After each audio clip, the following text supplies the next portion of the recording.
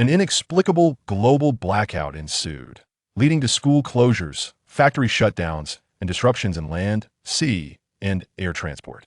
Supermarkets were stripped bare as desperate consumers emptied the shelves, and a greater crisis quietly unfolded. Chapter 1. Rebirth in the Apocalypse. Miss Jiang, once you confirm that the contract is in order, you may proceed to sign. Memories, long buried, unfurled like a vivid projection, awakening her muddled consciousness. Jiangxi's gaze suddenly sharpened. Had she not perished? How could she have returned to the real estate agency prior to the apocalypse? The obsequious grin of the real estate agent, the impatient homeowner, the bottle of drinking water on the table. Jiangxi seized a bottle of Nongfu Spring and took a hearty gulp, the sweet and refreshing taste flooding her senses. The sensation of it nourishing her lungs felt all too real.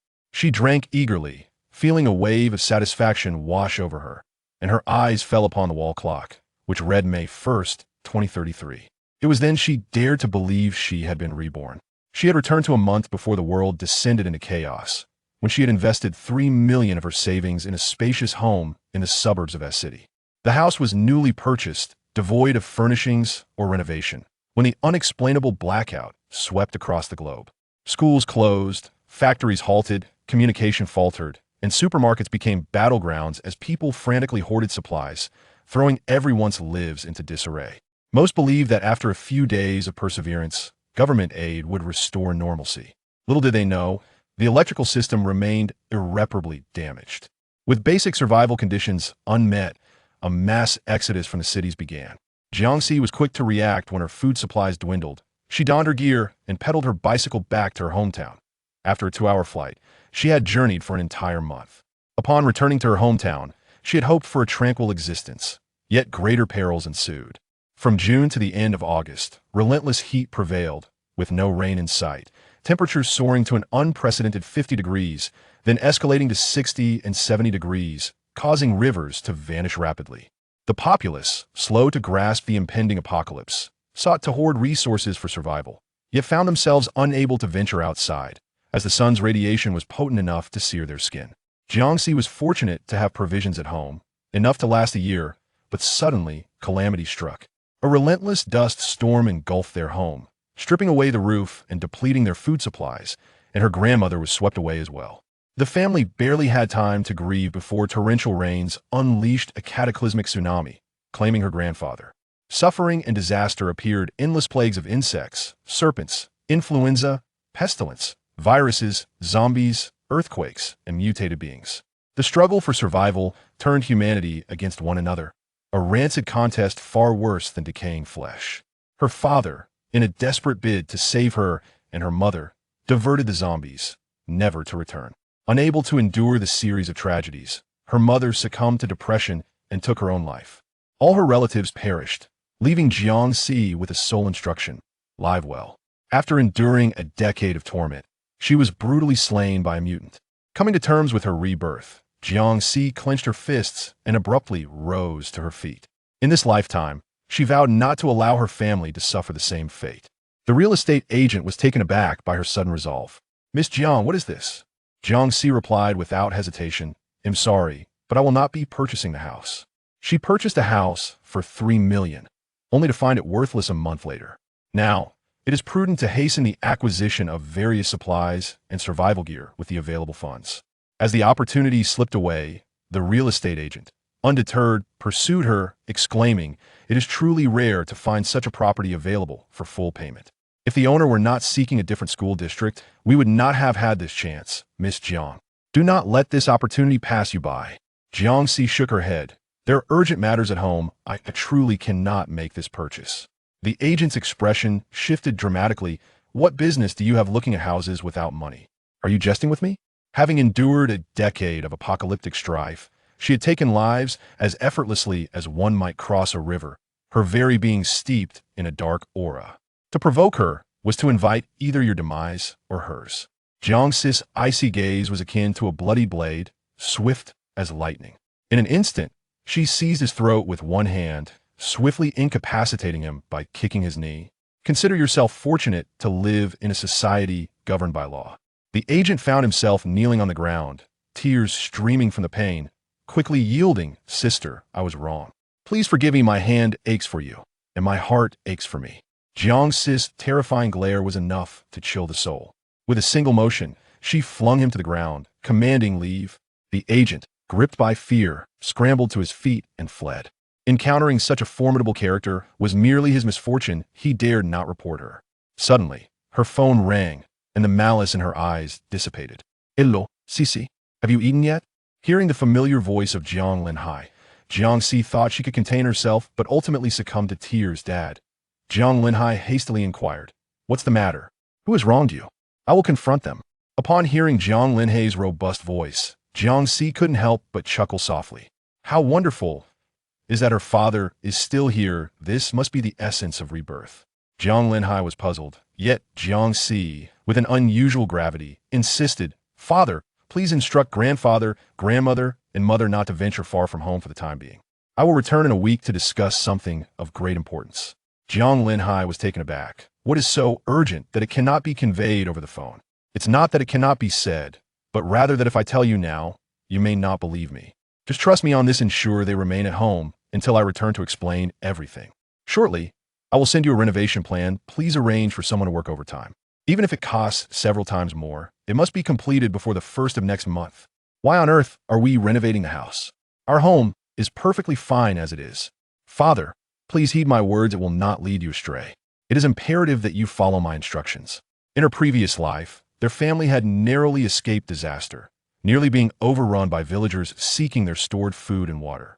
In addition to raising the protective walls, the roof must be reinforced, covered with thick insulation. Ditches should be excavated around the house. For drainage, moisture-proof mats and drainage pipes laid within, and the foundation elevated, along with replacing all doors and windows. Since childhood, Jiang Si had always been resolute in her decisions, and Jiang Linhai, confident in her prudence, found her insistence curious yet agreed. Upon returning to her rented accommodation, Jiang Si opened her computer, outlining her ideas, collaborating with a designer to finalize the renovation blueprints, and promptly sending them to Jiang Linhai, while also compiling a list of necessary materials for procurement. Point: one of the most cherished resources in the apocalyptic world is medicine. One should stockpile as much as possible. Commonly used medications such as cold remedies, antipyretics, gastro drugs, anti-inflammatory drugs, analgesics, antihistamines, antidiarrheals, antihypertensives, antibiotics, headache medicine, cephalosporins, heart-saving pills, insulin, glucose thermometers, saline solution, and iodine tincture. Jiang Siguan had accumulated over 100 items in her shopping cart. No matter how much she purchased, it would be rendered useless when the tsunami struck. Jiang Siguan sighed, "If only I had a space." Suddenly, her chest gleamed, and Jiang found herself in a white expanse the size of an acre. The energy stones that the superhumans sought to extract were suspended above her. Jiang was taken aback. Probing with her consciousness revealed why the superhumans could not extract the energy stones from her body. They had already been absorbed, transformed into her unique spatial abilities. The delight came swiftly with this space. She could directly procure large quantities from the wholesale market without worrying about bringing too many items home and attracting unwanted attention. Chapter 2. Stockpiling. Jiang Si gauged the height of the space with her consciousness, estimating it to be around 10 meters. If she squeezed a bit, the area of 1 mu could accommodate quite a number of items. Suddenly, a thought struck her. Since she could breathe in this space, could she cultivate land and raise livestock within it? Perhaps she could also bring her family into this refuge to escape the apocalypse? Much of the land in the aftermath of the world's end had suffered from pollution. Even a single patch of untainted land, if found, would be coveted by others. And various disasters could lead to a harvestless outcome. If her family could live safely within this space, they would have nothing to fear. Jiang Si brought a hydroponic pothose and an apple into the space for testing. The pothose remained unchanged, thriving as it did outside. The apple, when sliced in half, oxidized after a short while, indicating that the flow of time within the space mirrored that of the outside world. Jiang Si then hurried downstairs to the garbage heap and caught 2 flies. Unfortunately, the flies could not be controlled by her consciousness and were unable to enter the space. Feeling somewhat disheartened, she quietly ventured into the garden in search of an ant nest. After several attempts, she still met with failure. It appeared that no living creature could enter the space besides her. Furthermore, food could not be stored for extended periods. Fortunately, she could still cultivate crops. With careful planning of 1 mu, it would barely suffice to feed her entire family. However, the potential for storing survival supplies seemed to have vanished. Jiangxi researched vertical greening technology for vegetable cultivation from the Sun Country online. By purchasing a factory-style vertical planting apparatus, she could utilize the multiple spaces to provide adequate light for crops. The system would adjust the angle and height of the apparatus, facilitating harvesting. The fertilizer recycling and drainage systems would also render the cultivation frames easy to clean. 20 varieties of vegetables can be cultivated simultaneously, utilizing the same environment and controlled liquid fertilizers. From sowing to harvest, the growth period is merely 42 days. In contrast, rice can be harvested 3 times a year. Additionally, the cultivation racks can be stacked vertically, allowing for the cultivation of grains and vegetables in just half an acre. City S stands as the largest modern metropolis in the country, and this urban farm is conveniently located near her residence. Upon entering, Jiangxi was captivated by the vibrant office building. Whether in the CAF or the office area, one could sense the presence of flowers and fruits, creating an ambience reminiscent of life on a farm. After touring the rice paddies and vegetable gardens, she approached the head of the urban farm and inquired, "I wish to purchase a batch of your company's products. Is it mandatory to use your seeds and cultivation soil?" The manager replied with a smile, "Any seeds, nutrient soil, or fertilizers can be utilized with our company's vertical recycling planting devices. However, our seeds are undoubtedly superior, meticulously cultivated and selected for quality and taste." Jiangxi asked, "Is the rice yield high?" The manager affirmed, "The yield can reach up to 1,000 pounds per acre." Jiangxi nodded, deciding to opt for domestic hybrid rice seeds, which can yield between 2,000 to 3,000 pounds. After calculating the height and area, she estimated the number of cultivation racks that could fit in half an acre. "I would like 6 vertical recycling cultivation devices. Can you deliver them by tomorrow?" In the city, where land is precious, those who venture into agriculture are indeed a rarity. Upon her arrival, Jiangxi requested 6 sets, and the person in charge expressed delight, as the warehouse conveniently had 6 sets available. Miss Jiang needed them, and arrangements could be made for workers to come and assemble them for her the following day. After some contemplation, Jiang decided to proceed with the payment and would send her address shortly. The 6 vertical circulation cultivation devices cost a total of 1.8 million, and the person in charge generously included numerous seeds, fertilizers, and agricultural tools as gifts. Exiting the urban farm, Jiang took a taxi to the outskirts, where she rented 2 factory spaces, one for assembling the vertical circulation cultivation devices and the other for storing supplies, shrouded in secrecy. With no electricity available, modern equipment had become obsolete in the post-apocalyptic world, necessitating perilous excursions for heating, lighting, and cooking. Jiang then purchased a high-capacity industrial generator, a solar generator, and 5,000 barrels of oil. Global power outages commenced on June 1st, and it would be 6 months before electromagnetic systems were restored, allowing for the use of generators. Utilizing these in her space should presumably remain unaffected. 2/3 of her 3 million had been expended in an instant, and Jiang aspired to acquire a fully equipped RV and a luxurious lifeboat. Ordinary RVs and boats lacked the durability to withstand the intense solar radiation. The better options, accommodating her entire family of 5, had a minimum price of 1 million each. Lacking sufficient funds, she resorted to renting, though it felt somewhat unscrupulous. She found herself with no alternative.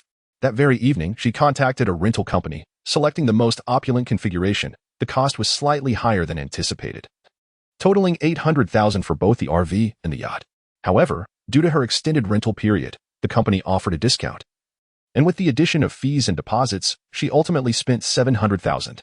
This left her with only 300,000 remaining at her disposal. Jiangxi was contemplating the rental of a small helicopter, the most economical option available, capable of accommodating 5 individuals, which would cost 50,000 per month. In the face of the cataclysmic events of the apocalypse, lacking a helicopter to navigate the chaos proved exceedingly challenging. She needed to devise a means to procure funds, especially since there were still numerous essentials yet to be acquired. Jiangxi opened WeChat and sent a message to the general manager of the Extreme Sports Club, Manager Zhang. "I am resigning. Can my deposit be refunded tomorrow?" Jiangxi's grandfather, Jiang Qingwu, was a veteran, and he had raised her, instilling in her a bold spirit and a penchant for adventure. She had joined the Extreme Sports Club as an instructor, allowing her to earn a living while indulging in a thrilling lifestyle.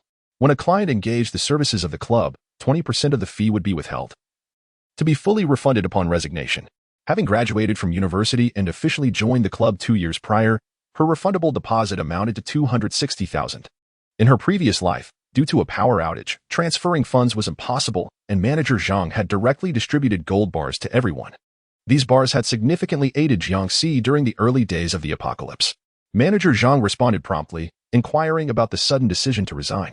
It was challenging to cultivate an exceptional female instructor at the extreme sports club. Jiangxi quickly replied, "There are matters at home, and my family is concerned about the dangers of this job, so I must resign." It was only natural for a young woman to elicit concern from her family.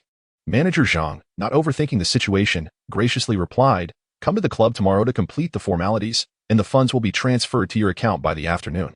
"Thank you, Manager Zhang," she replied before hanging up. Jiangxi then hastily began organizing her existing outdoor gear at home. Polar mountaineering attire, a first aid kit, a tent, a parachute, wingsuit, wetsuit, diving mask, oxygen tank, climbing rope, envelope-style sleeping bag, non-slip gloves, energy-efficient waterproof flashlight, compass, thermometer, detector, magnifying glass, whistle, hunting knife, entrenching tool, multifunctional survival axe hammer, first aid manual, solar charger, flint, life jacket, raincoat. In the warehouse downstairs, there are also a jet ski and a kayak, as well as mountain bikes. These provisions were arranged by the club, and the inventory is quite comprehensive. Tomorrow, she will visit the club and, adhering to her standards, procure a set for her family. Chapter 3. Stockpiling. Having organized her supplies, it was already the early hours of the morning. Another day closer to the apocalypse. Jiangxi lay in her bed, closing her eyes as bloody memories surged like a tidal wave, an overwhelming sense of heartache enveloping her. She abruptly opened her eyes, her expression icy, gripping the bedding tightly, tightening until cold sweat broke out and a bone-deep pain radiated through her hands. Jiangxi gasped, attempting to soothe herself. "It's all right. It's all right. This isn't a dream." As her emotions gradually stabilized, she ventured to the kitchen for a glass of milk, then returned to bed, forcing herself to sleep for a mere 3 hours. Before dawn, she set off to the largest wholesale market in S City. Upon entering a grocery store, she inquired of the proprietor, "Excuse me, which grain has the longest shelf life?" Space is not static. Priority must be given to food with extended preservation periods.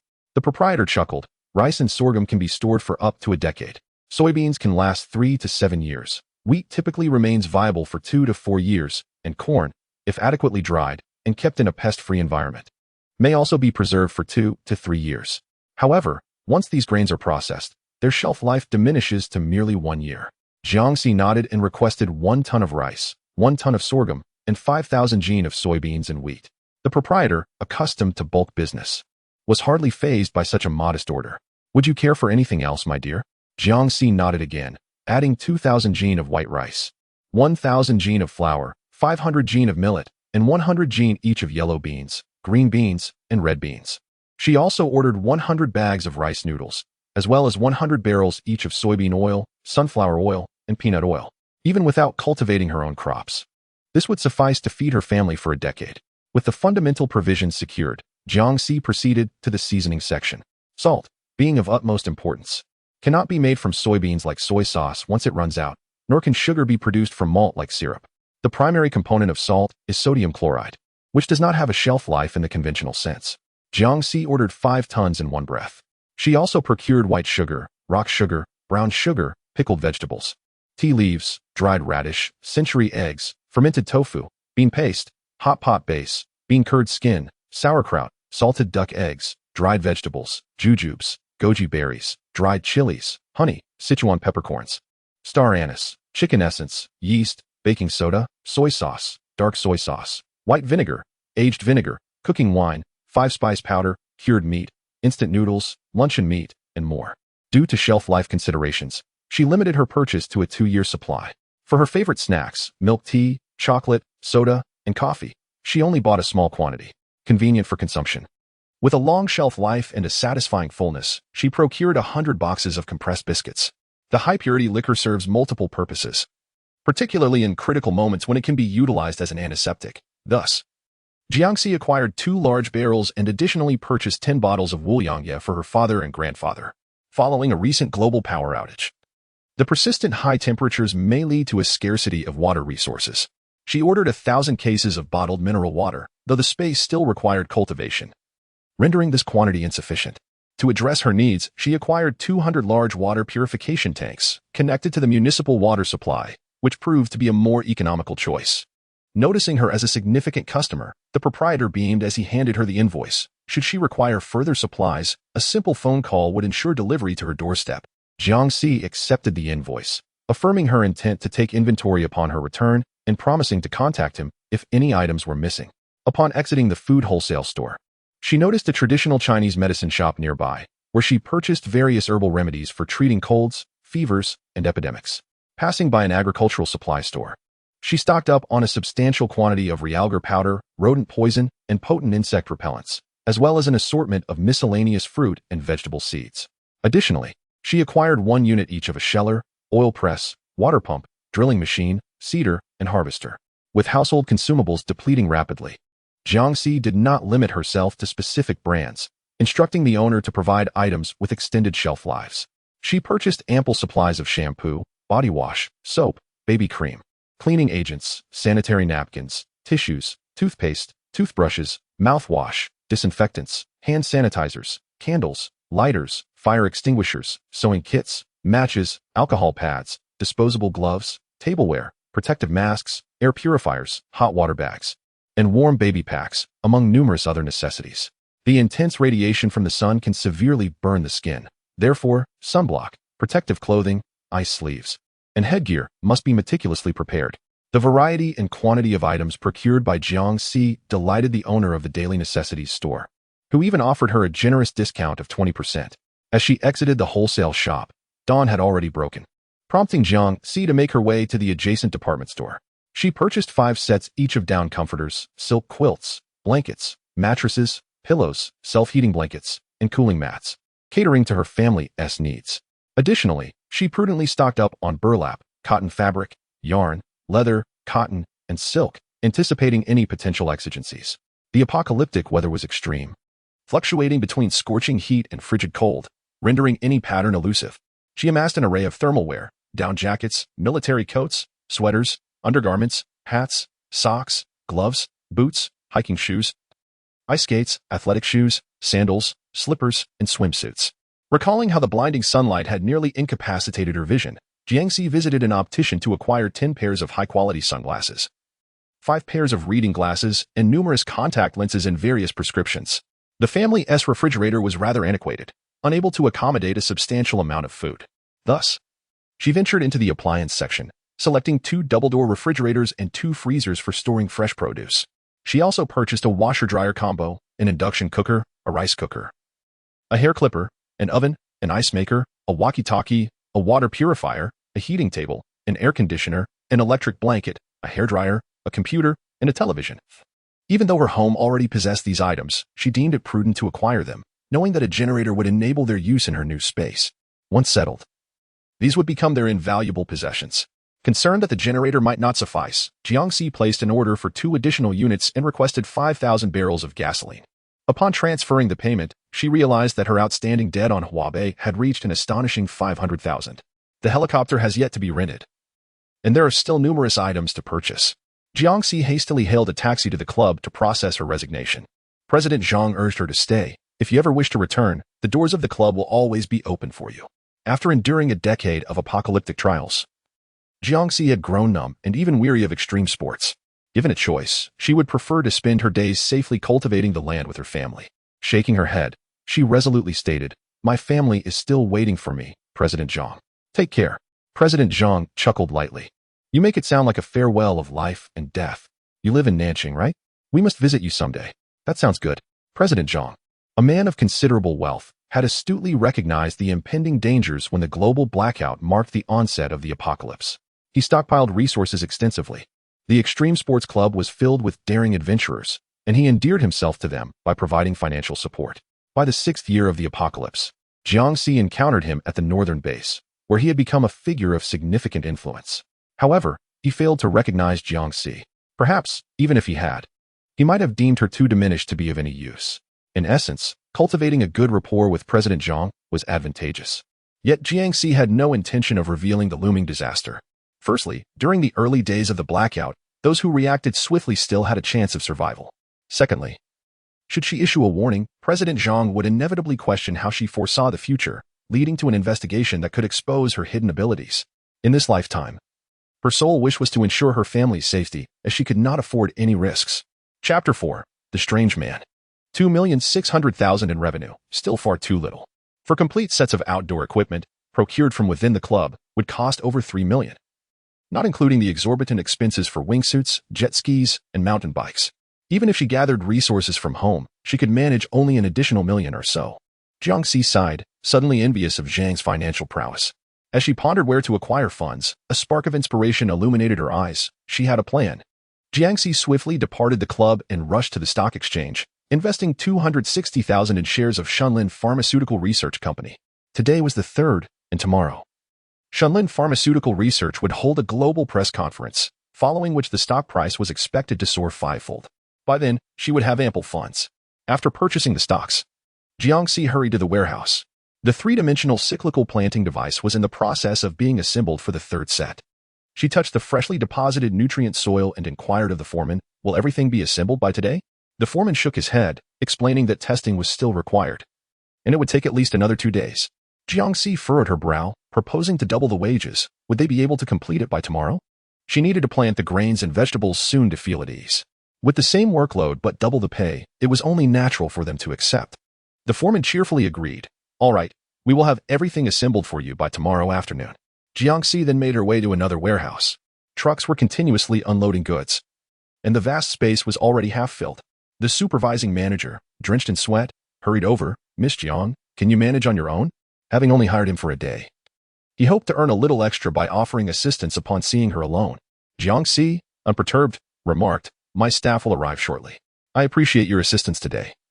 I have already transferred the payment to you via WeChat." The manager's expression shifted to one of slight disappointment, yet upon noticing the 2,000 yuan transferred by Jiangxi, his face brightened with joy. "Thank you, boss. I shall take my leave now. Do not hesitate to call should you need anything." As the manager departed, Jiangxi disabled all surrounding surveillance and stored the delivered items within her spatial realm. With such a plethora of goods, she was fortunate to possess the ability to manipulate them with her consciousness. Otherwise, the mere act of organizing them could have been utterly exhausting. The warehouse continued to receive numerous deliveries, and it was only by nightfall that Jiangxi found the opportunity to dine. The night market bustled with life and vibrancy. Bare-chested men savoring skewers, eager pets gazing longingly at their owners, affectionate couples, and steaming delicacies, all composing the most exquisite tapestry of earthly delights. Alas, this splendid scene would soon vanish. The vendor approached her, inquiring, "What would you like, beautiful?"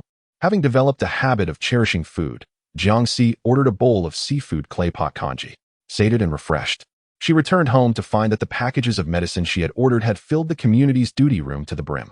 The kindly security guard assisted her in transporting the items, and upon seeing the labels denoting their medicinal contents, he asked, "Young lady, what do you need with so many medicines?"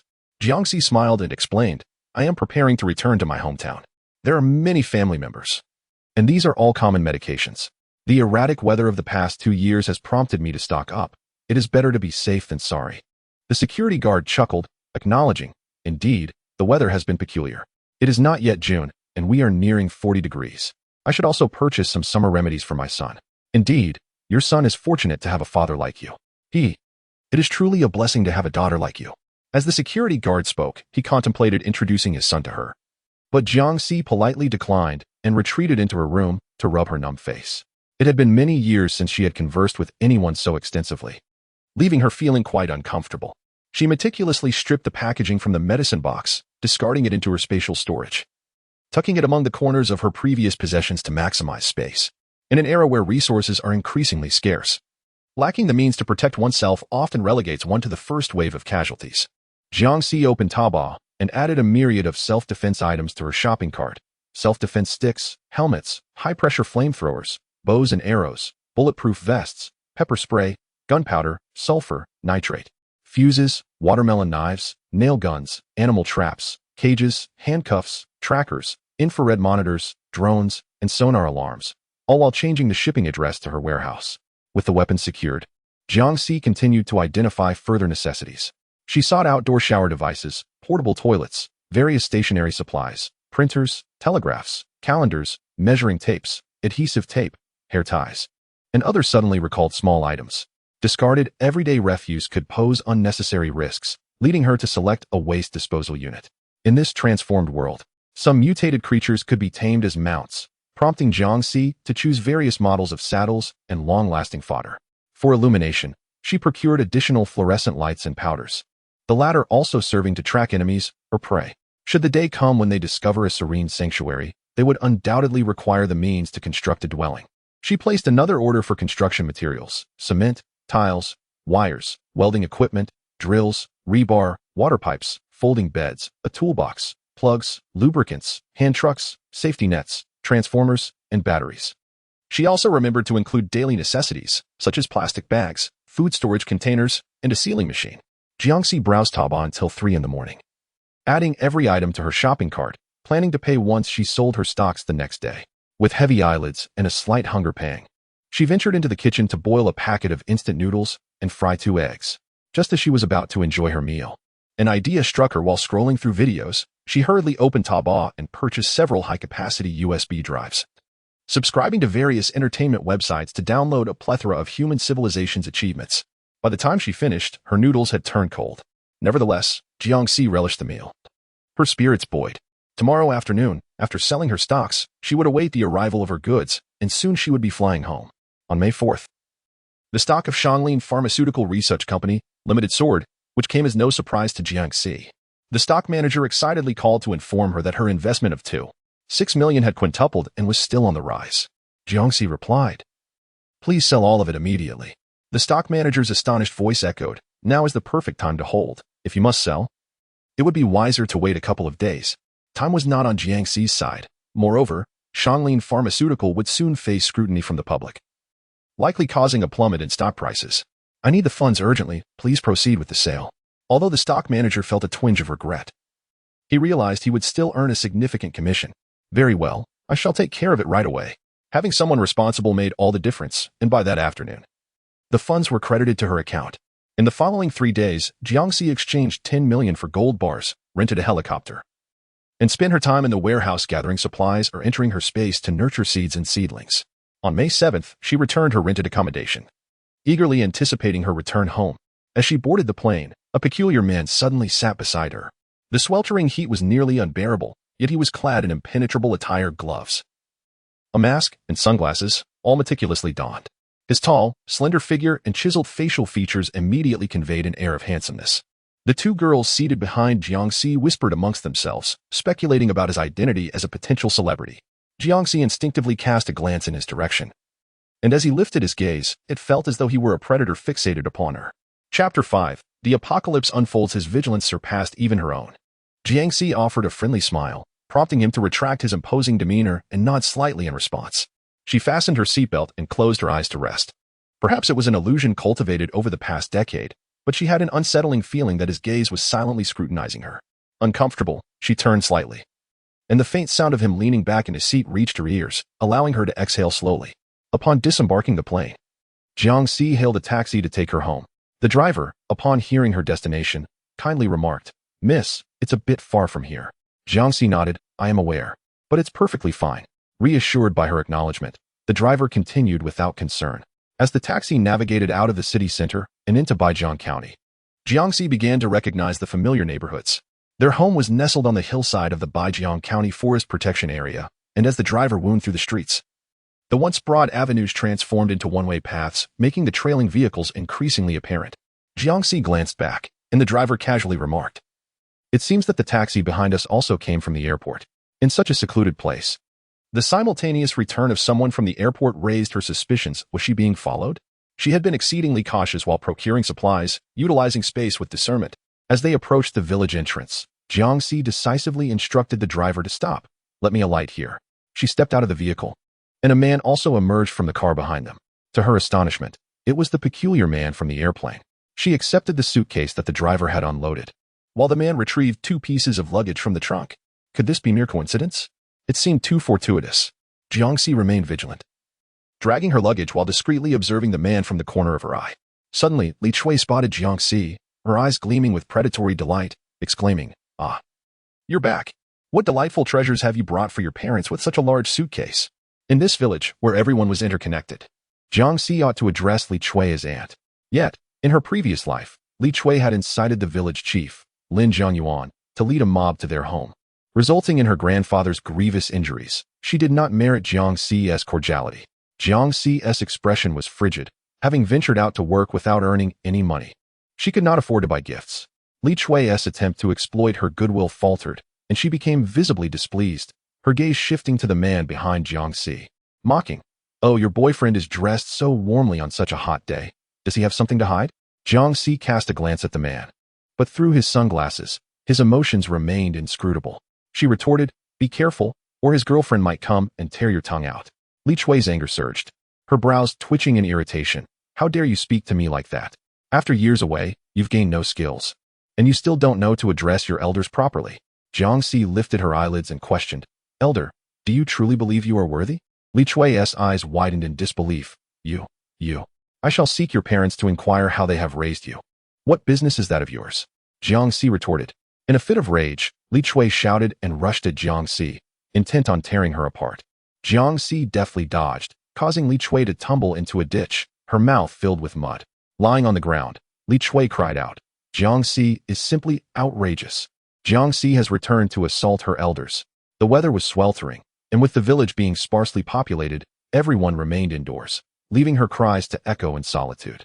Jiangxi regarded her with a gaze akin to a blade, poised to strike. Frightened, Li Chui scrambled to her feet, vowing, "Just wait until I tell your grandmother." Ah, her grandmother. In her past life, while on a mission outside the northern base, Sun Xiu and Shenfu had seized the opportunity to carve flesh from her mother's leg in exchange for food, intending to sell her into disgrace. In this life, she had no grandmother. Oblivious to the danger, Li Chui ran off to complain, prompting a cold laugh from Jiangxi. She proceeded to the crossroads, dragging her suitcase, with a man closely trailing behind her. Unable to contain her curiosity, she finally asked, "What do you intend to accomplish by following me?" The man paused, his gaze lingering on her for a few seconds before he pointed toward an abandoned house adjacent to Jiangxi's home, succinctly stating, "That is my house." Jiangxi was momentarily taken aback. His house. In her previous life, he had never appeared. Why had there been an unforeseen twist? Had she inadvertently stirred the wings of a butterfly? Testing the waters, Jiangxi inquired, "Are you Pei Xin?" Indeed, it was truly him. The stark contrast between the timid figure hidden among the haystack and his current demeanor of aloofness is striking. "I am Jiangxi from next door. We should have crossed paths in our childhood. Are you planning to stay long?" Pei Xin merely nodded indifferently, harboring no intention of engaging further with his neighbor. He bypassed her and proceeded toward the dilapidated house. Jiangxi stood frozen in place, her lips twitching. Surely, he does not believe I harbor feelings for him, does he? Suddenly, the shrill ring-tone of her phone shattered the brief awkwardness. "Hello, Dad. I'll be there shortly." Just as she was about to respond, Jiang Linhai's voice abruptly cut off. "Wait, my phone has run out of battery? That can't be right. It was fully charged when I got in the car." Jiangxi rebooted her device, only to be met with a persistent black screen. A cacophony erupted behind her as several card players emerged from the convenience store, their voices overlapping. "Why has the power suddenly gone out? Perhaps it tripped the circuit breaker. Hurry up and fix it. It's sweltering without air conditioning. And I had a good hand of cards to play. Hey, what is going on? This doesn't seem like a simple power trip." Before long, a woman appeared atop the neighboring rooftop, inquiring loudly, "Has everyone lost power?" The response was immediate and unanimous. "Yes, we have. Who can we call to find out what is happening?" Soon, someone exclaimed, "Oh no, my phone is malfunctioning. It won't turn on." "Mine too. And mine." The inexplicable depletion of battery life in their phones could only signal one thing: a disappearance of electromagnetic energy akin to a global blackout. Jiangxi felt her heart skip a beat. Today is May 7th, and there are still 3 weeks until the anticipated global blackout. No, she has given birth. And what impossibility exists in an early apocalypse? Suddenly, a thunderous roar emanates from the clouds, prompting everyone to gaze upward. A passenger aircraft descends at an astonishing speed, the cacophony resonating as if it were scraping against their ears. The onlookers watch in disbelief as the plane descends lower until it passes directly overhead, stirring up a powerful gust of wind that blinds them with flying debris. With a resounding crash, the mountain trembles, and billowing black smoke emerges from the forest. The villagers, dazed and wide-eyed, exclaim in disbelief, "Good heavens, it's a crash. Call 119. Call what? The phones aren't working. Then let us drive to the fire station for help." Someone scrambled into a vehicle, only to emerge moments later, incredulous. "My car won't start. Could it be affected by the plane?" As the villagers debated whether to form a search party for survivors, the deafening roar echoed once more. The village chief, Lin Shenhua, pointed to the sky, trembling as he spoke. "It's happening again. It's happening again." Just then, another aircraft plummeted to the ground, The villagers remained oblivious to the gravity of the situation, while Jiangxi quickly approached, grasping the hand of Jiang Linhai. "Dad, come home with me first." Their efforts to rescue would yield no results. The survival rate of such crashes is a grim 0%. Even if there were survivors, with ambulances unable to reach them, it would be a futile endeavor.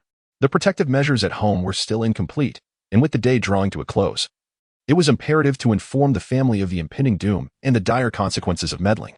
Chapter 6. The scorching heat. Jiang Linhai, upon recognizing her, eagerly seized the luggage, his face alight with joy. "All right, let us return home." He had come specifically to fetch Jiangxi. The plane had fallen, and in a moment of impulsive fervor, he had momentarily forgotten everything else. As Jiangxi stepped into the house, her gaze swept across the courtyard. Insulation panels, bricks, safety barriers, and nets lay piled in the corner. The foundation had only been raised halfway, and the doors and windows remained unaltered. The apocalypse had arrived prematurely. Yet the house had been renovated less than a tenth. She had a sanctuary to retreat into at any moment, but her family did not possess such a luxury. Gazing at the blood-red sun on the horizon, Jiangxi's anxiety surged exponentially.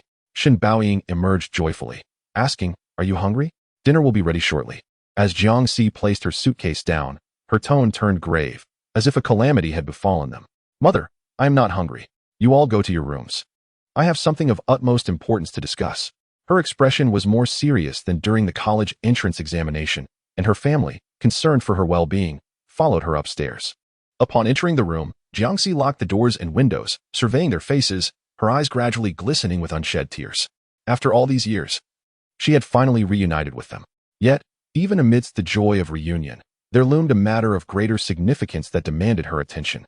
From the moment her daughter stepped through the door, Shen Baoying sensed a change in her demeanor. There was a weight in her eyes, as though she had accumulated a multitude of burdens outside. With great caution, Shen Baoying inquired, "CC, what on earth has transpired?" Jiang Xingwu also noticed his granddaughter's unease. He had never seen her so tense, as if the world itself were on the brink of collapse.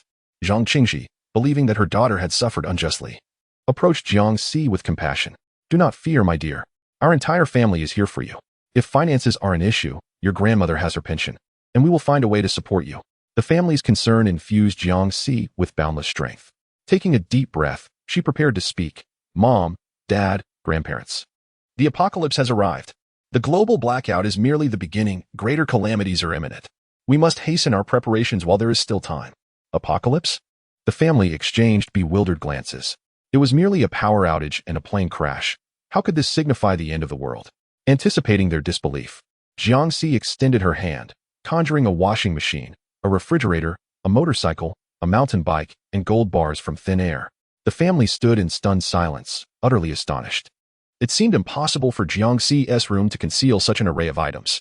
She could not possibly perform magic right before their eyes. Jiang Linhai, who had devoted his life to science, rubbed his eyes in disbelief. "Am I dreaming?" Shen Baoying pinched him sharply, causing him to wince in pain. "This is no dream." Jiangxi's gaze was earnest. "Do you understand how I acquired these abilities?" The family collectively shook their heads. "I have been reborn. In my previous life, our entire family perished in the apocalypse. Following the global blackout, a prolonged drought ravaged us, and our food supplies were plundered." Jiangxi's eyes brimmed with tears as she looked at Zhang Qifeng. "Grandma, you were swept away by a sandstorm while trying to retrieve a single ear of corn. We watched helplessly, unable to intervene. Devoid of sustenance, we departed from Longguan village in search of an escape. Midway, a torrential downpour ensued, and a towering tsunami struck without warning. Our small vessel was capsized, and I struggled ashore, only to discover that my parents were safe. Yet my grandfather was once again lost to us. In a desperate bid for survival, my parents and I wandered aimlessly until we reached a refuge for survivors. However, we were barred at the gates for failing to provide the requisite 2 pounds of food, while the undead encircled us menacingly. In a selfless act, my father diverted the zombies' attention to grant my mother and me a chance at survival, sacrificing himself in the process. Meeting a gruesome fate at the hands of the undead, the group that ultimately rescued my mother and me harbored ill intentions, treating us like livestock, subjecting us to unspeakable horrors. Seizing an opportunity, I managed to escape with my mother. Later, upon entering the northern base, I discovered that while I was away on a mission, Sun Xiao and Xin Fu had cruelly amputated my mother's entire leg in exchange for 20 pounds of millet. When I returned, others informed me that my mother, wishing not to burden me further, had taken her own life. Thus, I became the sole survivor of my family. A decade of apocalypse has unfolded. Were it not for the hope you instilled in me to persist, I would have long forsaken life. The coveted ability stones, which others scrambled for in a frenzy, I swallowed whole in search of liberation. Yet, had I known that an earlier release would reunite me with you, I would have unhesitatingly embraced death without a second thought. The moment CC Jiang conjured supplies, disbelief gave way to unwavering faith in her words. Shen Baoying gazed into her daughter's sorrowful eyes, unable to fathom the depths of anguish she had endured alone. She embraced Jiang Si, gently patting her back as she had in her childhood, whispering, "Do not fear, it is all behind us now. We are still here." Jiang Linhai was filled with heartache, reproaching himself for his inability in the past to protect his family, which had led to such suffering for CC. Jiang Si wiped away the tears from Shen Baoying's eyes and addressed everyone. "Please, do not weep. Heaven has granted me another chance, and we still have time to stockpile supplies. This time, we shall survive safely. Therefore, we must not delay any longer." Following the trajectory of the past, after a global blackout, urban infrastructure would fail completely, and soon, the city's inhabitants would surge forth in search of food and water. We must fortify our home into an impregnable fortress before that occurs. On the second and third floors, apart from the bedroom windows, every opening must be sealed with bricks, leaving no possible escape route. Subsequently, Jiang Si retrieved several bundles of anti-theft spikes from their storage and instructed Jiang Linhai, "Father, ensure all doors and windows are secured. Let us swiftly install insulation panels on the roof and cover the walls with shards of glass and anti-theft spikes. We can install the protective netting after the sun has set, as the high temperatures may cause it to melt.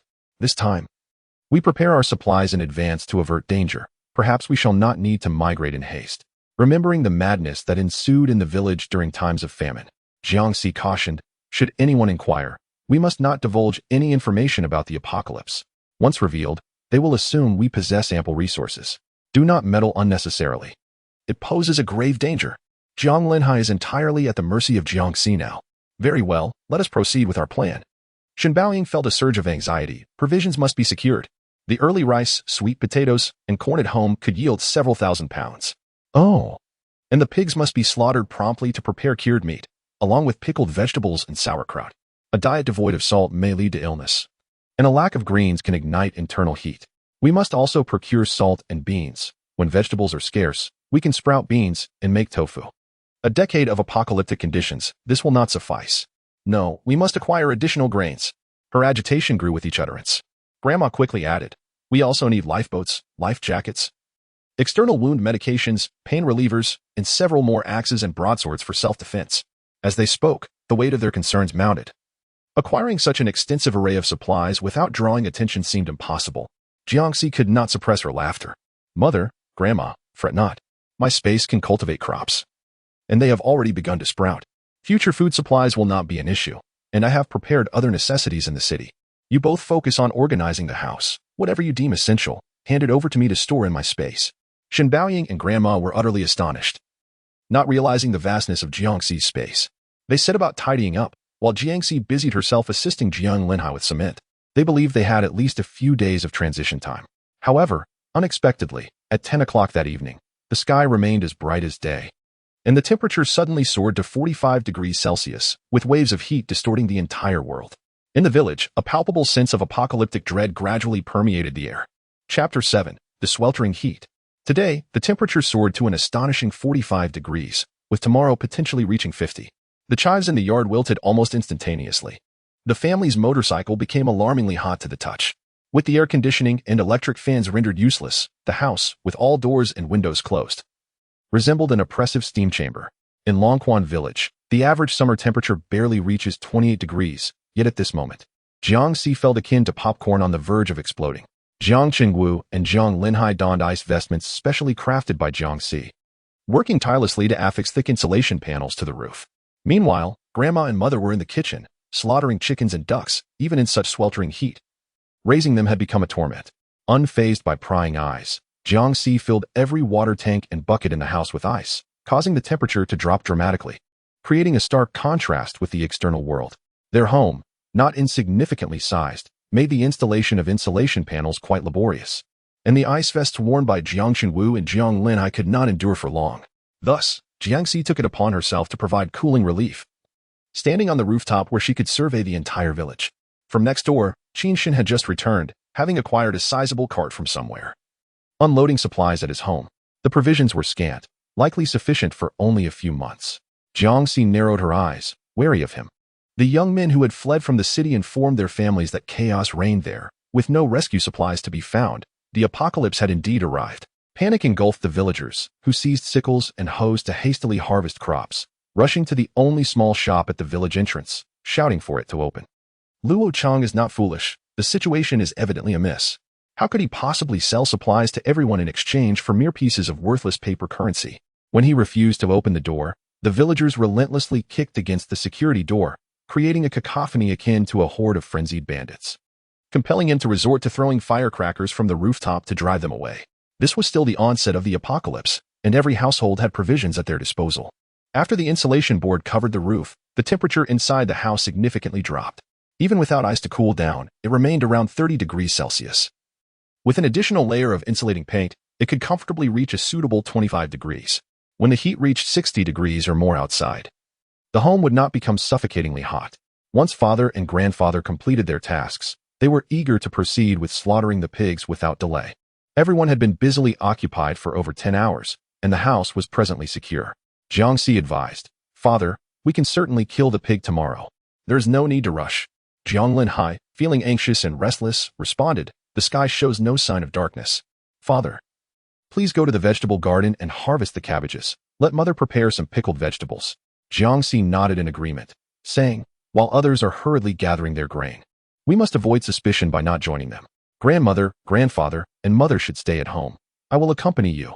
Farewell. I fear that someone may sneak into our home to steal," she cautioned. "You should remain here, taking turns to rest, and cultivate the habit of keeping watch." Jiangxi's meticulousness underscored the perilous nature of the apocalypse. Following her arrangements, it wasn't long before Jiangxi and Jiang Linhai set off, baskets on their backs, towards the cornfield. It was indeed their cornfield, yet several individuals furtively slipped onto their land, brazenly plucking the corn. Upon seeing Jiang Linhai and Jiangxi, they hastened their thievery. Jiangxi raised her sickle and declared, "Who dares to touch our family's corn? If anyone moves again, I shall cleave you in two." What could a mere girl like Jiangxi accomplish? They dismissed her bravado, and the ever-opportunistically Cui shamelessly chuckled, "It's just a few ears. It's not gold." Just as Jiang Linhai was about to explode in anger, Jiangxi, with unerring precision, hurled her sickle, severing the intricate bun atop Li Chui's head. The sudden lightness left Li Chui trembling, her eyes wide in terror. What if Jiangxi had faltered and struck her head instead? Just as she was about to unleash a tirade of curses, Jiangxi retrieved 2 butcher knives from her basket, her gaze fierce. "Will you leave or not? That audacious girl." The others wisely fled, while Li Chui remained, shouting, "Jiang Linhai, your daughter means to kill me. Are you not going to intervene?" Jiangxi's demeanor reflected Jiang Linhai's own. Li Chui was inconsequential. Jiang Linhai took the knife from Jiangxi's hands and gently said, "A young lady should not resort to violence." Yet, in a sudden frenzy, he declared, "Leave it to daddy. Let us see if I can't dispatch the 2 of them." Li Chui, in disbelief, beheld Jiang Linhai's fierce visage as he brandished the glimmering knife and charged at her. She screamed in terror, spilling corn from her basket. This father and daughter must have lost their minds. Jiangxi gave her father a thumbs up, exclaiming, "Dad, you're incredible. Let us see who dares to bully us again." They have now established an image that makes them formidable. When the villagers find themselves in dire straits, lacking clothing and food, they will not be the first to think of them. After days of hastily harvesting the crops, the temperature gradually reached 50 degrees, creating a disarray of day and night. No one could discern whether it was day or night in the next moment. The ground sizzled under the relentless heat, causing a significant number of livestock in the village to perish. Those unwilling to part with their animals resorted to making preserved meat for sustenance. Under the blazing sun, Jiangxi felt her skin burning painfully after just a short while. She prepared high SPF sunscreen for her entire family and donned breathable protective clothing to guard against the corrosive effects of the soaring temperatures. The rapid rise in temperature, coupled with the intense harvesting, led to the sudden deaths of several elderly individuals. Many young people also suffered from heat stroke, exhibiting symptoms such as dizziness, headaches, and difficulty breathing. With their advanced age, Grandma and Grandpa required constant medication, which their mother always kept at home, a fact known to many in the village. Jiangxi cautioned her family, "If anyone comes seeking medicine, you must not give it to them, understand? Once you open that door, a continuous stream of people will come asking." They needed to learn to be resolute to survive in this apocalyptic world. The family nodded in agreement, when suddenly, a panicked shout echoed through the village. "The Longquan River has run dry. The village plunged into darkness as the power was cut off, and the water supply ceased. The Longquan River below the village was their sole source of drinking water.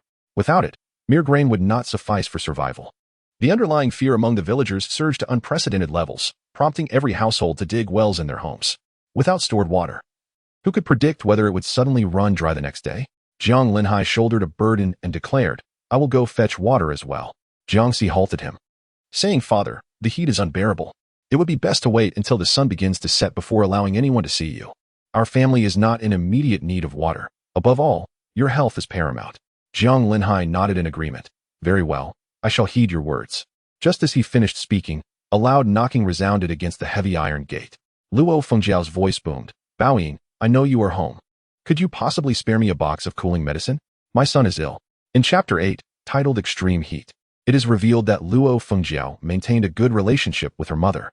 In a previous life, she had come seeking medicine, and out of a moment of compassion, her mother had obliged.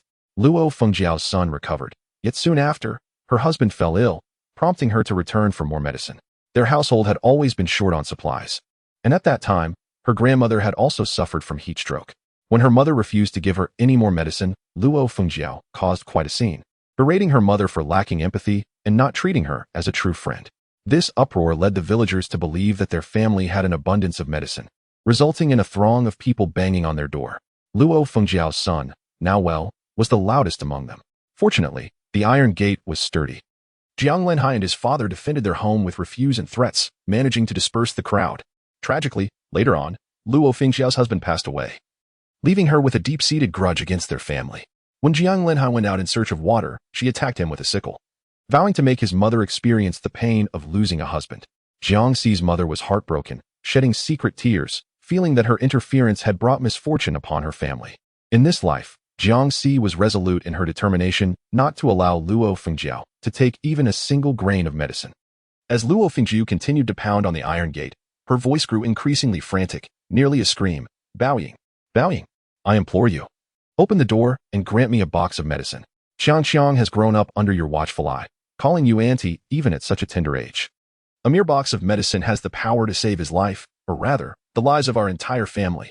Shen Baoying felt a pang of reluctance, but remembered Jiangxi's admonition, waiting for her to make a decision. Jiangxi shook her head, declaring that she was not a good person and thus could not offer help. Moreover, Luo Fengjiao and Luo Yong were siblings. Luo Yong owned a small convenience store that stocked basic medical supplies. If Luo Fengjiao needed assistance, she ought to seek out her brother. If we remained silent, she would soon approach Luo Yong. Shen Baoying had shouted herself hoarse, yet no one answered her pleas. She considered climbing over the wall but, upon looking up, realized that the wall of Jiangxi's home had been raised by an additional meter and was now adorned with shards of glass and thorny brambles. Unless she sprouted wings, entry was impossible. Time was of the essence concerning her son's condition, and in comparison, her brother's wall was more surmountable. Wiping away her tears, Luo Fengjiao delivered a forceful kick to the iron gate, venting her frustrations with a loud shout. "Shen Baoying, I've seen through you. Let's see if you'll ever need anyone's help again." In a flurry, Luo Fengjiao departed, leaving her mother with a hint of guilt. She had yet to witness the terrifying depths of human despair that accompanied the apocalypse. Jiangxi tightly grasped Shen Baoying's hand, offering her comfort. "Mom, do not burden yourself with the opinions of others. What matters most is that our family remains safe and sound." Jiangxi was unaware of the suffering endured in her past life that had forged such a resolute gaze. Shen Baoying felt a pang in her heart and choked back tears, saying, "Mom is merely a bit unaccustomed, but rest assured, CC. I will soon become tougher than steel." Jiangxi was amused by Shen Baoying and hurriedly pulled her back indoors. The outdoor temperature soared to 50 degrees, making it unbearable after a mere moment. Upon returning inside, Jiangxi deliberately retrieved a military-grade telescope from her space and positioned herself at the third-floor window to observe the situation involving Luo Fengjiao. Luo Fengjiao and her husband had procured a wooden ladder, preparing to climb into Luo Yong's house. Fearing that others would also ascend the ladder, Luo Yong hurled down 3 boxes of medicine from the second floor. Overjoyed, Luo Fengjiao clutched the boxes, only to be forcefully pinned to the ground moments later. With 2 boxes snatched away, her screams echoed as her husband, anxious that the last box might also be taken, brandished a sickle in a frenzied defense, causing one villager to collapse, blood staining the earth, while madness engulfed the faces of those present. Within Jiangxi, a profound tranquility resided. This was merely an appetizer of the apocalypse. That evening, as others meticulously calculated every grain of rice in their homes, her mother prepared a sumptuous meal of 3 dishes and a soup: braised pork ribs, sour beef soup, scrambled eggs with chives, and cold cucumber salad. Despite the external temperature reaching 60 degrees, the kitchen maintained a blissful 25 degrees, comfortable and inviting. Jiangxi savored 2 generous bowls of rice, letting out a satisfied burp. The vegetables at home, apart from sweet potatoes and regular potatoes, had a limited shelf life. Zhang Qingji inquired with concern, "Cici, how are the seedlings in your space growing?" Jiangxi replied with a smile, "The chives are thriving, already as long as my palm. The other seedlings are also doing quite well. I selected fast-growing varieties. In just over a month, we shall be able to enjoy tomatoes, eggplants, and green beans." Zhang Qingji felt a mix of joy and regret, lamenting, "It's a pity we cannot assist you in the fields. It must be exhausting for you to manage alone." Jiangxi shook her head, expressing that she was not tired. The space was equipped with a generator, allowing for semi-automated cultivation management. There was no need for them to ration their food. Rest assured, they had ample supplies. Jiangxi even took 2 sets of photographs of the space with her instant camera to show the family. Upon seeing the abundance of resources, the anxiety on their faces diminished. As the sun set, Jiangxi directed her family to install the celestial locks, secure the doors, set traps, and apply fire retardant. Jiang Linhai glanced at the time and told Jiangxi, "I'm going to fetch water now." Jiangxi set down the paint and said, "I'll accompany you. And we can gather some firewood as well. It's better to be cautious together." As they reached the village entrance, Zhao Yun from the village stopped them. With tear-filled eyes, she pointed to the house that was belching smoke and said, "Linhai, our house is on fire. Please, I beg you to help us with water to extinguish it. Please." The others are unwilling to assist. Zhang Dingtian and Jiang Linhai had grown up together, sharing the innocence of childhood. This was not a request for resources, but a sincere plea for help to douse the flames, and Jiang Linhai felt compelled to respond. He instinctively looked towards Jiangxi. Acknowledging Zhang Dingtian's honesty and recalling their past together in search of water, Jiangxi nodded, prompting him to say to Zhao Yun, "All right, I will help immediately." Zhao Yun, overcome with gratitude, exclaimed, "Linhai, thank you so much." Jiangxi added, "I will join you. Thank you, thank you. Adversity reveals true friendship. Our family will always remember this." Unfortunately, the heat was too intense for Zhao Yun's home, and a single spark ignited a fierce blaze, leaving the house devastated, consumed by flames within a mere moment. With 80% of it reduced to ashes, Zhang Dingtian's family sat helplessly on the ground, weeping inconsolably. They had exerted every effort to salvage a few hundred pounds of grain, while everything else was lost. How could they survive after this? The few buckets of water that Jiangxi and Jiang Linhai had brought were utterly insufficient. Zhao Yun knelt on the ground, blaming herself as she slapped her own face, lamenting, "It's all my fault for wanting the torches. If I hadn't lit the torches, what would not have befallen us?" Zhang Dingtian held her tightly, exclaiming, "It was all an accident. Just an accident." Zhang Jing, the same age as Jiangxi, gazed at the charred remnants of their home, and, steeling himself, knelt before Jiang Linhai with a bold face. "Uncle, our home is no longer livable. My grandparents are elderly, and in this sweltering heat, they may not survive. I implore you, please let us stay for a while. We can search for food in the mountains, and we can help you fetch water and gather firewood. We want to be a significant burden. In ordinary times, Jiang Linhai would undoubtedly extend a helping hand to his good friend, allowing them to stay in his home. However, these were apocalyptic times. If they moved in, complications were inevitable. Jiangxi's space and the layout of their home might be exposed, even if they managed to conceal their circumstances. Living under the same roof could lead to conflicts between the two families. Witnessing their prosperity could also breed deep-seated resentment, transforming their household into the greatest potential danger. Jiang Linhai wore a solemn expression, just about to speak when Zhao Feng knelt several steps forward, her head striking the ground with a dull thud, effectively obstructing Jiang Linhai's refusal. "Linhai, you and Ding Tian have been such good friends for many years. Please, help us this once. We can forego a room and stay in your garage. All we need is a place to shelter. Once the heat subsides, we will repair our home and move out immediately." Zhao Yun's humility was palpable, while Zhang Dingtian's eyes glistened with unshed tears, his legs bending as he prepared to kneel. Jiang Linhai seized him, yet he could not prevent Zhang Dingtian's parents from sinking heavily to their knees, their eyes brimming with tears as they implored, "We are old. We have lived long enough. If we must die, so be it. Linhai, please assist us. Good deeds are rewarded. We beg of you." Jiangxi cast a sharp glance at Zhao Yun, who averted her gaze, clearly having made up her mind to impose on their hospitality. Jiang Linhai felt a profound discomfort in his heart, yet he truly could not acquiesce. I can provide you with some daily necessities. The structure of your house still stands. With some tidying up, it can be habitable, he declared, which was indeed a refusal. A glimmer of despair flickered in Zhang Dingtian's eyes, yet he understood Jiang Linhai's position. At least he was willing to offer some assistance. However, Zhao Yun and Zhang Jing grew anxious, for their home had already been ravaged by flames. Now, with their house in such a state, lacking even basic protection, the temperature inside could easily reach 50 degrees, rendering it uninhabitable. Seeking refuge in the city was equally unwise, as the absence of rescue left everyone in peril. They could not transport their several hundred pounds of grain, and if they were to stay with Jiang Linhai, he would undoubtedly be reluctant to let them starve should their supplies dwindle. Furthermore, Jiang Linhai's home was stocked with medicine. Should they fall ill, they could receive treatment. Unable to find refuge in Jiang Linhai's home, it seemed improbable that anyone else would offer them shelter or assistance. Moreover, Zhao Yun feared that if Jiang Linhai provided them with even a modicum of supplies, they would return and avoid him like a plague. In a fit of despair, Zhao Yun wept uncontrollably, beseeching, "Linhai, we can offer you all our remaining food. Our home has been reduced to ashes. Anyone could intrude upon us. If we stay with you, our entire family can contribute as laborers, and together, we can guard against others, allowing you peace of mind to fetch water and gather firewood. Just grant us a place to stay. In such oppressive heat, if you turn us away, I shall bear the guilt of my family. I might as well end my life." With that, she picked up a stone from the ground and struck her head fiercely, but Zhang Jing intervened just in time, crying out, "Mom, please don't do this. Uncle Jiang will surely take us in."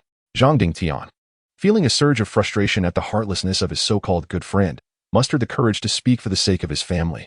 "Linhai, could we possibly stay for just 1 month? Once I make some repairs to our house, we will leave. Just 1 month will suffice." Yet, Zhao Yun began to plot, calculating their next move. Once they crossed the threshold of Zhang's home, who could anticipate her schemes? Jiang Linhai found it difficult to maintain his composure, but she was unyielding. Jiangxi stepped forward, addressing Zhang Dingtian. "We are willing to extend whatever assistance we can. Uncle Zhang should not continue to press my father. Although your house has been destroyed, it is not impossible to prepare a temporary space for you.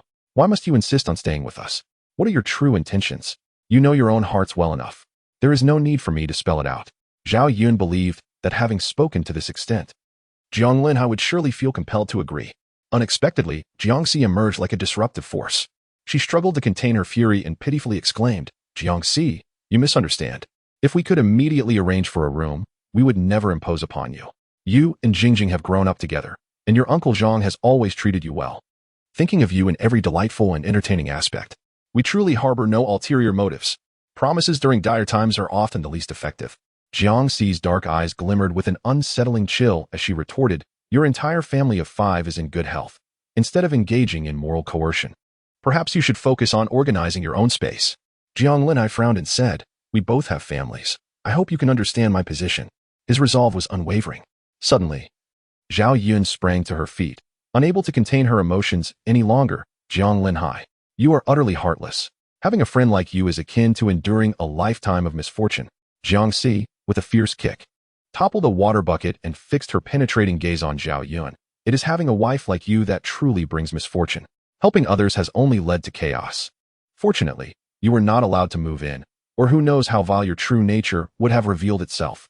Zhao Yun clutched her chest, feigning a dramatic collapse, while the Zhang family surrounded her, weeping in unison. Turning to look, she realized Jiangxi and Jiang Linhai had already departed. Her performance came to an abrupt halt, and in a state of panic, she urged Zhang Jing and Zhang Dingtian, "Hurry, follow them to retrieve our belongings." She deeply regretted having torn her relationship with Jiang Linhai, fearing that they might not even be able to borrow the most basic necessities. Zhang Dingtian and Zhang Jing swiftly pursued outside. Jiangxi and Jiang Linhai, as if propelled by a whirlwind, dashed forth. Zhang Jing, from a distance, shouted several times, but they had already entered through the iron gate. In a fit of anger, Zhang Jing cursed, his gaze inadvertently falling upon the house adjacent to Jiangxi's. Suddenly, a spark of joy ignited within him. "Father, we need not seek their assistance. We can leap into Qin Song Ming's house. Although it may be slightly damaged, the essential items should still remain intact." Zhang Dingtian, reluctant to humble himself and plead, felt a glimmer of hope. Jiangxi, wary of Zhang's relentless pursuit, observed them as they prepared to scale the wall into Qin Shen's residence. Hesitating whether to alert Qin Shen, she peered through her binoculars and noted that he was not home. Zhang Jing effortlessly vaulted into Qin Shin's courtyard, opening the gate from within, and excitedly called out to Zhang Dingtian, "Father, come quickly." Just as his words faded, Jiangxi noticed Qin Shin emerging from the back mountain, each shoulder bearing a massive wild boar. Even one boar weighed over 100 pounds, thus, two would exceed 300. The sheer strength was truly astonishing. Moreover, Qin Shin moved with remarkable steadiness and speed, showing no sign of exertion as he approached his doorstep. Meanwhile, Zhang Dingtian and Zhang Jing were still struggling with a lock using a kitchen knife. With a resounding thud, the wild boars crashed to the ground, prompting the father and son to turn. In the next instant, a dark shadow rushed towards them, and before they could react, Qin Shin delivered a swift and blinding punch that sent them crashing to the ground, followed by a brutal sidekick to their midsection. Zhang Jing and Zhang Dingtian were hurled against the wall, curling up in pain like small shrimp, groaning in agony. Suddenly, Qin Shin lifted his head, his cold, dark eyes ferociously locking onto Jiangxi. Alarmed, she hastily pulled down the window. She had endured a decade of apocalyptic struggles, yet she could not match the swiftness of Qin Shin's movements or his acute vigilance. He was exceedingly perilous. Chapter 10. Intense Heat. She was intensely curious about how Qin Shin would address Zhang Dingtian and Zhang Jing. Jiangxi held her breath, stealthily shifting to another peephole to continue her observation. Qin Shin advanced step by step, a bloody military knife in his grasp. Zhang Dingtian, terrified, scrambled to his feet and hastily explained, "We had no idea you claimed this place. Had we known, we would never have dared to intrude. Please spare us." Zhang Jing's gaze fell upon the two wild boars behind Qin Shin, suppressing his pain to force a smile. "Brother, we truly did not intend any harm. This house has been abandoned for quite some time. Our home was burned down, and we had no choice but to break in. If you do not mind, we can help you cure meat and work for you. Just grant our family a room." They were oblivious to the fact that Qin Shin was the son of Qin Songming. Qin Shin cast a penetrating glance at them and commanded, "Get lost." Zhang Jing had no desire to share a roof with such a dangerous individual. All right. They limped out of the courtyard. Jiangxi was rather surprised. She had distinctly perceived a profound intent to kill in Qin Shin's eyes, yet he had still chosen to let them go. His moral integrity seemed commendable. For the time being, he likely posed no threat to her family. Jiangxi put away her binoculars and turned to descend the stairs, unaware that Qin Shin, who had stopped, suddenly cast his gaze in her direction. His dark eyes glimmered with fragmented cold light, his somber expression inscrutable. Zhang Dingtian and Zhang Jing returned in defeat. Zhao Yan turned to the elderly villager, Grandpa Su, who remained in the village. After a heartfelt plea, Grandpa Su, in need of care himself, finally consented to allow them to move into his home. Jiang Linhai, with a kind heart, brought over their belongings. But Zhao Yun complained that they were insufficient and requested that Jiang Linhai fetch a few larger water tanks for storage. Jiang Sili ignored her, pulling Jiang Linhai away instead. On their way back, the ground cracked even more severely, and the rice fields had begun to peel, revealing twisted fissures. Jiangxi took out a specialized thermometer from the meteorological station to measure the air, and with a swift motion, the temperature soared to 65 degrees. It was evident that soon, the Longquan River would run dry. At that time, the villagers would fall into a state of extreme panic, desperately seeking to seize water resources. Jiangxi planned to fill the water she had consumed from the space purification barrel and refrain from venturing outside again. As she and Zhang Linhai arrived at the banks of the Longquan River, they observed a significant drop in water levels, exposing the riverbed where numerous fish were gasping for breath in their dying struggle.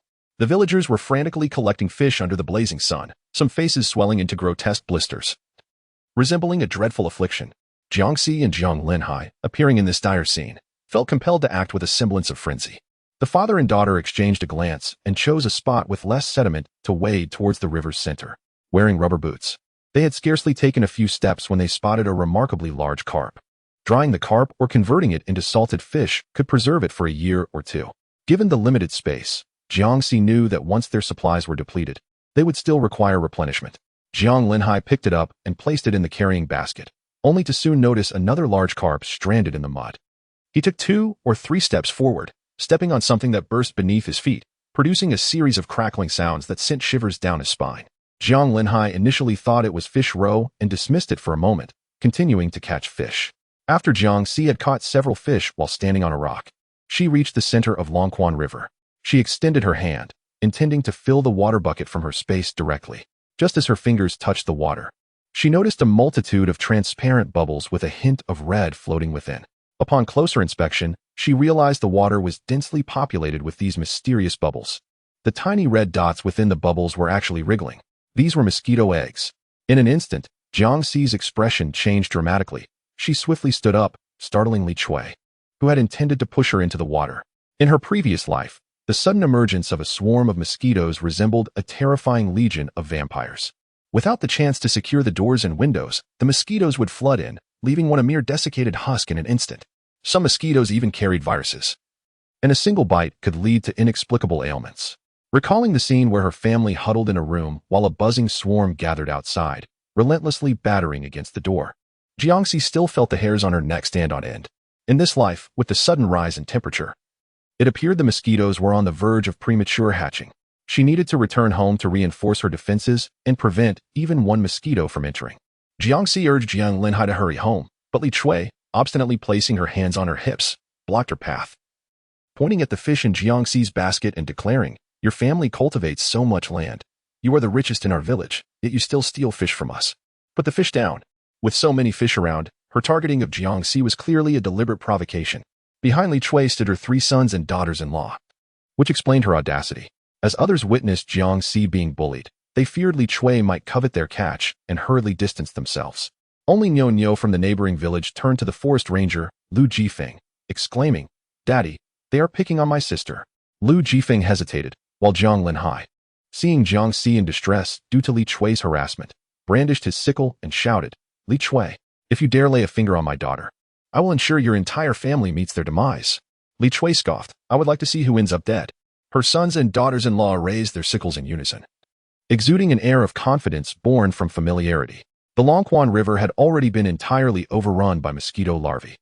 Jiangxi had no desire for the fish and would not allow Li Chui to benefit. As she lifted her basket, her eyes narrowed. "You want fish, do you? Very well, I shall oblige." Li Chui, smug in her belief that Jiangxi was timid, suddenly brandished a pair of scissors, demanding, "Last time you cut my hair, it nearly cost me my life. Today, either leave your hair intact or fetch me 100 pounds of fish." The surface of the river shimmered after a brief immersion. Her body felt as if it had been scalded in boiling water. To gather 100 pounds of fish would risk Jiangxi's very life. In a fit of rage, Jiang Linhai seized a fish from the basket and hurled it at Li Chui's face, declaring, "Take as much as you want. I can provide you with more than enough to suffocate you." The thrashing carp slapped Li Chui multiple times, causing her to stumble back into the mud. Now covered in mosquito larvae, the unsettling crunching sound sending chills down one's spine. Unperturbed, Li Chui's sons and daughters-in-law raised their sickles, intent on attacking Jiang Linhai and Jiangxi. Jiangxi hurled the fish basket towards their heads, and in the instant he drew his dagger, a gunshot rang out, causing Li Chui and her family to cower in place. Lu Jifeng's gaze was sharp as he aimed the ominous black barrel at Li Chui's head, commanding her to flee. No matter how swiftly their sickles moved, they could never outpace a bullet. Furthermore, once struck, no one could offer salvation. Before Li Chui could rise, her son and daughter-in-law had already vanished into thin air. Trembling with fear, Li Chui's legs turned to jelly, tears and snot streaming down her face as she pleaded for them not to shoot, scrambling away in a frantic roll. Just moments ago, she had been so arrogant. Now she was utterly disheveled. Jiangxi, though not in need of Lu Jifeng's assistance, felt the need to express gratitude for his intervention. He intended to offer 50 pounds of millet and a piece of cured meat to Lu Jifeng. Lu Jifeng gently ruffled Nyo-Nyo's hair and replied nonchalantly, "Your grandfather saved me. And now we're even. Say goodbye to your sister and uncle." Nyo-Nyo, understanding and wise beyond her years, waved her hand, displaying a smile as radiant as a blooming flower. "Sister, uncle, see you next time." Though the forest protection gun in Lu Jifeng's possession could ensure the safety of him and Nyo-Nyo, it could not predict other lurking dangers. Jiangxi contemplated for a moment and pointed at the visible mosquito eggs in the puddle, stating, "The mosquito eggs are abundant and larger than usual. I suspect they have mutated. Uncle Lu, let us stock up on mugwort at home." Chapter 11. Scorching heat. The most effective method of repelling mosquitoes with mugwort is through combustion. Its unique aroma swiftly drives them away. Moreover, as a medicinal herb, it possesses antibacterial properties, combats viruses, alleviates humidity, and regulates menstruation. Applying mugwort to the skin or spraying it on clothing can also serve as an effective deterrent against mosquitoes. If the room were filled with mugwort, one could evade calamity. When the external temperature exceeds 70 degrees, even heat-resistant mosquitoes cannot survive. Lu Jifeng stood by the river, cradling his daughter, hesitating to catch fish upon noticing peculiar insect eggs in the water. Upon Jiangxi's reminder, he crouched down to examine them closely, and indeed, They were the undeveloped larvae of mosquitoes. The sight of such large eggs, if all hatched, would be truly terrifying. Lu Jifeng tightened his embrace around his daughter, expressed his gratitude to Jiangxi, and hurried off in search of mugwort.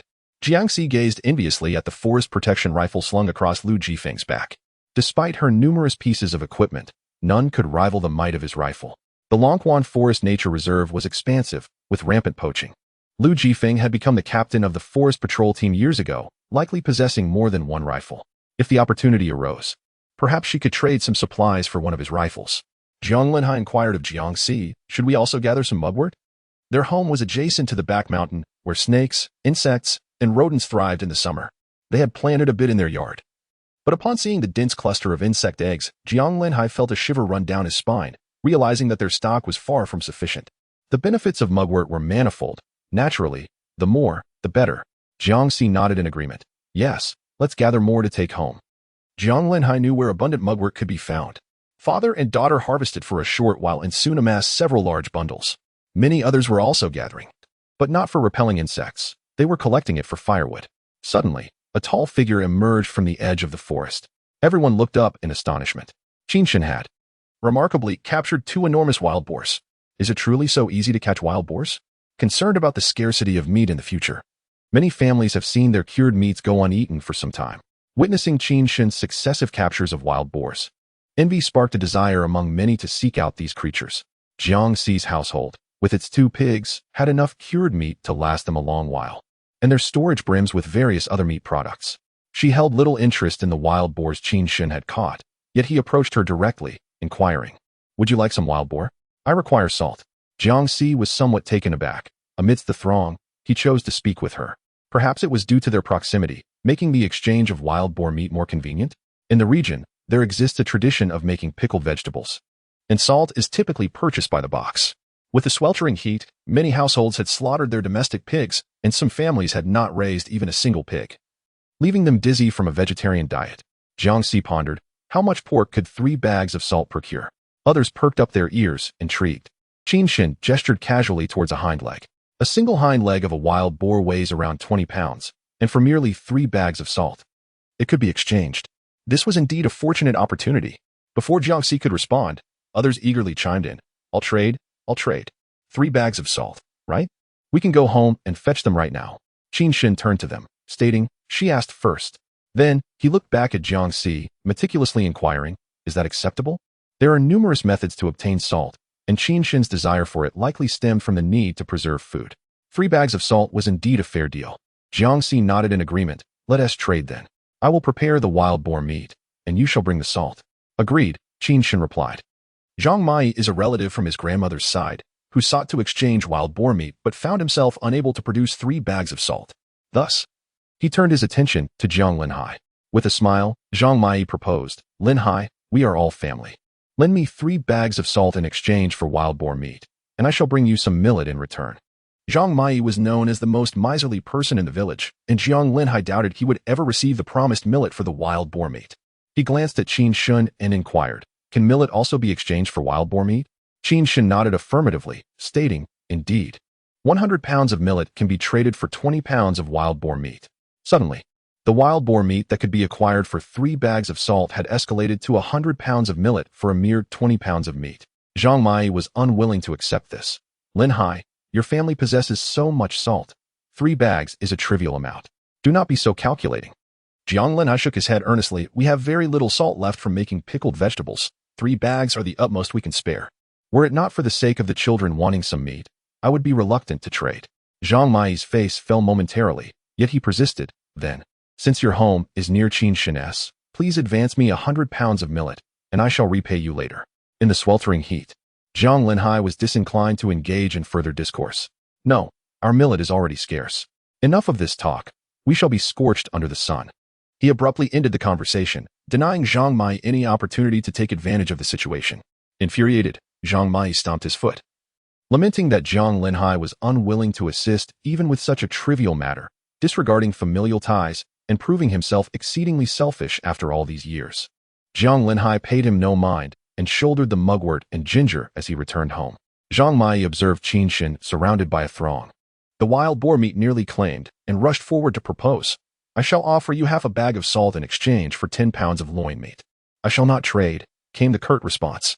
Jiang Mai retorted, loin meat is hardly superior to shank meat. You should be grateful for half a bag of salt. With that, Qin Shin hoisted the wild boar meat, intending to depart. Jiang Mai obstructed his path, exclaiming, you are still young, yet you display no courtesy. If you acquire too much pork without salt, it will spoil within 2 days. My offer of half a bag is quite generous.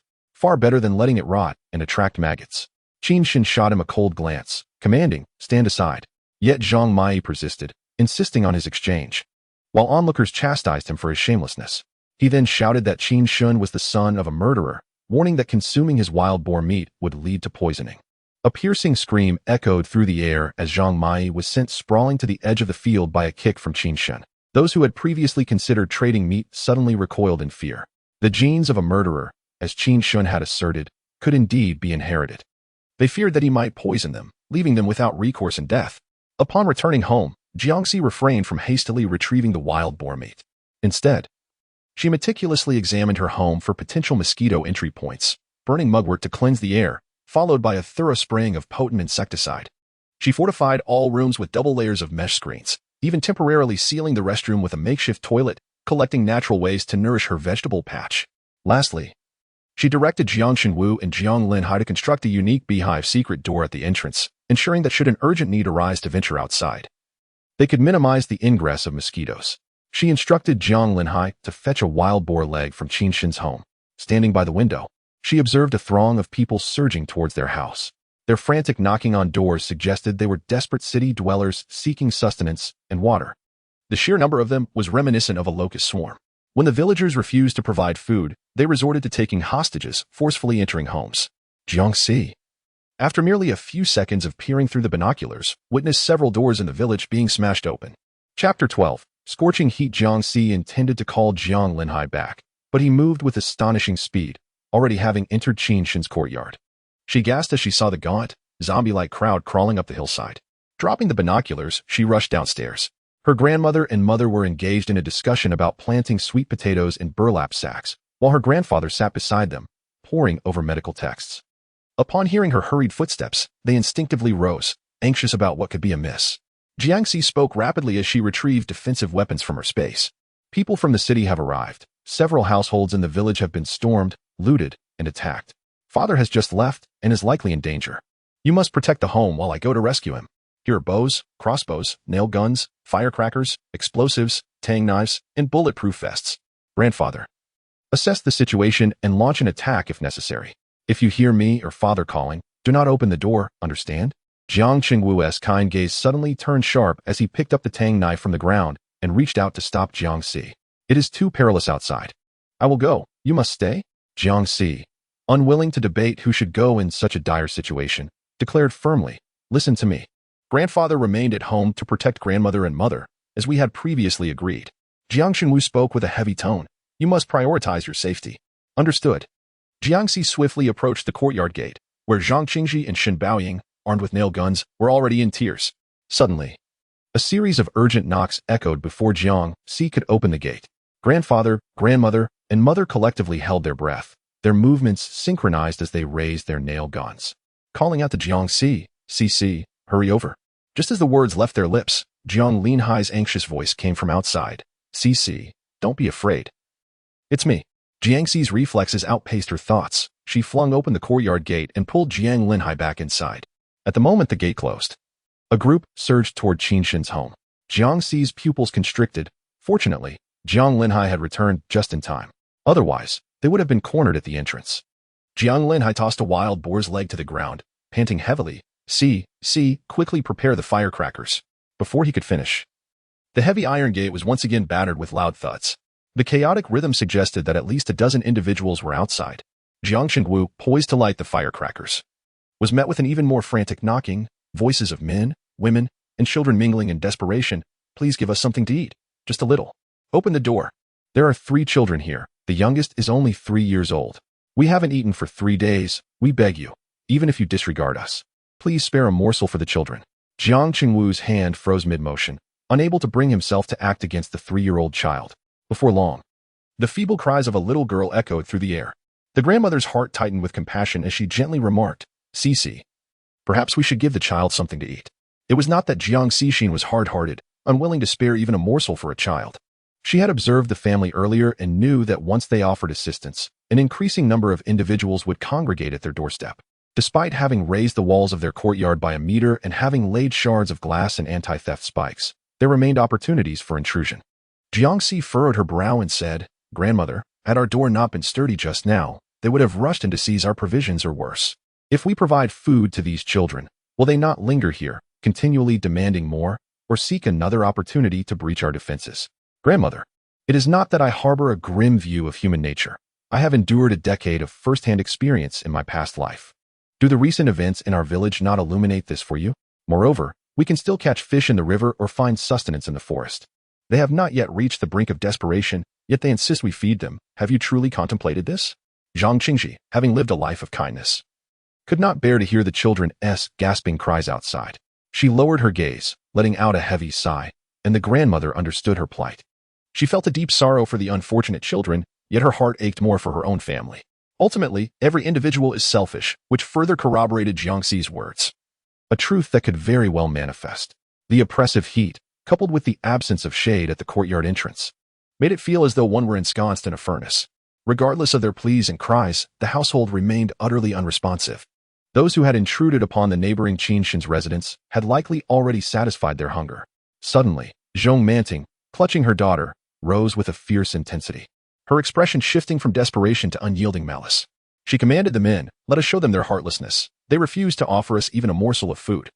Wield your knives and force the door open. Slay everyone inside." The men, eager to act, took turns raising their kitchen knives to pry open the door. However, the security door proved too resilient. Their hands grew numb from the effort, and not a single lock showed the slightest sign of yielding. "Cursed door," Zhong Manting exclaimed, gazing up to see the towering walls fortified with barbed wire and shards of glass, her fury intensifying. "Then let us set it ablaze and force them out. Yes, set it on fire and witness how they scurry like frightened turtles."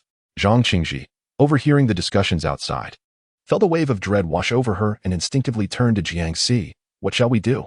Jiangxi's gaze hardened. Their home was coated with fire-retardant oil, and there were no flammable materials to ignite, thus alleviating the fear of a fire. "Father, use the nail gun to shoot their eyes through the doorway." Though a single explosive could resolve the matter entirely, Jiangxi hesitated, unwilling to harm innocent children. The gaps beneath the steps of the courtyard gate had been sealed with cement and bricks. Jiangxi and Jianglin had donned protective goggles and stealthily approached, completely undetected by those outside. They gathered surrounding firewood, binding it into a flammable mass, their crimson eyes filled with a burning desire to incinerate the entire family alive. The security door is layered, and as the nail gun is mounted, a flurry of projectiles pierces their eyes, accompanied by a cacophony of earth-shattering screams. Zhong Manting's husband clutches his bleeding eyes, howling in agony, oblivious to the source of the assault. Among the 8 men, 4 are struck in the eyes. 1 is fatally hit in the temple, while 3 others sustain varying degrees of injury. Zhong Manting cradles her daughter, confronting the iron gate, her pallid visage and vengeful gaze resembling a malevolent spirit from the depths of hell, bellowing, "Why will you not grant us a path to survival? Why must you drive us to our demise? All we seek is a morsel of sustenance. Why will you not provide it? Why? Why?" She pounds on the door, akin to a starving child beseeching Jiangxi for liberation. Just moments ago, Zhong Manting had boasted of her intent to annihilate their entire family, her words eliciting no sympathy whatsoever. Jiangxi takes aim at the frenzied Zhong Manting when suddenly, the child opens her mouth. "Mama, I'm so hungry." The frail voice, weakened to its limit, causes Jiangxi to hesitate. Zhong Manting, fueled by a renewed will to survive, swiftly retreats and urges the others. "Let us go, quickly. We'll find another place. With so many of us, we are bound to procure food." Chapter 13, Scorching Heat. Rat infestation. Zhong Manting cast her gaze toward Qinshin's residence, where the wide-open gate suddenly ejects 2 lifeless bodies, startling her into immediately covering her daughter's eyes. Moments later, 2 more corpses, blood oozing from their mouths and noses, are hurled out. Summoning her courage, Zhong Manting peers through the gate, only to be met unexpectedly by a pair of abyssal, beast-like eyes. In the shadows stood Qin Shun, the dagger dripping blood rhythmically, surrounded by countless corpses, each marked with various splotches of crimson, resembling a sinister sacrificial array. All were the intruders who had stormed into Qin Shin's home. Despite the sweltering heat of 60 degrees, a chill crept down Zhong Manting's spine. more terrifying than the prospect of her husband's eyes being shot out. Hurry, hurry. Jiangxi, peering through the window with binoculars, bore witness to the horrifying scene of lifeless bodies littering Qin Shun's abode. 1 corpse, 2 corpses, 3. In a mere moment, Qin Shun had single-handedly dispatched 18 individuals. Each wound was a fatal blow. Suddenly, Qin Shun lifted his gaze towards her, his tall figure exuding an air of sharpness.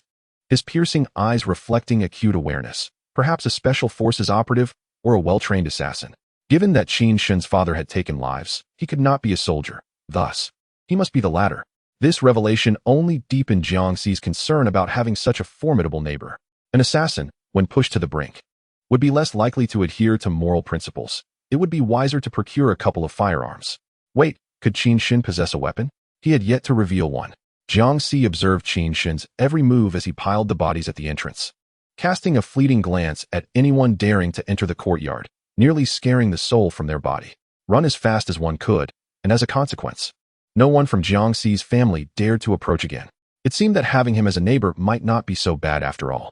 Descending the stairs to replace Jiang Linhai at the gate, Jiangxi casually inquired, "Dad, you just went out to fetch the wild boar leg. How come you returned so swiftly?" Jiang Linhai recalled a moment. Qin Shun suddenly urged me to flee, as if he had sensed impending danger. Upon stepping outside, I was met with a throng of people on the hillside, prompting me to hastily retreat. I remain in uncertainty about his current state. Jiangxi spoke softly, revealing that he had slain all those who intruded. Jiang Linhai's pupils constricted in astonishment at Qin Shun's audacity to take so many lives. Suddenly, he remembered that Jiangxi had also killed someone earlier, the body still lying at their doorstep. Concerned for her mental state, Jiang Linhai composed himself and cautiously remarked, "If one does not offend me, I shall not offend them. They deserve to die. Qin Shun was justified, and we are not at fault." Jiangxi nodded in agreement, handing Jiang Linhai a bottle of medication for psychological distress. "Father, take a pill if you feel unwell." In attempting to comfort his daughter, he found himself laid bare to her insight. Jiang Linhai accepted the bottle, raising a melancholy smile. "CC, am I truly so ineffectual? I intended to protect you well, yet I find myself averse to the act of killing." Jiangxi shook her head, casually responding, "Father merely requires a period of adaptation. In this calamity-ridden world, being able to wield a weapon to safeguard oneself and one's family is no small feat indeed. It is no small feat." Jiang Linhai tightened his grip on the medication, questioning why a grown man should indulge in such sentimentality. Without Qin Shun's prior warning, he might have found himself in grave peril. Not intending to venture outside again, Jiangxi resolved to airdrop some medical supplies to his home, repaying this act of kindness. Jiangxi retrieved hydrogen peroxide, iodine tincture, erythromycin ointment, gauze, Yunnan Baiyao spray, adhesive bandages, cotton balls, and disinfectant from her space. She meticulously wrapped each item in bubble wrap and formed them into a sphere. To augment the projectile's weight, she inserted a brick within and pinned a note. However, when preparing to launch, Jiangxi dismantled the bubble sphere, retaining only a bottle of hydrogen peroxide, Yunnan Baiyao spray, and gauze, so as not to convey an impression of excess supplies from her household. After rebundling, she accurately hurled it into Qin Shun's yard. Upon hearing the commotion, Qin Shun emerged, retrieved the bubble sphere, and extracted the conspicuous note within. After confirming its contents, he raised his gaze and offered her a slight nod. Jiangxi returned the gesture and closed the window, shutting out the surrounding clamor. Just as she descended the stairs, her grandmother exclaimed from the kitchen, "Heavens!" Jiangxi's heart skipped a beat, and she dashed into the kitchen with lightning speed, only to find her grandmother struggling to rescue a distressed little puppy from the stove. The puppy was covered in soot, whimpering piteously. Moments later, a shadowy figure emerged from the hole in the stove, struggling to escape. Her grandmother reached in and pulled out a thin black dog, likely the puppy's mother. The mother dog licked her pup and made a nursing gesture, her big, watery eyes pleading with her grandmother for refuge for both mother and child. Her grandmother gently stroked the dog's head. It displayed no signs of aggression, instead nuzzling affectionately against her palm. Upon witnessing the bloodied and battered paws, with all its claws broken, Grandma turned to Jiangxi and remarked, "All beings possess a spirit. It has gone to great lengths, even burrowing through our kitchen, to enter. Let us keep it here to guard our home. This way, everyone will find a measure of ease." Unlike humans, dogs are loyal and devoid of deceit. They are singular in their devotion. If we save its life, it shall repay the debt with its own. Jiangxi retrieved 2 cans of meat from the storage and placed them before the creature. "Feast, for this shall be your home henceforth." The mother dog seemed to comprehend. barking once before devouring the food voraciously. In no time, both cans were emptied. Grandma intended to offer a bowl of pig liver rice, but Jiangxi shook her head. It is evident that it is starving. Consuming too much could harm it. Perhaps some goat's milk would suffice. Grandma prepared a bowl of goat's milk and set it before the dog, smiling. "Cici, why not bestow upon them names?" Jiangxi nudged the suggestion towards Grandpa, who gazed at the dogs for a considerable time, racking his brain, before declaring, "Let us name them Big Black and Little Black." Simple yet memorable. Jiang Linhai's lips twitched. Indeed, it was simple and easy to remember. Fortunately, Big Black and Little Black were merely a dog and would not fuss over the name's sound. The tunnel excavated by Big Black, along with the kitchen floor, would require a complete recasting of concrete to prevent others from invading through the earth. As Big Black had done, the entire family toiled for 3 consecutive days. From her observations, at least 1/3 of the original inhabitants of Longquan village had been displaced by others. Some had been killed, while others were driven away, unable to withstand the sweltering heat, clinging to their last hopes as they ventured into the forest. The corpses scattered throughout the village exuded a pungent stench in the sweltering heat. Despite their efforts to fumigate their home with mugwort and utilize air purifiers, a faint odor lingered. Grandfather peered out the window, concern etched on his face as he remarked, "Cici, could a plague be imminent?" The intense decay of the bodies posed a significant risk for the spread of infectious diseases. The natural disasters of the past seemed to have deviated from this era, and Jiangxi furrowed her brow, contemplating, if the temperature continues to soar above 70 degrees, the corpses will soon be reduced to decaying ashes, which should mitigate the risk of contagion. Just as Grandfather was about to inquire whether rain would follow the heat, a tide of dark forms erupted from the ground, swiftly encircling the corpses, their ravenous consumption alarmingly visible. Jiangxi seized the binoculars, her expression shifting drastically. "It's an army of rats." Chapter 14. The sweltering heat and the rat infestation. Suddenly, a cacophony of screams erupted from downstairs as countless rats scurried like a swarm up the walls of their home. Jiangxi and Jiang Chengwu exchanged a glance, hastily securing all the doors and windows on the second floor before racing down. Upon descending, they were met with the sight of innumerable fist-sized rats darting chaotically within the house. Dahe incessantly lunged at the rodents, while Jiang Linhai braced the bathroom door, the transparent tempered glass revealing the writhing mass of rats that threatened to fill the ceiling of the restroom. Grandmother, clutching a small puppy, and mother were shrieking and dancing atop the coffee table in utter panic. Beneath the restroom door, a 2-centimeter gap lay open, allowing a stream of mice to emerge as if they possessed the ability to contort their bodies. They viciously bit at Jiang Linhai's ankles, attempting to wriggle up his pant legs. At the moment Jiang Linhai forcefully shook off the rodent, the restroom erupted with a cacophony akin to an impending explosion. Should the mice infiltrate the house, their formidable destructive potential, coupled with the pathogens they carried, would spell utter ruin for the dwelling. Jiangxi reacted swiftly, thrusting a bottle of rodenticide into Jiang Chengwu's hands, then brandishing the substance as she called out to everyone, "Quickly, retreat to the side room. I will hold them off." The potent rodenticide proved effective. As the mice approached Jiangxi, the moment they caught a whiff of the substance, they swiftly scurried away to safety. Under Jiangxi's cover, the others successfully entered the room, while Jiang Chengwu continuously sprayed the rodenticide, forming a protective barrier for everyone. As the restroom door strained to its limits, Jiangxi conjured a massive double-door refrigerator to firmly brace it. Fearing the mice might still emerge, she hastily conjured safes, sofas, cabinets, cement, and bricks around the refrigerator. Although the restroom door was secured, numerous mice had already infiltrated the house. Jiangxi tossed several bottles of rodenticide to her companions. Under their cover, she produced sticky traps, mouse traps, and rodent cages from her spatial storage, ensuring the ground around them was devoid of any gaps. The enormous rodent cage proved to be the most effective and efficient.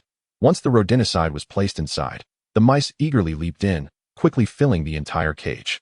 The trapped mice, ensnared by the rodent traps, emitted a cacophony of desperate squeaks, their sharp claws and teeth frantically gnawing in a futile attempt to escape. Jiangxi scattered poison around them. The creatures, oblivious to the peril, ravenously consumed it, eventually succumbing to its effects. Time passed, and one could observe that all the mice within the house had been captured by Jiangxi. A glance around revealed the remnants of furniture, reduced to splintered fragments, surrounded by a multitude of foaming corpses of the deceased rodents. Outside the door, within the bathroom, the ominous creaking and crashing of invading creatures sent shivers down one's spine.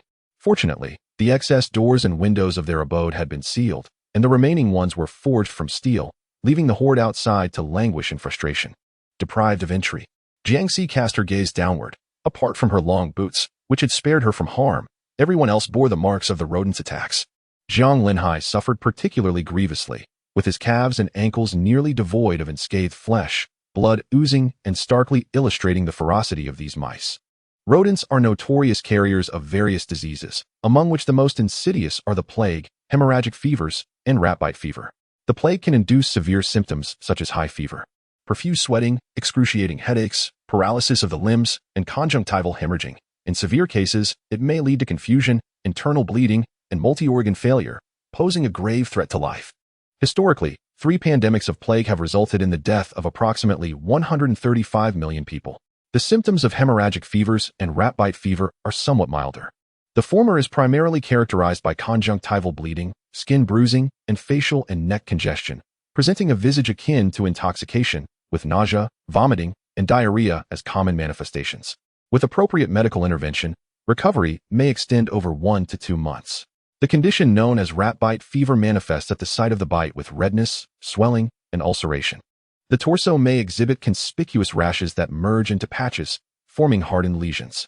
If inflammation is not promptly addressed, the consequences may range from the excision of necrotic flesh to amputation. Regardless of which disease infects a family member, it brings immense suffering. Jiangxi kicked aside the lifeless rodents, retrieved several large water bottles from her space, and handed out soap and clean water to everyone. They diligently washed their wounds with soapy water and clean water for 15 minutes, striving to expel as much blood as possible from the injuries. I will tend to Dad first. Jiang Linhai shook his head in excruciating pain, insisting that he was fine and could manage on his own, urging her to see to her own wounds first. Jiangxi donned her gloves and mask, firmly stating, "I am not injured.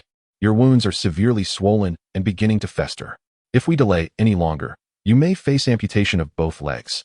Jiang Linhai fell silent. After she had cleaned his wounds, the sight of the mangled flesh brought a lump to her throat. She produced a bottle of alcohol and said, "Dad, bear with me. I must pour this." The extent of the injuries was so severe that using a cotton swab proved futile. "Dad, you're fine. Just let me do it." Jiang Linhai shut his eyes, gritting his teeth. As the alcohol was poured onto his wounds, a piercing scream echoed throughout the house, nearly causing Jiangxi to spill the alcohol in her hand. She firmly pressed down on his legs, admonishing, "Stay still." The entire bottle of alcohol was poured over him, causing Jiang Linhai to writhe in agony, his veins bulging, his face contorted in pain, resembling a distressing scene from a film featuring a tormented creature. The wound was extensive and severe. Jiangxi poured 3 bottles of alcohol before stitching up the injuries of Jiang Linhai, who was soaked in cold sweat. Vaccinations for hemorrhagic fever and tetanus were due, however, having never encountered a rodent outbreak in her previous life. Jiangxi had to prioritize administering tetanus and rabies vaccines to Jiang Linhai and the others to prevent further complications.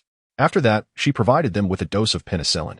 Once these tasks were completed, she turned her attention to Dahe, whose ear had been bitten off and was injured in several places. Suffering just as much as Jiang Linhai, but remaining silent and composed, fearing that applying medication might cause pain and provoke it to bite her reflexively. Jiangxi administered a shot of anesthesia. Dahe fell asleep instantly, leaving Jiang Linhai, who had undergone over 20 stitches, in a state of existential doubt. "Cici, you have anesthesia?" he asked. Jiangxi paused, feeling both amused and guilty. "I was so anxious earlier that I completely forgot." Jiang Linhai responded with a resigned silence. Once Dahe's wounds were treated, the family, clad in protective gear, had gathered all the mouse carcasses into sealed bags. The house remained chaotic, littered with rodent droppings, urine, and remnants of gnawed debris. Fortunately, the valuable food items were stored safely in Jiangxi's space, preventing bacterial contamination. The family looked at her with concern, voicing their worries. The pathogens lingering in the house might spread through the respiratory tract and aerosols. When will these countless mice outside finally cease, allowing fresh air into our home? Chapter 15. The sweltering heat and the rodent infestation. Initially, it was believed that the calamity had merely arrived ahead of schedule. However, an unforeseen rodent infestation had emerged. Jiangxi could only advise everyone to remain patient for the time being. If the situation with the rodents became uncontrollable, she would lead them to escape in search of a more secure location where they could reside in caravans. Within the house, all refuse and rodent excrement were meticulously dealt with, employing a pesticide sprayer for comprehensive disinfection, while strategically laying traps in corners where rodents might infiltrate. As 5 hours elapsed, daylight gradually broke. The commotion from the rodent horde diminished significantly, allowing the faint sounds of distress from other villagers to be heard. Inside, without the aid of ice, everyone donned thick protective suits as the external temperature soared to 60 degrees. Grandfather attentively listened to the noises outside. These peculiar rodents, true to their previous behavior, seemed to shy away from light and retreated. Jiangxi speculated that perhaps the excessive heat was unbearable for them, prompting their concealment, and that they might resurface during the night. Ascending to the second floor, she opened the metal partition to behold a grim scene under the relentless sun: skeletal remains, ravaged and stripped. It was as if the army of rodents had vanished without a trace. Next door, the Qin family's doors and windows lay shattered, leaving one to wonder if they had survived. A glance revealed several fortunate souls emerging from their rooms in disarray. Some, terrified of the possibility of infection from rodent bites, were forcibly dragged from their homes, threatened with knives to ensure their compliance. Grandfather Su, on the brink of death, was callously discarded in a distant field by Zhang Jing and Zhang Mai, who did not even afford him a shred of clothing to shield his frail form before fleeing. Having once offered them refuge, he now found himself in this desolate predicament, pondering whether he would still invite danger into his abode if given a second chance. Before long, reassured that the external peril had subsided, families began dispatching 1 or 2 robust members to scour the quiet houses, seeking to mitigate the losses inflicted by the rodent infestation. Just as Jiangxi and his grandfather loaded the corpses of the mice onto a cart, preparing to find a suitable place to incinerate and bury them, a rock-climbing hook was suddenly hurled into their yard, snagging the gate. In a matter of moments, an elderly man emerged, clutching the climbing rope from above their gate. Lin Xinghua had yet to notice Jiangxi aiming a crossbow at him when he turned back to his son, Lin Zhu, exclaiming with delight that they would surely find a bounty in Jiang Linhai's home.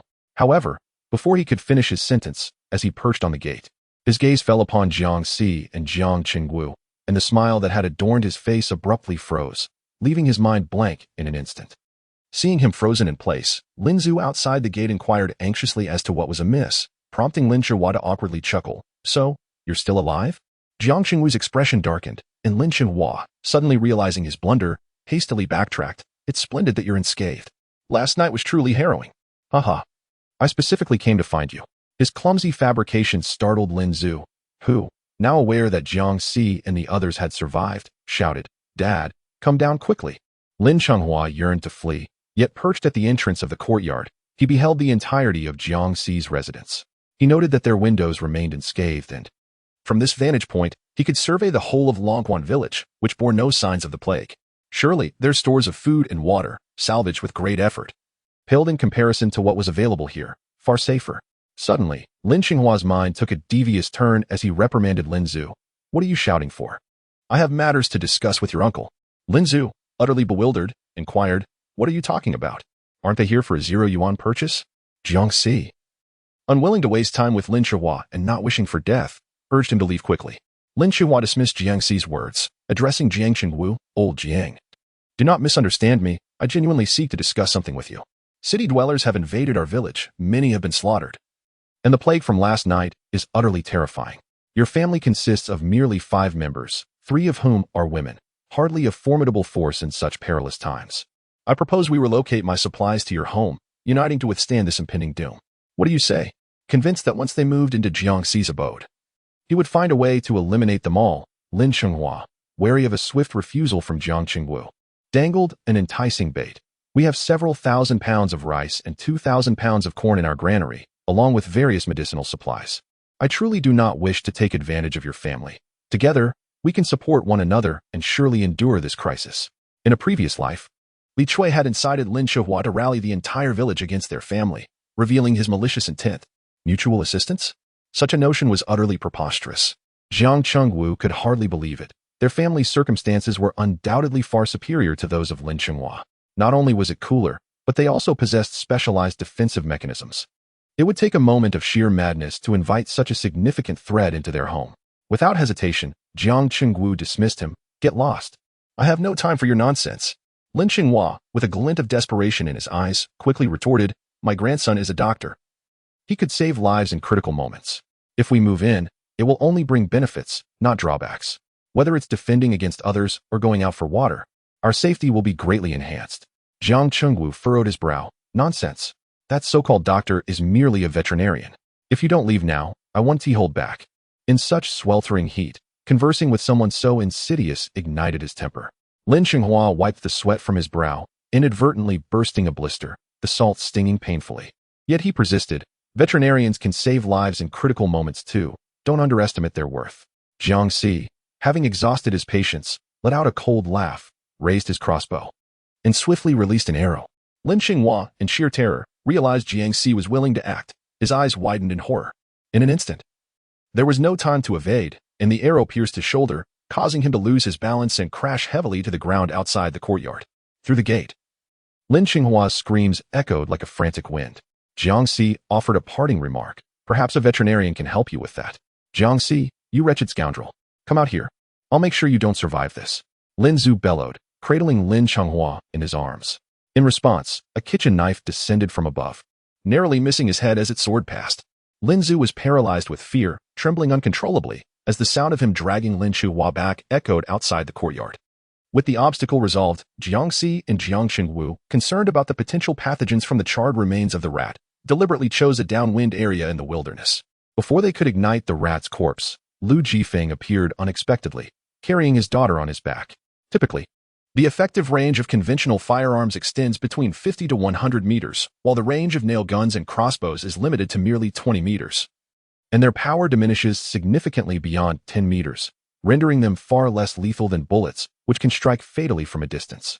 Although Jiangxi perceived no hostility from Lu Jifeng, she remained vigilant, protecting Jiang Qingwu behind her, ready to deploy her explosive shield at the first sign of danger. As Lu Jifeng approached, Jiangxi discerned that his face and hands were marred by rat bites, seemingly untreated. The girl on his back, Nyo, was concealed beneath a sun-protective garment, leaving her condition uncertain. Her little face was flushed, her energy depleted, and her eyes struggled to remain open as she yawned repeatedly. Nevertheless, she mustered the strength to lift her head and offered a sweet smile, greeting Jiangxi and Jiang Qingwu with, "Hello, sister and grandpa." After her greeting, she succumbed to drowsiness, burying her head against Lu Jifeng's shoulder. Lu Jifeng then articulated his purpose. Nyo is unwell, and I seek to exchange some medicine, along with provisions and clothing. Jiangxi cautioned him about potential mosquito bites, unaware that the previous night had witnessed an overwhelming rat infestation. He had narrowly escaped disaster by retreating with Nyo into the cramped armory. However, the supplies at home had been entirely ravaged by the rodents, leaving no decent clothing for them. Armed with a gun, he contemplated seizing the necessary resources. This morning, he was not feeling well and hesitated to embark on an adventure with Nyo. After much contemplation, he deemed it wiser to seek a trade with the Jiang family. The value of a single firearm should suffice to procure all the essential items urgently needed by the father and daughter. Moreover, it served as a precaution. In case of unforeseen circumstances, he could utilize the equipment from the armory, allowing Jiangxi and her family to care for Nyo. Thus, he resolved to establish a relationship with the Jiang family through the exchange of a handgun. Ammunition would be consumed, ensuring further interactions in the future. Jiangxi regarded him with profound significance, inquiring about what he wished to trade, aware that food, water, and medicine were now precious commodities.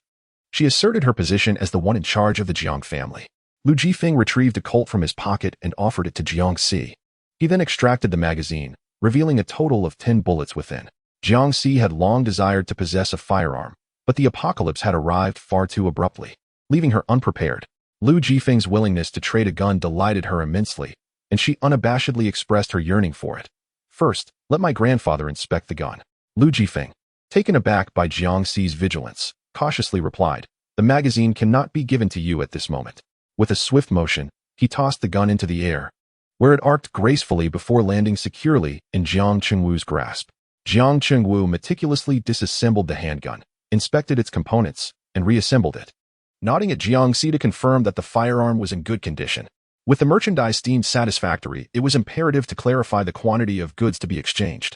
Possessing a firearm signified a formidable presence in the region, and by relinquishing the gun, Lu Jifeng acknowledged the increased peril that would accompany his and his daughter's future endeavors.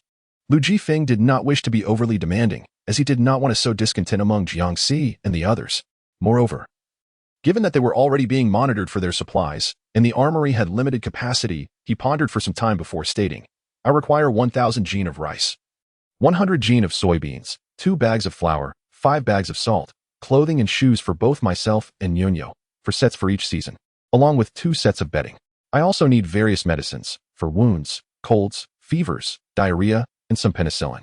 The items he requested, ordinarily of little monetary value, held far greater significance in this apocalyptic context. In fact, what he sought could prove more precious than weaponry. With only 3 mu of harvested grain for their sizable family, openly presenting such a substantial amount of supplies could signal to others that the Liu family possessed abundant resources, which was a precarious position to be in during uncertain times. Jiangxi furrowed her brow and replied, "Uncle Liu, your requests are rather excessive. We can at most offer you 500 jin of rice, and we only have 1 bag of flour available for you. If we give you some of our medicines, we will be left with none. I can only provide you with a few cold and fever medications, some disinfectant alcohol, and band-aids. Additionally, 10 bullets are insufficient. You must at least provide us with 20. Lu Jifeng remained resolute. "This is the only exchange I can agree to. Otherwise, I shall not trade at all." Jiang Chengwu cast a glance at Jiangxi, conveying the implication that they might as well proceed with the exchange. Lu Jifeng could have taken these supplies by force, but chose instead to offer a trade. Demonstrating his integrity, Jiangxi, considering Niu, wished to make a trade, yet it could not be accomplished so easily. To be frank, she believed that with these items, she could potentially barter for a military engineering team in the city. Observing the pinkish spots emerging on his skin, indicative of a rodent-borne illness, she addressed Lu Jifeng. "Let us gather 500 pounds of potatoes and sweet potatoes, provide Niu with some toiletries, and in addition, offer you a bottle of antibiotics. What do you think?" Lu Jifeng, the forest ranger, was acutely aware of the unbearable itch of his wounds and the fatigue that enveloped him. He recognized the cause. Timely administration of antibiotics could effectively curtail the proliferation of bacteria. His survival was paramount to ensuring the best protection for his daughter. Furthermore, Jiangxi's resolute demeanor suggested that the medical supplies at home were indeed limited. Potatoes and sweet potatoes could be stored for a while, so they would have to make do for now. Finally relenting, Lu Jifeng agreed. Upon their return home, Jiangxi and Jiang Chengwu found Jiang Linhai just opening the restroom door, having cleared out the waste and poured cement to seal the toilet passage, preventing rodents from emerging again. The high temperatures effectively sterilized the area, and the cement would harden rapidly. Upon seeing Jiangxi and Jiang Chengwu, their mother and grandmother sighed in relief and inquired, "How is it outside?" Noticing Jiangxi conjure the items Lu Jifeng needed from the space, they asked, "What is this for?" Jiangxi produced the freshly exchanged handgun, explaining that Lu Jifeng's supplies had been ravaged by rodents. And with Niu suffering from a fever and Lu Jifeng himself bitten, he had no choice but to seek a trade with their family. Grandmother was delighted that the family now possessed firearms, enhancing their ability to protect themselves, yet she sighed, expressing concern. "Lu Jifeng provided us with these guns, but with so much grain transported back, he and Niu may not be able to guard it effectively." Jiang Chengwu, aware of certain insider information regarding forest rangers, remarked, "Every year, a few poachers of wild game are apprehended, allowing him to accumulate a considerable number of shotguns. There is no need for excessive worry. Since he dares to trade, he surely has hidden cards yet to be played. Cultivating a good relationship with him bears no detriment." Grandmother nodded with relief. "That is reassuring," and inquired, "With so many items, won't it be noticeable if we move them directly?" Jiangxi replied, "I promised Lu Jifeng that after the rodent infestation passes, he would come by at night to collect the goods. Grandfather will first send a load over, covered with some firewood. It should not raise too much suspicion. Safety must be prioritized," she cautioned. "Indeed," he agreed.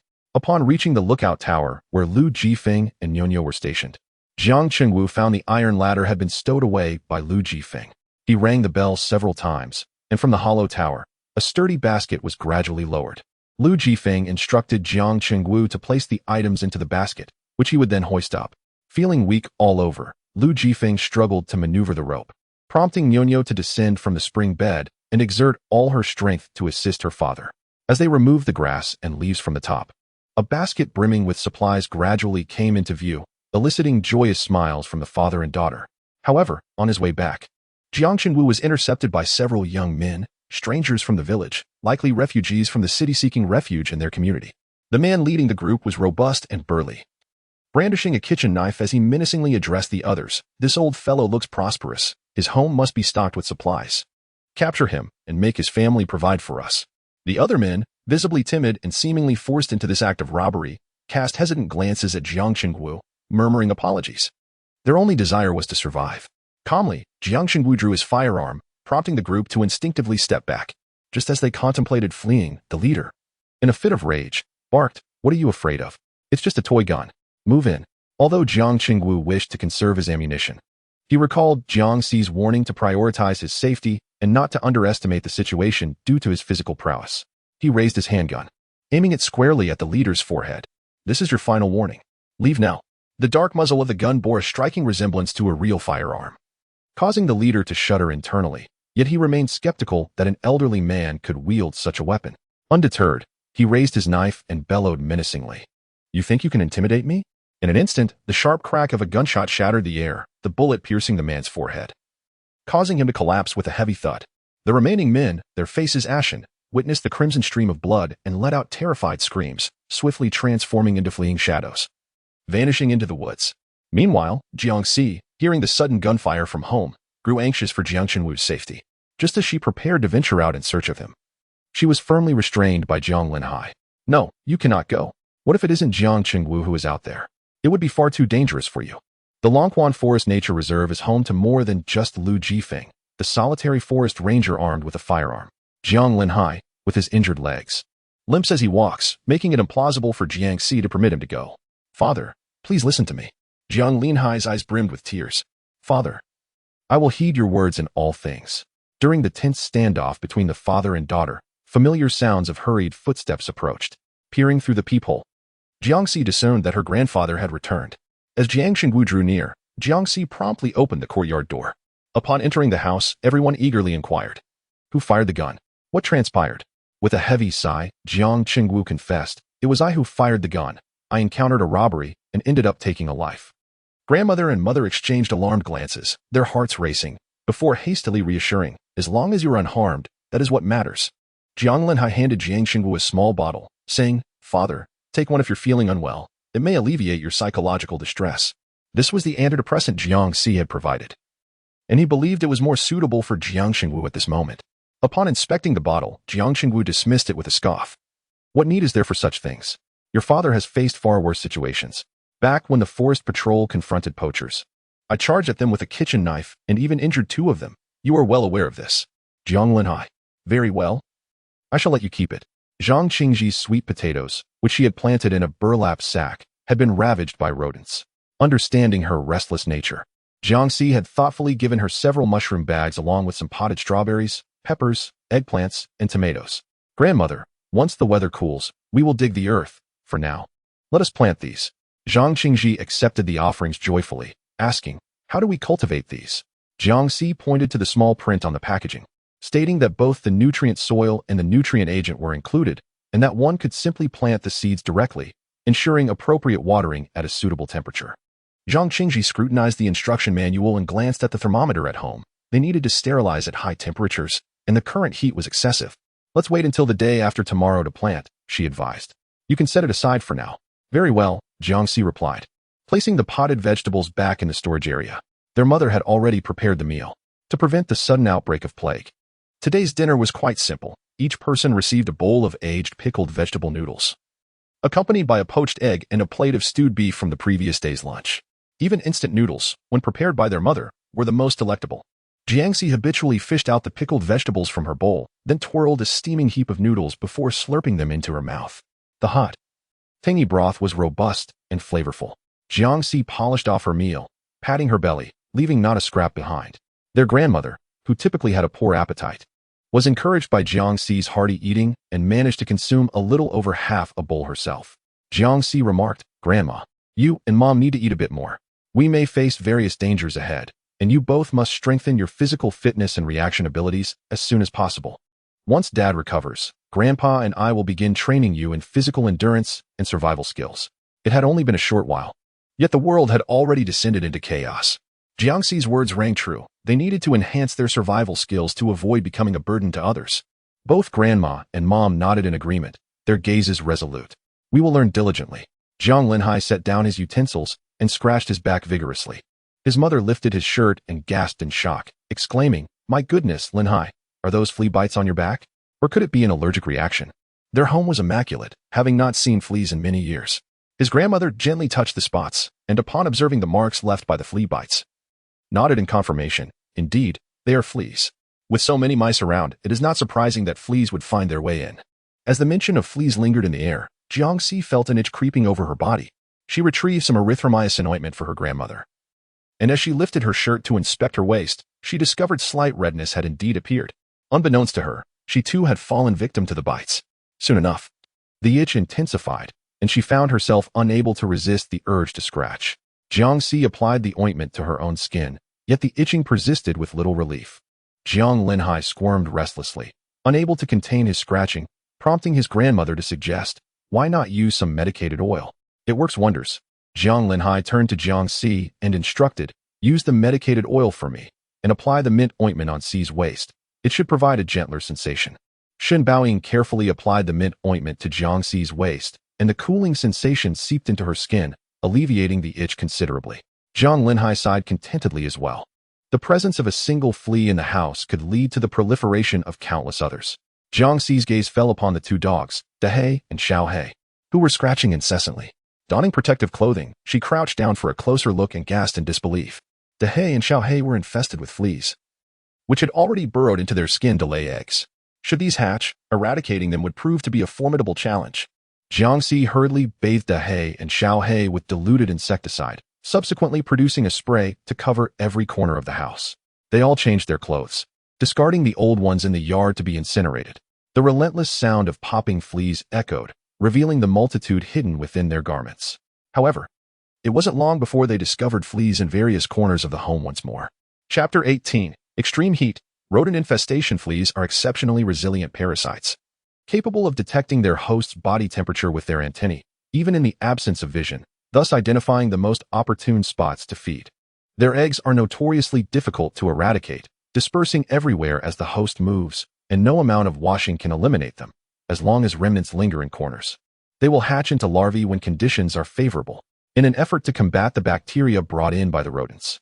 The indoor temperature was maintained at a sweltering 40 to 50 degrees Celsius without the use of ice, which explains why the plethora of insecticides yielded little effect.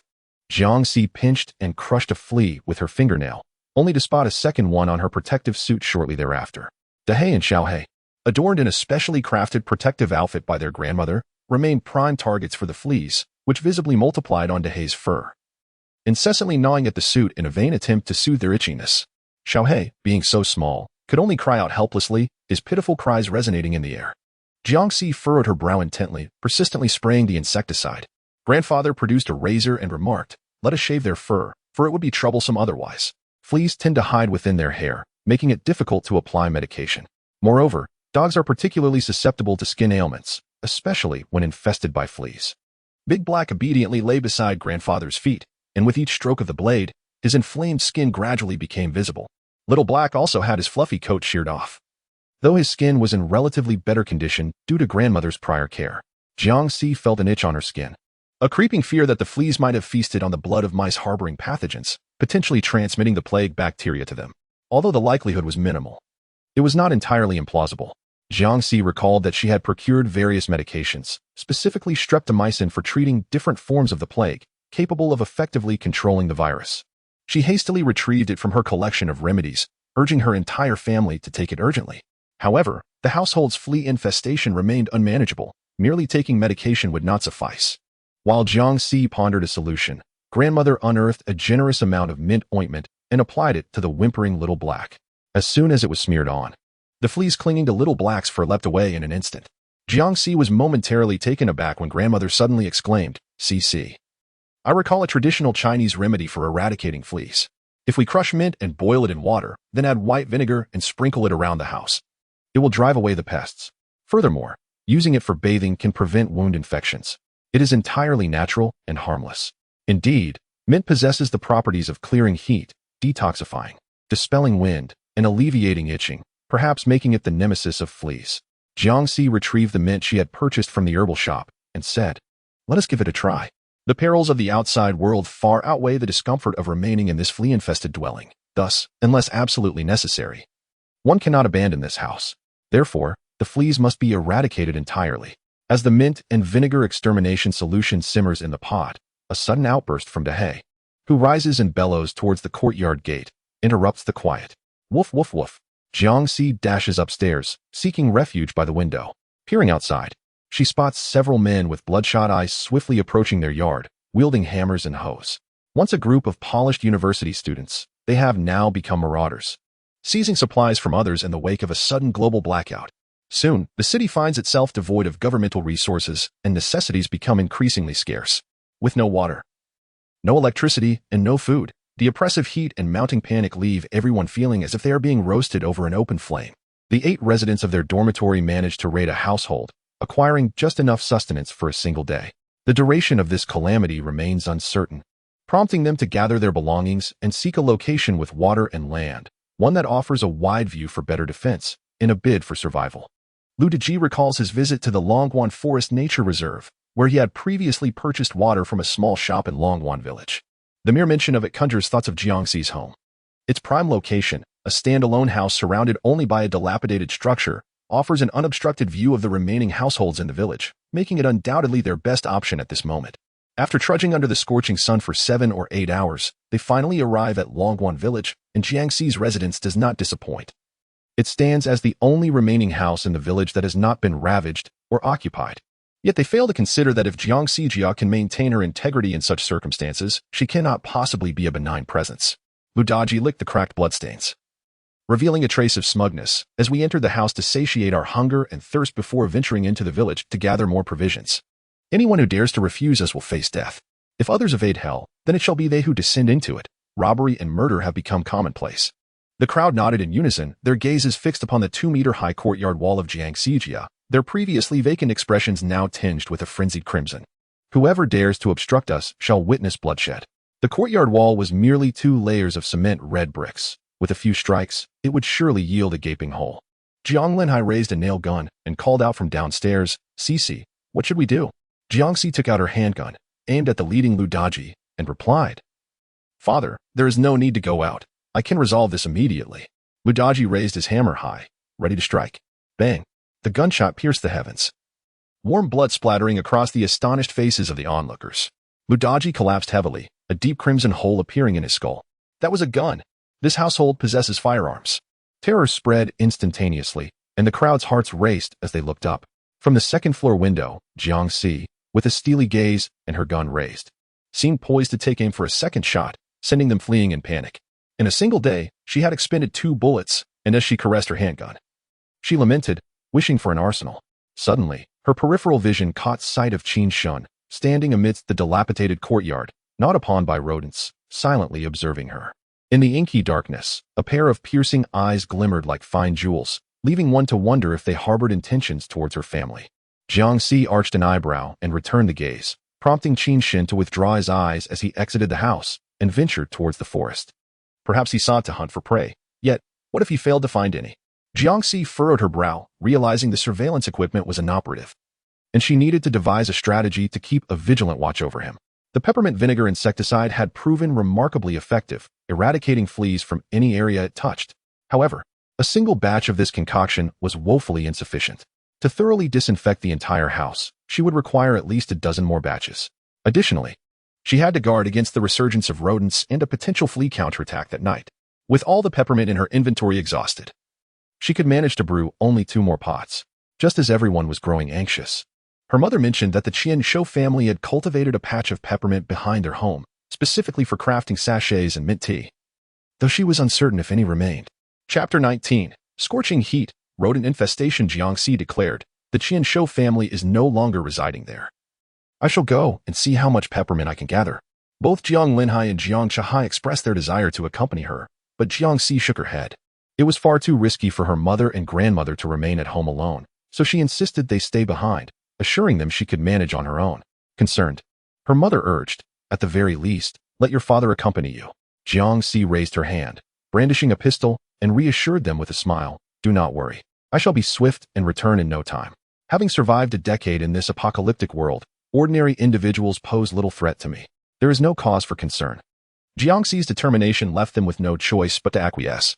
As soon as she stepped outside, Jiangxi felt that the temperature had soared to at least 65 degrees.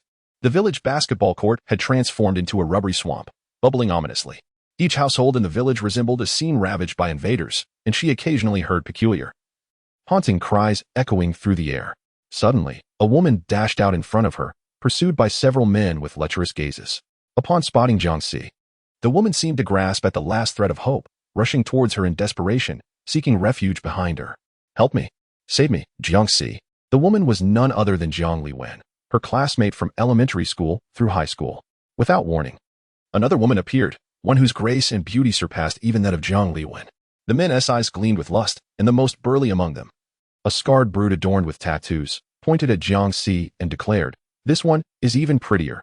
I want her first. Once I've had my fill, she can be yours." "Sure thing, big brother. You feast, and we shall savor the remnants." The men's lewd gazes roamed freely over Jiangxi and Jiang Liwen. Jiang Liwen trembled in fear, choking back sobs as she pleaded, "Please, spare me. I beg you." Huh? Spare you? How could we possibly do that? Even if it's the end of the world, we must seize every moment to indulge.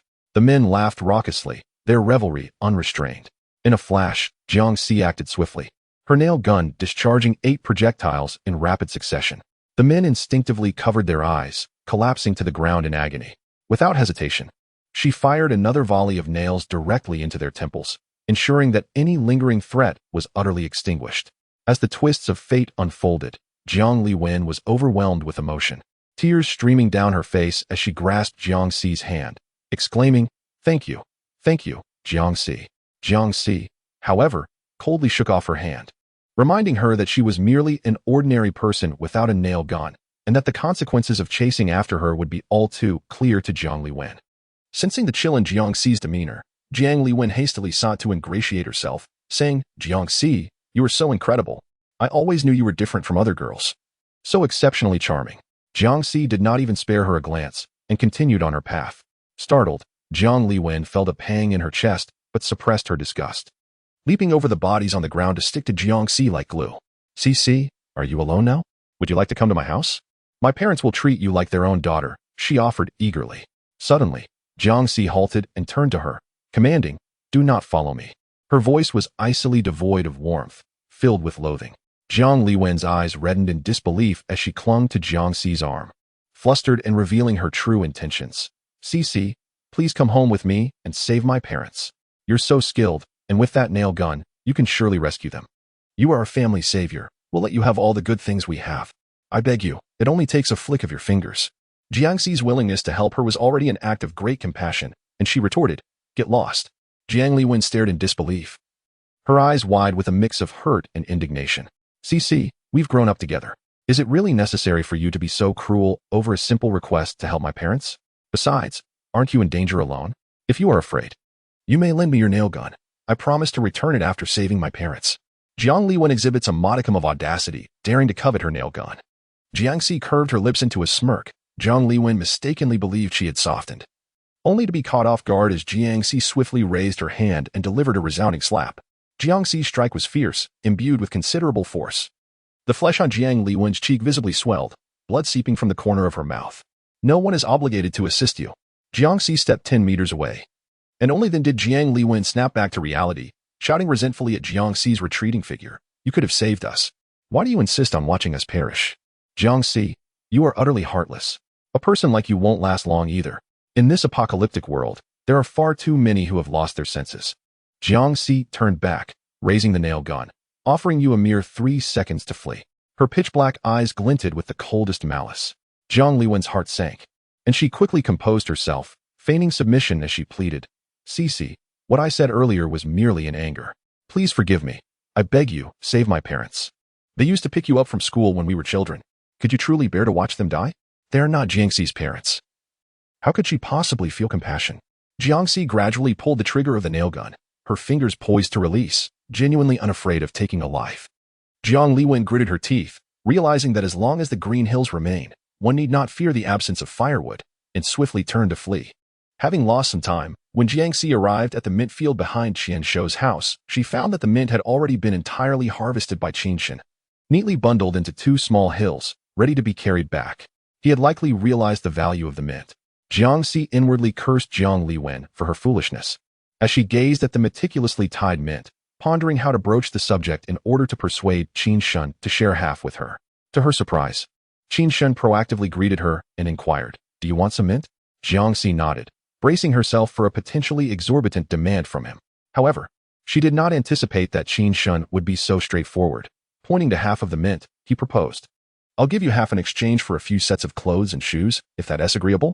Jiangxi was momentarily taken aback by the simplicity of the proposal, feeling almost embarrassed to haggle, and instinctively nodded in agreement.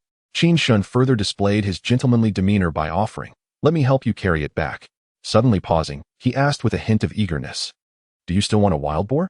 I would like to trade it for some grain." It appeared that his already limited resources had been entirely depleted by yesterday's rat infestation. Observing the rustic aura that emanated from him, Jiangxi found it hard to reconcile him with the notion of a cold-blooded killer, and her daring curiosity regarding his offer for grain began to surface. "How much grain do you want?" she inquired. Qin Shun tentatively responded, "1 wild boar for 100 pounds of grain. Goodness, what an extraordinary deal." Jiangxi was about to enthusiastically agree when a note of caution struck her, leading her to ask, why not trade with others? Surely, many would be eager to exchange 100 pounds of grain for a wild boar. She couldn't help but wonder if Qin Shun might have sinister intentions, perhaps poisoning the wild boars before approaching others to commit his misdeeds. Chapter 20. Scorching heat and rodent infestation. Qin Shun's expression remained calm. "They are unwilling to trade with me." Jiangxi paused, then realized the reason behind their hesitation. They must fear that a failed transaction with Qin Shun could result in a loss. After all, no matter how delectable wild boar meat may be, it cannot be preserved as long as grains can. Without salt for curing, its shelf life diminishes even further. Thus, they would rather forego meat than take such a risk. Qin Shun was well aware of the specific circumstances surrounding their household, and seeking a trade with her was indeed his best option. Jiangxi nodded in agreement. "Very well. I shall barter with you." Qin Shun placed the mint at Jiangxi's doorstep, stepping back a few paces to alleviate her concerns about him intruding, and said, "You may toss the items from the 3rd floor into my yard." Jiangxi arched an eyebrow. She contemplated throwing the items to him. But considering the several sets of clothes and shoes, it would require an enormous bundle to throw 50 meters, lacking the strength honed over a decade of survival. She shook her head. "I shall leave them at your doorstep instead." Agreed. As Qin Shun departed, the gate creaked open. Zhang Linhai pulled Jiangxi inside, while Zhang Chengwu carried the mint into the house. Their mother and grandmother eagerly inquired, "How did he bring you back?" The entire family bore inquisitive expressions, and Jiangxi, feeling a bit exasperated, explained, "He harvested all the mint from the Qian family, and I made a small trade with him. He shared half with me." They quickly pressed her for more details. "What did you trade?" "Just a few sets of clothing." Zhang Linhai and Shen Baoying exchanged glances, astonished. "Was that all?" The fact that he is in dire need of clothing indicates that Qin Shun has reached a point of utter desperation. This young man is rather earnest. Jiangxi chuckled, remarking, "Isn't it better to have fewer changes?" Zhang Linhai held a favorable impression of Qin Shun, narrowing his eyes with a meaningful expression, and said, "Good, very good. The young man is honest and possesses a gentlemanly demeanor." Their grandmother added, "He is quite handsome as well, tall and dashing." As the conversation meandered, it seemed as though she might be on the verge of an arranged marriage. Jiangxi, feeling helpless, shifted the topic. "Let's first prepare the insect repellent. The fleas at home are becoming unbearable. In these apocalyptic times, their words were merely superficial. Who could genuinely trust another when it came to matters of the heart?" As they set about concocting the mint and vinegar insect repellent, Jiangxi organized some of Zhang Linhai's clothing, trousers, and shoes from her space. Reflecting on the mottled scars on his hands, she compassionately decided to gift him a pair of gloves or two. Jiang Xingwu delivered the items while Jiangxi surveyed the rooftop for any dangers. Jiang Liwen buzzed around like an annoying fly, tearfully confronting Qin Shun. Likely captivated by his good looks and formidable strength, hoping to offer herself to him, making him the fool. Jiangxi, intrigued, smirked. If Qin Shun were to acquiesce, such a foolish mind would surely pose no threat. However, Jiangxi's hopes were dashed when Zhang Liwen reached out to touch Qin Shun, only to be forcefully kicked away, sliding across the ground for a full 10 meters. Upon arriving with a woven bag, Jiang Xingwu was greeted by this astonishing spectacle, his eyes nearly popping out in disbelief. After a short while, Jiangxi descended the stairs and overheard Jiang Chengwu expressing his concerns to others. Qin Shun is exceedingly hazardous. We must not allow CC to meet him alone in the future. His words carried an undercurrent of suspicion, as if she were entangled in a clandestine affair with Qin Shun. The temperature within the room suddenly plummeted, heralding the approach of night. In anticipation of a potential rodent infestation, everyone donned 2 layers of protective clothing and began to inspect the doors and windows for any breaches. It was but a moment after securing the entrances that the ominous sounds of the rodents emerging filled the air, a cacophony akin to a tempest. The vibrations reverberated against the windows, roof, walls, and floor, while the incessant scratching and gnawing echoed like a sinister melody, as if monstrous creatures were about to materialize within their home. Concern etched on their faces, they huddled closely together. Suddenly, a small cloud of ashes fell from the ceiling, landing on the fluorescent orb that Jiangxi was using for illumination. Jiang Linhai felt a jolt of alarm. CC. The teeth of those rodents are particularly sharp and adept at burrowing. With such a multitude of them, they surely won't limit their efforts to a single spot, will they? Our walls are hardly robust enough. With so many rodents, even iron sheeting could be breached. Just as his thoughts crystallized, the sound of gnawing resonated ominously in their ears. In the corner of the living room, a hole the size of a thumb had been gnawed into the wall. The formidable black creature bared its teeth, its frenzy unrelenting. Following its gaze, they beheld the rodent's sharp claws protruding from the aperture, writhing as they endeavored to enlarge the opening with their formidable teeth. Shen Baoying, CC. Let us hastily find something to seal the breach. By the time they ascended the ladder to block the entrance, it was likely that the rodents had already infiltrated from other points. Even if she conjured a mobile home for everyone to take refuge in, the mice were still likely to infiltrate through the exhaust pipe. In just a moment, the head of a mouse emerged from a small opening. Jiangxi retrieved a torch from her space and declared to the group, "Mice fear fire, let us give it a try." Jiang Linhai raised the lit torch high, causing the mice within the burrow to squeal in terror, desperately pushing backward. Jiang Linhai was overjoyed and turned to the others, exclaiming, "It's effective. Very effective." Though it proved somewhat effective, a single torch could not deter the overwhelming tide of mice surging in from all directions. As Jiang Linhai spoke, additional holes were being burrowed by mice in other corners of the living room. After a moment of contemplation, Jiang Si suggested, "Let us open the door while pouring gasoline and igniting it as we charge out. We can create a barrier against the mice in the courtyard. If all else fails, we can retreat to the mobile home." Agreed. Jiang Si ignited the gasoline leading to the door, and as Jiang Chengwu turned the doorknob, everyone brandished their torches. The mice retreated like a receding tide. Jiang Si gestured for them to stand back to back, cautiously exiting the house, only to be stunned by the sight of countless pairs of eyes glowing red before them. A moment's carelessness would surely spell their demise. Under the cover of her companions, Jiangxi quickly poured gasoline into a circle, igniting it, forcing the mice to watch helplessly from the other side. A collective sigh of relief escaped them. As long as the fire ring remained intact, they would be safe for the night. The blazing firelight from Jiangxi's home served as a warning to the surrounding survivors, prompting them to ignite whatever they could: clothes, shoes, sofas, and towels, without hesitation. Indeed, the mice were frightened by fire, retreating further still. As everyone's eyes brightened, the will to survive ignited, prompting a frantic search for anything combustible within their homes to deter the encroaching rodents. The day stretched long while the night was fleeting. They persevered for over 4 hours, stripped of all clothing, until there was nothing left to burn. At last, dawn arrived.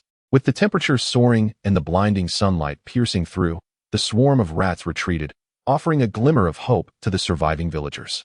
Chapter 21. Extreme Heat.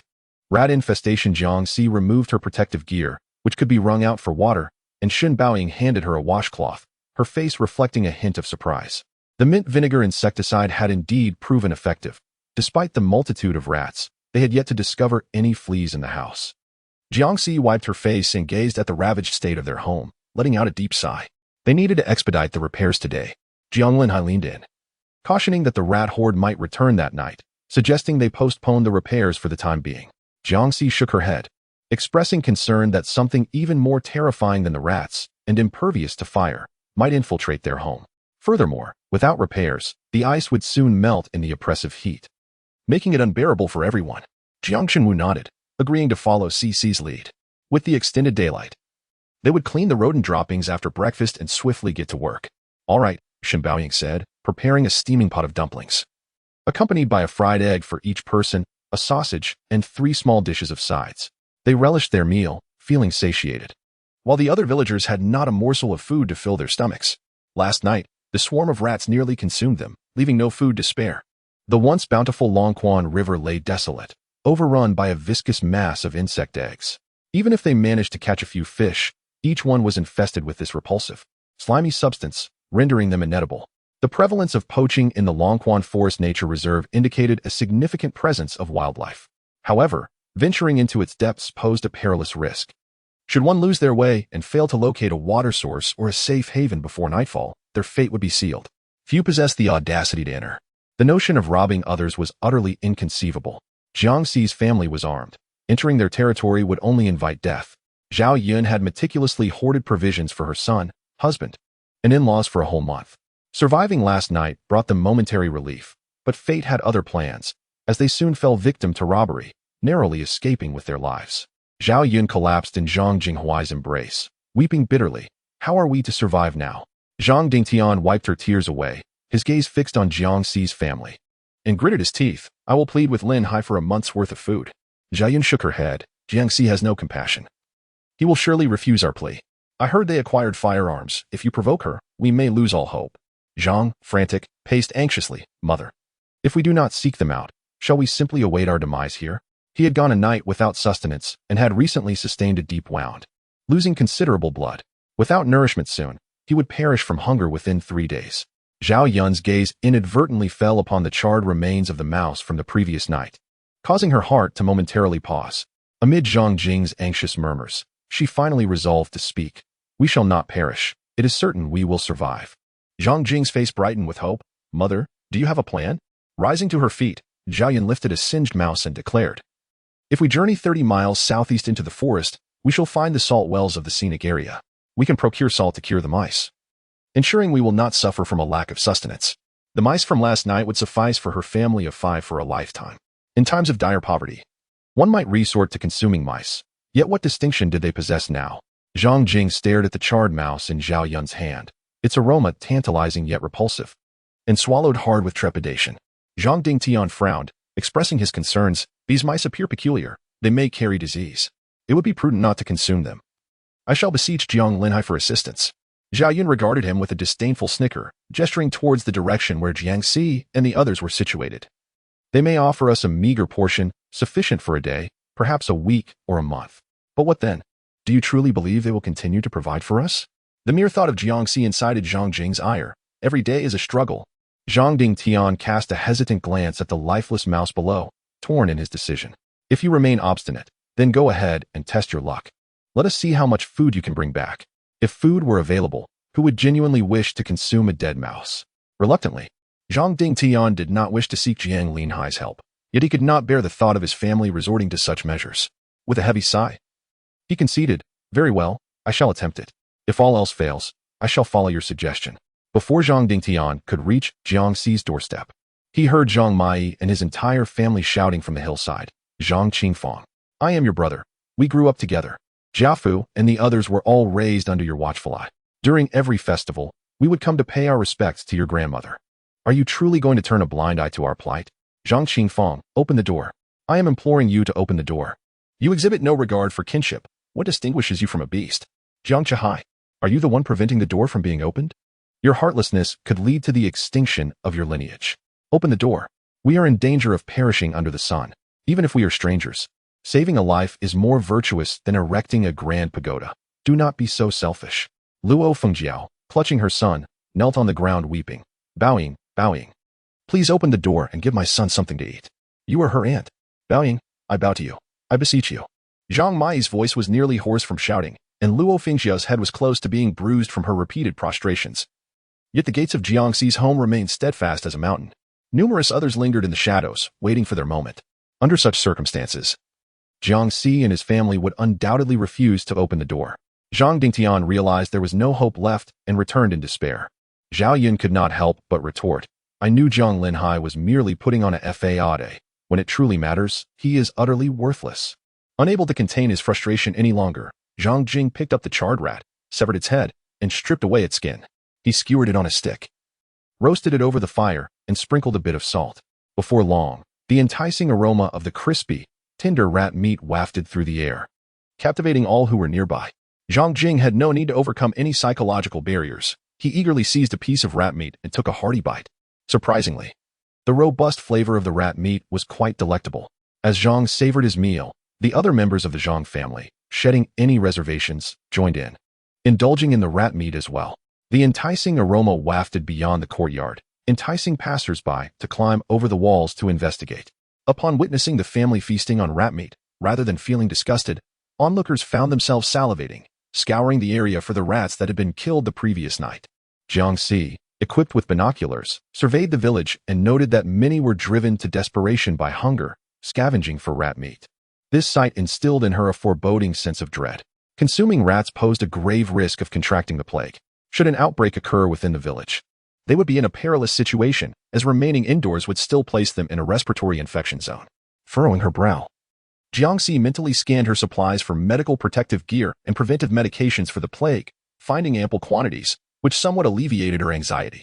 Chapter 22. Intense Heat. Rat infestation. The walls of their home were riddled with rat holes the size of a fist, and scorching sunlight streamed in like lasers. Jiangxi, alongside her father, mixed cement, while her mother and grandmother carried disinfectants for a second round of sanitation. Her grandfather stood on the stairs, skillfully filling the rat holes with wall putty. The atmosphere was warm and inviting as the hay fed Xiaohei, though the heat was palpable. Jiangxi's space contained 1,000 boxes of mineral water and 200 large water storage barrels, intended to supply water for their agricultural endeavors and household needs. The water used for ice making and cooling was depleting rapidly, based on the trajectory of her previous life. The purified water she had stockpiled would suffice until the intense heat of summer subsided and rainfall returned. At that time, she could replenish her water reserves once more. After all, her space was not static. Even though the water barrel could sterilize, a 2-year storage period was already the limit. Unexpectedly, the apocalypse arrived prematurely, shattering all orderly plans. Fearing that the intense heat would last much longer than in her previous life, Jiangxi dared not waste water. She resolved to reassess the situation. And if it came to that, she would have to seek out a water source.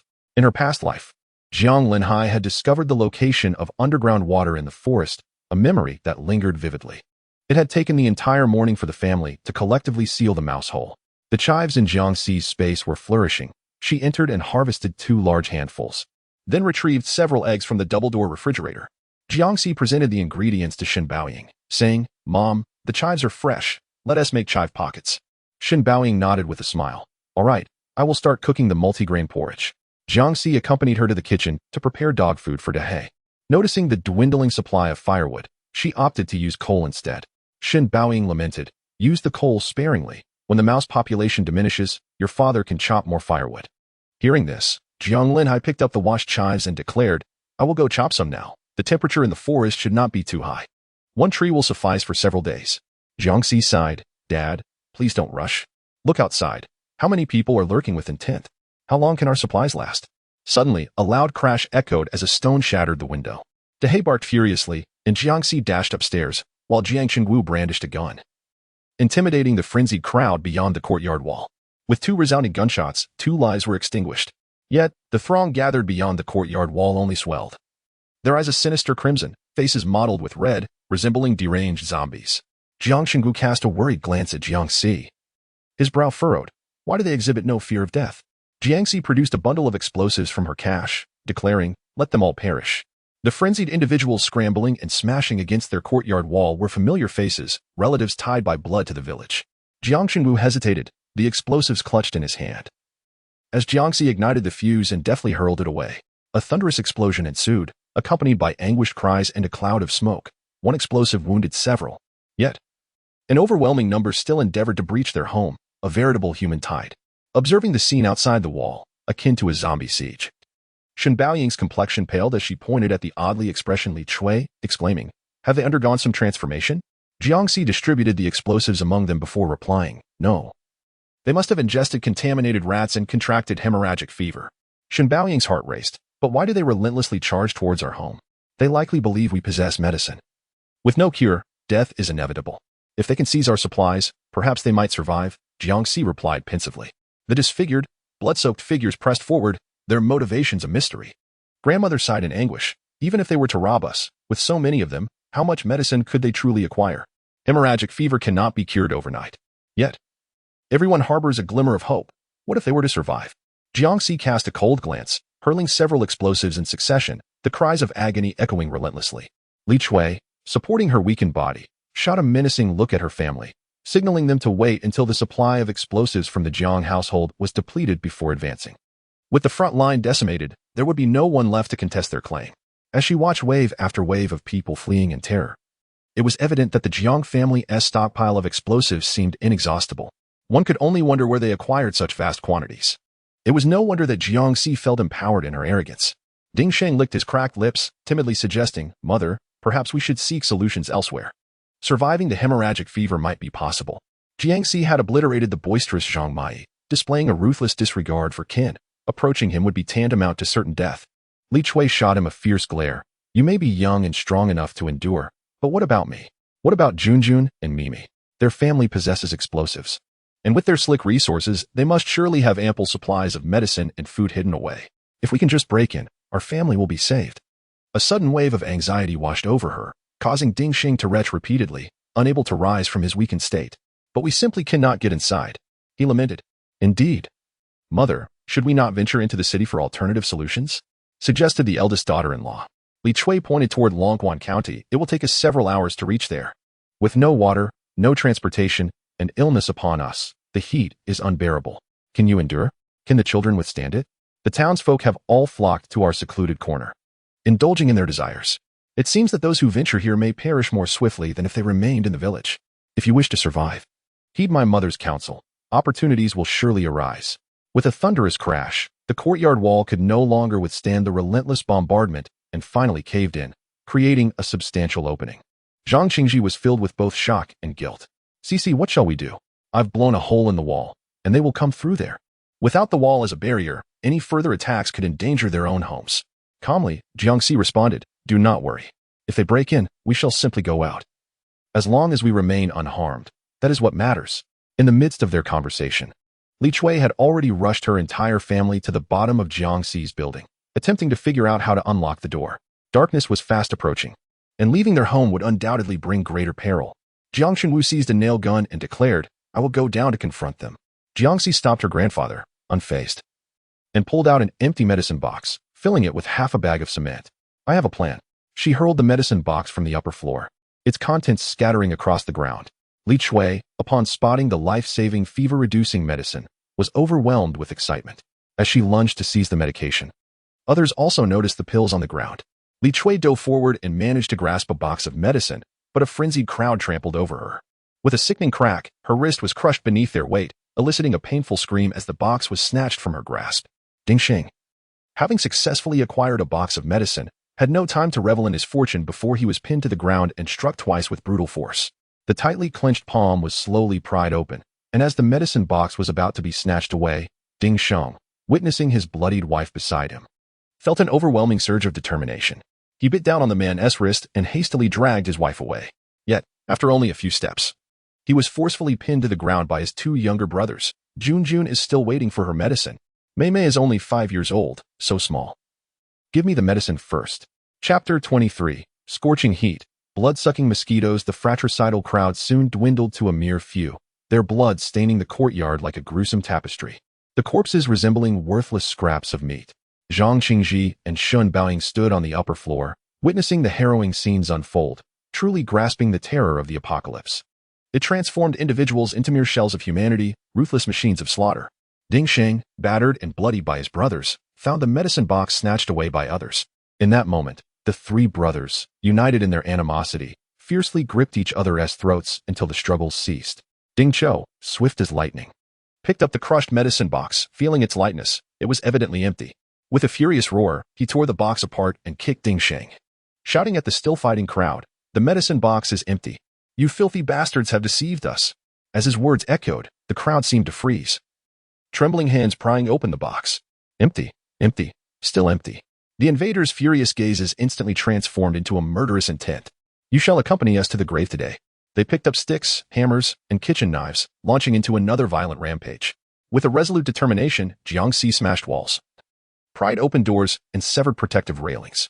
As she hurled explosives, she had already devised an escape route. If the obstacles proved insurmountable, she would deploy a safety rope and retreat from the rear. After all, the RV had been fortified by her, ensuring that no rodent could infiltrate. She planned to kindle a fire circle at a safe distance, allowing her family to spend the night in security. Jiangxi urged everyone to fasten their safety clips, when suddenly, a deafening hum surged forth like a tidal wave. She lifted her gaze, and her pupils constricted in alarm. An ominous cloud of mosquitoes blotted out the sun, descending upon them with a ferocity that swept away all living creatures on the ground. They moved with alarming speed, heading straight for their position. Back inside, quickly, Jiangxi commanded. Just as her family began to question the lack of an escape, she propelled them into the building. She secured the rooftop with unwavering determination, swiftly retrieving a mugwort insect repellent spray and generously dousing everyone with it before urgently declaring, the mosquito eggs have all hatched. No sooner had the words left her lips than the earth seemed to tremble with the deafening drone of mosquitoes, engulfing the entire structure, casting a shadow over the sky. The frenzied crowd outside, intent on breaking in, fell suddenly silent. The iron sheet covering the second-floor window remained unsealed, prompting Jiangxi to dash upstairs.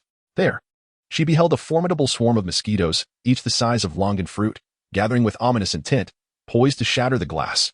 Fortunately, her reflexes were swift. Just as the glass teetered on the brink of destruction, she pulled down the iron cover. The cacophony of buzzing resonated around them, instilling a sense of dread that left everyone taut with tension as they relentlessly sprayed the mugwort repellent. After a prolonged silence, her mother's anxious voice broke through. "What shall we do if the rats come as well?" The atmosphere fell into a sudden silence for a few seconds. The combustion of a considerable amount of gasoline indoors could lead to poisoning, while a small flame would do little to deter the frenzied swarm of rats. Venturing outside, one would confront a horde of bloodthirsty mosquitoes. It seemed that despite meticulous preparation, they had unwittingly found themselves in a dire predicament. Jiangxi calmly analyzed the situation. Mosquitoes, after all, would surely feed on the rat's blood as well. There was no need for undue concern. Jiang Linhai's eyes sparkled with realization. Indeed, it would be ideal if the mosquitoes drained the life from the rats, only to succumb themselves. The atmosphere lightened considerably. Grandmother expressed her hope. It would be wonderful if they could endure until dawn. Jiangxi rummaged through their supplies and produced numerous iron boxes of varying sizes, nesting them together like Russian dolls, creating a formidable six-layered fortress in the living room. Surrounding the boxes, she conjured a ring of fire and prepared a bottle of oxygen, declaring, "With 6 layers of steel, I am curious to see when they might pierce through." They squeezed into the innermost iron box, which was cramped to the point that each person could barely sit, let alone turn around. The discomfort of the tight quarters was secondary to the oppressive heat. Jiangxi scattered a mound of ice between them, and clad in protective suits, Xiaohei and Dehei nestled on their laps, finding the situation surprisingly comfortable. Before long, the darkness of night enveloped them. Jiangxi sensed the rat horde was on the move. The group held their breath, ears straining to listen. It appeared the rats were under ferocious assault from the mosquitoes, their buzzing overhead diminishing. It seemed the mosquitoes possessed a more formidable offensive capability. After 5 hours had passed, dawn was anticipated. Jiangxi emerged from the confines of the nesting boxes, her knees stiff from having bent for so long. Xiaohei and Dehei were in remarkably high spirits, having rested well the previous night. The incessant buzzing of mosquitoes had diminished significantly. Jiangxi cautiously pulled aside the iron sheet, gazing through the glass window, and was taken aback by the scene before her. The sky was shrouded in darkness, teeming with mosquitoes, while the ground was awash in pink, densely covered with mosquito eggs. Beneath these eggs lay thousands of rat carcasses, and the human bodies had long been engulfed within. In her past life, there were blood-sucking mosquitoes, yet never had there been so many. Nor had there been a horde of rats to provide ample sustenance, enabling them to reproduce in such alarming numbers. It was truly terrifying. Shenbaoying covered her mouth, trembling as she spoke. "Cici, can we still leave this place? Surely donning several layers of protective clothing would suffice, right?" Jiangxi furrowed her brow. While leaving was indeed an option, the question remained as to where safety could be found. If they ventured elsewhere, it may prove no different from their current predicament, rendering their departure pointless. The familiarity of their surroundings allowed for a certain ease in coping. If they were to encounter something far more dreadful than blood-sucking mosquitoes in an unfamiliar place, it could spell disaster. Mutated plants only emerged in the later stages of the apocalypse, yet from the moment the end of days was anticipated, Jiangxi had lost control over its trajectory. A collective sigh escaped them as they nibbled on a few bites of compressed biscuits before resuming their efforts to reinforce the doors and windows of their home. 1 day. 2 days. Jiangxi observed that the adult mosquitoes in the sky were gradually perishing, while the red eggs were steadily enlarging. As anxiety increasingly grips everyone, there is a constant fear that the world may be overrun by mutated blood-sucking mosquitoes. Just as the insect eggs are on the verge of hatching, temperatures soar. Jiangxi and the others have resorted to placing ice blocks indoors to cool down, with indoor temperatures exceeding 40 degrees Celsius, while outdoor temperatures are conservatively estimated to be at least 70 degrees. One morning, Jiangxi awakens to an astonishing sight. The mosquito eggs have all burst, likely due to the unbearable heat that has rendered the environment unsuitable for mosquito proliferation. Everyone is filled with excitement. Grandma opens the window for ventilation, but as her fingers brush against a beam of sunlight, she feels a searing pain, as if burned by a cigarette. She quickly retracts her hand, only to discover a large blister forming within seconds. Jiangxi hastily shuts the insulated window and grabs a spray bottle, continuously misting Grandma's hand to alleviate the intense burning sensation. Jiang Linhai furrows his brows and quips, Has the sun itself mutated? After applying burn ointment to Grandma's hand, Jiangxi gazes out the window, shaking his head with a sigh. It's solar radiation. Stepping outside would result in severe sunburn, and even an hour outside would surely leave one a mere husk. Chapter 24, Scorching Heat, Solar Radiation. The entire family is taken aback by the potency of solar radiation. Shen Baoying anxiously inquires, will we develop skin cancer? Jiangxi reassures her, shaking his head. As long as we stay indoors and avoid sunlight, we are safe. A collective sigh of relief washes over them. Yet they lament the uncertainty of when this ordeal will come to an end. The village lies eerily silent, with scarcely a few souls remaining. Jiangxi harbored concerns about the prolonged duration of the sweltering days, yet she reassured herself, stating, it is of no consequence. Our supplies are ample, and we can cultivate food indefinitely. Remaining indoors for a lifetime poses no issue. Indeed, the resources were plentiful, and food cultivation was feasible. But what if it never rained again? Without water, what would become of Sai in the future? Although no one voiced their worries, anxiety lingered in their hearts. Even with water conservation, enduring 10 days or half a month without bathing was unbearable. Jiangxi luxuriated in a bath, using only pure, non-polluting soap. And the water afterward was repurposed to nourish the vegetable garden. Emerging from the bathroom with her hair in soft disarray, she felt as if she had shed several pounds. The pleasure of a bath was unparalleled. The wet nurse had also bathed the two dogs, Dehei and Xiaohei, who wagged their tails and approached her, their fluffy coats exuding a delightful fragrance. Jiangxi extended her hand to gently ruffle their heads, saying, come, let us dine. The stillness brought on by the extreme heat allowed Shen Baoying to leisurely prepare a feast of delectable dishes, braised ribs with radish, mapo tofu, candied sweet potatoes, minced meat with eggplant, spicy chicken, cold cucumber salad, tomato and egg soup, and a steaming pot of buns. After days without a proper meal, everyone's appetite soared as they eagerly seized the buns. Shen Baoying's culinary skills were exceptional. Jiangxi savored the food, feeling utterly satisfied. Xiaohei, having devoured a bun, gazed up at her with his bright, round eyes, looking pitiful. Jiangxi broke off a small piece of her bun and placed it at his feet. Xiaohei's ears perked up, and his tail wagged joyfully, as if ready to take off in flight. Jiangxi suppressed her emotions and gently touched the exquisitely smooth round head of the creature, reassuring it. No one is competing with you. Take your time to eat. Dehei, too, was indulged by Grandma, devouring several large buns, hardly touching his dog food. Once everyone had finished their meal with satisfaction, Jiangxi suggested a break and ascended to the attic to survey her surroundings. The village lay in utter silence, with shattered windows and pitch-black interiors, obscuring any signs of survivors. Suddenly, a wisp of smoke wafted from the neighboring Qin Shen's house. Despite the devastation that had turned his home into a honeycomb, he was still alive. What a resilient spirit he possessed. Jiangxi adjusted her binoculars to peer into Qin Shen's dwelling. Unexpectedly, she found him, bare-chested, entering her line of sight. Her gaze instinctively slipped, leaving her momentarily dumbfounded. Although he possessed a commendable physique, surely he wouldn't lounge about his home without a stitch of clothing. Could it be that rodents had ravaged his garments? Yet, his sculpted physique bore no marks of such destruction. Could he perhaps have an unusual penchant? It seemed Qin Shen sensed her scrutiny, abruptly turning to meet her gaze, his dark eyes locking onto her like a predator. A chill ran down Jiangxi's spine. His alertness was formidable. Qin Shen swiftly grabbed a piece of wood to shield his body, staring directly at her. It dawned on Jiangxi that she was peering at him through binoculars like a voyeur. Even with her extensive experience in grand affairs, she felt a wave of embarrassment and quickly concealed the binoculars. Her sole intention had been to ascertain whether Qin Shen was unscathed, unaware that he wore no clothing at all. Just then, Jiang Linhai ascended from downstairs. Noticing her stance with her back to the window and a peculiar expression on her face, he couldn't help but inquire, why is your face so flushed? Are you running a fever? Jiang Xixin shook her head weakly, feeling the heat within. Jiang Linhai, concerned, gently touched her forehead and suddenly furrowed his brows. It's a bit warm. Do we have a thermometer? Bring one out. Jiangxi thought it impossible for her to have a fever, but under Jiang Linhai's insistence, she complied. Upon measuring, the thermometer revealed a temperature of 38.8 degrees. Indeed, she had a fever. Jiang Linhai, alarmed as if facing a formidable adversary, hurriedly guided Jiangxi downstairs, instructing her to rest comfortably in bed. Before long, the entire family arrived, each bearing medicine, hot water, fans, and tomatoes. Shen Baoying handed Jiangxi the medicine, her face etched with worry. How could you suddenly develop a fever? Could it be the plague? If only we had a doctor at home. Jiangxi, donning a mask, reassured everyone that it was not the plague, but rather fatigue leading to physical weakness. Her temperature was not excessively high, and with recovery, her immunity would gradually strengthen. To survive in this post-apocalyptic world, the body would continuously adjust its functions, urging everyone not to overly fret.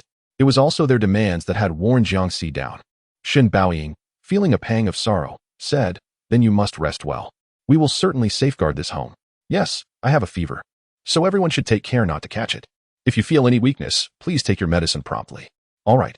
The family quietly closed the door, and Jiangxi intended to take a short nap. When she awoke, the outside world had already succumbed to darkness. Shen Baoying entered with a bowl of millet porridge, asking gently, "CC, are you feeling any better?" Jiangxi nodded, removing the thermometer from under her arm, revealing a temperature of 38 degrees. Her fever had indeed subsided. Shen Baoying let out a sigh of relief and remarked with a smile, "It seems that after taking the medicine a couple more times, I will fully recover." Casting a glance out the window, she added joyfully, "It appears that the radiation from the celestial bodies won't affect us tonight. If we decide to leave this place, we can embark in the evening." Jiangxi, aware of their ongoing concern regarding the scarcity of water, pointed towards a direction in the forest and said, 35 li to the southeast, there lies a source of underground water, discovered by my father in his previous life. Once I recover, I shall go and investigate. If it has not run dry in this lifetime, we shall remain. If it has, we must prepare to leave in search of a new water source for settlement. Shen Baoying's eyes lit up momentarily, but she soon shook her head, exclaiming, "It is far too perilous for you to venture alone." Jiangxi replied with a smile, "If I encounter danger, I can retreat into the space at any moment. If you accompany me and dawn unexpectedly breaks, it would pose a grave risk." Shen Baoying sighed, "It is we who have burdened you." Jiangxi countered, shaking her head, "This is no burden. It is, in fact, the happiness I could never attain in my previous life, no matter how fervently I sought it." Shen Baoying felt a pang of emotion, responding, "Indeed, it is happiness." Suddenly, a bark erupted from Dehei. Jiangxi sprang to her feet, peering out the window. In the darkness, a flicker of firelight was gradually approaching their home. Shortly thereafter, Lu Jifeng appeared in their line of sight, carrying Yonyo, and knocked on the door. "Jiang Linhai, are you there?" Everyone turned their gaze towards Jiangxi. "He must be here to retrieve something. Let us open the door for him." The creaking of the door announced the arrival of Jiang Linhai, who emerged from within. Upon seeing that he was still alive and willing to open the door, Lu Jifeng breathed a sigh of relief. "I am here to collect the remaining supplies and would like to trade for some water, if possible." Chapter 25, Scorching Heat, Solstice. Jiang Linhai hesitated momentarily, glancing at the parched father and daughter before him. "Please wait a moment."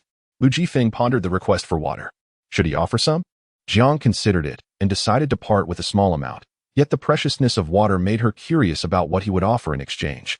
Although many around them had perished, it did not negate the lurking dangers. Those who remained were formidable individuals, necessitating greater caution.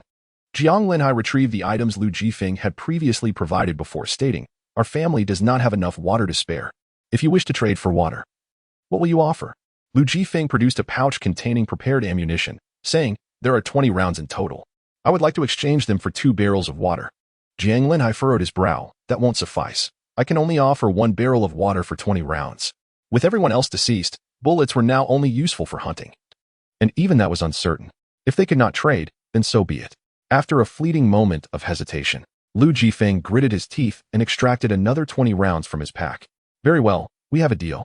After receiving the ammunition, Jiang Linhai took some time before finally retrieving a barrel of water. Lu Jifeng and Nyo immediately crouched down, bending over the barrel to gulp down the water like cattle, fearful of wasting even a single drop of this hard-earned resource. They dared not drink to their fill. Once their thirst was quenched, they quickly stood up. Lu Jifeng inquired if there existed a sealed container capable of holding water. Jiang Linhai retreated indoors to fetch 2 large plastic barrels and a ladle. Gratefully accepting them, Lu Jifeng and Nyo carefully filled the containers, their faces radiating with hopeful smiles. As a father himself, Jiang Linhai held Lu Jifeng in high esteem and casually asked, "Are you going in search of water?" Lu Jifeng paused momentarily, hesitating to respond. It was evident that they were indeed heading out, and he felt somewhat embarrassed to ask if they could look after Nyo. In a world yet untouched by calamity, the forest harbored many unknown dangers, and Lu Jifeng was reluctant to expose Nyo to risk. Before Jiang Linhai could utter a word, Nyo eagerly clutched Lu Jifeng's thigh, exclaiming, "I want to stay with Daddy. Wherever Daddy goes, I will follow. I can use a gun. I will protect Daddy." Upon meeting Nyo's tearful gaze, Lu Jifeng's heart softened, and he gently patted her head, saying, "Very well, then you shall accompany Daddy." Nianyo's tears transformed into a radiant smile. Lu Jifeng then turned his attention back to Jiang Linhai, stating, "Tomorrow evening, Nianyo and I will go in search of water. If you wish to join us, I will come to find you." Jiang Linhai was uncertain of Jiangxi's intentions, as they were not in immediate need of water. Suddenly, Dahe and Xiaohong began to howl wildly, their bodies trembling with agitation. Jiangxi pulled Jiang Linhai and the others inside, swiftly locking the door, raising his pistol, and listening intently. Aside from the cacophony of Dahe and Xiaohong, a profound silence enveloped the group. "Is anyone there?" Suddenly, a familiar voice echoed through the air. In an instant, the members of the Jiang family recognized the visitor as Qinshin from next door. Jiangxi remained vigilant, pressing herself against the door, peering through the peephole to catch a glimpse of him. She noted that he was clad in a vest and trousers woven from straw, with a dozen bamboo tubes strapped to his back. "Coldly," she inquired, "what brings you here?" Qinshin raised one of the bamboo tubes and asked, "Are you in need of water? I would like to exchange some clothing and food." To their astonishment, he possessed water. All eyes brightened with hope. Nianyo, in particular, excitedly grabbed Lu Jifeng's arm, exclaiming, "Daddy, he is water too." They had gained another source for their water exchange. Jiangxi, wary of a potential trick, opened the outer door and extended a bowl through the fence, stating, "Show me the water." Qinshin removed the stopper from the top of the bamboo tube, and soon the bowl was filled to the brim with clear water. Jiangxi examined it closely. It was indeed pristine water, given his wild appearance. It seemed he had sourced it recently rather than drawing from a prior reserve. The journey of 35 miles would take at least 6 hours round trip. Qinshin could not have made it back so quickly. Could it be that he had discovered an underground water source nearby? A glimmer of joy flickered in Jiangxi's eyes as she proposed, "We will exchange for the water. And in return, would you be willing to share the location of the source with us?" Lu Jifeng also clenched his fist in excitement. However, Qinshin's expression turned serious. "That place is far too perilous." Without water, they faced a far graver danger. Lu Jifeng, unable to contain his eagerness, insisted, "It doesn't matter, we can go." Qinshin appeared to ponder for a moment before responding, "There are 7 of you, plus 2 dogs. What will you offer in exchange for the location of the water source?" Lu Jifeng quickly interjected, "I can provide you with clothing and shoes." Qinshin shook his head resolutely, stating, "I require food, weapons, and medicine." Entrusting firearms to individuals of dubious character is an exceedingly perilous decision, particularly in a water-scarce environment. Moreover, Qinshin was a robust man. His survival thus far attested to his formidable nature. Possessing firearms would only augment his capabilities. Lu Jifeng found himself in a quandary. Yet it did not linger for long. He declared, "I shall provide you with a hunting rifle and 2 boxes of ammunition." The very reason he had concealed these weapons was to ensure that Nianyo could thrive. Having missed the opportunity to ascertain the location of the water source, he feared future regret. "However, you must personally escort me to the water source. Upon our return, I shall supply you with the ammunition." Qinshin agreed without hesitation. Very well. Jiangxi could offer Qinshin only food and medicine, 500 pounds of rice. This quantity would sustain Qinshin for an extended period. Although she had intentionally undervalued it, she recognized that finding anyone willing to barter food was a stroke of fortune. Qinshin's penetrating gaze prompted her to recall the earlier encounter, stirring a flicker of guilt within her. She proactively raised her offer. "Shall I also provide you with several sets of clothing?" The food supply could not be increased any further. Their family was substantial in number. Qinshin, satisfied, averted his gaze, replying, "Agreed. I shall await you here tomorrow evening." He then removed the bamboo tube from his back and presented it to Jiangxi, asking, "May I exchange this for a pot?" Lu Jifeng considered interjecting with his own offer, but, recalling that they would soon acquire water, refrained from doing so. It was merely a pot, one that Jiangxi could afford to exchange. She instructed her mother to fetch a pot used for boiling noodles, and opened the fence to barter with him. A dozen bamboo tubes were too heavy for Jiangxi to carry, so Qinshin, aware of the lingering distrust from others, simply placed them at the gate and turned away with the pot.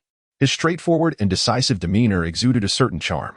After Qinshin departed, Lu Jifeng made 2 trips to move the belongings before finally taking Nianyo away. Jiangxi poured the water from the bamboo tubes into the water tank, discarding the remnants to be used as firewood. Curiously, Jiang Linhai crouched down and suddenly grasped a piece of bamboo, exclaiming, "See, look. The claw marks on this bamboo are enormous." Jiangxi leaned closer. The place where the bamboo was severed bore claw imprints larger than a bear's paw, and every piece of bamboo displayed the same marks. Jiang Linhai speculated. Qinshin mentioned danger. Could it be that fierce beasts guard the water source? Chapter 23, Scorching Heat. Rescue team. By nightfall, a group arrived, organized by the state to escort them to the survivor base. They demanded retribution, accusing them of murder. Insisting that Jiangxi and the others provide water and return together for mutual support. They feared that if the dwindling waters of Longguan River were discovered by the surviving beasts in the forest, they would fiercely protect it. The claw marks on each bamboo tube followed a discernible pattern, as if the beast had intentionally targeted the bamboo cut by Qingshan. Jiangxi furrowed her brow, sensing an unsettling peculiarity in the situation. Jiang Xinwu was summoned by Jiang Linhai, who examined the bamboo closely and, based on his experience, surmised this must be the claw of a tiger and a remarkably large adult male at that. Jiang Linhai's expression shifted repeatedly as he addressed Jiangxi. "CC, you are still unwell. You must not go tomorrow. I shall take the gun and hunt down this tiger. You can fetch water afterward." Jiangxi shook her head, insisting, "It is merely a slight fever. I am well aware of my limits. If such a large tiger truly exists, it would be more perilous for you to go. I can retreat into the space at any moment." Yet, despite her ability to hide, a moment's carelessness could lead to an ambush. Shen Baoying expressed her concerns. "It may not be just one, but several. CC, it would be wise to reconsider your plans." The household was not in immediate need of water, and the risks were deemed unnecessary. Grandmother suggested waiting a few days. Perhaps rain would arrive. With the entire family opposed to her going, Jiangxi sighed with a smile. "I have already promised them. It would be ungracious to backtrack. Moreover, if we do not seek the water, wouldn't they find it odd?" The family exchanged glances and encouraged Jiangxi. "Then let us accompany you," Zhang Qinfeng remarked. "Grandmother is spry. She can carry hundreds of pounds of grain without trouble." Mother had also learned several self-defense techniques and could climb trees with ease. If a tiger appeared, she would simply ascend into the branches. Jiang Xinwu and Jiang Linhai bore expressions that conveyed their resolute intention to accompany Jiangxi, as if her going was an absolute necessity. The endeavor to fetch water remains uncertain in its timeline. Should she encounter significant trouble, her return may be delayed. And the supplies are stored within her space, thus impeding timely distribution to everyone. This concern weighs heavily on her mind. After careful contemplation, Jiangxi reached a compromise. "Very well, let us prepare remedies against snakes, insects, rodents, and ants, along with weapons, sleeping bags, water containers, sun umbrellas, food, and water. It would be unwise to reveal our resources in the presence of outsiders." Shen Baoying felt a surge of joy. "Excellent. I shall begin preparations at once." She then turned her attention to Dehei and Xiaohei. "What about them?" Jiangxi replied, "We must bring them along. Should we fail to return, they would be left to fend for themselves. Most of our belongings have been stored away in the space, so even if someone were to ransack our home, there would be little of value to seize." Jiang Qingwu suggested, "Before we depart, let us set additional traps around the house." Agreed. The mother and grandmother quickly assembled their modest packs, fashioning a dog carrier for Xiaohei and Dehei, enabling them to swiftly lift the two little companions in times of urgent peril. The traps within the home were primarily positioned at the windows and front door. Any intruder who touched the outer door would trigger a crossbow. Should they force their way in, they would encounter sulfuric acid at the doorstep, followed by a barrage of chili powder. Even if they managed to overcome these obstacles, they would still face an overwhelming net, countless animal traps, and a terrifying array of fake cockroaches. Yet, the preparations did not cease there.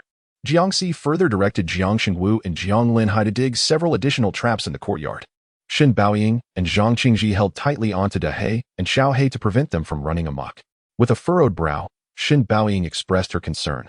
"What if we forget the traps at home when we return?" Jiangxi turned back, raising the trap diagram in her hand, and reassured her, "Fear not. It won't be forgotten." The next day, to protect Xiaohei and Dehei from potentially picking up unsavory substances, their mother instructed Jiangxi to retrieve a foot-operated sewing machine from the storage space, crafting stylish protective outfits for the two. Their limbs were adorned as if they wore little shoes. Xiaohei, feeling uncomfortable in its attire, wobbled as it walked, being small. The grandmother simply placed it into her bag. Dehei, ever compliant with the household's arrangements, donned the protective gear with an obedient demeanor. As night fell, Jiangxi meticulously checked their supplies, ensuring that all essentials were packed. She even carried a sizable backpack, prepared to retrieve anything needed from the storage space, should the situation arise. With darkness enveloping the surroundings, they deliberately waited outside the courtyard, cautious of Lu Jifeng and his companions inadvertently stepping into the traps they had set. Before long, Qingshan arrived first, brandishing a torch and clad in Jiang Linhai's outdated garments. Despite the shabby appearance, there was an undeniable wildness in his every gesture. Jiangxi caught his gaze for a moment, only to be startled by the piercing, cold glint of his dark eyes. A sense of unease washed over her, prompting her to hurriedly avert her gaze. Suddenly, she noticed flickering lights in the distance. Lu Jifeng, leading Nyo hurried towards them, and as they entered the village, the sound of synchronized footsteps echoed, accompanied by a loud call. Is anyone there? Is anyone still alive? We are the Nanjing rescue team, and we request a response. The existence of a rescue team astonished the entire family, who turned to Jiangxi with expressions of disbelief that seemed to reflect a lifetime of uncertainty. Jiangxi shook her head. The flames drew closer to their home, and the shouts became increasingly distinct. We are the Nanjing rescue team, Squad 5. Here to escort everyone to the shelter. Please respond. Nyo shook Lu Jifeng's arm, asking, Dad, are we going to the shelter? Lu Jifeng gazed into the dimly lit village and replied somberly, let us wait a moment. What if these individuals are imposters? Moreover, the conditions at the shelter remain unclear. The cries of the rescue team gradually resonated throughout the village. Suddenly, Lin Chenghua seized Lin Zhu's hand, nervously inquiring, Did you hear that? Did you hear it? Lin Zhu frowned, asking, Grandpa, what did you hear? Lin Chenghua listened intently and exclaimed with excitement, The rescue team has arrived. It is indeed the rescue team. He hurriedly climbed off the wire bed and fished out the key to the basement, unlocking the heavy steel door. In an instant, the rescue team's voices became crystal clear. Joy illuminated everyone's faces as they swiftly lit candles and made their way to the door. We are here. We are still alive. The rescue team arrived at Lin Chenghua's courtyard, and the jubilant cries of his family echoed throughout Longwan village. Those who had previously remained cautious and alert joined in the exclamations. After days of silence, Longwan village was ablaze with light from every direction. It appeared that this rescue team was indeed genuine. Lu Jifeng turned to Jiangxi and inquired, What are your intentions? He contemplated taking his daughter to the shelter, but feared that remaining in their current location might be more advantageous. Chapter 25, The Scorching Heat, The Rescue Team. Jiangxi was correct. The shelter could not provide refuge for everyone. Lu Jifeng was apprehensive about the possibility of surrendering their firearms and becoming dependent on others for their future, without any solid assurance of safety. The provisions Jiangxi had exchanged for the father and daughter could sustain them for at least 3 years if rationed wisely. As long as they could find a water source, they could devise a plan to cultivate food from the watchtower. Gradually, life would improve. After deep contemplation, Lu Jifeng asked his daughter, Nyo, do you wish to stay? Nyo beamed, her eyes crescent-shaped like a brilliant moon. Wherever you are, I shall be. Yet I prefer our home.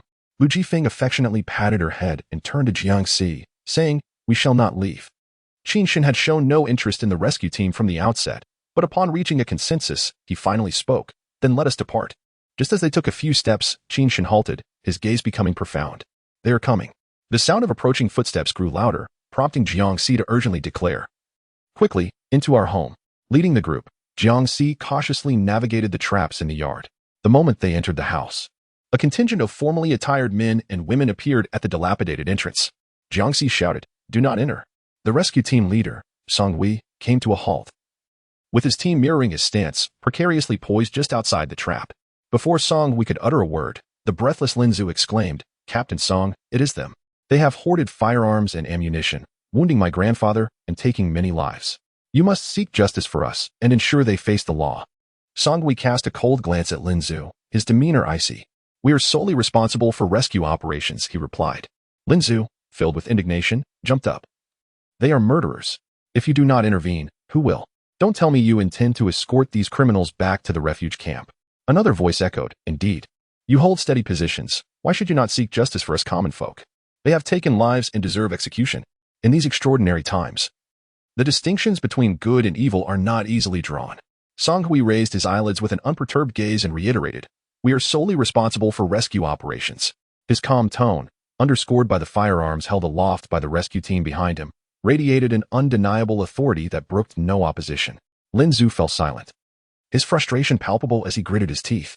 Song Hui then called to those inside the building, We are the South City Rescue Team.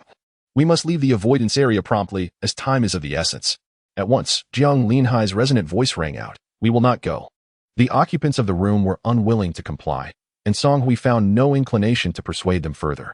If they did not return to the shelter before dawn, they would have nowhere to conceal themselves from the hazardous rays of sunlight. Suddenly, several survivors collapsed simultaneously to the ground. Luo Yong cradled his frail wife and daughter, breaking down in tears, Comrades, leaders, my wife and daughter have not had a drop of water for 2 days.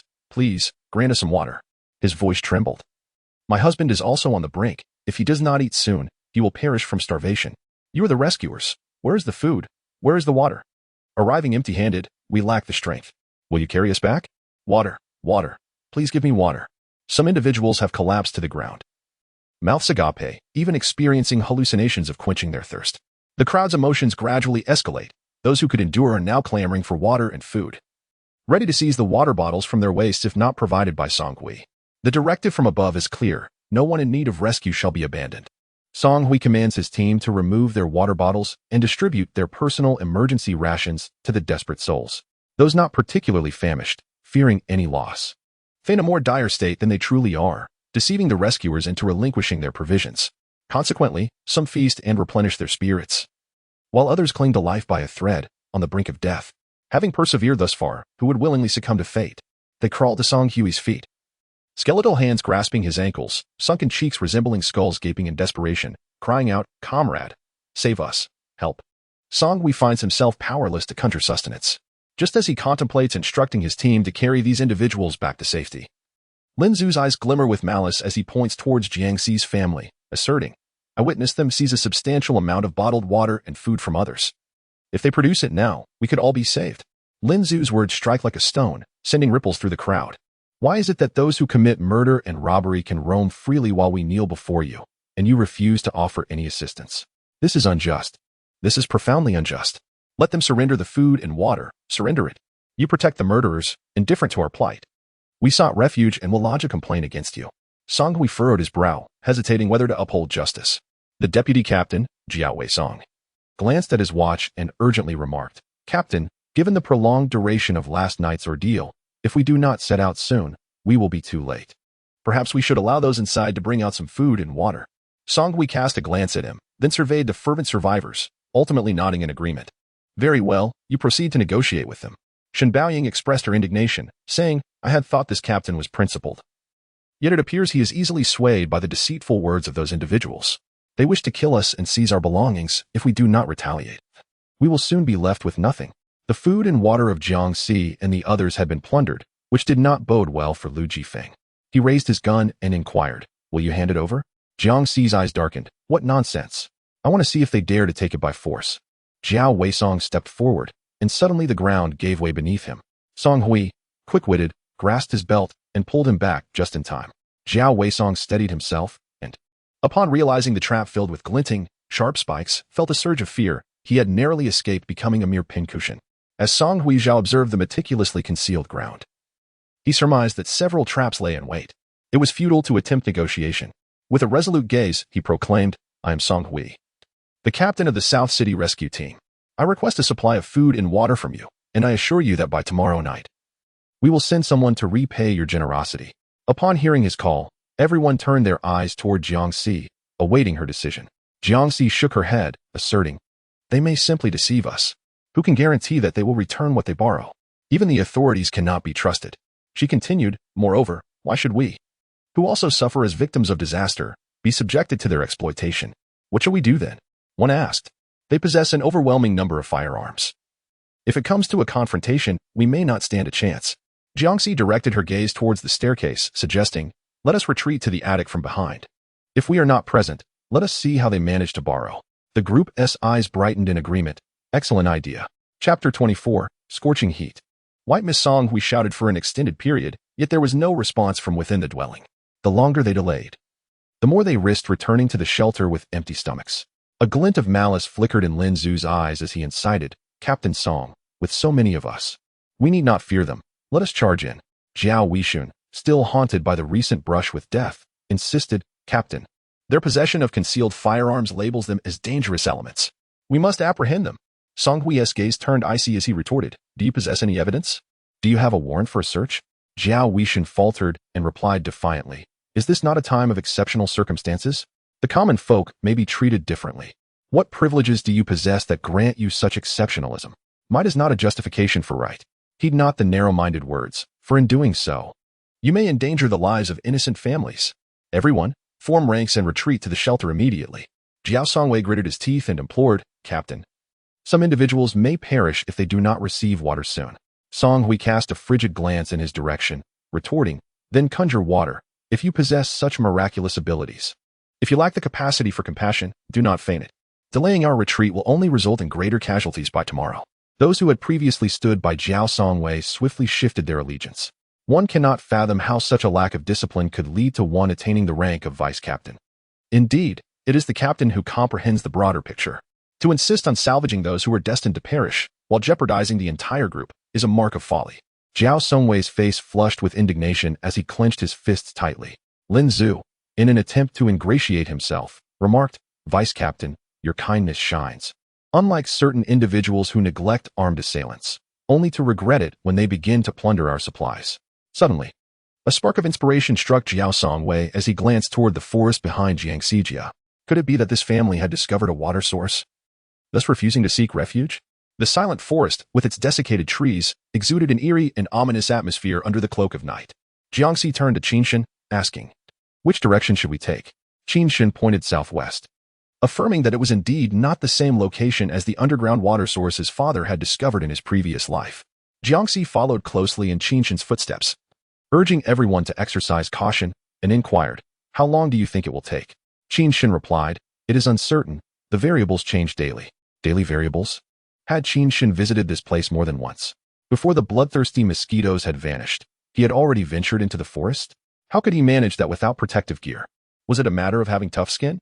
A multitude of questions surged through Jiangxi's mind in an instant. Suddenly, Qinshin halted, nearly colliding with her back. Jiangxi lifted her eyelids. Under the flickering flames, the dark woods were enveloped in a thick, white mist, rendering visibility within a meter nearly non-existent. The fog appeared to move as if alive, visibly swirling and obscuring their sight. Even though Qinshin stood directly in front of her and she clutched a torch, all she could discern was the vague silhouette of his tall, profound figure. During the day, temperatures could soar to 75 degrees, yet at night, they dipped to 50. The forest was parched, yet such dense fog was truly peculiar. Jiangxi had never heard Zhang Linhai mention anything about this before, so she hastily inquired of Qinshin, "Is the mist toxic?" Qinshin replied, "It's not poisonous. Just be careful not to lose your way or step on venomous insects or snakes." With the assurance that it posed no toxicity, Jiangxi felt a slight relief. Lu Jifeng tied a rope around Nyonyo's hand to prevent her from getting lost. Jiangxi retrieved a length of rope from her bag, or rather, from her spatial dimension, and asked Qinshin to lead, allowing everyone to hold on and walk together. Grasping the rope and raising the torch, they proceeded cautiously for a while. Suddenly, a rustling sound echoed around them. Qinshin's ears perked up, and with an air of calmness, he cautioned, "There are snakes. Everyone be careful." In such heavy mist, with snakes lurking, what an extreme challenge this was.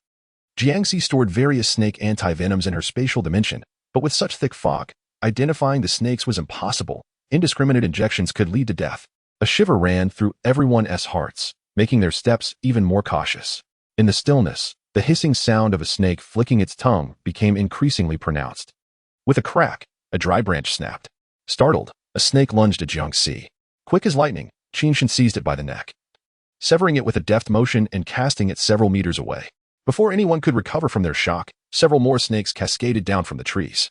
"Ah!" Nyo shrieked in terror, retreating into Lu Jifeng's embrace. Jiangxi wielded her blade, cleaving a venomous serpent in two, its severed body writhing on the ground. As the group sprang into action, the rustling of serpents slithering across the ground resonated ominously. Jiangxi and Qinshin exhibited remarkable speed in dispatching the venomous creatures. Blood splattering profusely, the acrid scent of iron filling the air, which only attracted more snakes. Aside from the two of them, everyone else relied heavily on their protection. This could not continue indefinitely. There would come a time when they could not hold the line. The efficacy of the realgar spray was far too feeble. Jiangxi grasped her backpack. Reaching inside, she filled it with realgar powder. The moment she poured it out, a red venomous snake lunged towards Shen Baoying, its gaping maw poised to sink its fangs into her leg. "Mom!" Jiangxi exclaimed in alarm. Shen Baoying, glancing down, locked eyes with the serpent's cold gaze, her mind momentarily blank. In that critical instant, Qinshin grasped the snake by its tail, causing it to miss its target. Within half a second, it coiled back, striking him on the arm. Qinshin furrowed his brow, tearing the snake in two and flinging it far away. With a sigh of relief, Jiangxi swiftly struck down two more snakes. The potency of the realgar powder began to manifest, causing the attacking serpents to flee in disarray. Qinshin, agile and skilled, had slain countless snakes, yet he was the only one bitten. Shen Baoying felt a pang of guilt, unable to assist and inadvertently causing Qinshin's misfortune. Jiangxi approached Qinshin, stating, "I shall tend to your wound." Qinshin extended his hand, revealing two deep puncture marks on his right wrist. Jiangxi recalled the appearance of the serpent. It was a red soaring snake, highly venomous. to treat the wound. It was imperative to extract the snake's venom and tightly bind the area above the injury with a shoelace to prevent the toxin from spreading rapidly. Once attended to, Jiangxi repeatedly cleansed the wound with soapy water while retrieving the serum for soaring snake venom from her supplies. She offered, "I shall administer an antibiotic injection, which may temporarily suppress the toxicity. If fortune favors you, you may survive." Qinshin likely could not discern the difference between the serum and the antibiotic. He shook his head, asserting, "It's not a venomous snake. I shall be fine." Shen Baoying, relieved, exhaled deeply, expressing her gratitude. "Thank you for saving me." Jiangxi was taken aback. She distinctly recognized it as the red soaring snake. How could it possibly be non-venomous? Furthermore, Qinshin's wound began to darken, and his complexion turned pale. Undeterred, Qinshin rose, lowering his sleeves, and declared, "Let us hasten our departure. If it truly were not a venomous snake, administering the serum would pose no significant risk. However, should it be venomous and he succumb to the poison, he would find himself indebted in the afterlife." Jiangxi grasped his sleeve, insisting, "You should still receive an antibiotic injection, just in case." Qinshin cast a glance at her and, conceding, extended his hand. Chapter 29, Intense Heat, Spider. Jiangxi retrieved the serum from her backpack, while Qinshin's gaze remained fixed upon her, making her feel uncomfortable. "What troubles you?" she inquired. Qinshin withdrew his gaze, feeling somewhat perplexed. After tending to his wound, the group resumed their journey, leaving a trail of yellow powder in their wake. When they returned from fetching water, they harbored no fear of encountering snakes again. Suddenly, Qinshin halted once more. Jiang Linhai, filled with anxiety, inquired, "Shaoshan, what is it now?" Qinshin pointed ahead and calmly remarked, "Beware of the spider web." As they focused their eyes, they were taken aback. In the ethereal white mist, a spider web nearly 2 meters wide shimmered into view, sprawling across the area. Jiang Linhai, utterly astonished, asked in disbelief, "Such a colossal spider web. Could there be man-eating spiders?" Qinshin nodded nonchalantly, startling everyone. "Indeed, there were. What should we do?" If they had known fetching water would be this perilous, they would have inquired thoroughly before coming. Niao was on the verge of tears. "Daddy, I'm afraid the spider will bite me." Lu Jifeng handed her a gun, reassuring her, Niao, don't be afraid. A single shot will take it down, and it won't bite you." With red-rimmed eyes, Niao bravely nodded, "Okay." Jiangxi possessed some knowledge about man-eating spiders. As long as they did not disturb the web, the spiders would remain undisturbed. However, if the web were touched, the spiders would launch an attack, ensnaring their prey in a cascade of silk. Their sharp fangs, laden with venom, would paralyze the victim, liquefying their flesh to feed upon, ultimately leaving behind a desiccated husk. Jiangxi raised the torch to examine the surroundings, pondering if there was a way to circumvent this peril. Shen Baoying scrutinized the spider's silk, noting its delicate softness, and inquired, "Could we not simply incinerate these webs?" Jiang Linhai shot her an exasperated glance, retorting, "If you burn the spider webs, you will also set the forest ablaze. How then shall we procure water?" Shen Baoying bit her lip, visibly distressed. "Yet every time we cautiously gather water, it proves to be exceedingly arduous." Jiangxi sighed. "There is water nearby. It is far preferable to seeking it elsewhere. We cannot circumvent this, so let us proceed with caution. It is the end of days after all. Even in hardship, we must press on." She possessed the means, and her family had fared well. Qinshin led the way, with Jiangxi and the others carefully following in his wake. As they advanced, the spider webs became increasingly abundant, yet the space for their passage dwindled. Suddenly, Jiangxi's gaze fell ahead, her pupils constricting in alarm. Several bodies were ensnared within the webs, their eyes closed, faces eerily serene, as if they were still alive. Jiang Linhai's heart raced with terror. They appear to have perished only recently. Could the spiders be lurking nearby? Qinshin shook his head. Their bodies have been drained, leaving only shells. The spiders have never left. Look above. As they lifted their gazes, they were met with a multitude of crimson, terrifying spider eyes, catching them unawares. There were thousands, densely packed. Had the apocalypse transformed all that existed in this world? Niao could not contain a scream, but fortunately, Lu Jifeng swiftly covered her mouth, reassuring her. "Do not fear, Niao, you are the bravest of all. If they dare approach, you shall shoot them with your gun." Niao silently wept and nodded, evoking immense sympathy. Lu Jifeng regretted bringing her to this place. Thousands of spiders loomed above them, a constant reminder that they might become the next meal for these creatures at any moment. Each step they took was marked by extraordinary caution. The mist hung thickly in the air, making it increasingly difficult to discern the webs. Jiangxi, feeling anxious, asked Qinshin how much longer it would take to reach the water source and whether it would be ensnared by the spider webs. Qinshin replied, as he always did, that each day presented different circumstances. This meant that despite their continued advance, they might return empty-handed, or worse, encounter even greater dangers. Jiangxi raised her torch to scan the surroundings. If they couldn't find a way out today, they should forego the water retrieval and postpone it for another day. While Jiangxi could retreat into her space for safety, the others had no such option. The multitude of spiders overhead posed a significant threat. Lu Jifeng, filled with concern, suggested they retreat immediately. Niu had endured too many frights in one night. She was still young and needed time to acclimate. Since Qinshin had led them to identify their location, their decision not to proceed would not be detrimental to him. He remarked, "Next time, it may be even more perilous." At this, the expressions of Jiangxi's family and Lu Jifeng changed dramatically. What could possibly be more dangerous? Before anyone could voice their concerns, a leaf fell from a tree, landing squarely on a spider web. The tremor that sent ripples through the web reached the spiders in an instant. Qin Shun's demeanor shifted abruptly, and he shouted, "Run." No sooner had the words left his lips than the chilling sound of the spider's frantic movement filled the air. Damn, the spiders had all been roused. Qin Shun pressed forward through the web, with everyone closely following behind. In no time, they found their heads ensnared in spider silk. This silk possessed a natural stickiness. But fortunately, the torches in their hands could incinerate it. They raced desperately after Qin Shun, with the spiders in hot pursuit. Suddenly, several spiders lunged forth, ensnaring Lu Jifeng and Niu in their sticky threads. The silk clung to their backs, while Lu Jifeng's torch flickered incessantly. In a panic, he shouted, "Save my daughter! Save my daughter! She can lead you to the remaining weapons. I implore you." Niu cried out in heart-wrenching anguish, "Daddy, Daddy!" Jiangxi and the others turned back, only to discover that Lu Jifeng and Niu had been ensnared by the spider silk. Realizing that the spiders would not catch up to them immediately, Jiangxi quickly retraced her steps, using her dagger to sever the threads binding them.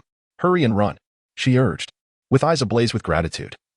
Lu Jifeng lifted Niu and hastened to catch up with the group. The unsettling sound of the spider horde's movement echoed ominously behind them. Jiangxi, lacking the stamina of her previous life, was already panting, and the others were no less exhausted. Thankfully, the spiders did not move with great speed. However, continuing this way was not a viable solution.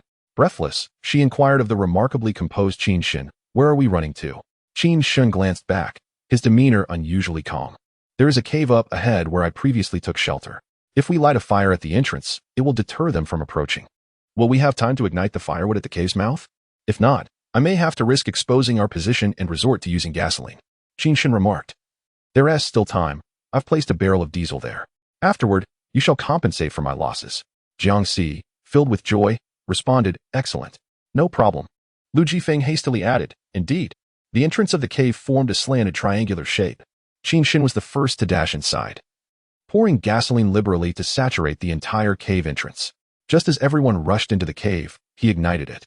Jiangxi quickly retrieved a water bottle from her bag, dampening cloths to distribute among them to cover their mouths and noses. The roaring flames kept the spiders at bay, before Shen Baoying could exhale in relief. A glance backward sent her into a fit of screams. Chapter 30, Scorching Heat, Millipedes. The suddenness of her cry startled everyone, nearly sending their spirits flying. Upon turning around, they were met with clusters of millipedes, as thick as thighs, entwined together, prompting them to consider fleeing into the inferno, commonly known as thousand-leggers. These creatures bear a striking resemblance to centipedes, feasting on vegetation and preferring dark, damp hiding places. They possess foul-smelling glands that can cause swelling and allergic reactions upon contact with human skin. In severe cases, it may necessitate amputation. They thrive in groups and reproduce at an alarming rate. Ancient colossal millipedes surpassed even giant pythons in size, capable of consuming an adult whole. The mass of millipedes before them curled up in fright upon hearing Shen Baoying's shriek, coiling together like countless sturdy tires. Qin Shun remained as composed as ever, as if nothing could disturb the tranquility within his heart. Millipedes are timid creatures. As long as they are not provoked, there is no danger. However, the sheer number of millipedes here is truly overwhelming. The surroundings were densely packed, and at first glance, it resembled the entrance to a snake's den.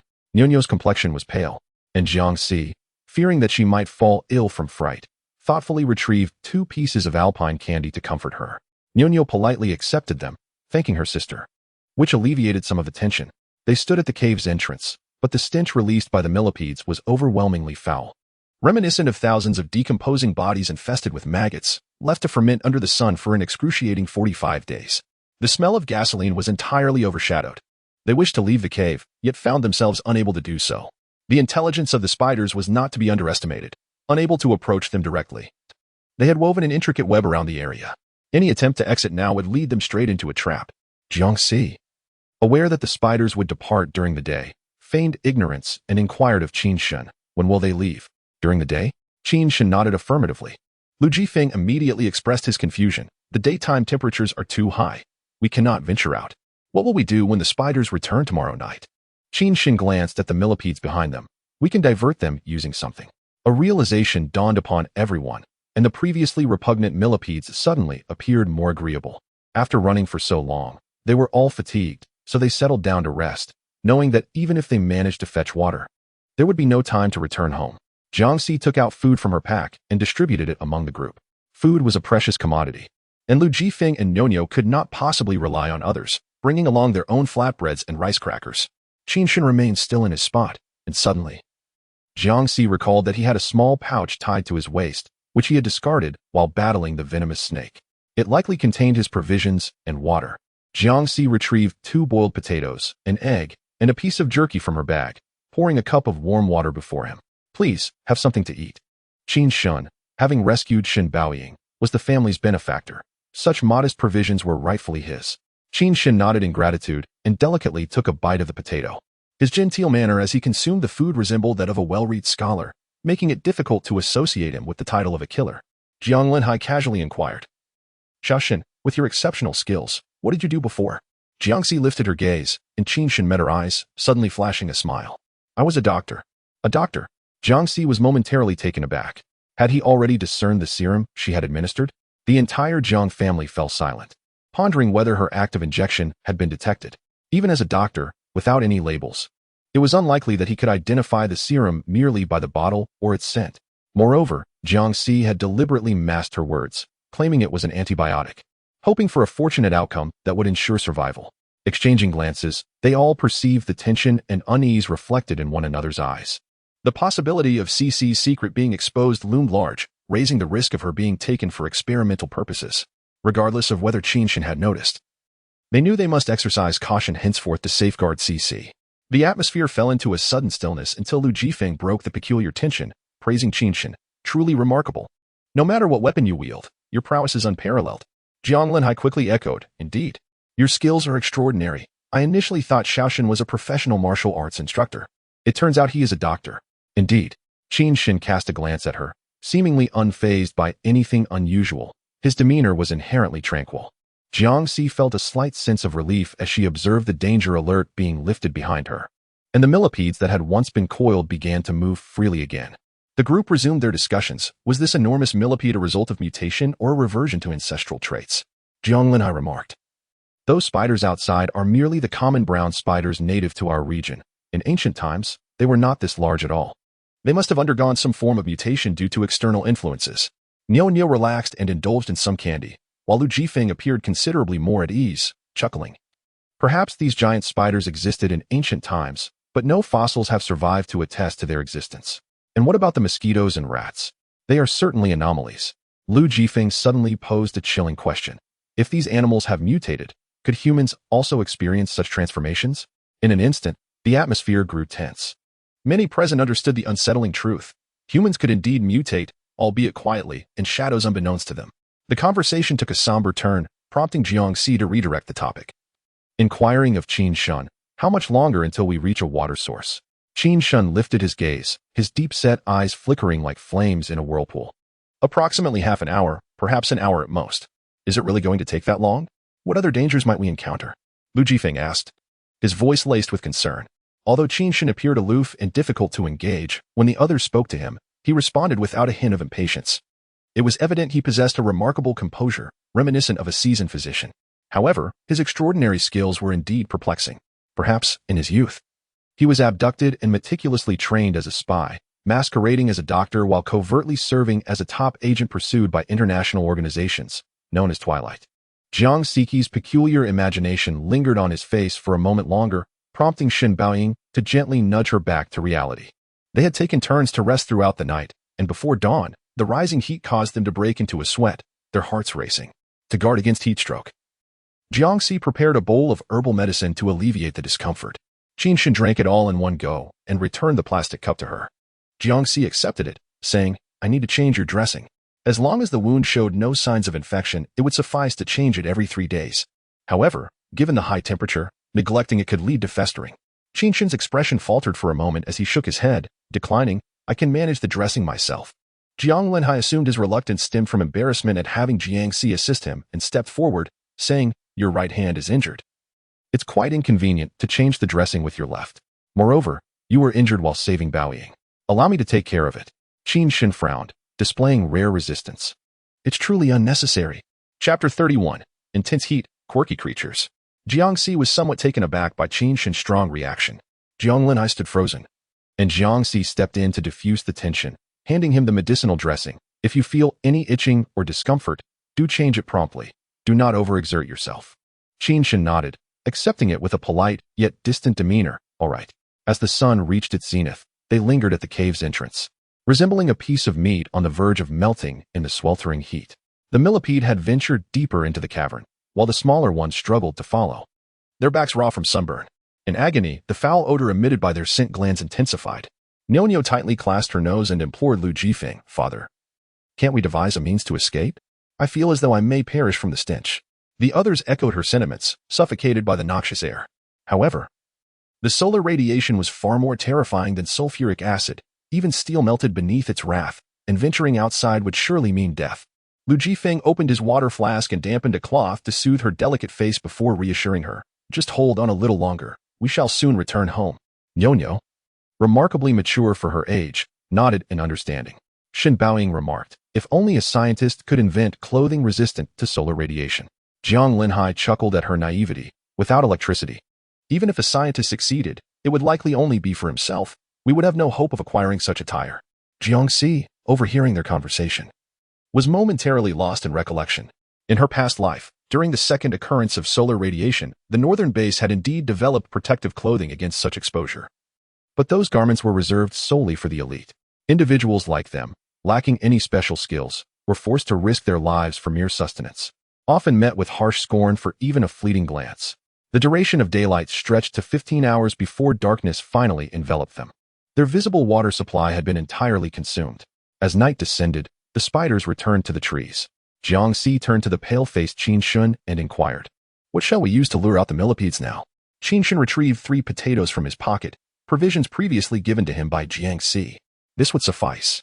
He had initially presumed his appetite to be modest, unaware that he had reserved 1 potato from each meal solely to lure the centipedes. Had he spoken a word, Jiangxi would have generously provided him with additional sustenance. Lu Jifeng hoisted Nyo onto his back, securing her with a rope. "How shall we coordinate with you?" Qinshan positioned himself at the edge of the cave's entrance and addressed the group. "Simply stand beside me." As they gathered, Qinshan meticulously sliced the potatoes into smaller pieces, suddenly hurling them towards the centipedes. Startled, the centipedes coiled up momentarily, then cautiously extended their antennae, seemingly detecting the enticing aroma of the potatoes. The centipede closest to the potatoes tentatively approached, seizing a piece and bringing it to its mandibles. With that first bite, the centipedes appeared to receive an unmistakable signal that the potatoes were delectable, prompting them to slither about in search of more. The scene, initially terrifying, began to resemble the act of feeding chickens as Qinshan scattered the potato pieces. Under Qinshan's guidance, the centipedes lined up and gradually emerged from the cave, reaching the fire line and encountering a web of spiders. The red-eyed swarm of spiders instantly awakened to their predatory instincts, swiftly advancing towards the centipedes.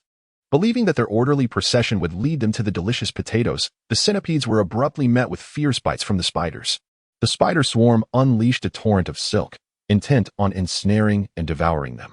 Though typically docile, the centipedes would retaliate fiercely if provoked. Struggling to escape the webs, they launched a counterattack against the spiders. Both the spiders and the centipedes possessed the ability to climb, with the centipedes moving even more swiftly. For the spider swarm was known to prey on the weak while fearing the strong. As the situation grew dire and the chance of overcoming the centipedes diminished, the spider swiftly unleashed its silken threads and gracefully leaped away. Many centipedes succumbed to the venom of the spider, prompting Nyo to express her sympathy, remarking, "They are so pitiful. They were simply minding their own business in the cave, and yet, for the sake of a potato, they were bitten to death by the spider." Lu Jifeng sighed, contemplating that the centipedes deserved no pity. Rather, it was the spiders that warranted compassion. However, he reassured Nyo-Nyo, striving to preserve her remaining innocence in this apocalyptic world, saying, at least they had a taste of the potato. They can depart without regret. With the spiders driven away, the centipedes began to return to the cave one by one. The group had intended to seize the opportunity to leave immediately when a sudden splash echoed through the hollow cavern, startling the remaining centipedes into curling up like wheels. They exchanged astonished glances, for they had just distinctly heard the sound of water. Could there be water in this cave? Did Qinshan know? They turned to him. But he shook his head. Potatoes are more delectable. This is the first time so many centipedes have been drawn out. No wonder, then, that he concealed the existence of water here. Otherwise, he would not have brought them to this location. The presence of water in the cave was indeed a momentous discovery. Explaining the congregation of so many centipedes in this place, Lu Jifeng hastily inquired of Shen Baoying, sister-in-law, do you have any potatoes left? To access the water, they would need to lure all the centipedes out of the cave. Shen Baoying rummaged through her bundle, and soon others followed suit. There are still a few. They all turned their gaze toward Qinshan, whose experience was invaluable. Is this sufficient? They questioned. Qinshan calmly accepted the potatoes, his demeanor unfazed. We shall find out through trial. Indeed, it was prudent to experiment. If this attempt proved inadequate, they would be better prepared for the next. He did not throw but instead stepped aside to retrieve a longer branch, extending his hand towards Jiangxi with a natural gesture, the rope. Jiangxi took it from her bag and handed it to him. Binding the potatoes with the rope, Qinshan raised the stick, resembling a seasoned angler. The centipedes obediently formed a line, marching in unison as they extended their heads, following Qinshan out of the hole. Qinshan turned to look at them. You all go fetch water first. I will lead them a little farther away. Such a sense of duty Qinshan exhibited. Jiang Linhai immediately patted his chest and said, Shaoshan, be sure to stay safe. We will gather your share of water. Qinshan nodded and departed. Jiangxi observed his retreating figure, and if it weren't for the formidable swarm of centipedes trailing behind, he would have appeared quite leisurely. Everyone quickly raised their torches, steeling themselves to venture deeper into the cave. After rounding a bend, a splash echoed, and in that instant, everyone's hearts felt a refreshing chill. However, Jiangxi grew increasingly vigilant, aware that the water harbored ferocious creatures capable of creating such a tumultuous splash when they leaped. Continuing forward for several meters, a deep pool, reminiscent of a well, gradually came into view. Nyo-Nyo exclaimed excitedly, Daddy, there's water. So much water. Everyone felt elated and prepared to approach the water source. Jiangxi positioned herself in front of the group, saying, let's toss a stone first to test it. Collectively, they picked up stones and hurled them towards the pool. The moment the stones struck the surface, a massive, fearsome fish with sharp teeth leapt more than a meter high, coming into view. In that instant, a chill ran through everyone's hearts. Was this a mutated snakehead? Heavens, how vast it is. Chapter 32, Scorching Heat, Colossal Mushrooms. This pike crocodile measures over a meter in length and weighs more than 200 pounds. The millipedes in the cave provide it with ample sustenance, while the crystal-clear pool serves as a nurturing haven for its rapid growth. With such an imposing size, it moves with remarkable agility. This pool likely connects to an underground river. If we can eliminate the pike crocodile, not only will we secure safe water, but the return of the millipede swarm could also serve as a cover, preventing anyone from claiming it. Truly a divine blessing in a desperate situation. The pressing question is how to kill the pike crocodile. Qinshan's 3 potatoes will not hold out for long. Time is of the essence before the millipedes return. Jiang Linhai said to Jiangxi, we can lure the pike crocodile onto the shore with food, then shoot it to avoid contaminating the water source. Jiangxi nodded in agreement. Yes, let us try. She retrieved a piece of dried wild boar meat from her bag, tied it to a stick, and addressed everyone. A pike crocodile of this size possesses formidable power even when leaping onto the shore, so everyone, please step back behind me. Lu Jifeng volunteered, allow me to do it. But I kindly ask you to look after Nyo-Nyo. Jiangxi had saved both his and Nyo-Nyo's lives. He could not bear to see her take risks. With unwavering determination, Lu Jifeng took a deep breath and slowly brought the wild boar meat closer to the water's surface. Splash! A violent spray erupted as 2 massive pike crocodiles unveiled their sharp teeth, leaping in unison to snatch the wild boar meat. Astonishingly, there was more than one. Lu Jifeng was taken aback, nearly losing his footing. He hurriedly retreated while dragging the beef jerky. The mouth of the pool was too narrow, and the 2 snakehead crocodiles became unexpectedly entangled. They struggled fiercely, each refusing to concede to the other, viciously tearing at one another. The clash of strength and savagery resembled a battle between prehistoric titans. Jiang Qinglin furrowed his brow and asked, Cici, shall we shoot? Jiangxi nodded affirmatively. Yes. We must aim for the crocodile's eyes. Their backs are quite tough, and only a shot that penetrates their skulls can ensure a swift kill. Lu Jifeng picked up the gun. Allow me, he said. Having served as a forest ranger for many years, his marksmanship was commendable. Jiangxi interjected, I will shoot this one. Uncle Lu can take aim at the other. Lu Jifeng was puzzled by Jiangxi's confidence in her accuracy, his gaze shifting to Jiang Qingwu's serious expression. However, recalling Jiangxi's status as an extreme sports coach, he found her assurance quite reasonable. Both Jiangxi and Lu Jifeng took aim at the eyes of the snakehead crocodiles. 1 second. 2 seconds. At the precise moment when the crocodiles bit down on each other, the gunfire erupted within the cave, resounding deafeningly. Niu cautiously opened her eyes, observing that the two crocodiles had fallen still. Jiang Linhai and Jiang Chengwu advanced to drag the crocodiles out. Jiangxi raised her hand to halt them, saying, Wait, the snakehead crocodiles possess extraordinary vitality. She prodded one with a stick. And the seemingly dying crocodile thrashed violently once more, proving it was not yet lifeless. Jiangxi lifted her gun and fired 2 additional shots. Qin Shin returned, ready to lend a hand, and together with the others, they heaved the 2 snakehead crocodiles up. Jiangxi raised her torch, cautiously peering into the water pool. Surely there are no crocodiles left? Jiang Linhai inquired. It's hard to say, she replied. At present, it appears that there are none left. Yet one cannot be certain whether the snakehead fish has already laid its eggs in the water. Therefore, we must stockpile a sufficient amount of water in the coming days, suggested Lu Jifeng. The grandmother, gazing at the somewhat murky water, inquired with concern, Is this water still potable? In the realm of Jiangxi, there exists a water quality testing device. It should be fine. We can boil it several times upon our return and perhaps catch a wild rabbit for testing before drinking. Everyone filled their containers to the brim before casting their gaze upon the snakehead fish lying on the ground. Leaving it here to rot will compromise the water quality. We ought to carry it away, Jiangxi remarked. Burying it would consume too much time, and given the snakehead fish's toxicity, it could pose a threat to several ferocious beasts. It would be safer for us to retrieve water next time. Agreed, the others concurred. As they hoisted the snakehead fish out of the cave, with only 3 hours remaining until dawn, they needed to return swiftly. Lu Jifeng was well acquainted with the Dragon Spring Nature Reserve. Shortly after exiting the cave, he discerned their direction and advised the group. Taking the right path will expedite our journey. The others turned toward Qinshin, their expressions reflecting uncertainty about potential dangers. After their recent ordeal, they had developed a measure of trust in Qinshin. He nodded in affirmation. Uncertainty exists everywhere. Let us proceed. Though their direction was correct, the surrounding environment had undergone significant alterations due to the extreme heat of the sun. Had it not been for the familiar markings on the stones, Lu Jifeng might have questioned his own sense of direction. Half an hour later, a cluster of towering mushrooms, varying in height, emerged in their line of sight. The tallest mushrooms reached 2 to 3 meters, while even the shortest stood over a meter tall. They are extraordinarily vibrant, red, yellow, and purple, with various patterns adorning the mushroom caps. In the tranquil night, shrouded in white mist, it feels as though one has stepped into Wonderland. Lu Jifeng inquires of Qinshin, Have you ever encountered such mushrooms? Qinshin shakes his head, replying, They appear toxic. Let us take a detour. As everyone prepares to divert their path, the pitch-black night suddenly transforms, the sky brightening without warning. All present keenly perceive a sharp rise in temperature. Jiang Linhai exclaims, This is bad. We must find shelter quickly. There isn't a single tree hollow in sight, and in this urgent moment, Jiangxi decides to utilize the stone slabs from her space to shield everyone from the sun's rays.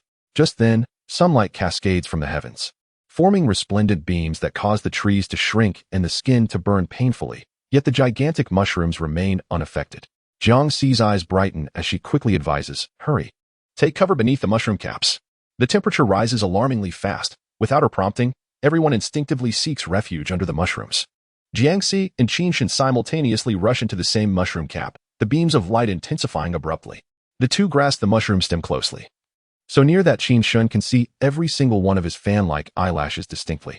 It is an awkward situation, yet they cannot let go. They stand anxiously beneath the mushroom for a moment, and when nothing occurs, they finally exhale in relief. Jiang Linhai joyfully remarks, These mushrooms are impervious to the sun's corrosion. If we cut them down to fashion umbrellas, we could roam freely to gather water during the day. Lu Jifeng's eyes light up at the thought, agreeing that it would certainly be much safer than venturing out at night. Everyone turned their gaze towards Jiangxi and Qinshin, only to realize that their postures were somewhat intimate. Jiang Linhai widened his eyes and hurriedly severed the mushroom umbrella above his head, separating Jiangxi and Qinshin as if guarding against thieves. Jiangxi helplessly twitched her lips. After all, There was no indication that Qin Shen held any interest in her whatsoever. Lu Jifeng attempted to emulate Jiang Linhai by cutting down a mushroom. But Jiang Linhai quickly shouted to stop everyone. Do not cut. It's poisonous. Jiangxi was startled and looked towards Jiang Linhai, only to see that his hands had suddenly swollen into what resembled large carrots, each finger glistening. It was puzzling, as she and Qin Shen had also touched the mushroom without any adverse effects. Chapter 33, Sweltering Heat. Hunting dogs. Lu Jifeng's action of cutting the mushroom abruptly ceased. Jiangxi intended to inspect the condition of Jiang Linhai's hands, but he prevented her, saying, "Do not touch me. The surface of these giant mushrooms is not poisonous, but the stalks are. You must not act recklessly." Jiangxi quickly donned 2 layers of rubber gloves, assuring him that it would be safe. "Dad, let me have a look." Jiang Linhai extended his swollen hands, which were covered in thick blisters, resembling the aftermath of a bee sting. Jiangxi retrieved antiseptic ointment from her bag to reduce the swelling. A gentle touch caused Jiang Linhai to yelp in pain, as if the injury was far worse than a mere mouse bite. His hands were horrifically alarming, with yellow pus visibly flowing within. Shen Baoying was exceedingly worried. This swelling is severe. If the blisters burst, will his entire hand rot? Jiang Linhai widened his eyes in alarm. "Baoying, do not frighten me. In this post-apocalyptic world, there were far too many toxic creatures, and it was Jiangxi's first encounter with such enormous mushrooms. The iodine alcohol ointment proved ineffective. They would have to see for themselves." Shortly after applying the medication, Jiang Linhai's hands burned with an intense pain and itchiness. If not for Jiangxi's concern that his hands might become severely damaged, she would have been unable to restrain his arms, and the blisters on his hands would have undoubtedly burst. The ineffectiveness of the iodine alcohol ointment left Zhang Qinfeng with reddened eyes, speculating whether the only solution would be to amputate his hands to preserve his life.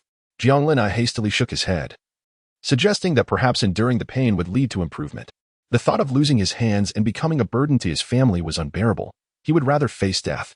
Jiangxi, increasingly anxious, began to regret leading her family into the forest for this perilous adventure. Had she only scouted the area beforehand, Jiang Linhai might not have found himself in such dire straits. She forced herself to remain calm, recalling the principle of mutual existence and conflict. Perhaps there existed something nearby that could counteract the mushroom's toxin. This was knowledge she had gleaned from her previous life in the apocalypse.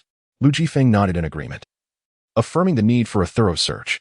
In the past, when he had sustained injuries in the forest from insect bites, he had always managed to find herbal remedies to alleviate the pain. The apocalypse had caused mutations in flora and fauna, which might have given rise to antidotes for such afflictions. However, as they surveyed their surroundings, all they could see were mushrooms, nothing else. Jiang Linhai's condition worsened. The blisters were spreading further up his arms. Zhang Qingji, frantic with worry, suddenly turned to Qin Shen, asking, "Xiaoshen, as a doctor, do you know how to save his hands?" Everyone turned their hopeful gazes toward Qin Shen, clinging to the last remnants of hope. Qin Shen scrutinized Jiang Linhai's hand, lost in thought for a considerable time. Jiang Linhai believed that there was no hope left, yet he consoled Qin Shen, stating that the symptoms of the apocalyptic illness were inherently bizarre. As a surgeon, it was only natural for him not to be familiar with dermatological issues. Regret nearly consumed Jiangxi's heart upon seeing the forced smile on Jiang Linhai's face. Suddenly, Qin Shen lifted his eyelids and unexpectedly remarked, "I have a type of skin medication at home that might prove effective." In an instant, the entire Jiang family's spirits brightened, and they exclaimed in excitement, "Let us hurry back." Jiangxi, clad in latex gloves, sliced the mushroom, meticulously wrapping its stem in a layer of cloth followed by a plastic glove, allowing everyone to safely hold it. Lu Jifeng marked the spot, suggesting that if it became necessary to brave the sun, they could return to collect mushrooms as makeshift parasols. Just as they were about to exit the mushroom field, a watchtower gradually revealed itself amidst the desolate forest. Lu Jifeng remarked, "That is the watchtower guarded by Zhou Daing. I wonder if he is still alive." Zhou Daing, in his 50s, remained unmarried and solitary. The forest rangers were not fond of lingering in the deep woods, yet he had steadfastly guarded it for 2 decades. Had it not been for the need to communicate with the ranger team regarding supplies, he would have preferred solitude. Jiangxi took out her binoculars to gaze at the watchtower, only to find herself locking eyes with a man atop it, clad in sunglasses and holding a military binocular. To her astonishment, someone behind him was holding a mushroom umbrella for his protection. In that instant, Jiangxi sensed danger and urgently warned everyone. "There is a stranger in the watchtower. We must leave at once." Those who managed to survive in the forest undoubtedly possessed remarkable abilities. As Jiangxi spoke, everyone immediately quickened their pace. Yet, in Zhang Xinchao's eyes, the trajectory of Jiangxi and her group, brandishing the vibrant mushrooms, was strikingly conspicuous. The mushroom umbrellas could shield against solar radiation and, if brought into the city, could be exchanged for a vast array of resources. Compared to their initial poaching endeavors, the profits had multiplied several-fold. Moreover, due to the scarcity of such resources, they could amass a formidable power. While others were unable to venture outside, they could effortlessly seize control of this world. Zhang Xianchao could not allow the secret of the giant mushrooms to become widely known. With his eyes narrowed, he gestured to Luo Daqiang, instructing him, "Go, eradicate the source." Luo Daqiang hastily shoved down a packet of instant noodles, standing dazedly. "Brother, didn't Tizhou dying instruct us to kill them?" Zhang Xianchao shot him a glare, snatching off his sunglasses and hurling them angrily. "Eat, eat, eat. All you do is eat. Your brain is even smaller than a pig's. Get out of here and take your men to eliminate them all." Luo Daqiang grasped the sunglasses, bewildered by the hint from his underlings.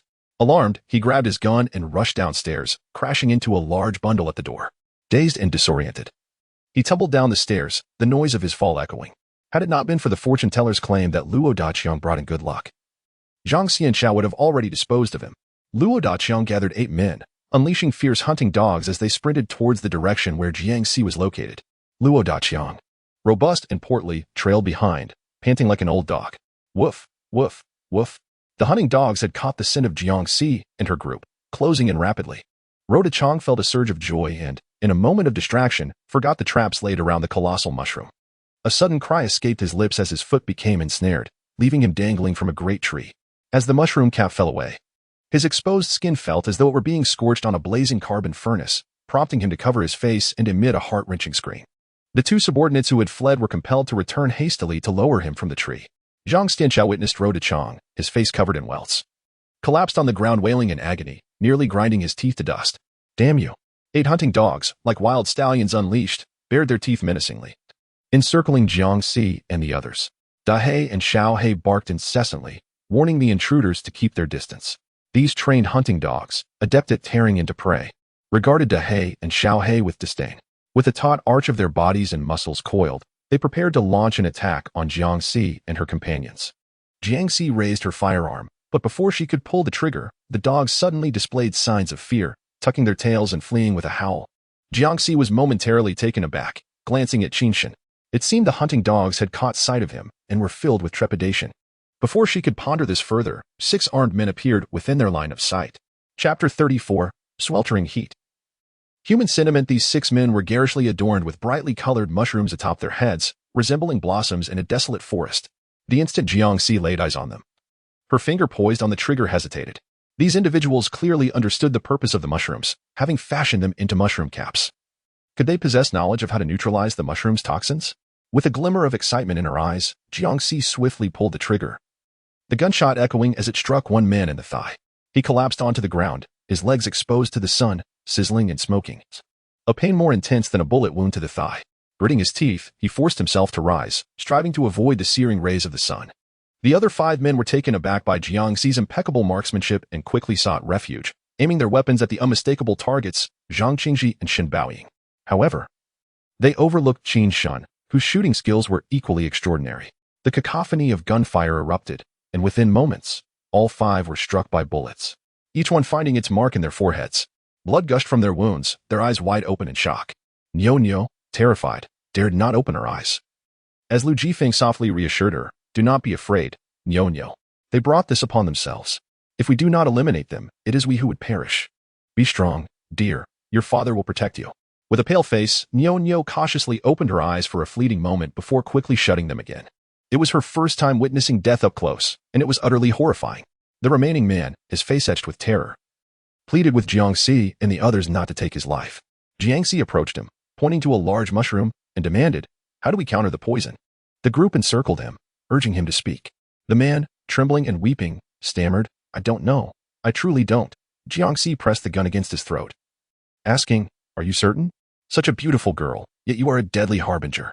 Desperate to save his life, the man racked his brain, insisting, "I have never been poisoned. I truly don't know. But our boss always sends us to collect the maggots from the mushrooms. Perhaps that is the antidote." Jiangxi's eyes sparkled with excitement as she hurriedly turned back to catch the maggots nestled within the mushrooms. In no time, she spotted a mushroom marred by wormholes. With deft precision, Jiangxi sliced it open, revealing a plump, white maggot, roughly the size of a finger, wriggling and attempting to flee. She swiftly picked up the maggot, placed it in a bowl, and crushed it, extracting a copious amount of vibrant green juice. Jiang Linhai furrowed his brow, expressing concern. CC, what if it doesn't work? Jiangxi replied, the medicine from Qinshin's home might not be effective either. We might as well give it a try. Her intuition suggested it would indeed prove beneficial. Reluctantly, Jiang Linhai extended his hand. The green maggot juice tentatively dripped onto one of his fingers, and he immediately felt a refreshing coolness penetrate his skin, alleviating the unbearable itch he had been experiencing. The effect was astonishingly swift. Noticing the look of astonishment on Jiang Linhai's face, Jiangxi understood it was working. She quickly urged everyone to assist in gathering more maggots.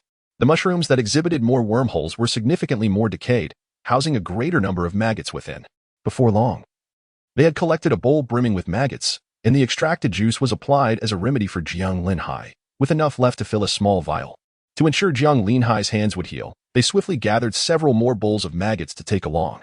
The lifeless men, adorned with mushroom caps, found their headgear far more convenient than the mushroom umbrellas they had been holding. The group removed the caps, along with any firearms, and managed to scavenge daggers, magazines, flint, matches, and other small items from their bodies. Upon witnessing the scene, the surviving man hastily extracted all his possessions and presented them before Zhao Yuning with utmost sincerity. Jiangxi collected the items and inquired, how many of you remain? Who is your leader? Why do you possess firearms? And why has he dispatched you to eliminate us? The man, in a state of urgency, replied, there are 5 individuals still stationed at the lookout tower. Our leader is Zhang Xianchao. We were previously engaged in poaching, which accounts for our firearms. It is because you have uncovered the secret of the giant mushrooms that provide shade, enabling travel during the day, that he intends to silence you permanently. Please, do not take my life. I have revealed everything. I was merely following orders. I implore you. Jiangxi glanced towards the lookout tower, and in the next instant, she raised her gun and decisively ended the man's life. Zhang Qingji and Shen Baoying widened their eyes, clearly expecting Jiangxi to spare him. Perceiving their confusion, Jiangxi explained, our leader will not relent. If he is allowed to escape, he will undoubtedly turn his weapon against us. Acknowledging the threat, it is imperative to eliminate it thoroughly. Zhang Qingji and Shen Baoying grappled with the harsh reality that to avert potential danger, one must resort to taking lives. Yet, Lu Jifeng suggested, they are now down to 5. Should we ascend and eradicate the root of the problem? He concurred with Jiangxi's resolution, asserting that since they had no intention of departing from Longguan village, they could not afford to show leniency towards their adversaries. Jiangxi shook her head, stating, they hold the high ground. If we approach them, we may unwittingly walk into an ambush. It is wiser to retreat for now. Lu Jifeng sighed, contemplating that upon their return to Longguan village, he and Nyonyo could face grave danger if singled out. Nevertheless, Jiangxi's reasoning was undeniably sound. Near the watchtower, exposed to the elements, they became moving targets. Witnessing Jiangxi and the others depart with their laden provisions, and learning of the antidote to the giant mushroom's toxicity, Zhang Xianchao clenched his fists tightly. This time, he was determined to acquire the finest sniper rifle and enlist the most elite assassins to serve him. Luo Daqiang, his face marred by blisters and supported by his underlings, had not even had the chance to treat his wounds before Zhang Xianchao hurled a bucket of instant noodles at him. You fool, how dare you return? The impact burst the blisters on Luo Daqiang's face, causing him to wail in agony, rolling on the ground in a most undignified manner, only to receive another kick from Zhang Xianchao. Useless scum. As they approached the edge of the forest, Jiangxi fairly distributed the spoils of the day among the group, excluding only the insect juice. Jiang Chengwu was pleasantly surprised by the abundance he received. In truth, it was Qin Shen and Jiangxi who had exerted the most effort. He had merely taken care of Nyonyo, lending a bit of strength to transport the swamp eel. Moreover, Jiangxi had saved both him and his daughter, making it only right to offer something in return. Jiang Chengwu pushed the weapons back towards Jiangxi. We have a firearm for both of us. Your family is larger, so take them. There is no need for repayment. Thank you for your care. He then turned to Qin Shen, speaking amicably. I have no diesel, but would some charcoal suffice? If not, I can offer you an additional 20 bullets. Qin Shen nodded in agreement. He owed a significant favor to Jiangxi for rescuing Shen Baoying after being bitten by a venomous snake, although Jiangxi had administered the serum to ensure his safety. The debt lingered. Furthermore, when Jiang Linhai's hands became swollen and everyone was at a loss, Qin Shen had willingly offered the skin ointment from his home to help alleviate the suffering. The sentiment of gratitude grew deeper. After Jiangxi and Lu Jifeng's father and daughter departed, she remarked, in addition to the 500 pounds of grain and clothing I previously promised you, how about I also provide you with a barrel of gasoline and a quilt? Chapter 35, Extreme Heat, White Tiger. Qin Shen had no objections. and Jiangxi's family expressed their gratitude, saying, "Thank you, Xiaoshen. If you encounter any difficulties, do not hesitate to inform us. Should we be able to assist, we will certainly do our utmost." This was a favor earned through life-threatening circumstances, and it ought to be remembered with sincerity. Qinshan did not feign humility. All right. His calm demeanor exuded a sense of composure, suggesting that he would never find himself in a position requiring their aid. He accompanied them to the dilapidated gate of the courtyard, halting politely to await the retrieval of their belongings, which he would then carry back. His upright figure, capable of bearing 1,000 pounds, radiated a profound sense of security. Shen Baoying could not help but lean closer to Jiangxi, casting her a meaningful glance. Qinshan truly possesses a commendable character. He is steady, reliable, and remarkably capable. Even in a post-apocalyptic scenario, he would be an exceptional choice for a husband. Jiangxi, lost in thought, nodded in agreement. Indeed, he has changed significantly since childhood. In his youth, Qinshan was prone to tears and often bullied. His delicate features leading Jiangxi to mistakenly believe he was a girl, prompting her to vow to protect him. Due to her unwavering support, he became her devoted follower for a time. Observing her obliviousness, Shen Baoying chose not to elaborate further. Let it unfold naturally. After all these years of limited interaction, it is only prudent to explore this further. As everyone poured the water collected that day into the water tank, Jiangxi retrieved a water quality tester to conduct an assessment. The water quality has reached a drinkable standard. However, it remains uncertain whether it harbors any harmful bacteria or mutated substances. The common small creatures in the vicinity have vanished, and no wild rabbits were captured upon their return. The livestock belonging to the neighbors has been processed into cured meat. Jiangxi's gaze fell upon the wriggling maggots, and an idea suddenly struck her. Maggots require moisture to survive, so she submerged the mushrooms in water, allowing the maggots to consume them. For the moment, there appeared to be no issues. Jiangxi decided to nurture them. If the maggots remained alive and did not mutate, the water could potentially be deemed safe for consumption. Should the water source prove reliable and the underground river not run dry, extending the duration of sunlight would alleviate their concerns regarding water usage. Everyone watched the maggots feasting on the mushrooms in the box, feeling relieved. Meanwhile, Shen Baoying picked up a giant mushroom cap and inquired of Jiangxi whether mushrooms could withstand solar radiation and be fashioned into clothing. Jiangxi paused. Recalling the radiation-resistant suits she had seen in the northern base in her previous life, perhaps they could explore similar applications with the giant mushrooms. She retrieved the mushrooms from her space, drawing the attention of everyone around her. "What are you planning to do?" "I intend to conduct a test to ascertain any unique substances within the giant mushrooms. If we can extract them and apply them to the skin, they might serve as a form of sun protection." The group's eyes lit up, praising Jiangxi's intelligence. She then rummaged through her space for various chemical apparatuses for experimentation. Although she was not a science major, she had spent half a day in her space studying on her tablet and fiddling with the instruments. Ultimately, she conceded defeat, realizing she lacked the aptitude for a scientist. Perhaps her neighbor Qinshan could succeed.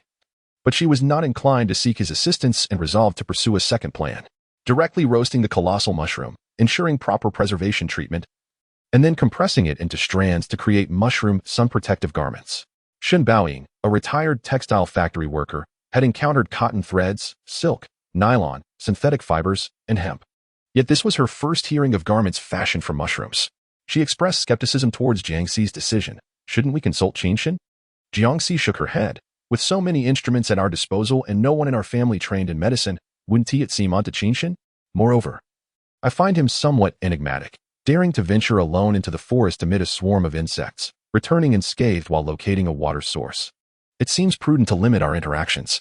"All right then, what shall we do?" Jiangxi replied. "First, help me slice the colossal mushroom horizontally. Then boil it in hot water and see if we can extract fibers after it dries. As long as we obtain fibers, we can create mushroom thread.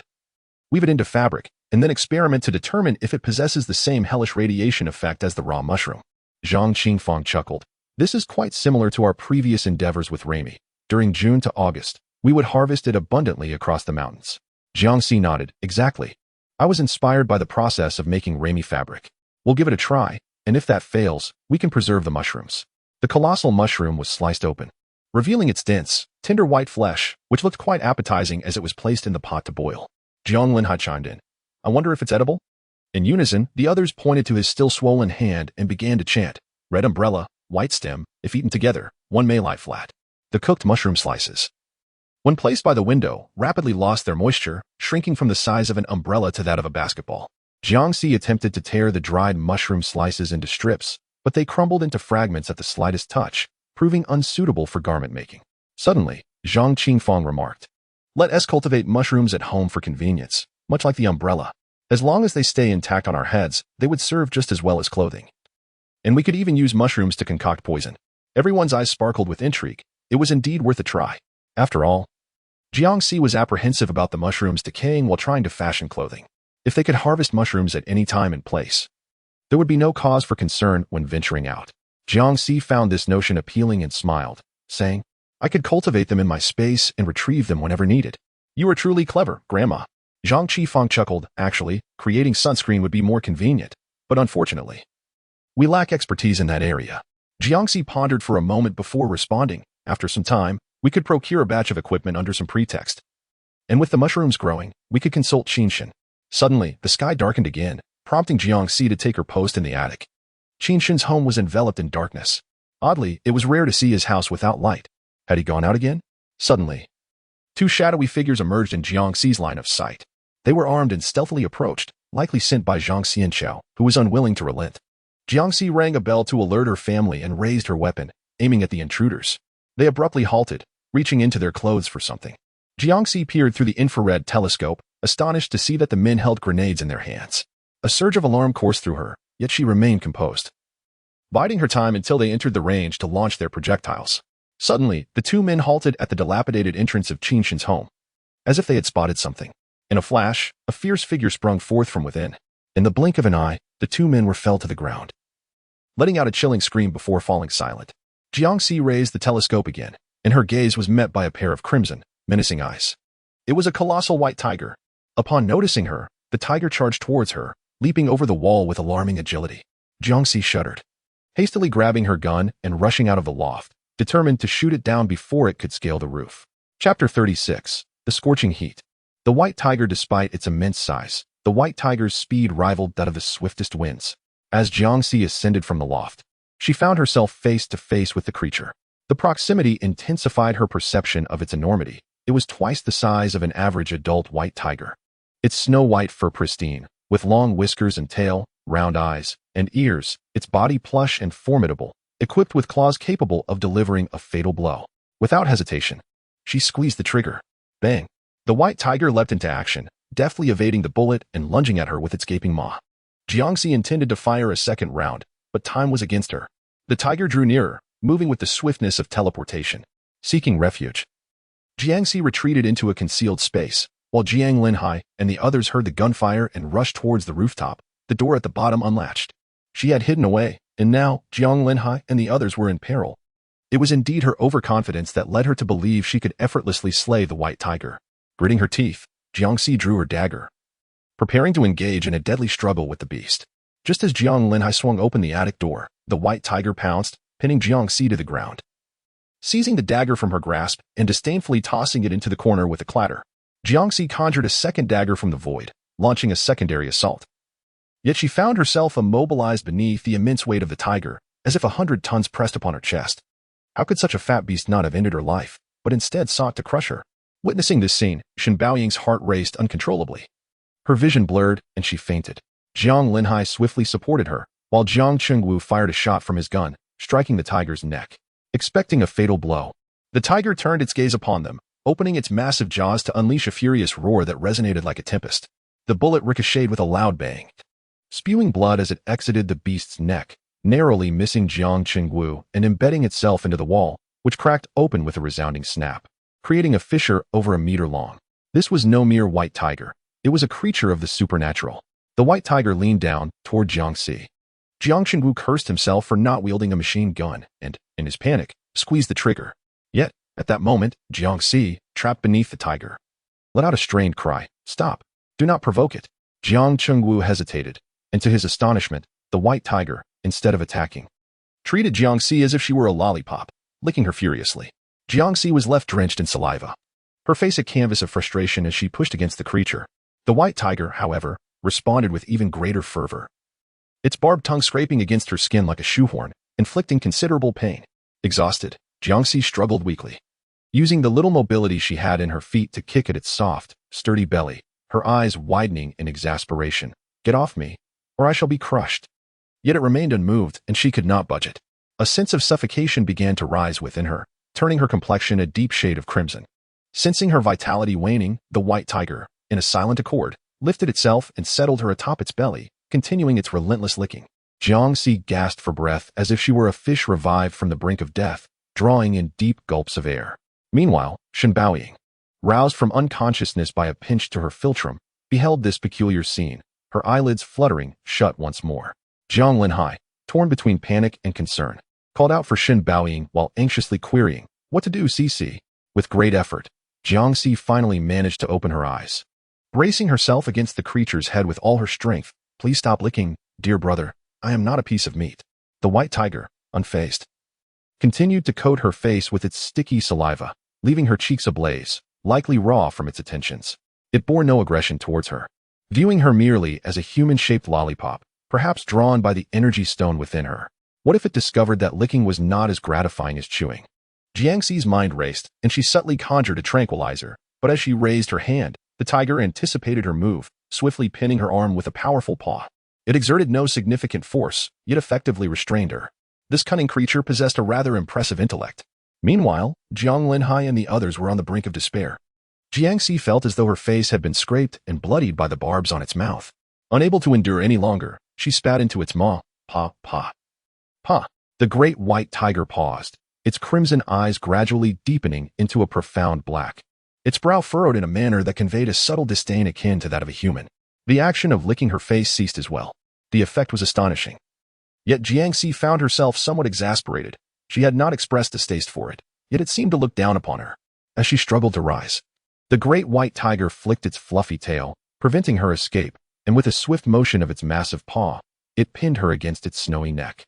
The soft, furry sensation was warm, akin to being enveloped in a luxurious towel, and the fiery pain on her cheek surprisingly transformed into a semblance of comfort. The energy stone within her radiated a gentle warmth, invigorating her body like never before. The closeness was delightful. The great white tiger appeared to realize that pressing against Jiangxi was more pleasant than licking her, and its fierce demeanor gradually softened. Jiangxi lifted her head to catch her breath, meeting its gem-like, glossy black eyes, and tentatively reached out her hand. The tiger exhaled haughtily, its expression regal and frosty, resembling a descended deity, indifferent to the trivialities of mere mortals. Regardless of its divine disposition, it had licked her while looking down upon her. She resolved to teach it a lesson about the harshness of society. Steeling herself, Jiangxi firmly pressed her hands against its fluffy face, vigorously rubbing. The soft texture was delightful, almost intoxicating. The tiger exhibited a hint of disdain, shaking its head in an attempt to dislodge her hands. Its lackadaisical response, devoid of aggression, emboldened Jiangxi to advance further. She rose onto her toes and seized its two round ears. A warm, tingling sensation electrified her, causing its rounded ears to reflexively twist into a spiral, dodging left and right. Jiangxi marveled, so even tigers experience airplane ears. The white tiger let out a soft snort, yet its ears remained uncontrollable. The others mimicked Jiangxi's movements, their hearts mirroring the up and down rhythm. It was only when Jiangxi fully sensed that it posed no threat, merely desiring closeness, perhaps even more disdainful than her own spittle, that she mustered the courage to reach for the gun nestled at its neck, speaking in a tone of negotiation. "Shall I tend to this for you?"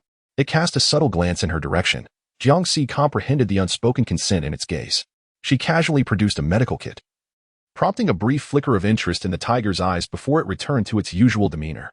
The fur around its neck was remarkably thick, and the bullet had only penetrated the outer layer of flesh. With patience, Jiangxi applied medication and wrapped the wound in bandages, then tentatively placed some dog food before it. "Are you hungry? Would you like a bite?" This creature possessed an uncanny awareness. Having it by her side as a guardian seemed rather appealing. Jiangxi's thoughts met the tiger's cool, indifferent gaze, tinged with a hint of disdain, reminiscent of Zhu Beiji confronting the mirror of truth. Instinctively, she touched her nose, pondering, "If you want to eat this, what do you desire?" Chapter 37, The Scorching White Tiger. The white tiger extended its paw, unexpectedly pressing against her plush chest, responding to Jiangxi's actions. It sought no sustenance, only the warmth of her presence. With a sigh of resignation, Jiangxi reassured everyone, "I'm fine, there is no need for concern, it won't harm me. You should check on those two corpses, we might retrieve a couple of guns and grenades." Once again, she cast a glance at Qinshin's residence, pondering whether to venture a visit.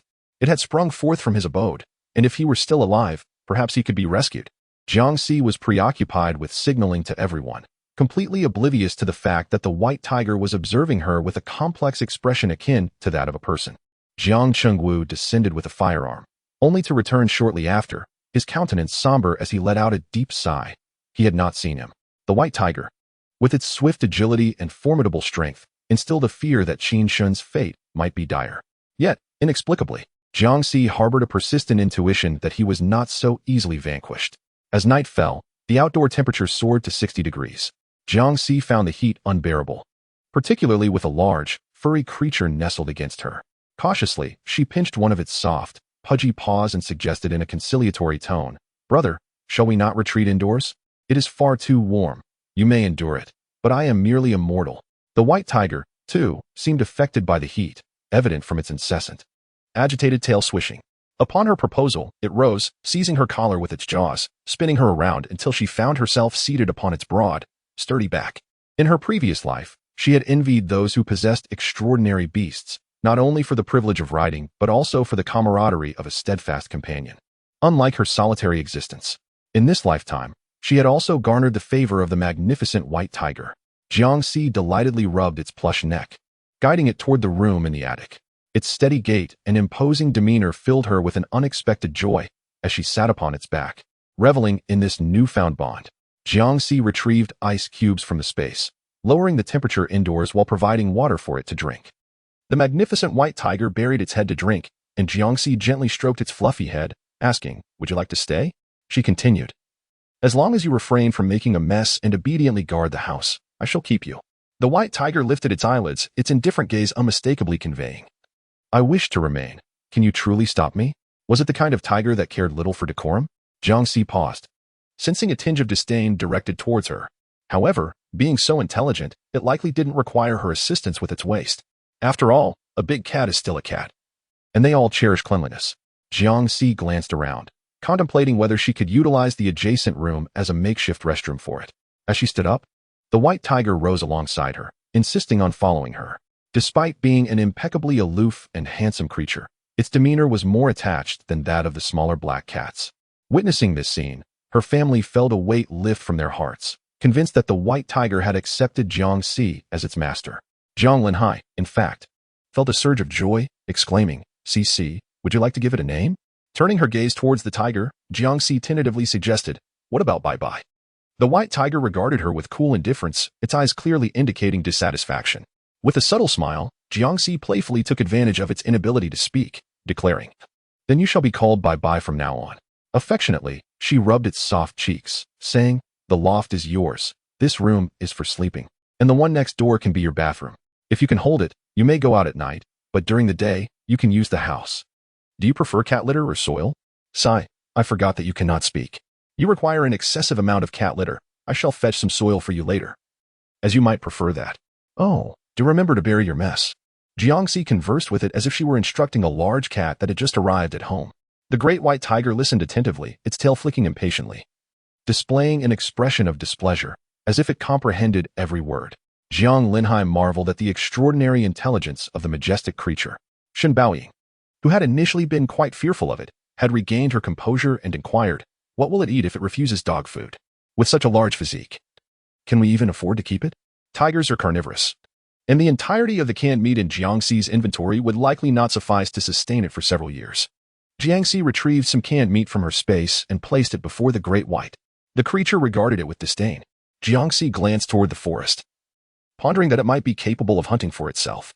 However, she found it perplexing that its demeanor was so tranquil. Yet it had suddenly launched an attack on those two men. Jiang Si surmised that perhaps these individuals had previously assaulted it in the forest, prompting it to seek revenge. And fortuitously, it had encountered her, sensing the energy stone within her. At present, Jiang Si was cautious and did not dare to approach the creature closely, choosing instead to dine alone in the attic with it. A steaming bowl of instant noodles sat before her, and the tiger fixated on it, seemingly yearning for a taste. Jiang Si noticed and raised the noodle container. "Would you like some?" It was so large that a single bite could nearly swallow Jiang Si's head. And even this bowl of noodles would hardly suffice to fill its gaps. Nevertheless, Jiang Si generously conjured several more containers of noodles from her space, indicating that there would be ample supply if it desired to eat. One cannot help but wonder whether a tiger would suffer from an upset stomach after indulging in instant noodles. As Daba glanced at her, it suddenly extended its paw, gently brushing against the fork meant for the noodles, as if attempting to mimic Jiangxi in her culinary endeavor. However, its oversized, furry paw merely swiped the air, grasping at nothingness. A chuckle threatened to escape Jiangxi's lips as Daba cast her a sidelong glance, its expression remarkably human-like. Stifling her laughter, she lifted a strand of noodles to its mouth, proclaiming, "Let me feed you." Daba, in a display of pride, turned its head away, its fluffy silhouette betraying a hint of reluctance. Jiangxi stifled a smile and leaned against its sturdy back, slurping up her noodles. To be honest, having such a formidable companion made the simple act of eating instant noodles feel far less stressful. After finishing her meal, concerned that Daba might be ravenous with nothing to eat, she retrieved a wild boar from her storage space, but Daba merely glanced at it, seemingly finding it less enticing than the noodles. Perplexed by its preferences, Jiangxi produced an assortment of random snacks from her space, placing them before Daba. "Eat if you're hungry. If you wish to venture outside, remember to close the door." She then rose and approached the attic, demonstrating how to open and close the door. Daba watched her silently, and Jiangxi sensed that it understood her. "So, I shall retire for the night." It had been so close to her for so long, surely it wouldn't insist on following her to bed as well. It wasn't that she disliked its company, but the heat was stifling, with the indoor temperature hovering around 30 degrees Celsius. Tentatively, Jiangxi took a step outside, only for Daba to snag her garment with its paw, preventing her from leaving. With a sigh of resignation, she conjured a mattress from her space and spread it on the floor. "Then I shall sleep here. Is it acceptable for you to rest beside me?" Jiangxi reclined, unable to comprehend the silence of the great white creature beneath her, as its paws rested on the soft mattress, enveloping her in a warm embrace. Frustrated and unable to escape, she indignantly poked its large face, playfully threatening, "If you dare follow me while I bathe, I shall have you castrated." Chapter 38. Intense Heat, the White Tiger. The creature paused, its dark, enigmatic eyes sending a chill down her spine. Surely, it could not still be angry. Instinctively, Jiangxi attempted to placate it, wrapping her arms around its neck and nuzzling against it, jesting, "Don't take it seriously." However, as she leaned closer, the majestic beast turned its head away, displaying a hint of disdain. This sudden gesture reminded her of Qinshan, with his haughty demeanor, truly reminiscent. The heat was unbearable. Normally, Jiangxi possessed a good sleeping posture. Yet now she tossed and turned in a myriad of ways, akin to a snail, subconsciously trying to distance herself from the blazing warmth enveloping her. Yet, before long, the soft furnace would reclaim her completely, leaving no space to escape. Drenched in sweat, Jiangxi instinctively shed her thin garments. The plush blanket absorbed the moisture, providing a semblance of comfort. Observing her sprawled position, the white tiger furrowed its brow at the scent that clung to her. The night was eerily quiet, the crimson hues of dusk gradually fading, revealing a moon resembling a lustrous jade disk. Suddenly, the white tiger rose, dislodging Jiangxi from its back. As it prepared to leave, it paused, turning back to gently grasp her outer garment in its mouth and draping it over her. As Jiangxi drifted into slumber, the space beside her felt vacant. Her skin exposed to the cool air triggered a reflex, causing her to abruptly open her eyes. Yet, there was no trace of the white tiger in the room.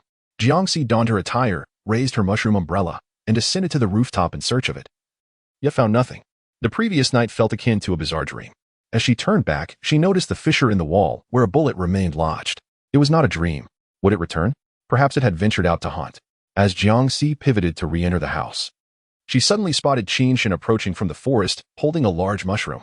The harsh rays of the sun cascaded upon him, enveloping him in a soft filter that starkly contrasted with the desolate surroundings. Jiangxi waved her hand, greeting him. "Qinshan, have you seen a large white tiger?" Qinshan paused momentarily, shaking his head. "No." A flicker of disappointment crossed Jiangxi's eyes as she added, "If you happen to see it, and it does not pose a threat, please do not harm it. It possesses a certain spirit and can understand speech." Qinshan's expression grew somewhat peculiar. Yet he acquiesced. "All right." Jiangxi then inquired, "Did you venture into the forest again?" Qinshan raised the other hand, revealing a basket filled with something. "Would you like to trade? We can exchange." Jiangxi, unable to discern the contents from such a distance and without the means to use binoculars, called out, "What is it?" As Qinshan approached their yard wall, Jiangxi finally saw that he had foraged some cactus fruits. The space was not static. The refrigerator had scarcely held any fresh produce, having been nearly depleted by their consumption. The strawberry tomatoes she had planted had yet to ripen, making the prospect of having cactus fruits to eat an extravagant delight. Jiangxi's eyes sparkled with excitement as she asked him, "What do you wish to trade?" Qinshan's expression momentarily faltered. "Instant noodles?" "Ah, instant noodles. That's no problem at all. Jiangxi readily agreed, saying, I happen to have 2 buckets of instant noodles at home. I'll bring some down. Very well, he replied, as Jiangxi descended with the instant noodles. Her family cast her knowing glances. Unable to contain her amusement, she remarked, What are you all thinking? I'm merely exchanging some items. Jiang Linhai elongated his tone. Oh. As soon as Jiangxi stepped outside, he promptly ascended to the 3rd floor to observe intently.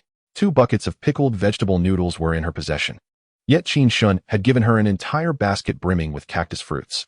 Jiangxi protested, This is too much, just a few will suffice.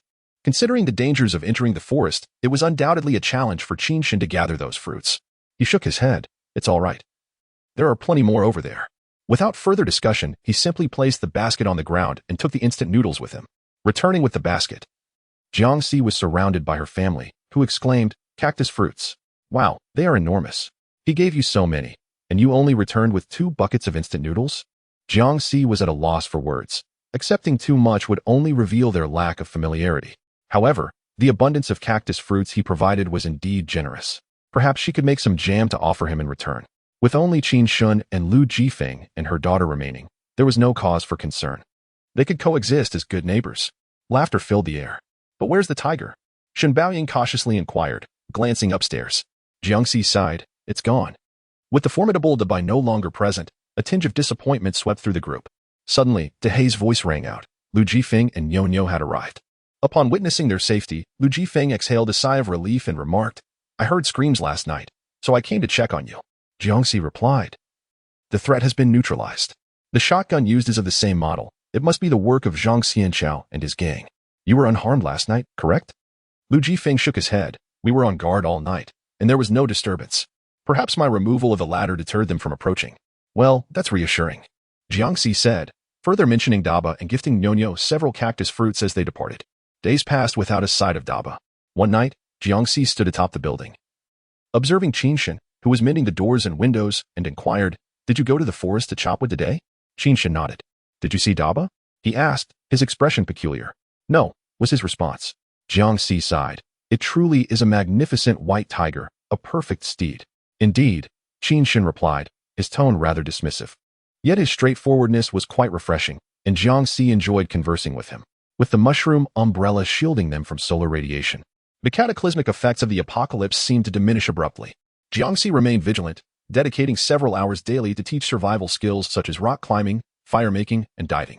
In the remaining time, Grandma cultivated sweet potatoes, mushrooms, peas, and cucumbers in sacks at home, while Grandpa diligently researched medicine.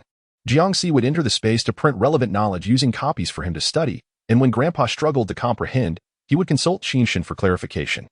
Father has been diligently enhancing his physical training, honing his combat techniques, and learning new moves, which prompted him to seek practice with Qin Shun. Consequently, Qin Shun gradually became acquainted with their family. Jiangxi even fabricated a story about discovering chemistry experiment apparatus from a household in the village, asking Qin Shun if he could assist her in concocting a mushroom-based sunscreen. However, the tranquility of their days was abruptly shattered one fateful night. While Jiangxi was patrolling the attic as usual, she suddenly spotted a long, imposing line of flames in the distance, marching in perfect unison. Without delay, she informed her family and called out to Qin Shun. Jiang Linhai hurriedly inquired, Shall we leave? Jiangxi nodded. It seems they are coming for us. There are too many of them. It's best to retreat. All right. The family swiftly donned their gear and grabbed their belongings as they retreated into the forest. Just as they stepped outside, they collided with Qin Shun. Before Jiangxi could utter a word, she was taken aback by his sudden intensity as he spoke in a low voice. They are here. Jiangxi stared at Qin Shun in disbelief, questioning whether she was experiencing an illusion. It was indeed peculiar for him to emerge from his room in the dead of night seeking her for a massage. Realizing her perplexity, Qin Shun closed the door behind him, indicating they could continue in the living room, assuring her that his intentions were entirely innocent. Perhaps he had indeed woken up with a stiff neck, prompting his unusual request. As Jiangxi joined him in the living room, Qin Shun instinctively turned away, presenting his broad shoulders, elongated neck, and perfectly sculpted jawline fully within her view. One could not deny that a handsome person appears captivating from any angle. Jiangxi inhaled deeply, her hand slowly reaching toward his robust shoulder and neck. Qin Shun had pressed her shoulders twice before. It was only fitting that she reciprocate once. Yet, unexpectedly, her heart raced uncontrollably. Jiangxi applied a bit more pressure and inquired, How does that feel? She had never even given Jiang Linhai a massage, and here she was, doing so for the first time for him. Qin Shun, appearing as if he were asleep, took a while before responding with a soft, languorous hum, his deep voice resonating with an alluring charm. Jiangxi couldn't help but think that if he were not a surgeon, he would surely garner immense popularity as a broadcaster. Without uttering a word, Qin Shun silently accepted Jiangxi's shoulder and neck massage that lasted for nearly half an hour, showing no intention of stopping. Jiangxi's hands began to ache, and she wondered if Qin Shun expected her to massage him for as long as he had done for her. While she was certainly capable of continuing, she questioned whether his cervical spine could withstand such prolonged pressure.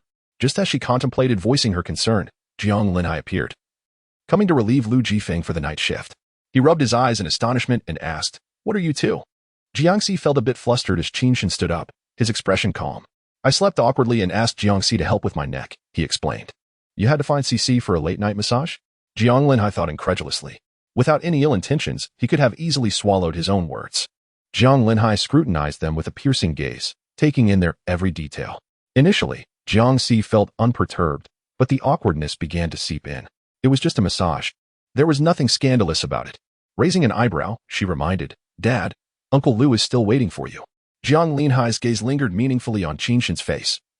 And after a light cough, he stated, "It's getting late. You both should rest soon." Qin Shun understood immediately, casting a glance at Jiangxi. "Very well." Jiangxi observed his unchanging expression, yet she sensed an underlying dissatisfaction.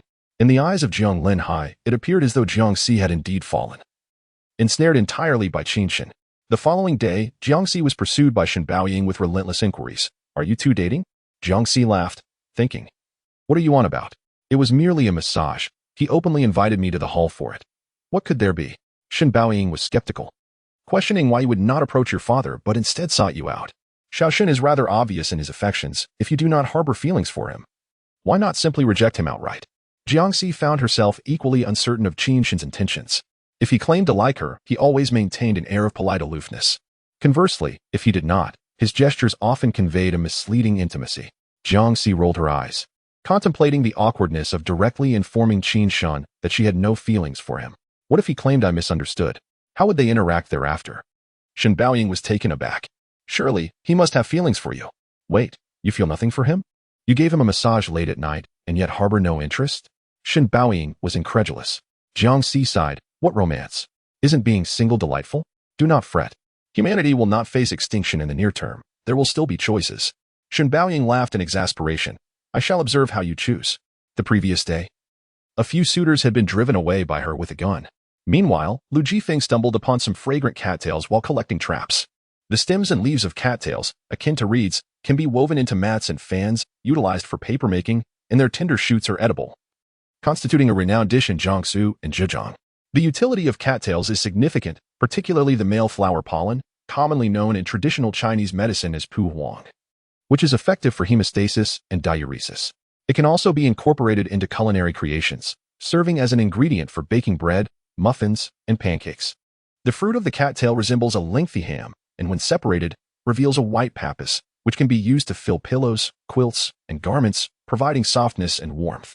Lu Jifeng intended to teach Nonyo how to utilize cattails and reeds to construct shelters, create garments, and fashion fishing tools. He had just cut 2 large bundles when a whistle suddenly echoed from the boat. Immediately, Nonyo shouted, Daddy, there's a woman behind you. Lu Jifeng raised his gun. And soon, a young woman adorned with reeds appeared in his sight. She was fair-skinned, with delicate features, and was of a similar age to Jiangxi. She gazed at Lu Jifeng for an extended moment, mustering her courage to step closer. Perceiving no imminent threat, Lu Jifeng coldly advised her to leave. Cheng Jing smiled at him, her intentions unmistakably alluring. Brother, will you take me back? Lu Jifeng averted his gaze and resumed his path. Aware that he was from one of the nearby boats, Cheng Jing hurried to keep pace with him, exclaiming, Brother, wait for me.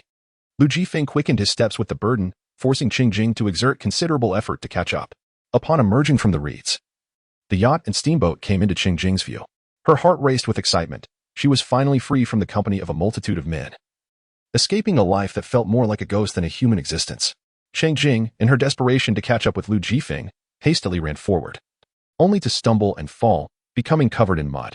Lu Jifeng swiftly boarded the yacht, leaving Cheng Jing curled up on the ground, softly sobbing. With her tear-streaked face resembling a delicate pear blossom drenched in rain, it was difficult for any man to remain indifferent. Yet, as she waited in vain, her tears nearly dried up, and no one came to her aid. The sky was darkening, and if she couldn't board the ship, she would surely be in peril. Cheng Jing lifted her gaze to the armed Qin Shun, and suddenly her eyes sparkled with a remarkable intensity. She cupped her hands and called out to him with all her might. "Brother, will you take me in? I am willing to do anything for you if you let me stay." Just moments ago, she had been calling Lu Jifeng brother. Jiang Linhai glanced sharply at Qin Shun, while Jiang Si couldn't help but steal a glance at him, curious about his reaction. Qin Shun remained utterly indifferent, regarding Cheng Jing as if she were merely a wisp of air. Jiang Si suddenly felt that Qin Shun indeed favored her. Cheng Jing was on the verge of tears, as numerous men vied for her attention, yet the occupants of the 3 boats stood unmoved. She was reluctant to return that night, and her gaze fell upon Jiang Si's face, believing that as a woman, she might be more compassionate. "Sister, I beg you, please let me stay. I eat little and work hard. Whatever you need done, I will do it, and I promise to be obedient." Jiang Si smirked. "What if I tell you to go die?" Chapter 38, Scorching Heat. Assurance. Suddenly, several men clad in tactical gear emerged from the surroundings, encircling them. These were official personnel.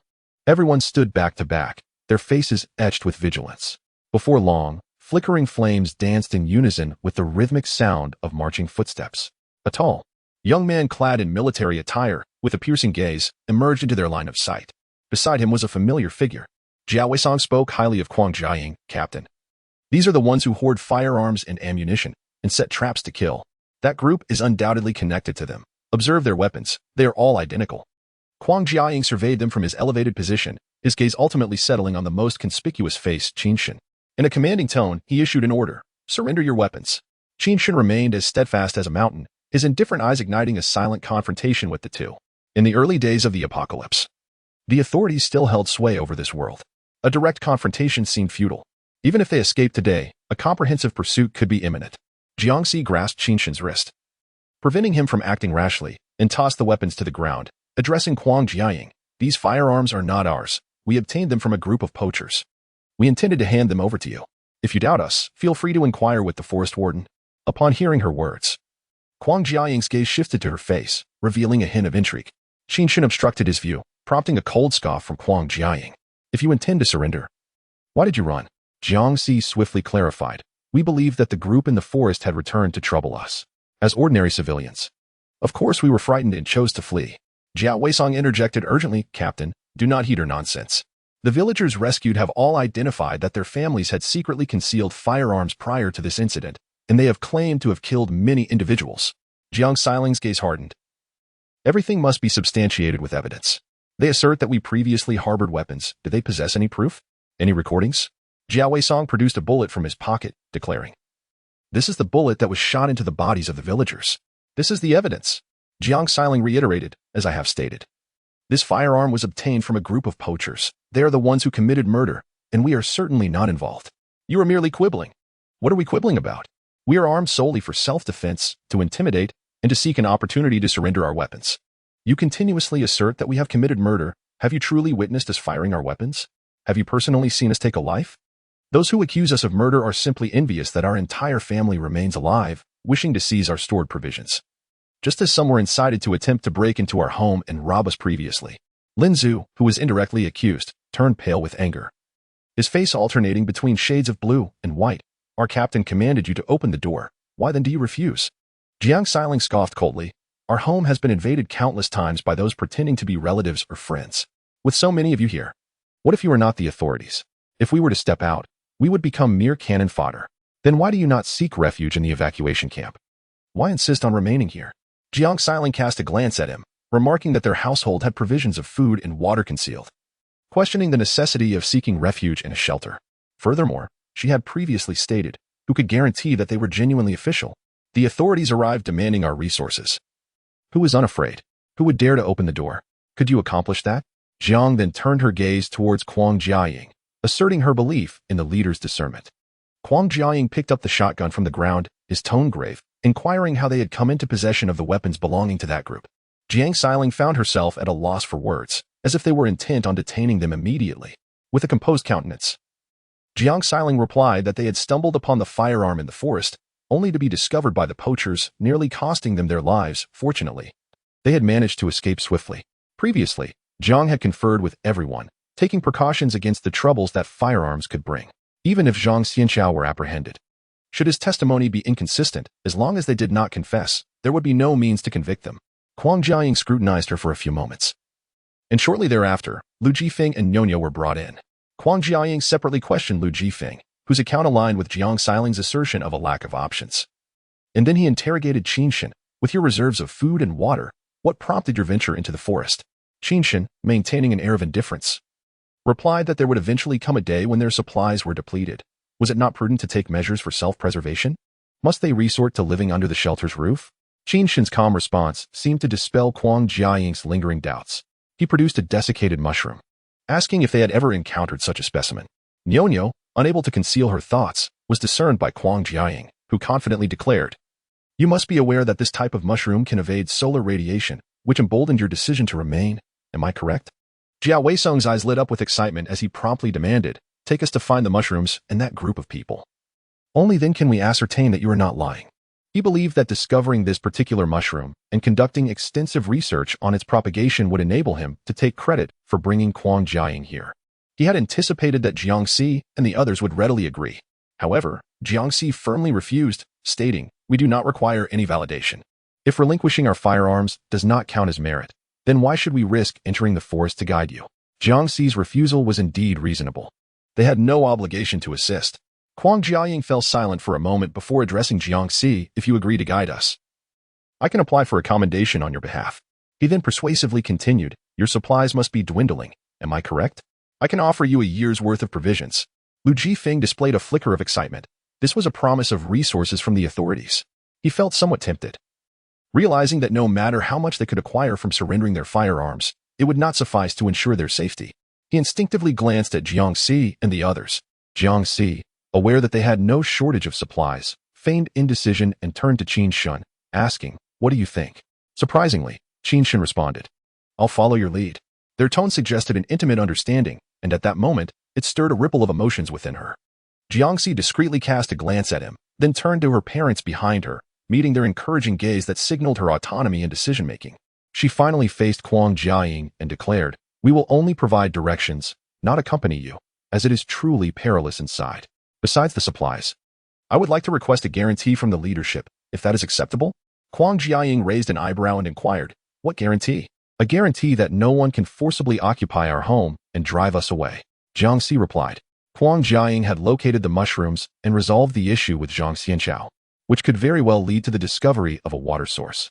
In a region where water resources were scarce, it was highly likely that a human settlement would re-emerge. The house they occupied could easily attract attention, and someone might attempt to find ways to move in. In her previous life, she had encountered such situations. Jiangxi had no immediate plans to leave with her parents. The official maintenance of order was, in fact, beneficial for their family, as it provided a semblance of basic safety for their lives. Chapter 40. Extreme Heat, Vaccination. Huang Jiaying took on the challenge without hesitation, replying, "All right. I assure you. Aside from that group, what dangers could we possibly encounter in the forest that would cause you such concern?" It was evident that Huang Jiaying had faced considerable troubles in the city, leading to his cautious demeanor. Jiangxi glanced at Qinshan, who appeared disinterested in speaking.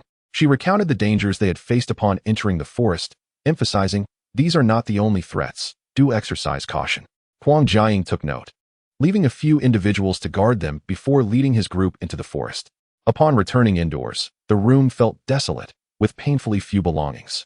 Nyonyo's stomach growled, prompting Shen Baoying to head to the kitchen to prepare a pot of noodles for everyone. As Jiangxi entered the kitchen to fetch a bowl, Shen Baoying discreetly lowered her voice and asked, glancing at the several wooden pillars standing in the living room, "Should we offer them something to eat?" Jiangxi shook her head, remarking on the preciousness of food nowadays, especially for the special forces, who surely did not lack for sustenance. To avoid arousing suspicion, Shen Baoying refrained from adding scallions to the noodles. However, her culinary skills shone through, as the broth made merely from dried shrimp and mushrooms was tantalizing. Nyonyo licked her bowl clean, her smile radiant. "Annie Shen's noodles are truly delicious, far better than what Daddy makes." Shen Baoying wished to encourage her to express her desires, but the words caught in her throat. Instead, she turned to Lu Jifeng and suggested, "This isn't difficult. Annie can teach your father how to prepare it for you." Nyonyo clapped her small hands, her face beaming with joy.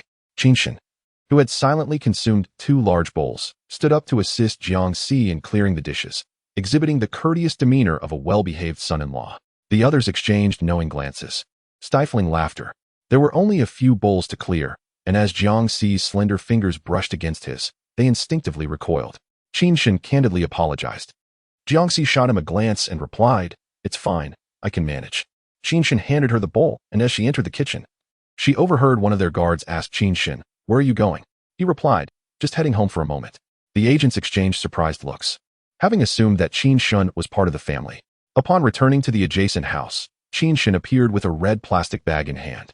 He presented it to Jiang Xi with an air of nonchalance, indicating that it was for today's meal. This deliberate act of drawing a line between them dispelled Jiang Xi's fleeting speculation about his feelings towards her. As she opened the bag, she discovered it contained approximately 2 pounds of hazelnuts. Hazelnuts are nutritionally rich and provide a strong sense of satiety. In every regard, they certainly have the upper hand. Jiang Xi grabbed a handful and chuckled, "This will suffice." Nyo promptly tugged at Lu Jifeng's sleeve. "Daddy, we also want to contribute." Lu Jifeng turned to Shen Baoying and declared, "Auntie, I shall bring you some preserved vegetables later. Please do not reject them." Typically, Shen Baoying would dismiss such offerings, questioning what a bowl of noodles could possibly warrant. However, since Qin Shin had already provided a share, it would be unacceptable to turn down Lu Jifeng's generosity. Shen Baoying smiled and nodded. "Very well. The wild boar meat that Xiao Shun gave us is just right for making a delectable dish with preserved vegetables." The Special Forces soldiers, clutching their grain cakes, listened as they spoke of mushroom soup, hazelnuts, and the enticing dish of pork with preserved vegetables, their eyes glimmering with longing. These individuals indeed led a life of comfort. This house felt cooler than others, and the intricate traps and iron-barred windows within reinforced their impression that this family was not ordinary. As everyone sat in the living room, drowsiness overtook them. And with dawn approaching, Huang Jiaying had yet to return with his team. The soldiers assigned to guard them displayed signs of anxiety. With so many venturing into the forest, the absence of mushrooms that could shield them from radiation posed a grave risk. Ren Jinshan, the most formidable of the special forces, was determined to enter the woods in search of them if they did not emerge soon. Before departing, Huang Jiaying had thoughtfully left him a shriveled mushroom capable of deflecting radiation. He glanced at Jiang Xi, who lay comfortably against Jiang Linhai's shoulder, and suddenly inquired, "Is there any place along the way back where we might evade radiation?" Jiang Xi opened her eyes and shook her head. "We certainly did not encounter any." Ren Jingshan's expression grew increasingly somber when the lookout from above suddenly relayed delightful news. "Brother Ren, they have returned. Everyone is back." The group collectively leaned toward the window, where Huang Jiaying was supporting a gigantic red mushroom, while others behind him held a variety of colorful mushrooms. Those who were injured and carried on stretchers were also covered in mushrooms, as if the fungi had come to life and were bustling into the city. With their return, the need for shelter arose. Huang Jiaying assured Jiang Xi that he would not allow anyone to occupy their home. He directed the others to settle in the unoccupied and relatively undamaged houses in the village. Upon entering a house, he was struck by a refreshing chill. Pausing momentarily before promising Jiang Xi, "Once everyone is settled, I will ensure that food is delivered personally." Jiang Xi then inquired, "Have the group from the forest been captured?" Huang Jiaying glanced at her, a smile playing on his lips. "A few managed to escape, but it matters not. We are stationed here, and they will not dare retaliate against you." Jiang Xi was unconcerned by this, nodding in acknowledgement. "Thank you, leader," indicating her intent to dismiss him. Jiang Xi's gesture seemed unnoticed by Huang Jiaying, who surveyed their home with a profound expression and remarked, "Your house is quite cool." Jiang Xi replied nonchalantly, "Yes. We installed a sunshade, and it has proven quite effective." Such an evident effect from a mere sunshade seemed a remarkable coincidence.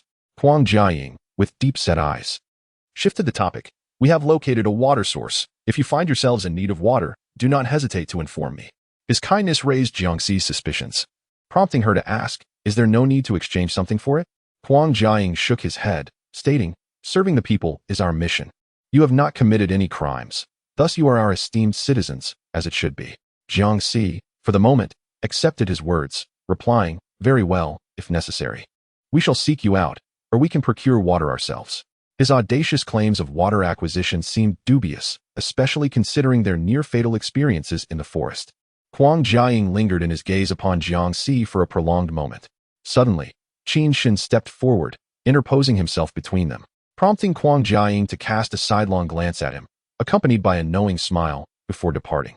Lu Jifeng, feeling somewhat elated, remarked, "The authorities will fetch water for us and maintain order here. If we all devise a means to construct temperature-controlled greenhouses for crop cultivation, Perhaps the situation will gradually improve. Having lived through the previous life, Jiangxi found his optimism overly idealistic.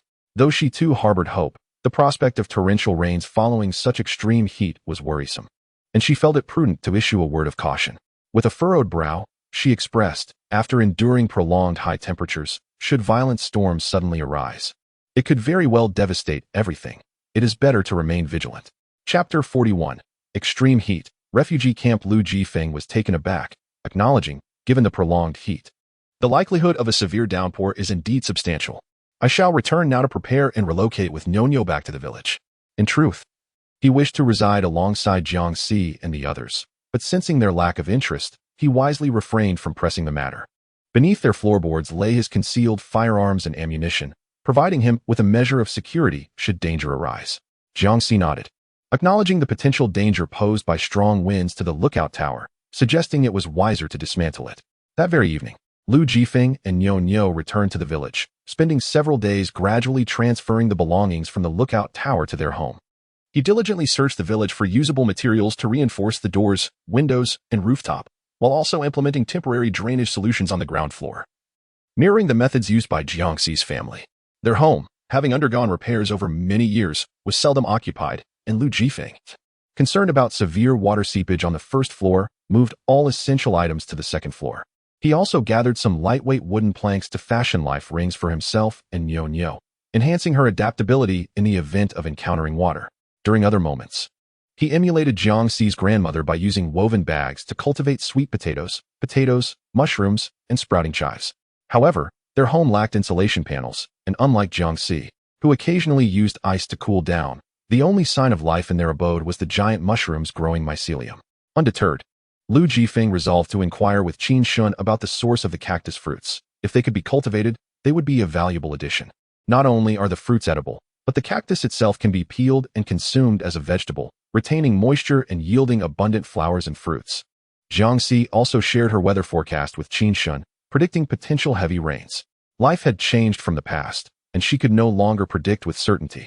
Untroubled by the thought of Qin Shun questioning her knowledge, Qin Shun's response mirrored that of Lu Jifeng, as he too actively repaired his home, occasionally venturing into the forest to return with gathered mutated plants, small game, and salt stones, exchanging these for everyday necessities with Jiangxi's family.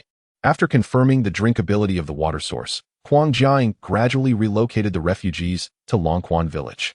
Longquan Village comprises over 120 households, and apart from the homes of Qin Shun, Lu Jifeng, and Jiangxi, many people moved in daily. Each household required at least 20 individuals to reside together, whether familiar or unfamiliar, all crammed into large dormitory-style accommodations. The sweltering heat exacerbated the unpleasant odors within the confined space, where an amalgamation of scents lingered. The Lin family was squeezed into the shelter, receiving only 2 meals a day, while restroom access necessitated long queues, making it impossible to stretch their legs while sleeping.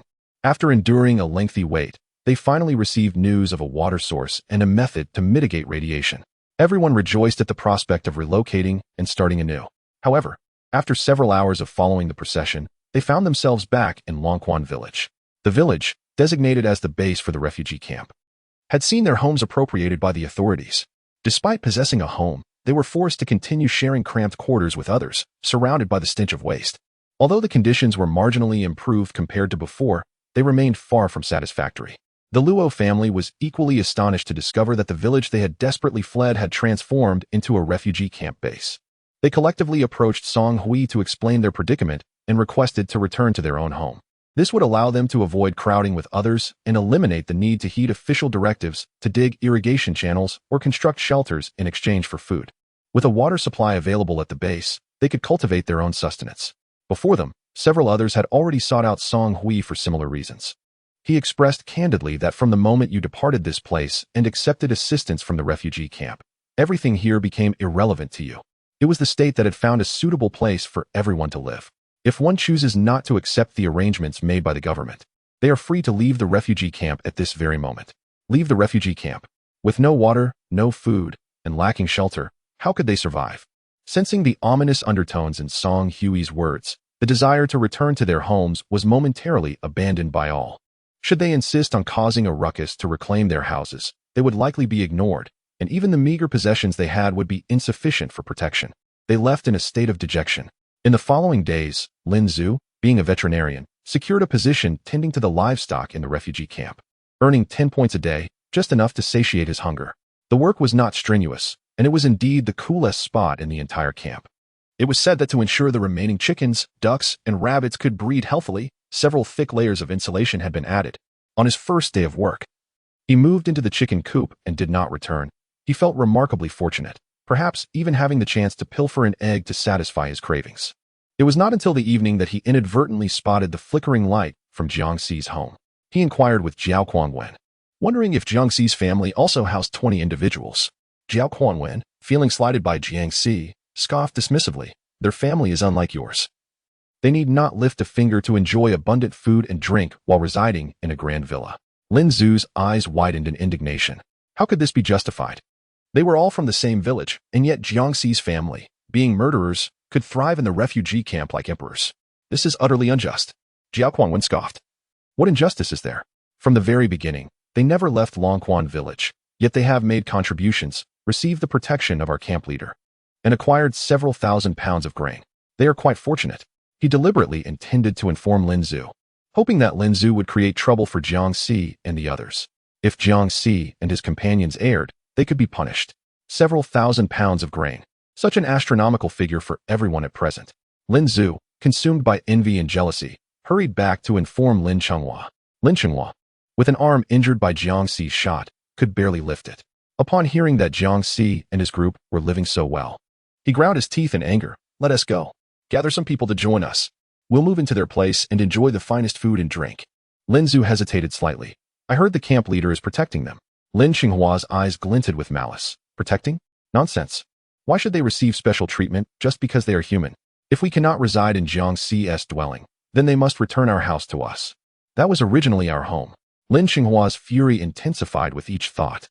Even though there were patrols in Longquan village to maintain order, Jiang Xi remained vigilant, diligently taking turns with his family to observe from the window. As Jiang Xi was teaching his mother how to escape from others' constraints, a sudden voice echoed from upstairs. "Alert!" Immediately, everyone ceased their activities, donned their gear, and armed themselves. Even Xiaohei and Dehei rushed to the door, baring their teeth, ready for confrontation. Before long, Jiang Xi heard a commotion outside the door. Lin Zhu shouted, "Your family occupies such a large space, yet only a few of you reside there, wasting resources that belong to everyone. We are all from the same village, so let us reside together." Chapter 42, Scorching Heat and Sandstorms. Fortunately, Jiang Xi possessed foresight and directly negotiated the terms for securing accommodation with Quang Jiaying. Otherwise, living among this tumultuous crowd would undoubtedly lead to countless troubles. The uproar outside grew increasingly fierce. Had there not been someone overseeing the village, they would likely have stormed in and expelled Jiang Xi and her companions. "You don't even dig ditches, yet you expect us to toil tirelessly, providing you with water, food, and shelter, while we live in conditions worse than a dog's den. Indeed, your family enjoys the benefits, yet you contribute nothing. You must understand the virtue of generosity and possess a sense of conscience. In times of national disaster, please do not act so selfishly. If everyone had a place to stay, we would not trouble you." The water was painstakingly transported by Quang Jiaying and her companions from the mountains, offered freely, while food distribution required labor contributions for points, which could then be exchanged for sustenance. However, Jiang Xi and her group had yet to fetch any water. They had only procured it from Imohua. Quang Jiaying had promised them a year's worth of provisions, but thus far, they had received merely a bag of flour. Overall, they had not benefited in any substantial way. Jiang Linhai wore a frown of frustration and concern.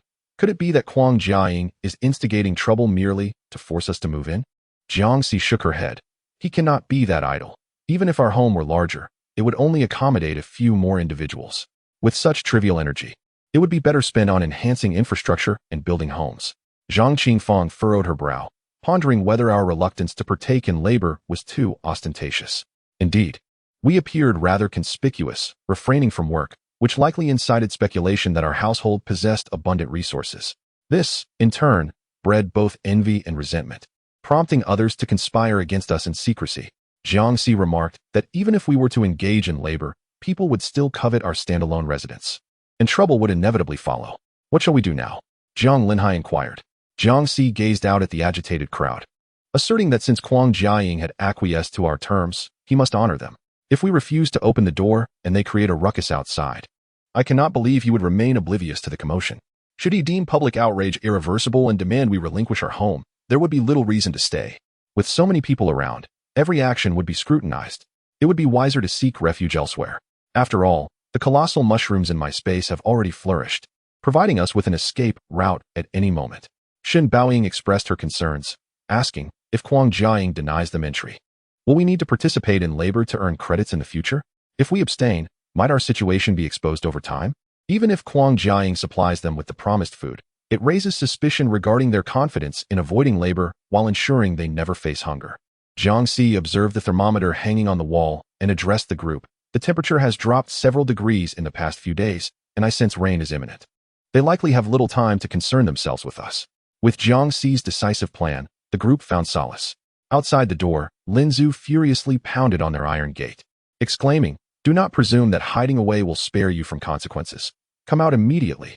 He had inquired and learned that the firearms belonging to Jiang Si's family had been confiscated, leaving them utterly incapable of retaliating. Others joined in the chorus, shouting, "Come out. Redistribute the houses."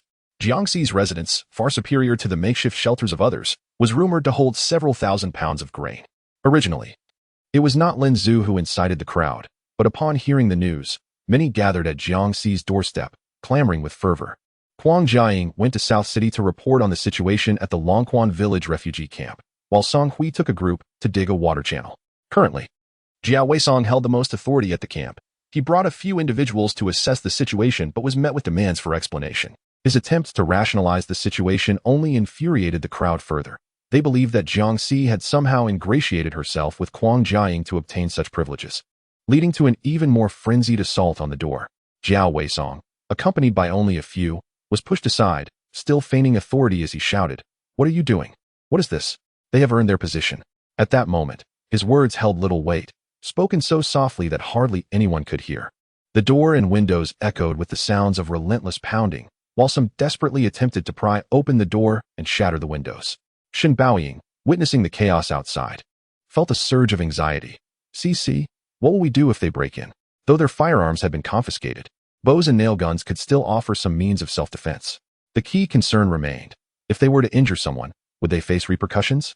Jiang Siqing lowered her eyes, thinking that if they waited just 5 more minutes without anyone hindering them, they could leave this place at once.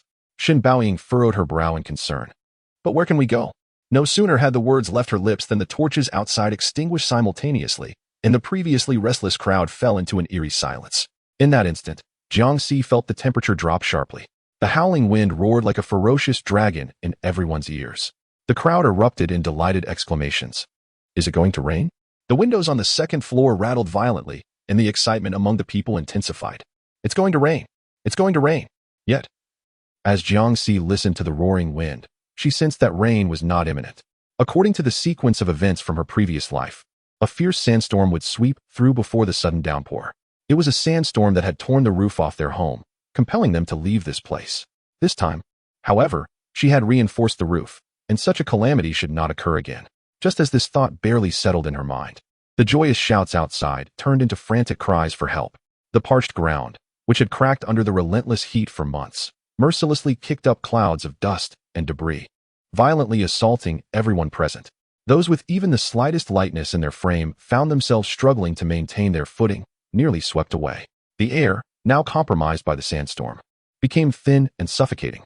Each breath felt like inhaling a mouthful of grit, searing painfully in her chest.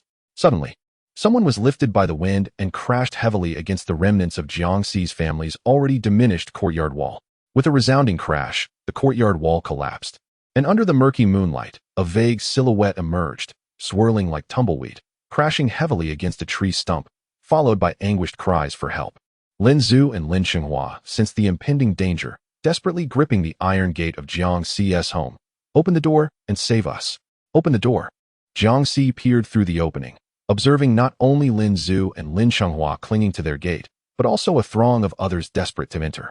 Allowing them passage would mean succumbing to the howling winds, making it impossible to expel them later. Ignoring their pleas, Jiang Si urged her family to promptly check that all doors and windows were securely fastened. Lin Zhu, nearly swept away by the ferocious gusts, grew frantic. pounding on the door. You heartless creatures, turning a blind eye to the suffering. You shall face retribution. Open the door, you beasts, you cold-blooded fiends. You are lower than swine or dogs. Chapter 43. Sandstorm. With a swift motion, Jiangxi unlatched the security door, inadvertently crushing Lin Zhu's hand against the iron bars.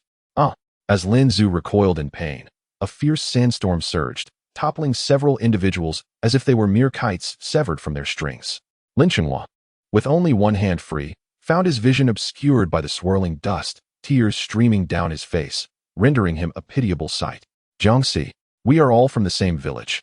Why must you be so malicious? All we ask is for you to open the door, to lend a hand. Yet you refuse to save lives, and instead deepen our plight. I shall take you to court. I will see you imprisoned. And I will ensure your family is expelled from the refuge. His frenzied roar intensified, his eyes reddening as though afflicted by a savage ailment.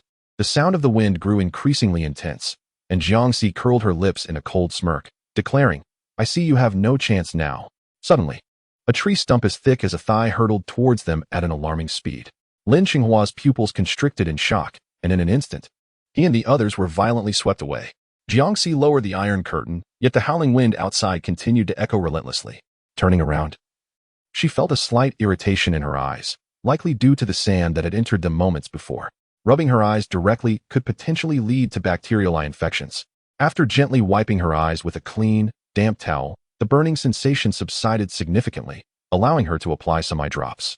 Despite closing the doors and windows, the air remained exceedingly dry. The whistling wind sounded as though it had vowed to topple the entire world. Jiangxi retrieved goggles, dust masks, and disinfected protective suits for everyone. Just in case the house sustains any damage, put on your goggles and masks immediately. The murky air is filled with dust, which can cause breathing difficulties and lead to respiratory illnesses. Eyes and ears are also at risk, as conjunctivitis may occur. As everyone accepted her provisions, Jiangxi produced a highly moisturizing cream for them to apply, as the dry air could cause their skin to crack. Jiang Linhai hesitated to use it, saying, Your grandfather and I can manage just fine. You all should use more. Jiangxi shook her head. In this dry weather, with such heavy dust, the moisture on the skin's surface is lost. Not only will this lead to rough skin, but dust entering the pores can easily cause blockages. If not cared for promptly, it may very well result in acne. Individuals like my mother, who possess an allergic constitution, are particularly susceptible to various forms of allergic dermatitis and rashes. It is advisable for everyone to apply ample amounts of cream. I have procured an abundance of moisturizer, and should it run out, it is of no consequence. I have cultivated aloe vera in my space, which can also be utilized to concoct a soothing cream. Jiang Linhai, apprehensive about his acne-laden visage, discovered that the luxurious cream worth 2,000 yuan, upon a mere scoop, was reduced to just half a bottle. He applied it liberally across his face, and the cream was effortlessly absorbed, transforming his skin to a soft, smooth texture, with pores opened and a refreshing vitality. He gazed in astonishment, exclaiming, Goodness, this product is remarkably effective. No wonder your mother used to apply it daily and forbade me from touching it. Shen Baoying shot him a disapproving glance, saying, If you wish to use it, why would I deny you? You speak nonsense. Jiang Linhai chuckled. If I were to become youthful after using it, your mother would surely be on edge every day. How could I dare? Shen Baoying, blushing with embarrassment, reproached him for his frivolous comments in front of everyone. Jiangxi smiled subtly, reflecting that as long as her father lived well, her mother would not succumb to despair. After 3 hours of relentless sandstorms, the external forces of dust and noise became exceedingly uncomfortable, especially with the low frequency of the howling winds. Both Shen Baoying and Jiang Chengwu, being of advanced age, felt headaches, nausea, and irritability. To alleviate these symptoms, Jiangxi brewed a soothing peppermint lemon tea for everyone, ensuring adequate hydration and facilitating the expulsion of metabolic waste from their bodies. Jiang Chenghai took a sip of the tea, replenishing his vitamins, and felt a slight lift in his spirits. The temperature has dropped to 35 degrees. Surely the solar radiation has diminished as well? Jiangxi nodded, barring any unforeseen circumstances. That should indeed be the case. A resounding thud reverberated as something collided with the insulation panel of their home. Perhaps it was a dead branch or a colossal tree blown in from the forest, or perhaps it was a person. The force was so tremendous that everyone seated on the benches could feel the tremor. With a clatter, it seemed as though the insulation panel had been dislodged by the fierce winds. Jiangxi felt a twinge of unease. While Shen Baoying expressed her concern, I wonder if Qin Shen is at home. With winds this strong, he must not be outside. Jiangxi furrowed his brow, after all. He didn't venture into the forest daily. He should be at home. The more time he spent with Qin Shun, the more he could appreciate his charismatic persona. There seemed to be a certain filter through which everyone perceived him. Shen Baoying suggested to Jiangxi, "Your room has a clear view of Qin Shan's house. Why not check if he is there?"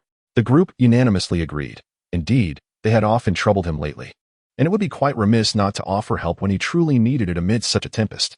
Jiangxi retrieved a night vision telescope and, under the urging gazes of his companions, peered through the window towards Qin Shun's residence. The darkened sky was shrouded in yellow dust, revealing only a solitary house, steadfast yet battered by the storm. If Qin Shun were at home, he would likely be hiding in one of the rooms. Jiangxi shook his head. "I see no one. Let us wait until dawn." The temperature dropped, and the night stretched on. The group remained by the window, taking turns to rest for 5 hours until the sky gradually lightened. The thick layer of dust rendered the atmosphere as if a parasol had been unfurled overhead, casting the interior into a dim and chilly gloom. Everyone donned an additional layer of clothing, and the grandmother even draped a vest over the 2 black dogs. Jiangxi grasped the binoculars, yet the windows were obscured by the swirling dust, rendering it impossible to discern Qin Shan's condition. The storm intensified with a howling ferocity, causing the windows to tremble as if on the verge of shattering. In a swift motion, Jiangxi pulled down the metal sheet, and in an instant, all the windows in the house exploded simultaneously, echoing a terrifying sound akin to a series of detonations. The family huddled together, the ground beneath them suddenly swaying, while the ceiling lights swung erratically. Jiang Linhai exclaimed, "See, it feels like an earthquake." No sooner had he spoken than dust from the ceiling rained down violently, and the steel door continued to emit a piercing sound reminiscent of tearing metal. Jiangxi rapidly conjured an earthquake shelter from her spatial realm, urging her family to take refuge inside. The shelter resembled a small container yet was the most advanced seismic technology from the Sun Nation. Even if the 20th floor were to collapse, it would remain unscathed. Naturally, it was also heavy enough to withstand being swept away by the storm. This was a precaution Jiangxi had procured specifically for the event of tectonic shifts, and little did she know it would be put to use today. With everyone securely fastened in their seats on the linear sofa, they occasionally felt jolted as they experienced the immense force of the dust storm. Jiangxi took a moment to enter her spatial realm, where she prepared a pot of lotus soup using an induction cooker, baked some bread sausages, and plucked several ripe cherry tomatoes. Once they were well fed and hydrated, the commotion outside the shelter subsided. Jiangxi instructed everyone to dress appropriately, ensuring even Dahai and Xiao He had their eyes and ears protected with scarves, before cautiously opening the shelter. As the thick dust cascaded down, Jiangxi waved her hand and gingerly stepped outside. Suddenly, a stranger's voice erupted from the attic, shouting, "Fool! Grab the gun." Chapter 44. The deluge. The torrential downpour had swept away the rooftop, leaving only the bare walls of the attic. Luo Daqiang suddenly realized the gravity of their situation. He freed one hand to grasp his firearm. "Here, brother," he called out. Zhang Xianxiao reached for it, but his hand slipped, and the gun was violently whisked away by the wind, crashing heavily against Zhang's face before vanishing from sight. Luo Daqiang was rendered speechless, trembling with fear, while Zhang Xianxiao, enduring excruciating pain, contorted his face in rage, wishing he could tear Luo apart. "Fool," he seethed. If it weren't for his struggle to maintain balance, he would have kicked him without hesitation. Once he emerged unscathed from this ordeal, he vowed to track down that charlatan fortune teller and exact a gruesome revenge. The iron door they clutched against the wall creaked ominously as they held on for dear life. Zhang Xianxiao hoped the wind would grow stronger, flinging the door open. Yet he simultaneously feared being swept away. In a state of panic, he kicked the door frantically, but alas, the security door installed by Jiang Xijiao was too robust. It remained steadfast against his attempts. Luo Daqiang glanced at Zhang Xianxiao cautiously and suggested, "Brother, perhaps we could take advantage of the diminished wind and let go to jump down." The attic was quite high, and the situation below was shrouded in uncertainty. Zhang Xianxiao, his mouth filled with dust and sand, could no longer contain his fury. "Fool, if you let go, you'll meet the king of hell and ask him for a pig's fetus, but don't dare claim to know me." Luo Daqiang genuinely believed it was a prudent idea. If they couldn't enter this household, remaining exposed to the wind was far more perilous. If the wind increased further, he feared he might become a desiccated sausage. Suddenly, his eyes lit up with excitement. "Brother, I have a knife. I'll shield you while you pry the door open." Zhang Xianxiao felt an overwhelming urge to slap Luo Daqiang, exclaiming, "Why didn't you bring it out sooner?" With a chuckle, Luo Daqiang replied, "I simply forgot." Just as Zhang Xianxiao received the knife from Luo Daqiang, the door swung open with a loud bang. Stunned, Zhang Xianxiao lowered his gaze. the sharp blade plunging heavily into his chest, a torrent of blood gushing forth. Suddenly, the weight on Luo Daqiang intensified. "Brother, you're so heavy. Get up quickly. I can't hold on any longer." Zhang Xianxiao slumped against him. As the ferocious dust storm raged on, Luo Daqiang could no longer withstand it, loosening his grip.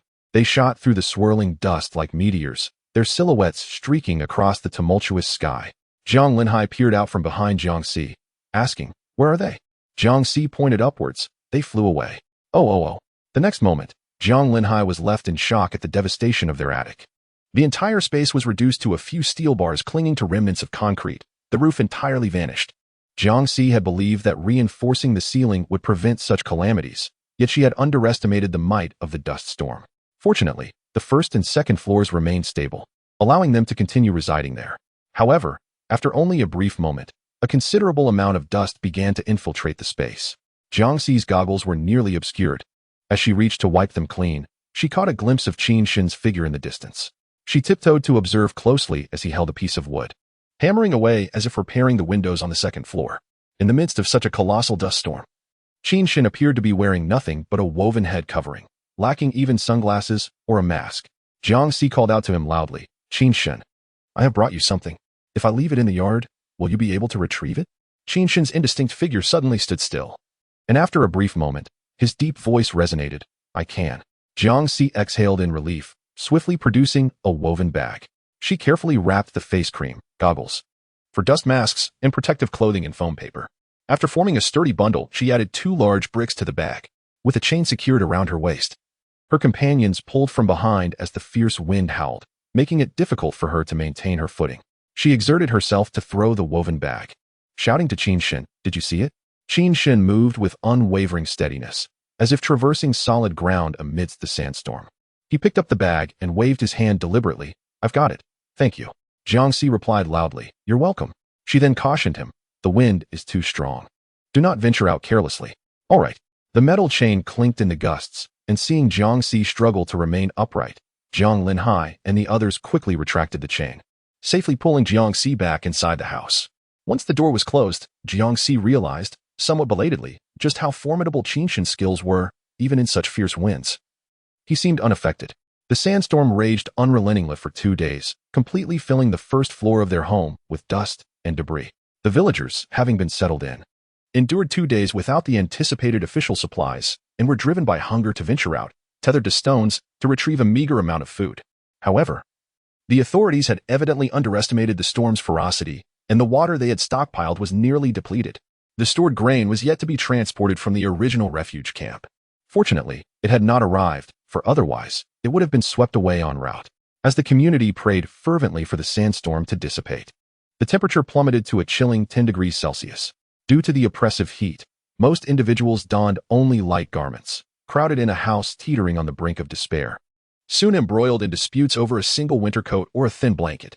Misfortune compounded, as while prayers for the end of the sandstorm ascended, rain began to fall. Without warning, a torrential downpour ensued, drenching the parched earth that had suffered for months. The fierce winds and deluge rapidly accumulated an immense volume of water. The attic reverberated with the sound of raindrops, akin to bullets striking. Prior to this, they had fortified their shelter against the sandstorm by erecting waterproof boards and raising the threshold of the security door, allowing the water from the rooftop to cascade into the courtyard. By morning, the house lay submerged in a mire of muddy silt. The entire ground floor was consumed by rising waters and the encroaching sediment. Before them stretched a quagmire, bubbling and soft, resembling a gaping maw eager to engulf its prey. Now, the family had no choice but to reside on the second floor. Regrettably, the deluge persisted into the following evening, rendering the waterproof boards ineffective. Rainwater seeped through the cracks in the walls, with containers scattered across the floor to catch the incessant flow. It was anticipated that within a few days, the water barrels in Jiang Si's space would be filled to capacity. Positioned at a higher elevation, Longquan village was somewhat shielded from flooding, as the dust and debris left by the sandstorm allowed the water levels to rise without immediate peril. Observing the rain, Jiang Si resolved to remain as long as the house stood firm. Many individuals could not endure the situation and quickly retreated, reminiscent of a treacherous swamp. One misstep could result in being submerged up to the waist. Unless one sought death, no one dared venture outside. They could only endure, relying on rainwater to stave off hunger. In dire circumstances, hope may unexpectedly emerge, as the rain intensified and the surroundings transformed into a vast expanse of water. Everyone suddenly spotted the silhouettes of fish beneath the surface. Excitement surged through the crowd as they hastily grabbed various implements to catch fish. Jiangxi also noticed the fish and, upon lowering her fishing rod, it was fiercely seized without the need for bait. A thought struck her. Recalling the snakehead crocodile she had slain in the cave, causing her heart to race. Upon closer inspection, it was indeed a snakehead crocodile weighing over 3 pounds. Chapter 45. Torrential rain. Jiangxi successfully reeled in the snakehead crocodile, killed it with a stick, and tossed it back into the water. In an instant, a multitude of snakehead crocodiles of varying sizes leapt from the depths, their sharp teeth tearing the lifeless creature apart, with blood attracting even more of their kind. The larger crocodiles, arriving too late to feast on the flesh, opened their formidable jaws and devoured several smaller ones. Jiangxi had intended to eradicate the snakehead crocodiles to prevent their rampant reproduction, yet she was astonished to witness them resorting to cannibalism. The number of snakehead crocodiles lurking in the water certainly exceeded the 2 colossal ones they had dispatched that day. The thought of so many perilous large snakehead crocodiles lying in wait sent a shiver down her spine. Jiangxi urgently advised everyone, do not disturb the water's surface. It is far too dangerous. There must be particularly large crocodiles lurking beneath, especially on the first floor. We will seal the staircase entrance with concrete shortly. No sooner had she spoken than a chilling scream echoed throughout the village. Jiangxi raised her binoculars, observing a man struggling in the murky waters, surrounded by piranha-like caimans. His agonizing cries echoed, accompanied by expanding circles of blood, a sight both harrowing and poignant. Soon, the man vanished completely beneath the surface, prompting the occupants of the shelter to emerge, braving the torrential rain to retrieve the attracted caimans with various implements. Jiangxi, reluctant to ascribe the worst motives to humanity, felt an instinctive conviction that this man had been pushed into the waters as bait. Witnessing a life consumed by caimans stirred an indescribable melancholy upon the faces of the onlookers. Jiang Qinggu, through his binoculars, noted that the rescue team was casting nets to capture the caimans and wondered aloud, aren't caimans poisonous? Jiangxi shook her head, explaining that while caimans are indeed toxic, their venom is concentrated solely in their internal organs and eggs, particularly in the latter, where the potency is highest, capable of proving fatal. However, the flesh itself is safe to consume, provided one avoids rupturing the gallbladder, distinguishes between male and female, and refrains from ingesting the undeveloped eggs. The rescue team had evidently gathered enough caimans to mitigate food scarcity. Although edible, there remains a risk of accidental poisoning. Zhang Qingji sighed, that is still preferable to starvation. It is a means of survival. Smaller caimans are easily captured, while their larger counterparts, having learned from repeated human assaults, now lie in wait at the bottom, poised to strike with deadly precision when prey draws near. Many individuals were dragged into the water, and before the rescuers could even discharge their firearms, the vicious snakehead fish had already claimed lives. Yet, this was not the largest of the snakehead fish. Jiangxi and his family spent 2 days completely sealing off the first floor, but the torrential downpour not only failed to abate, it intensified, cascading from the heavens like a waterfall. Standing on the staircase, Jiangxi and his family repeatedly applied waterproofing material to the ceiling. Yet they could not prevent the infiltrating water. To avert flooding on the second floor, Jiangxi had no choice but to carve drainage holes in every room of their home. Nevertheless, the water level on the second floor still surged above their ankles. To avoid contamination, they donned protective suits and donned tall rubber boots. Residing in the rescue boat Jiangxi had procured, the vessel was small, just sufficient for each person to have a bunk to sleep in. The 2 dogs, Dahei and Xiaohei, lay on the cabin floor, with their grandmother providing them a makeshift bed. Meals were prepared by Jiangxi, who would enter the confined space, quickly prepare a meal, and then bring it out for everyone. As long as the house remained standing, life aboard the boat was still quite pleasant. However, this fleeting comfort was soon eclipsed by the rising waters. The sediment accumulated by the sandstorm rendered the village's drainage ineffective, and the murky waters had risen to the level of the second-floor windows. The drainage holes at home, overwhelmed by the sheer volume of rainfall, necessitated the creation of additional openings. The indoor temperature plummeted sharply, nearing that of the outside. They found themselves needing an extra blanket to sleep. Yet, this was not the gravest crisis. Jiangxi discovered the presence of juvenile snakehead fish in the floodwaters within their home.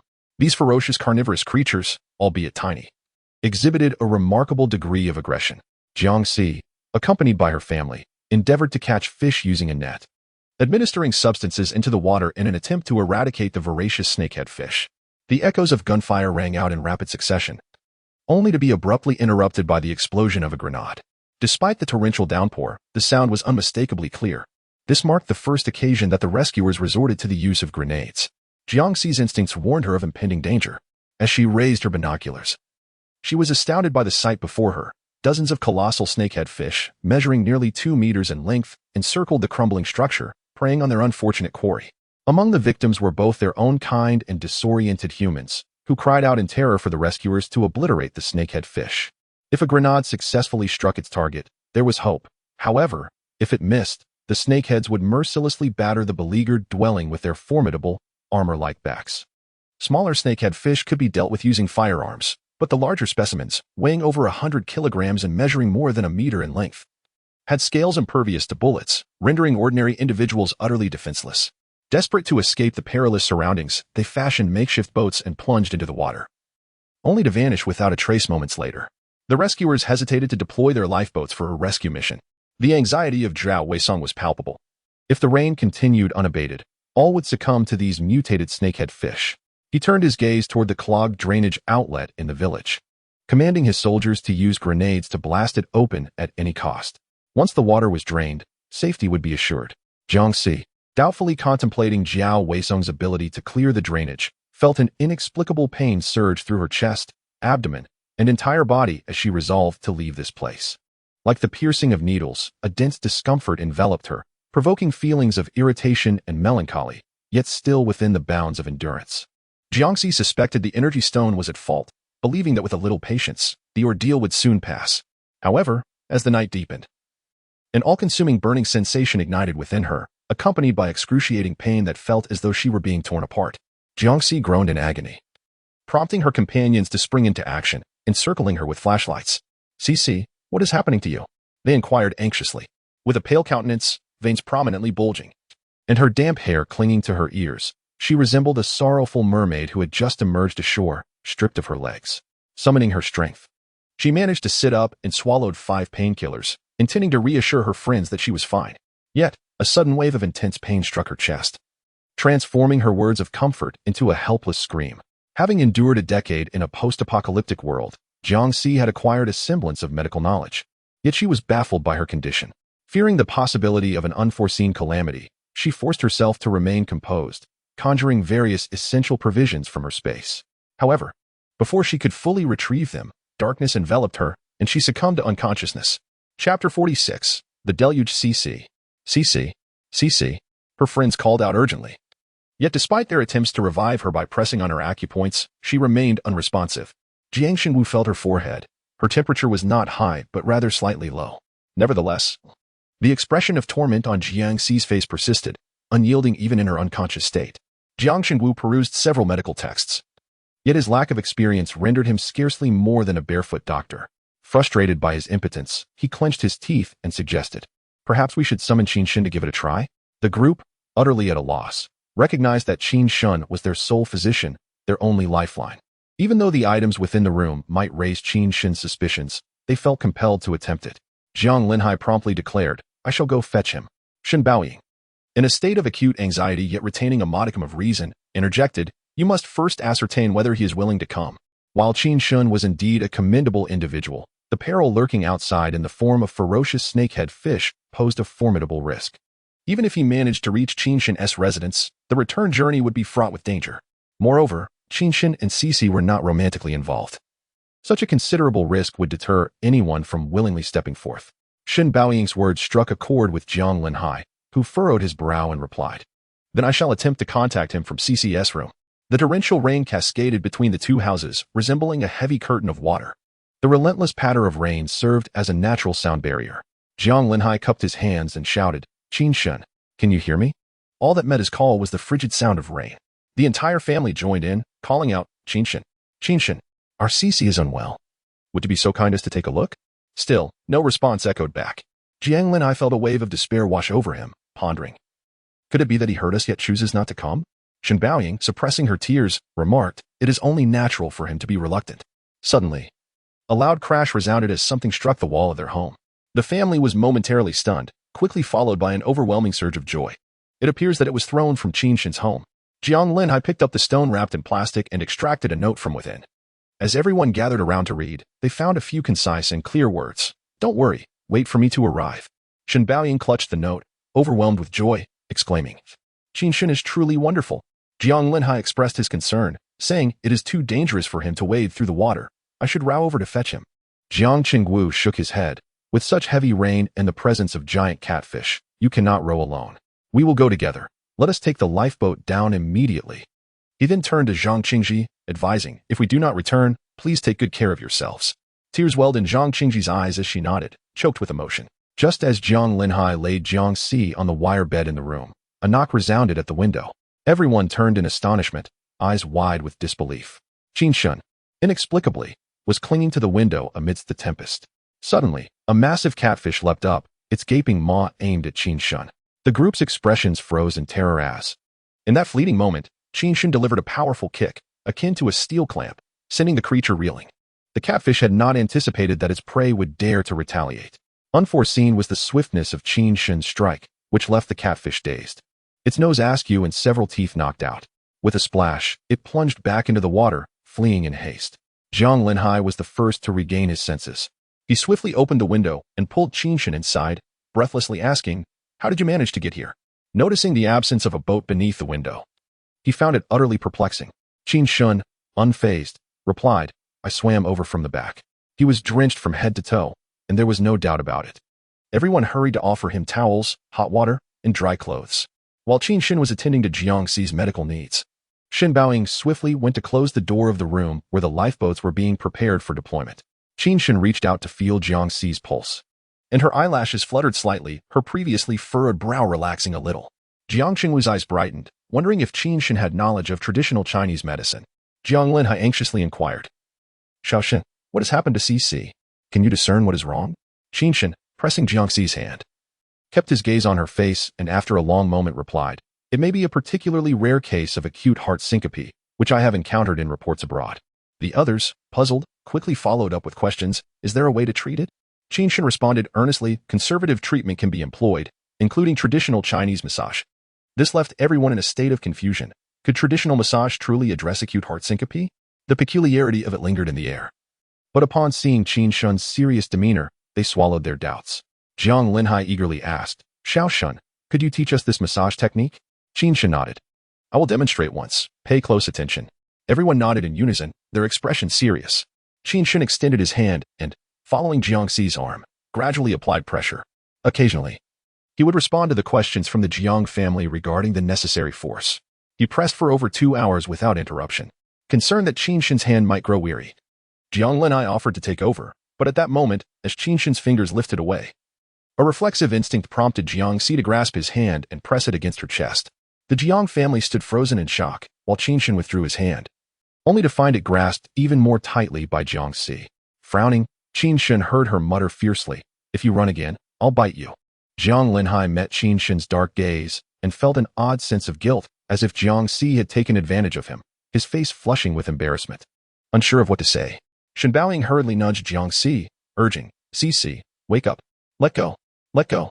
Jiang Si, meanwhile, felt as though she were reclining on a luxurious mattress with a soft, plush white tiger providing a pillow of warmth against her belly. It was so comfortable that she was reluctant to stir, but the incessant buzzing around her finally compelled her to open her eyes. The first sight that greeted her was Qin Shen's cold, handsome face. Startled awake, her gaze fell upon his hand and then to her own chest. Her breath hitching as her mind momentarily stalled. What was happening? Why was she holding on to Qin Shen's hand? The moment Jiang Si regained consciousness, there was a wave of relief among the others. Fearing that Qin Shen might be perceived as a rogue by Jiang Si, Shen Baoying quickly grasped her hand, saying, Si, you fainted. It was Qin Shen who braved the rain to come save you. Suddenly feeling an emptiness in her palm, Jiang Si sensed a part of herself being drawn away and felt inexplicably irritable. Thank you, she managed, noticing her furrowed brow. Qin Shen's deep, melodious voice replied, There's a possibility it may recur. Shen Baoying promptly inquired, can we use the massage technique you taught us to awaken CC? Qin Shen glanced at her and remarked, it depends on your proficiency. Jiang Si listened in confusion, bewildered by the notion that she might require Qin Shen's massage for her recovery. The massage technique employed by Qin Shen was exceedingly intricate, with each application of pressure seeming to vary significantly. Shen Baoying was uncertain whether they had fully mastered it, and exchanged glances with the others. She inquired, Xiao Shen, Given the torrential rain and the presence of snakehead fish in the water, would it not be prudent for you to wait until the rain subsides before returning? Chapter 47. Torrential rain. The family had decided without consulting her, insisting that Qinshan remain. How would it be convenient to retrieve items from the space in the future? Jiang Xixiang wished to intervene but felt it inappropriate to voice her concerns any further. Observing her expression, Qinshan shook his head and reassured her, "It is all right. I can return." Reluctantly, Shen Baoying confessed, "Xiaoshen, we have yet to fully grasp the techniques for massage. Are there any fundamental skills that could facilitate our rapid memorization?" Jiangxi could not restrain herself any longer and interjected, "Mom, what exactly is wrong with me?" With a sigh, Shen Baoying explained. Xiaoshen mentioned that you were suffering from a particularly rare case of sudden cardiac arrest, which can only be alleviated through the stimulation of your body via massage to ease your pervasive pain. The process is complicated and time-consuming. Xiaoshen exerted himself for over 2 hours before you finally regained consciousness. Jiangxi's eyes widened in disbelief. Is it true that I must rely on massage to awaken from sudden cardiac arrest? That cannot be right. She distinctly felt that her condition did not align with such a diagnosis. Yet, glancing at Qinshan, she found no trace of deceit upon his impassive countenance. Could it be that she was indeed afflicted with a peculiar illness? Why had she not experienced this in her previous life? Jiangxi pondered the matter, convinced it must be related to the energy stone within her. It was merely a coincidence that Qinshan was massaging her, akin to a blind cat stumbling upon a dead mouse. Perhaps, if Qinshan had not administered the massage, she would have fainted momentarily and eventually awakened regardless. However, it is uncertain whether it is essential to employ Qinshan's techniques to alleviate the overwhelming pain she had previously endured. The mere thought of her fainting, her family's concern, and the uncertainty of the future led Jiangxi to acquiesce to Shen Baoying's suggestion. Why not learn? It might prove useful. Qinshan, a person who appears cold on the outside yet warm within, promptly instructed Shen Baoying to fetch paper and pen, meticulously sketching an acupoint map and annotating the pressure required. As Jiangxi gazed at the densely packed and intricately detailed diagram, she felt a pang of shame for having doubted Qinshan. He had no need to risk his life merely to deceive them. Casting a glance at the torrential rain outside and the snakehead fish lurking in the water in search of prey, she contemplated allowing him to stay temporarily. Suddenly, a thunderous crash resounded from across the way. Everyone turned to see that the last remaining wall of Qinshan's home had crumbled under the relentless downpour, reduced to a heap of debris. At this point, he could no longer return. Even when the rain ceased, Jiangxi could not ask him to leave. She looked at Qinshan, whose expression was inscrutable, and with a stiff smile, she suggested, "There is no shortage of food at home. Perhaps you should stay for a while." Given the circumstances, Qinshan accepted Jiangxi's arrangement. Apart from the concern that their belongings might arouse his suspicion, everyone was pleased that Qinshan chose to remain.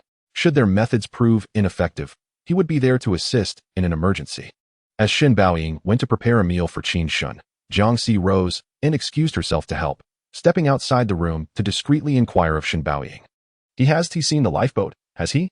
Within the confines of the home, there exist various supplies that could still be exchanged with others, salvaged from the waters, or stockpiled from before. However, the presence of a lifeboat is undeniably alarming. Shen Baoying whispered, "He came to see you as soon as he arrived. I closed the door. So he surely doesn't know." The fact that he sought her out immediately left Jiangxi momentarily taken aback. Could it be that Qinshan harbored some feelings for her? In such torrential rain and perilous conditions, he had come without hesitation, without demanding anything from them. This was difficult not to question. Yet, looking at his candid expression, Jiangxi found herself uncertain once more. She was not one to dwell on matters. After all, he had chosen to come, and with the house gone, they ought to extend their hospitality. Jiangxi retreated to her room to store the lifeboat in a safe space. Shen Baoying inquired, "With Qinshan's house collapsed, should we not leave?" Jiangxi gazed at the location where the rescue team had detonated explosives, contemplating that they could wait another day. If circumstances demanded, they could lower the lifeboat under the cover of night, pretending it was a recent discovery. Shen Baoying nodded but then hesitated. "Should we take Qinshan with us?" Jiangxi fell silent for a moment, contemplating his intentions. If he wished to leave, they could not possibly abandon him in such a hazardous situation, especially given his kindness towards them.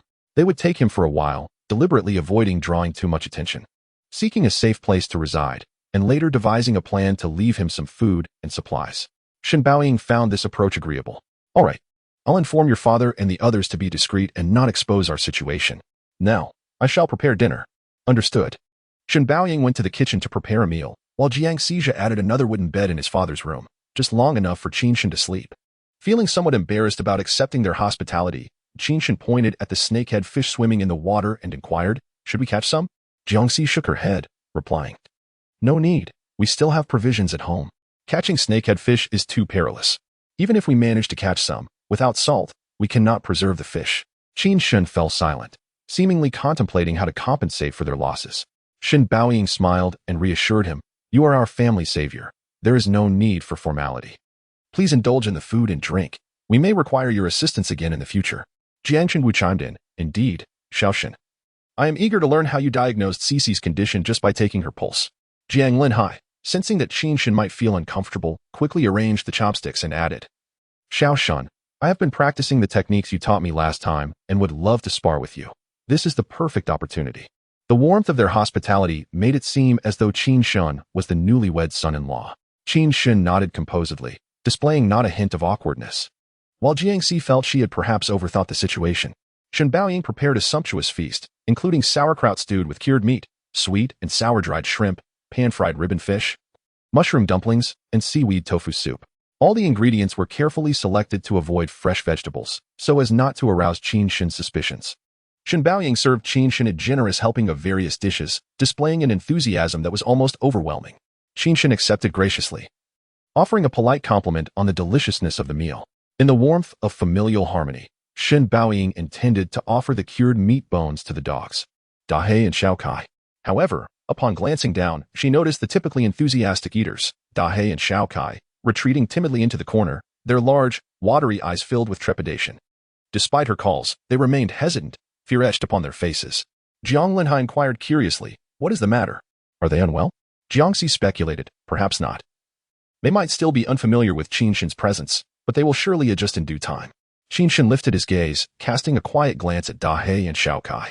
With a whimper, they cautiously approached, their legs trembling, and settled before Shen Baoying, delicately partaking of the meat bones while stealing glances at Qin Shen. Jiangxi observed him. He held a bowl, his expression unremarkable, yet his commanding aura was palpable, perhaps intimidating enough to make Dahe and Xiaokai wary. This situation was unacceptable. They would need proper training moving forward. Such timidity could easily lead to dire consequences. Chapter 48, Torrential Rain After Dinner. It was time for the rotation of night watch at Jiangxi's home. Jiang Linhai prepared sleepwear and toiletries for Qin Shen. Emerging from the bathroom, he donned the most ordinary of loungewear, yet it exuded an air of luxurious, bespoke elegance. Qin Shen's deep-set eyes bore a hint of fatigue. Relaxed and effortlessly casual, a sight Jiangxi had never witnessed before. A flicker of astonishment crossed her eyes, quickly reined in, as she said to him, If you need anything, please do not hesitate to ask. Most essentials are readily available. Glancing at his slightly unshaven face, she reached into her pocket and produced a razor. Offering it to him, Here you go. Qin Shen cast a fleeting glance at her before extending his hand to accept it, murmuring his thanks. Jiangxi retreated to her room, reflecting on the look Qin Shen had just given her, unable to suppress her annoyance at having presented the razor, as if she had deliberately sought to draw closer to him after much contemplation. Staring at the ceiling, she suddenly remembered to inquire of Shen Baoying, Mom, how did he come over from the opposite side?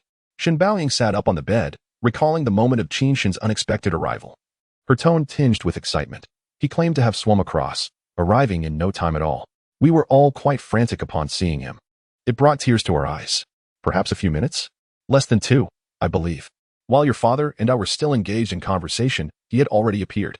Suddenly, Shen Baoying's expression shifted, realizing she was uncertain whether he had overheard their mention of the lifeboat. Jiangxi furrowed her brow, reasoning that in such heavy rain, he likely could not hear them. Yet, the depth of Qin Shen's capabilities instilled a sense of trepidation in her regarding his presence in their home. As the night passed without incident, Jiangxi rose to brush her teeth, noticing the wash cup precariously tilted. This indicated that the foundation of the house had become unstable. Should the rain intensify further, they might face a collapse akin to that of Qin Shen's residence. In Longquan village, several old houses had already succumbed to the torrential downpour. The ferocious attacks of the pike and crocodile on those who fell into the water painted a scene of utter devastation, while many perished by drowning, unable to swim. A fortunate few managed to escape the calamity, scrambling onto nearby rooftops. Shui Wusong, upon witnessing this scene, grew increasingly anxious. Their ammunition was dwindling. The village's clogged drainage had yet to be cleared, and they still needed to reserve some for shooting the snakehead fish. The assault boat, rendered inoperable due to a lack of power, could not facilitate their escape from this predicament. Suddenly, a series of thunderous explosions erupted from the drainage area. Shui Weisong peered out the window, his eyes widening in astonishment as Ren Jinshan returned with a special forces unit, braving the torrential rain and carrying explosives. Another round of resounding explosions followed, and finally, a small breach was blasted open in the drainage, allowing a torrent of stagnant water to begin flowing out, quickly transforming into a substantial gap. The floodwaters of Longquan village began to cascade outward. Shin Baoying turned to Jiangxi and exclaimed, "See, the water is draining. Should we still leave this place? If the water recedes and the skies clear, they might be able to reinforce the unstable foundation. However, it seems the authorities are unlikely to provide timely supplies for everyone. Remaining here could make them prime targets for resource plundering. And even the officials might question the source of their sustenance." Jiangxi leaned towards the idea of leaving, yet remained uncertain, pondering if the authorities still had reserves of food. She initially intended to stabilize the situation, but Qin Shin cast a grave glance at the forest on the hillside. His tone suddenly heavy. "We must leave immediately." Everyone paused, questioning, "What's wrong?" Qin Shin gestured towards the direction of the forest, where trees lay uprooted and the soil appeared soft and shifting. "The floodwaters have saturated the entire mountain, and a collapse is highly probable." He referred to the entire mountain upon which Longquan village was situated, indicating the imminent danger of a landslide. A collective gasp echoed among the group as they turned their gazes toward Jiangxi. Trusting in Qin Shin's astute judgment, Jiangxi promptly declared, "Everyone, gather your belongings. Once we drain the water alongside the snakehead crocodiles, we shall set forth without delay." The aftermath of draining the water would reveal a thick, muddy mire, making their escape far from straightforward.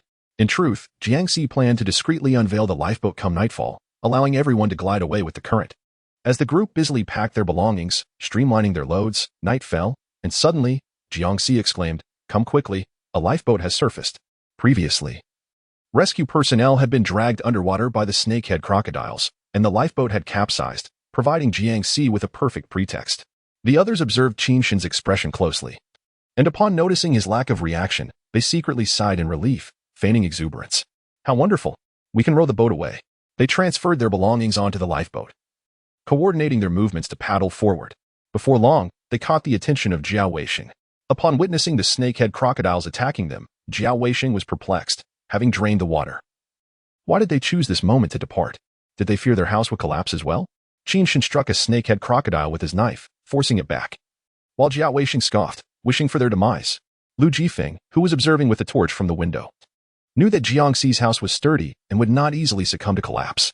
Their decision to leave at such a perilous time was undoubtedly suspicious. Lu Jifeng waved and shouted, "Jiangxi, sister-in-law, Jiangge." Jiangxi turned to see Lu Jifeng and Niu peering out from the window. Zhang Qingji, filled with compassion, suggested, "Should we not rescue them together? Once the water recedes, it may be too late for them to realize the impending collapse of the mountain." However, bringing Lu Jifeng and Niu along might mean feeding two more mouths. In moments of dire peril, the utmost selfishness and ruthlessness of humanity are revealed. They possess the capability, having fought side by side and shared emotional connections, making it difficult to remain mere bystanders. Jiangxi nodded, saying, "Let us go together." Lu Jifeng, being both capable and perceptive, would not cling to them unnecessarily.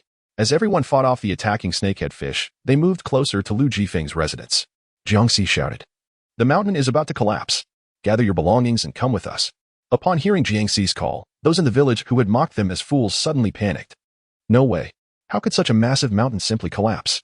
Yet, the relentless downpour showed no signs of abating, and it was plausible that Jiangxi and the others had noticed some ominous signs near the forest.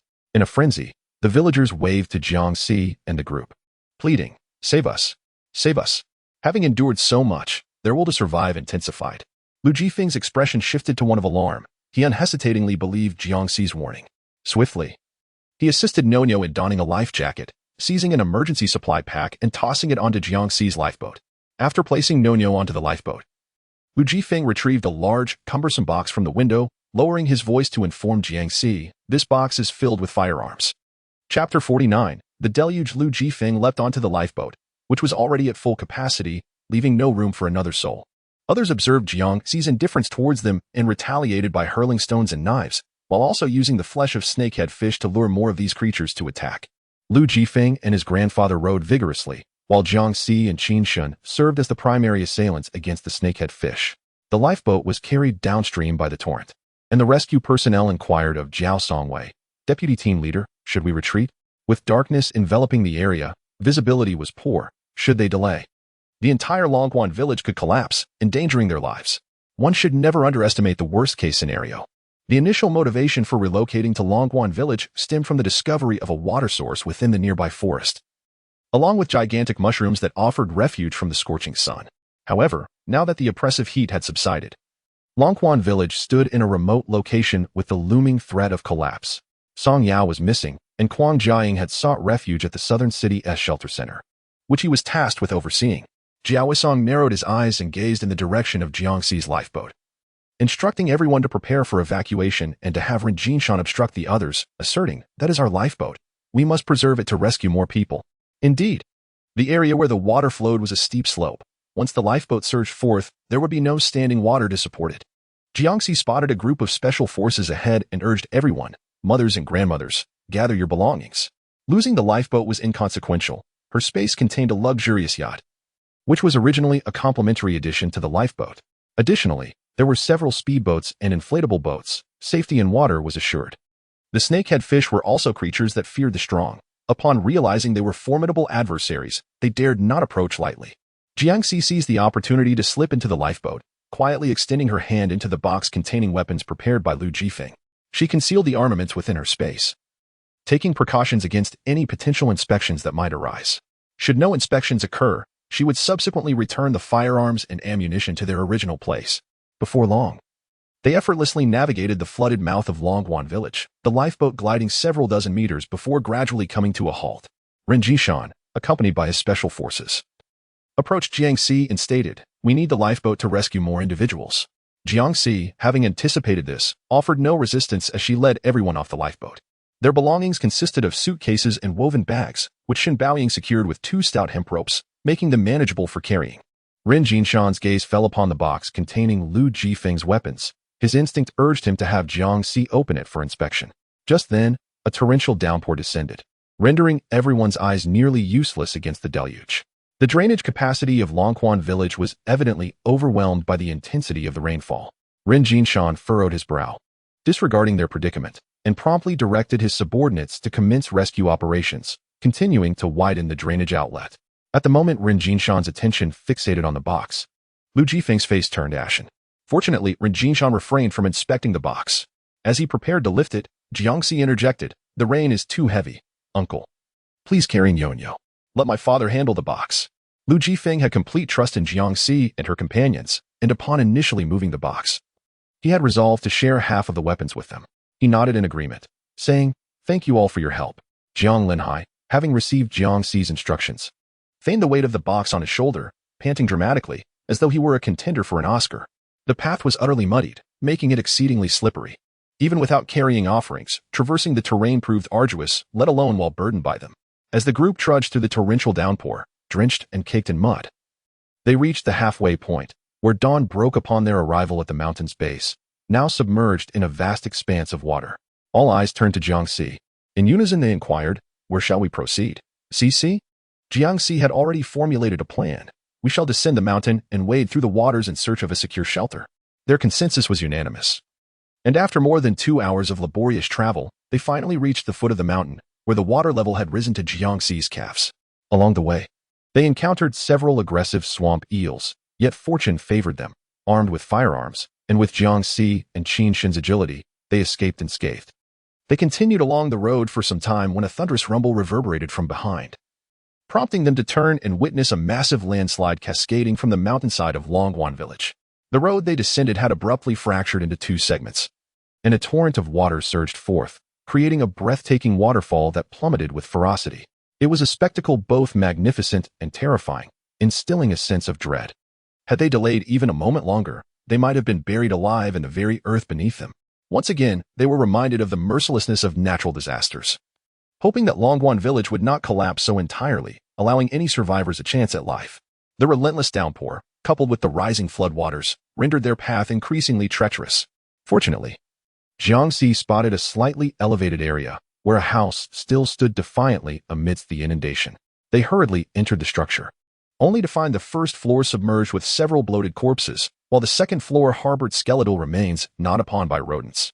In recent days, Nyonyo had grown accustomed to witnessing the sparrows and snakes tearing into their prey from the window, and the sight of these lifeless bodies had rendered her numb. She silently rested her head on Lu Jifeng's shoulder, who wished to console her, but she instead managed to muster a smile to reassure him. "Father, I am fine." "They're not frightening." How profoundly simple yet brutally poignant her words were. A moment of silence enveloped the group as they hastily retrieved garments from their boxes, gathered firewood from within the dwelling, and boiled water to prepare flatbreads.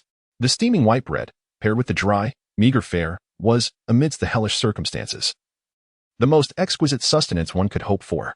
Once they had eaten their fill and regained some strength, Lu Jifeng noticed that the water outside the house was rising alarmingly.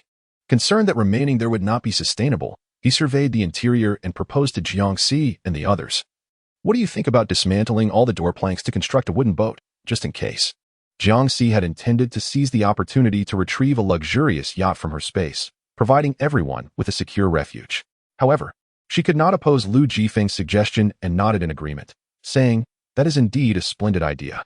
I know a method to quickly bind a sailboat that is also quite stable. We could proceed in this manner." Having survived in the apocalypse for many years, she had become an adept in wilderness survival, and constructing a boat was certainly within her capabilities. Jiangxi's description was straightforward and easily comprehensible, and soon everyone began to collaborate and search for materials throughout the house. As they busied themselves, Jiangxi seized the chance to contemplate how to extract the luxurious yacht from her space. As for the sailboat, even if it were to remain unused, it could serve as firewood on the vessel. With many hands at work, it was not long before the rudimentary shape of the sailboat began to take form. As night descended, everyone was weary from their exertions. Jiangxi suggested that she and Jiang Linhai take the night watch, allowing others to rest in shifts. Lu Jifeng, feeling a bit awkward, eagerly volunteered for the watch, but Jiangxi shook her head, saying, "Uncle Lu, you should rest first. We can switch with Qinshin in 3 hours." With her insistence, Lu Jifeng acquiesced to the arrangement. As tranquility enveloped them, everyone soon succumbed to slumber. Even the 2 black dogs nestled into their mother's sleeping bag. Jiangxi surveyed her surroundings, particularly observing Qinshin for several minutes, ensuring he would not awaken unexpectedly. Only then did she conjure forth a luxurious yacht from her spatial realm, exclaiming, "Everyone, look." Chapter 50. The deluge at Jiangxi's sudden cry. Everyone jolted awake, seizing their weapons in readiness. She quickly covered her mouth, brimming with excitement, and exclaimed, "A yacht! A small yacht is being swept towards us by the flood, caught against the house. We must board it quickly. A yacht! Good heavens! What extraordinary luck we have!" Lu Jifeng could scarcely believe his ears. Clutching Nyonyo, he approached and indeed saw a magnificent vessel anchored before the house. Jiang Linhai added, "We should be cautious. There may be someone aboard the yacht." The joy etched on everyone's faces swiftly morphed into serious vigilance, while Qinshin maintained his usual nonchalant demeanor. Jiangxi met his dark gaze and felt an inexplicable sense of guilt. Could he have sensed something? She had been careful to observe him when summoning the luxurious yacht, and Jiang Linhai had also been keeping an eye on him, whispering reminders in her ear. Surely, Qinshin could not have noticed. Perhaps he was simply the type of person who remained unflappable in the face of any situation. Jiangxi withdrew her gaze and picked up the gun. "I'll go take a look first," she declared. Qinshin stepped forward. "I will accompany you." Shen Baoying cast a glance at Jiang Linhai, a smile of delight at their potential pairing dancing at the corners of her lips. Qinshin's evident concern for Jiangxi was palpable. Utilizing the climbing rope, Jiangxi adeptly ascended the luxurious yacht. Despite its exterior being sullied with mud and fallen leaves, the interior was immaculate, giving the impression that it had been uninhabited. Jiangxi was certain there was no one aboard, yet with Qinshin present, she felt compelled to adopt an air of utmost caution. She had acquired the smallest model of the luxury yacht, yet it boasted all the expected amenities, comprising 3 levels: an apartment, kitchen, dining area, library, gym, guest rooms, leisure zones, and massage rooms. With each new area they entered, she would feign surprise, adhering to her persona of someone reveling in unexpected discoveries. In stark contrast, Qinshin remained unfazed, exhibiting a calmness as if returning to his own home. After inspecting all the spaces, they ventured into the storage room, which contained provisions she had prepared in advance, ample supplies sufficient for half a year. The reason for not stockpiling excessively was the concern that, should the flood recede abruptly, Lu Jifeng and Qinshin would be preoccupied with the logistics of transporting the food. In addition to the food storage, there was another room stocked with various materials, including medical supplies and cosmetics, among other essentials. Glancing at Qinshin, Jiangxi remarked joyfully, "We've struck gold. With this abundance of supplies, if we ration carefully, we can last a long time." Qinshin looked at her, a slight smile playing on his lips. "Indeed, we have struck gold." His eyes were profoundly deep and inscrutable, prompting Jiangxi to instinctively inquire, "Have you ever resided on a luxury yacht?" A surgeon, one would assume, could hardly afford such indulgences so easily. Yet, Qinshan merely nodded, affirming, "I have." Jiangxi, filled with curiosity, remarked, "You hardly seem like the type to embark on sea voyages aboard a luxury yacht." Qinshan raised an eyebrow, "You are correct," and left the matter at that. As Jiangxi contemplated pressing further, she refrained, not wanting to appear overly intrigued by him. Lu Jifeng and the others waited patiently until Jiangxi and Qinshan emerged at the bow of the boat, prompting a collective sigh of relief from the group. Jiang Linhai asked, "Is there any issue with the boat leaking?" Jiangxi smiled, her lips pressed together, appreciating her father's acting skills. "No, everything is fine. The yacht is filled with splendid items, which we've acquired at a bargain." Gradually, everyone climbed aboard, and upon witnessing the opulence of the yacht's interior, they were left astonished. This was truly extravagant. For Jiang Linhai and his companions, this was their first experience aboard such a luxurious vessel. Sitting down on a couch worth tens of thousands. Crafted in Italy, they felt as though their spirits soared. Ignoring the grim conditions outside, this place was nothing short of paradise. It possessed everything they could desire, surpassing even their own home. The sole drawback was the absence of electricity. They could only navigate the yacht downstream and could not go against the current. If the waters were swift, halting the vessel would prove troublesome. However, this model of luxury yacht was inherently stable, and given that Jiangxi had rented the sturdiest version, the risk of capsizing was minimal. Shen Baoying joyfully explored the opulent kitchen, while Dahe and Xiaolai frolicked merrily in the corridor. Zhang Qifeng found the indoor flower bed remarkably suitable for cultivation, and Jiang Linhai was exhilarated by the presence of a martial arts room. Nyo discovered a swing, and Lu Jifeng stood in a daze, pinching himself as if caught in a dream. Once everyone had completed their tour of the luxurious yacht, Jiang Xizai remarked, "There are multiple rooms here. To better observe our surroundings, I suggest we all take rooms by the windows." Agreed. Jiangxi chose a room on the third floor, while Qinshan selected the adjacent room on the same floor. After bathing and lying on the bed, Jiangxi felt her whole body relax, only for a sudden, sharp pain to engulf her chest. Sensing something amiss, she quickly sat up, striving to locate her mother before losing consciousness. Just as she stepped out, she encountered Qinshan emerging from his room. Noticing her pallor, he inquired, "Do you need assistance?" Recalling how he had massaged her for 2 hours the previous day, Jiangxi immediately shook her head. "I'm fine." She forced herself to circumvent Qinshan and knocked on the doors of Shen Baoying and Jiang Linhai's room. After only a few steps, the pain became unbearable, her forehead drenched in sweat, and her chest felt as if it were engulfed in flames. Grasping Shen Baoying's hand, she implored, "Mom, please massage me." Shen Baoying hurriedly assisted her onto the bed, but in her haste, the technique she remembered became blurred. Tentatively, she pressed on Jiangxi's shoulders and arms, yet unlike the gradual relief she felt under Qinshan's touch, Jiangxi's expression only grew more distressed.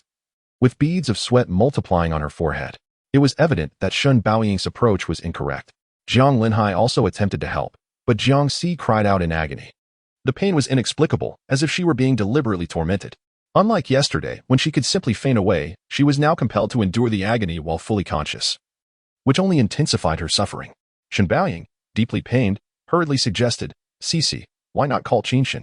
Would that be all right?" Jiangxi, disregarding everything else, responded, "Okay. I'll go call him." As Jiang Linhai pushed the door open, Qinshan, accompanied by others, appeared at the threshold. Grandmother and grandfather anxiously inquired, "What is wrong with Cici? Is she in pain again?" Jiang Linhai, unable to respond, seized Qinshan and pulled him inside, exclaiming, "Little Shen, I'm counting on you." Qinshan stood at Jiangxi's bedside, his handsome features appearing even more exquisitely chiseled from her vantage point. He knelt partially on the bed, grasped her shoulder, and gradually applied pressure. Suddenly, Jiangxi felt a noticeable reduction in pain. This sensation was entirely different from the massages administered by Jiang Linhai and Shen Baoying. The effect was remarkable, leaving her astonished. Qinshan then inquired, "How does it feel?" Jiangxi's face flushed slightly as she replied, "It's tolerable." Qinshan increased the pressure, prompting a soft sigh of relief from her. The sensation was oddly delightful. Chapter 51. Torrential rain. Shen Baoying exchanged a glance with Jiang Linhai, and they quietly exited the room, leaving an unexpectedly awkward atmosphere behind. Particularly as Jiangxi closed her eyes, she became acutely aware of Qinshan's long, defined fingers rhythmically pressing on her body. While her body felt at ease, as though Qinshan had unblocked her meridians, her heart was in turmoil, prompting her to speak in an attempt to alleviate her inner tension. "Would it be equally effective if I applied pressure myself?" Qinshan paused momentarily before responding. "You may give it a try." "Oh." Jiangxi obediently sat up, turning her head to meet Qinshan's gaze directly. To her surprise, Qinshan did not shy away. She averted her eyes, clearing her throat softly, and mimicked his earlier movements to apply pressure to her still aching arm. Qinshan corrected her technique whenever he intervened. The response of her body was entirely different, a refreshing sensation enveloping her, as if every pore was inhaling, regardless of how she pressed. No matter how closely her methods mirrored his, they proved as ineffective as Shen Baoying's ministrations, yielding no relief. The pain persisted, intensifying the moment Qinshan ceased his efforts. It led her to question whether she had developed an addiction to Qinshan's touch. Yet, his unwavering demeanor and calm, effective technique reassured her, suggesting that perhaps her skills were simply insufficient. With her back to him, she allowed Qinshan to labor diligently in massaging her. Unable to resist, she stole a glance at him. Qinshan's expression was serious, devoid of any flirtation.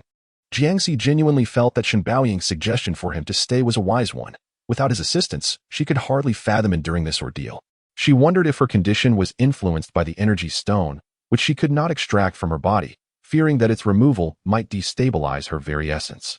As her thoughts drifted, fatigue began to envelop her, and she noticed Qinshan slightly twisting his wrist, perhaps weary from the exertion. A pang of guilt washed over her, prompting her to resolve that once she found a safe place to settle, she would ensure that Qinshan received additional supplies and nourishment. Feeling somewhat reassured, she then inquired, "Qinshan, is there any hope for a complete cure for my illness? Reincarnating into this life, every moment is a gain." She genuinely hopes to live the remainder of her days in peace. Should circumstances worsen with each passing ordeal, she must take precautions and promptly arrange everything for her family. Qin remained silent, and Jiang felt a sense of helplessness creeping into her heart. Suddenly, he spoke. "It will gradually improve, so there is no need to worry." Perhaps it was a form of consolation, yet the rare gentleness in Qin's tone was indeed a novelty. Jiang discreetly stole glances at him, a faint smile gracing her lips, and thought to herself that she might need his assistance in the future. "It's perfectly fine," he replied in a calm tone, akin to the refreshing coolness after a rain. A flicker of disappointment passed through Jiang's heart, so subtle that she scarcely recognized it, for she had begun to develop an unusual sentiment towards Qin. Feeling a newfound familiarity with him, Jiang curiously inquired, "Massage must belong to traditional Chinese medicine, right? When did you start learning it?" At that moment, Qin's grip unexpectedly tightened, nearly causing Jiang to roll her eyes in delight. She dismissed his lackadaisical response, no longer inclined to pursue the matter. As Jiang drifted into slumber, Qin watched her quietly for a few moments, tucking her blanket snugly before turning to leave. Once the door clicked shut, Jiang abruptly opened her eyes, recalling Qin's tender gestures. A blush crept onto her cheeks as she mused that if he were to visit her more frequently, she might soon find herself smitten. Alone in her room for 2 hours, it was only then that her mother quietly entered. Seeing her daughter awake in bed, she hurriedly approached with a look of concern. "Cece, are you feeling better?"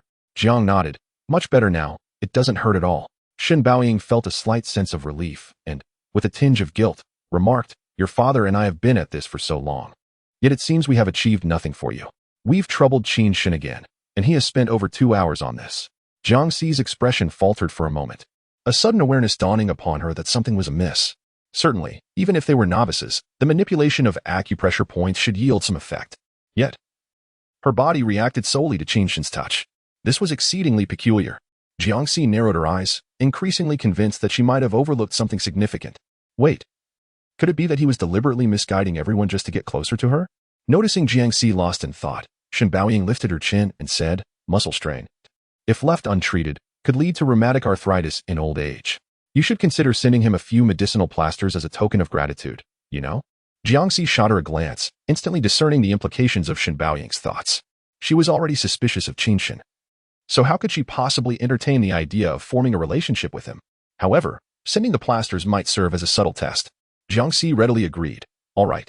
Shen Baoying beamed with delight, as if she had already accepted Qinshan as her prospective son-in-law, despite her earlier concerns regarding his background. It seemed she was eager to package her off and send her away. Holding the medicinal plasters, Jiangxi approached Qinshan's door and knocked. "Are you there?" However, Qinshan was not inside. Instead, sounds of cleaning emanated from the swimming pool on the top deck of the yacht. Climbing the stairs, Jiangxi found Qinshan in the rain, diligently clearing the leaves and debris from the pool's bottom. These were subtle distractions deliberately inserted by Jiangxi. Not in excessive abundance nor scant. Qinshan stood there, completely drenched, his clothes clinging to his perfectly sculpted physique, damp hair framing his face, and a coarse stubble adorning his chin. He lifted his gaze to Jiangxi, his dark eyes profound and silent, brimming with untamed vigor. Jiangxi found herself momentarily captivated, her gaze lingering longer than intended. It was Qinshan who approached her, stating, "The rain is quite heavy. We should head back." A warmth spread through Jiangxi's chest as she descended the corridor with him, hastily opening the door to retrieve a towel for him while inquiring, "Are you planning to use the pool cleaning for water storage?" Qin Shin nodded in affirmation. "Then do let us know, and we can all pitch in together. It won't require many hands, given the pool's modest size." Qin Shin seemed unfazed by the prospect of loss, instead asking, "Did you need something from me?" Such a proactive, capable, and composed gentleman made Jiangxi genuinely feel that even if he harbored ulterior motives, they would likely be harmless.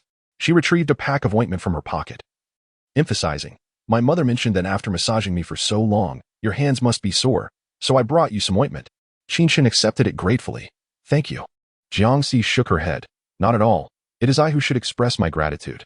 "Indeed," Qin Shin replied, studying her as if awaiting her departure, before retreating to his room to change out of his wet clothes, exhibiting no superfluous emotion, rendering Jiangxi's speculations mere folly.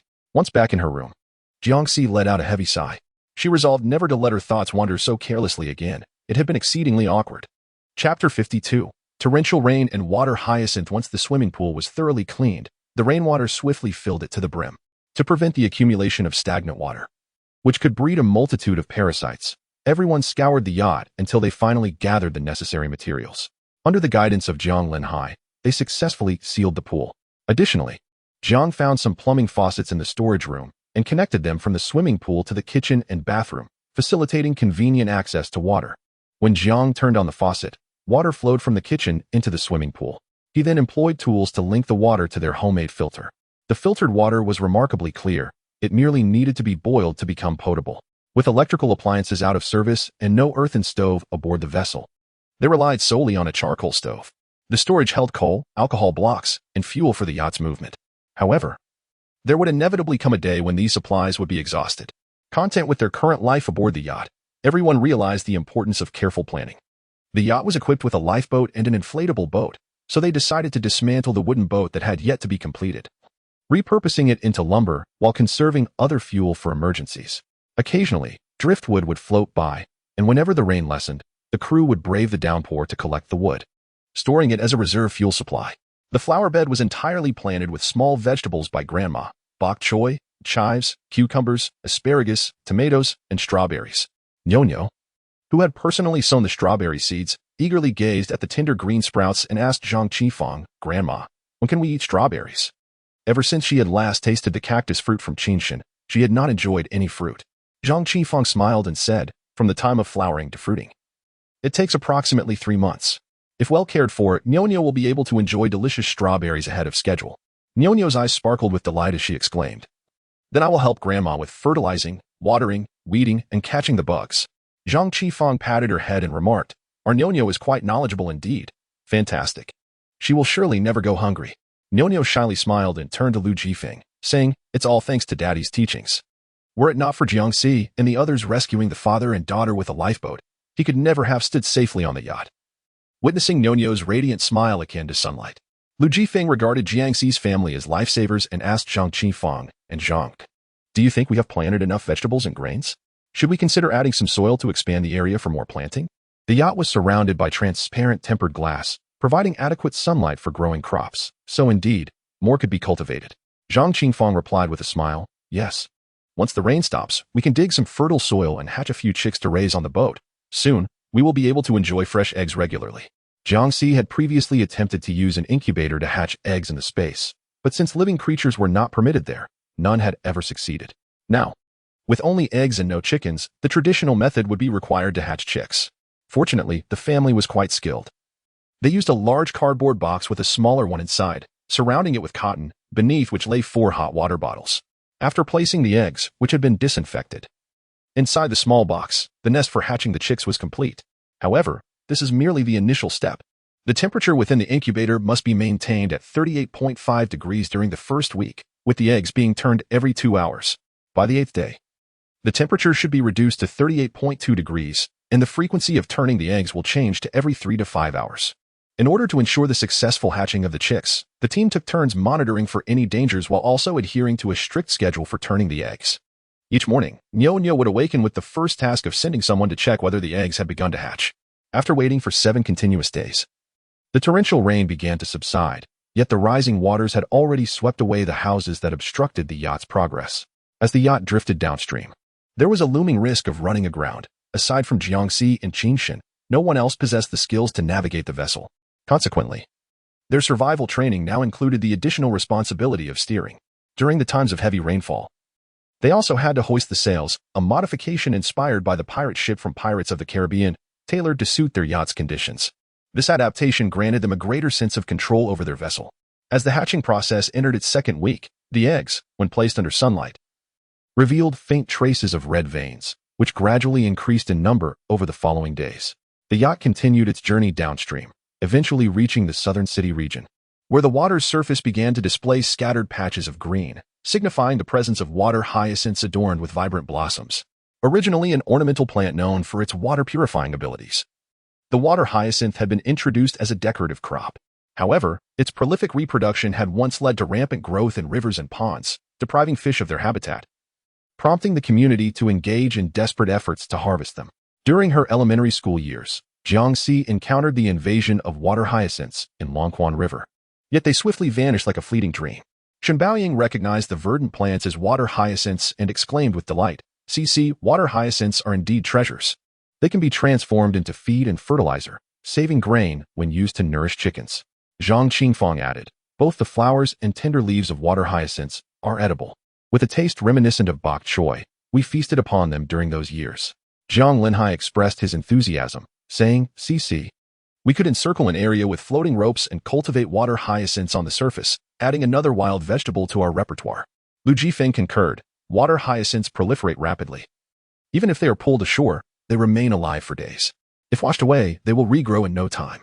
Utilizing them as fertilizer and feed is indeed a splendid idea."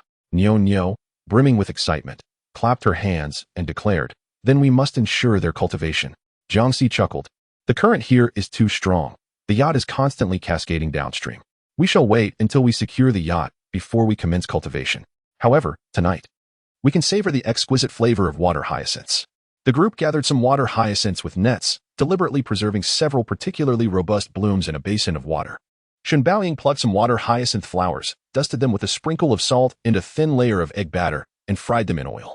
The enticing aroma wafted through the air, capturing everyone's attention. The golden-brown water hyacinth flowers resembled perfect works of art, complemented by ketchup, making them both visually appealing and delectable.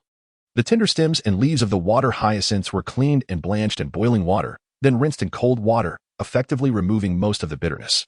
Shenbaoying intended to prepare one dish cold and another stir-fried, incorporating shrimp and black fungus, drizzled with chili oil, sesame oil, and lang of ginger, scallions, and garlic. The resulting medley was a feast for the senses, vibrant in color, aroma, and flavor. The scallions were finely chopped and sautéed to perfection before adding the tofu and water spinach, creating a delightful sizzle that was music to the ears. The trio of dishes, crafted with Shenbaoying's meticulous care, were all visually appealing and tantalizingly delicious, stimulating everyone's appetite. Niao Niao swallowed hard and praised, "Auntie, your culinary skills are truly remarkable." Shenbaoying playfully pinched her cherubic face and replied, "Make sure to eat well later." Shenbaoying relished the art of cooking. With so many guests, she prepared a diverse array of 4 dishes and a soup for each meal. After savoring the water spinach dishes, everyone became increasingly eager to cultivate their own. Niao Niao even suggested, "Let us set up a few more water basins on the boat to grow water spinach." The others concurred. Just as they were about to take action, they suddenly realized that the yacht had been enveloped by a sea of water spinach. Chapter 53, Torrential Rain. Toxic pomegranate trees as far as the eye could see, the misty waters revealed a long-lost verdant landscape, reminiscent of a Monet painting, captivating and enchanting. Harvesting the water spinach yielded dozens of pounds, and the yacht's movement slowed as it encountered resistance. Zhang Qifang gazed at the floating greenery and lamented, "Alas, the rain persists. If the weather were a tad better, we could dry this and preserve it as feed."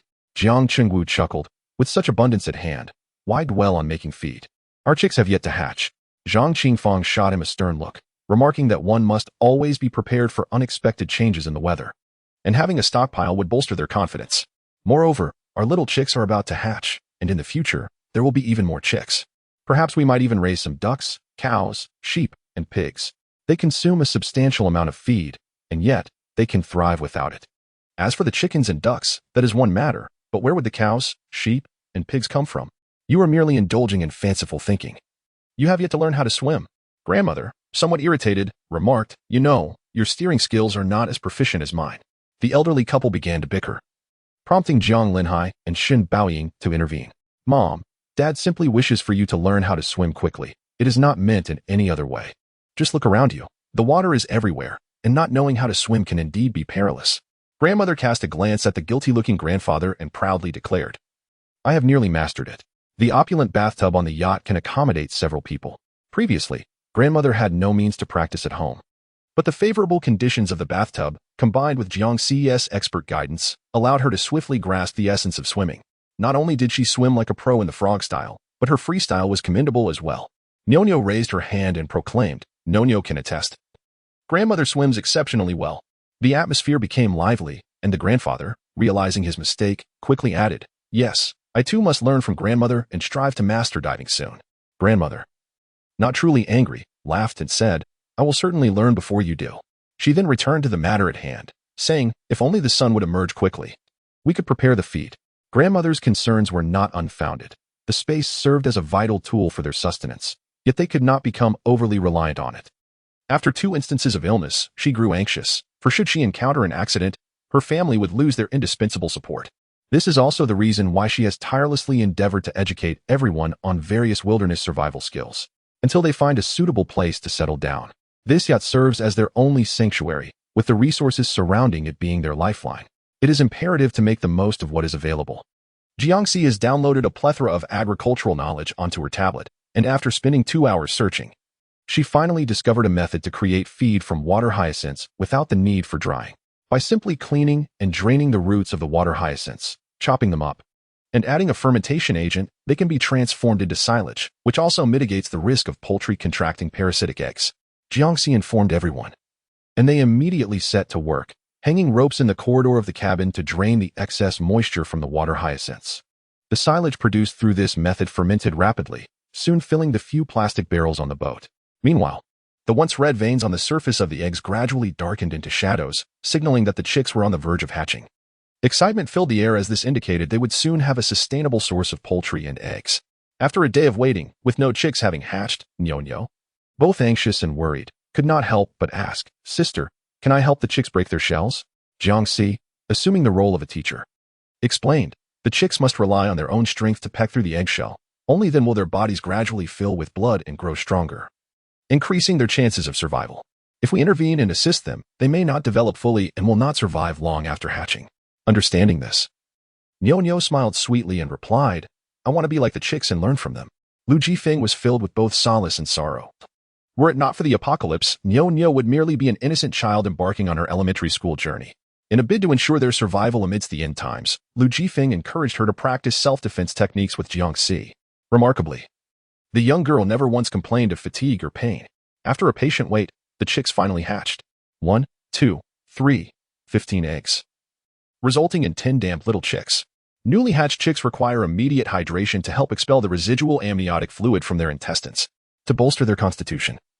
Jiangxi added a touch of brown sugar to the water, aiding the chicks in regaining their strength and enhancing their resilience. As Nyo watched the fluffy chicks gradually fluff up, her eyes sparkled with delight. "Sister, shouldn't we feed them something?" she inquired. Jiangxi explained, "Newly hatched chicks cannot eat immediately. Their digestive systems are not ready. They merely need some water for now, and in 2 days, we can offer them softened rice and feed." Enlightened, Nyo eagerly volunteered, "I can feed them." Everyone chuckled, thanking her. While the chicks thrived, they also experimented with hatching ducklings using duck eggs. The incubation period for ducklings extends roughly 10 days longer than that of chicks. As they awaited patiently, a lush grove appeared ahead of the yacht. Affected by the sweltering conditions, most trees had withered, save for a handful of resilient plants that burst forth with vitality after the torrential rains. Water hyacinths and cacti were among them, alongside a tree laden with fruits the size of walnuts. As the yacht gradually glided into the thicket, Jiangxi encountered a type of fruit tree she had never seen before. Beneath the trees, there were no water hyacinths, and the eerie silence of the forest felt somewhat sinister. Nyo, brimming with excitement, inquired, "Daddy, are these fruits edible?" Lu Jifeng chuckled. "They resemble jujubes. They should be safe to eat. Let me pluck a couple." However, if the fruits were indeed consumable, why were there no birds pecking at them? Just as Jiangxi was about to voice her concerns, water droplets from the leaves trickled into her raincoat, sending a sharp, corrosive pain coursing through her neck. The discomfort was particularly pronounced for Lu Jifeng, who had not donned a rain hat while reaching for the fruit. Qin Shun, quicker to react than Jiangxi, exclaimed, "The tree is poisonous. The toxins are soluble in water. We must return to the boat." A wave of alarm swept through everyone as they retreated to the cabin, hastily shedding their raincoats, though it was already too late. Symptoms akin to leprosy manifested on the skin of all affected by the rain, causing agony reminiscent of being splashed with sulfuric acid. Fearing that Dahei and Xiaohei might be exposed to the rain and require a bath upon returning, they cleverly avoided the calamity by not stepping on the deck. Lu Jifeng was the most severely afflicted. While others bore mere rashes, his face was marred by grotesque, red, tumor-like swellings. Nyo, with tears brimming in her eyes, nestled in his embrace, utterly frightened, timidly calling, "Daddy, Daddy." Lu Jifeng, enduring excruciating pain, responded to her, his eyes reflecting a desperate plea for the safety of his loved ones. It was imperative to ascertain the true nature of this tree to administer appropriate treatment. Jiangxi retreated to her room, quickly consulting her tablet for information. To her dismay, she discovered that they had encountered a tree laden with potent toxins, the poisonous pomegranate tree. Chapter 54, The Toxic Pomegranate Grove. Robbery. The toxic pomegranate is, in fact, a type of shrub, yet it can soar to heights of over 10 meters, firmly anchoring itself in the sand, resistant to the ravages of flooding. Every part of this plant is poisonous: its leaves, sap, bark, flowers, and even its scent, though the fruit possesses the least toxicity. The sap of the toxic pomegranate is laden with numerous toxins, one of which poses the greatest threat to humans, known as phorbol esters. Upon contact with the skin, this substance can induce severe, burn-like blisters, resembling the afflictions of leprosy. Hence, this tree is also referred to as the euphorbia of madness. Moreover, this toxin is highly soluble in water. As they had not yet approached the toxic pomegranate tree, they were already corroded by the rainwater that had fallen from its branches. Burning the toxic pomegranate tree releases smoke that irritates the eyes, potentially leading to inflammation or even temporary blindness. Its toxicity is so potent that merely standing in its shade can result in poisoning. The Guinness World Records recognizes it as the most dangerous tree in the world, aptly dubbed the Tree of Death, with no effective antidote currently available. Jiangxi, in his search for information, uncovered only a folk remedy suggesting that consuming a substantial quantity of milk might counteract the effects of minor toxin exposure or ingestion of small amounts of the fruit. However, this is merely a remedy without any substantial clinical evidence. Survive it, and one's life is spared. Falter, and the consequences dire. Regardless, everyone must make an attempt. With fresh milk depleted from their supplies, they could only resort to powdered milk. Upon swallowing the milk, the burning sensation throughout their bodies indeed diminished significantly, albeit only to a degree. The group swiftly consumed 2 large barrels of milk powder, as the stimulation and burning sensation in Jiangxi's mind gradually faded, allowing her to breathe more easily. This indicated the efficacy of the milk. Lu Jifeng was in the direst condition, with the most pronounced reaction after drinking the milk. The pockmarked blisters on his face had diminished significantly. In the dead of night, they all rushed to the restroom, feeling the toxins within their bodies being thoroughly expelled. Jiangxi emerged from the restroom feeling rejuvenated, and everyone shared a sense of having survived a calamity. This also served as a reminder that any plan in this apocalyptic world should be approached with caution. Nyo wept, declaring that she would never eat fruit again, believing it was her fault that Lu Jifeng had suffered so severely.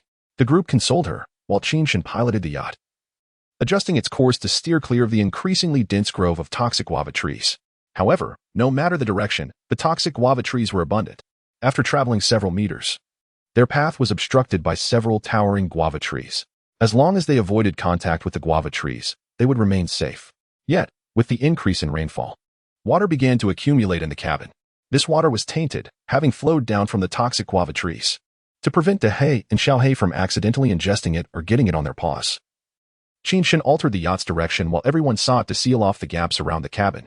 With the group's cooperation, Qin Shen managed to turn the bow of the boat, only to discover that the channel they had previously navigated, which had been free of toxic guava trees, was now densely overgrown with branches over half a meter high.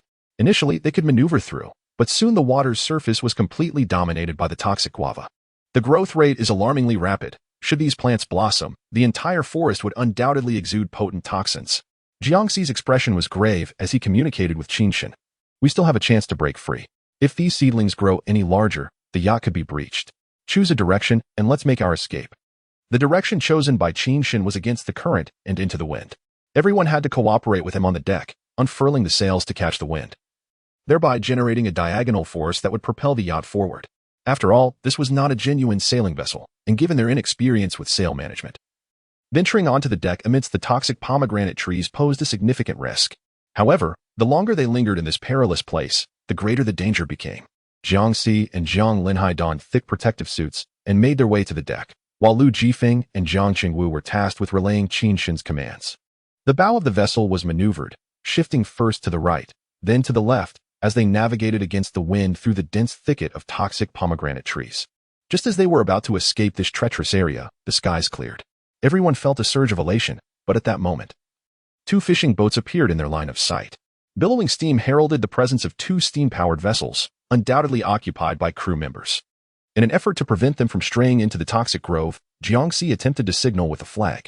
Suddenly, arrows ignited with flames shot towards them from the 2 fishing boats.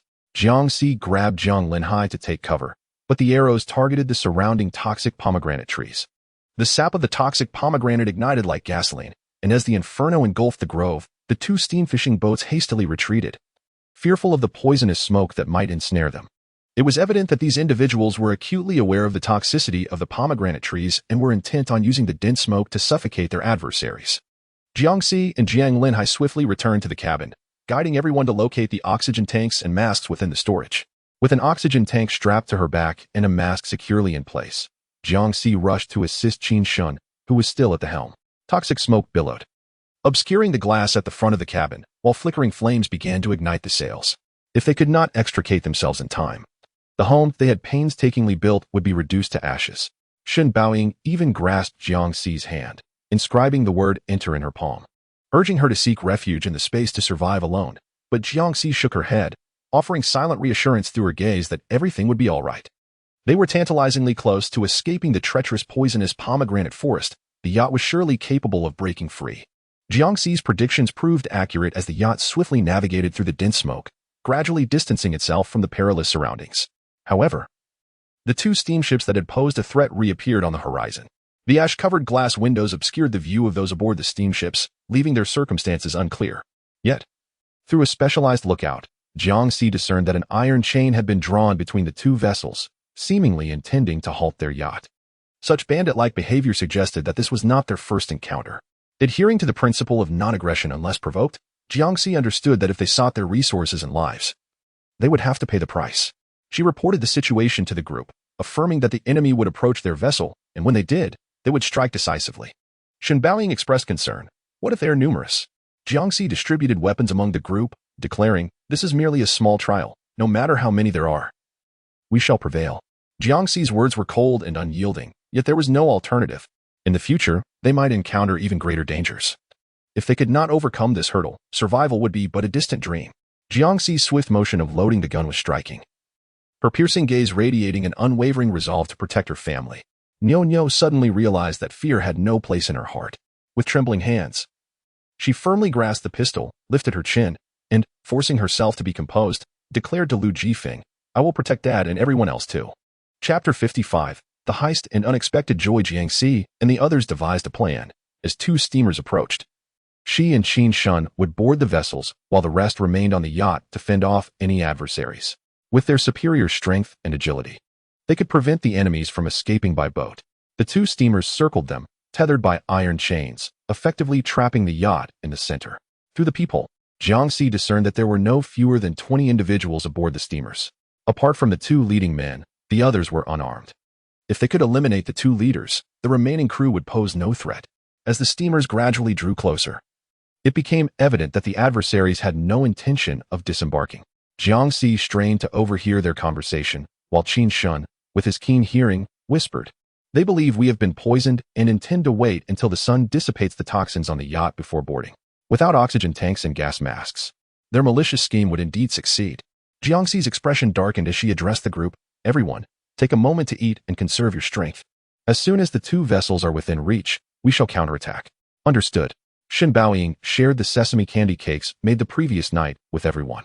The sweet aroma of the cakes swiftly replenished their energy. Xiaohei and Dehei quietly finished their dog food, obediently lying by Jiang Linhai and Shen Baoying's feet, their pointed ears alert and attentive to any signs of danger. The group remained vigilant for a considerable time, Until the next day when the long-awaited sun ascended high in the sky, yet still, there were no movements from the opposing side. The caution exhibited by this group suggested that they were likely wary of the poisonous guava on one hand, and on the other, concerned that their adversaries had not perished. Days passed in this stalemate, with rising temperatures and brilliant sunlight evaporating all moisture from the yacht. Suddenly, Dahei detected a faint sound and scratched Jiang Linhai's leg as a warning. Jiangxi observed closely, noting that individuals were gradually appearing on the decks of the two steamships. After several days of observation, Jiangxi had ascertained that at least 18 people were aboard one steamship, while the other harbored approximately 12. As the steamships drew nearer, colliding with the yacht, a sense of unease washed over the group, their expressions taut, gripping their firearms tightly. Although they had practiced shooting, the pressure of firing at fish in the water differed significantly from that of aiming at a human target. Shen Baoying's face was tense, beads of sweat forming on her forehead, while Niu Niu trembled uncontrollably. Lu Jifeng wished to shield Niu Niu from the harsh realities of the world. Yet he understood that she needed to adapt swiftly to the crises of this world and learn to protect herself. He could only reassure her, do not be afraid. Niu Niu managed a pale smile, not forgetting her earlier bold proclamation. Niu Niu is not afraid. Niu Niu will shoot and kill. The chilling words uttered by a child in this apocalyptic realm evoke a tragic sense of solace, a reflection of the grotesque nature of existence. From the steamship emerged 5 men clad in raincoats, adorned with hats, gloves, and sturdy boots. They bound the steamship and the yacht together with iron chains, prompting a fleeting exchange of glances between Jiangxi and Qinshen. Armed, Qinshen forcefully flung the cabin door open, propelling 3 of the men into the water with a swift kick, followed by 2 gunshots that dispatched the remaining assailants. The crew aboard the steamship had been entirely oblivious to Jiangxi and her companion's survival. The leading men were even more astonished to discover that Qinshen was armed. As they drew their weapons, poised to fire upon him, Jiangxi expertly took aim through a peephole, landing a shot that struck one man's head, blood splattering as he collapsed. The fallen man's firearm was swiftly retrieved by his subordinate, only for Jiangxi to shatter the man's hand with another precise shot. Observing the unfolding chaos, the leader of the opposing steamship realized that Jiangxi and her group were prepared for battle. He crouched low, shouting for his men to unfasten the iron chains connecting the yacht, while seeking refuge within the cabin. Jiangxi was determined not to permit his escape. She fired a shot that struck the man's thigh. He screamed in agony, writhing in pain, as his men, fearing for their own lives, scrambled to untie the locks in a frantic panic. Jiangxi turned to Jiang Chengwu and the others, entrusting them with the task. All right. Qinshen leapt onto the steamship, where 2 men rushed at him wielding machetes. In unison, Lu Jifeng and Jiang Chengwu fired their weapons, eliminating the attackers. Meanwhile, Jiangxi, under the protection of Jiang Linhai, made her own daring leap onto another steamship. Jiangxi held a gun in her hand. The men on the ship, upon realizing she was a woman, hesitated momentarily before displaying a fierce demeanor and lunging at her with knives. Bang! Jiang Linhai struck one man, while Jiangxi swiftly kicked another to the ground. With the assistance of Lu Jifeng, the men on the deck were soon subdued. Meanwhile, Qinshen entered the steamship's cabin, finding it devoid of any figures. The instant Jiangxi slipped into the cabin, a sharp-eyed woman raised her gun and unleashed a barrage of shots at Jiangxi. Jiangxi evaded to the side, but the woman's footsteps grew ever closer. Listening intently, Jiangxi fired a bullet that struck the woman's heart. The woman collapsed, her gaze towards Jiangxi filled with a desperate plea. Bang! Jiangxi ended her life, stepping over the fallen figure and advancing further inside. In the adjoining rooms, 2 men emerged simultaneously, launching a coordinated attack. Jiangxi retaliated with a powerful elbow to one man's face and swiftly kicked the other man in the head. Just moments later, 2 more men surged forward, clutching a 10-year-old girl in their arms, pleading, "Please, don't kill us. We surrender. We surrender." The little girl cried out for a hug. "Sister, sister, sister." Jiangxi's expression faltered as the girl was hurled towards her as a shield, while a sharp axe swung threateningly at her. Jiangxi embraced the trembling girl, narrowly evading the flying axe. However, the girl, suddenly filled with a fierce determination, revealed a concealed blade and fiercely slashed at Jiangxi's neck, declaring, "You killed my mother. I will avenge her." Jiangxi reacted swiftly, striking the girl down with a single blow, seizing the axe from the ground, and dispatching the remaining assailants with remarkable efficiency. The girl's vengeful gaze conveyed a desire to see Jiangxi suffer immensely. Allowing her to live would pose a future threat. Had Jiangxi not endured a decade of apocalyptic trials, she might have been merciful, permitting the girl to fend for herself. But there were no what-ifs. Jiangxi would not allow any potential danger to harm her family. With a decisive shot, she eliminated her adversary without a hint of remorse. Only after ensuring the demise of every soul aboard the steamboat did Jiang Si commence her inspection of the cabin. The provisions were plentiful: rice, millet, flour, canned goods, instant noodles, and dried fruits, ample supplies for sustenance.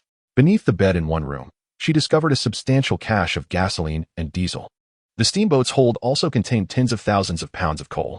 Most astonishingly, in a room at the rear of the cabin, she found a milk goat and a pregnant wild boar.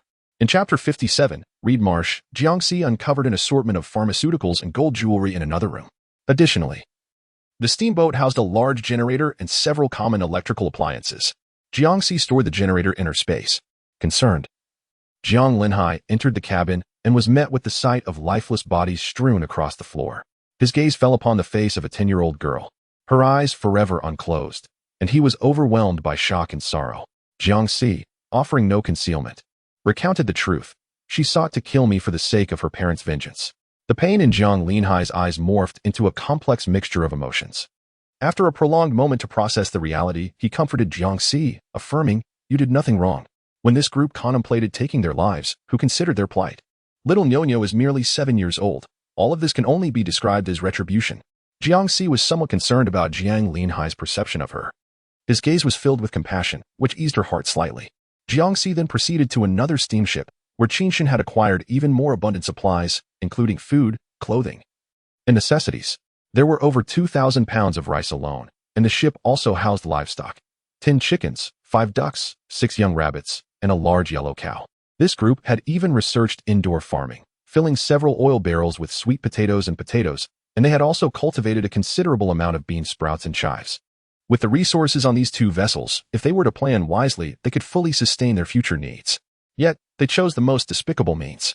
Jiangxi sighed, observing that everyone was growing cheerful as they counted the supplies on both steamships.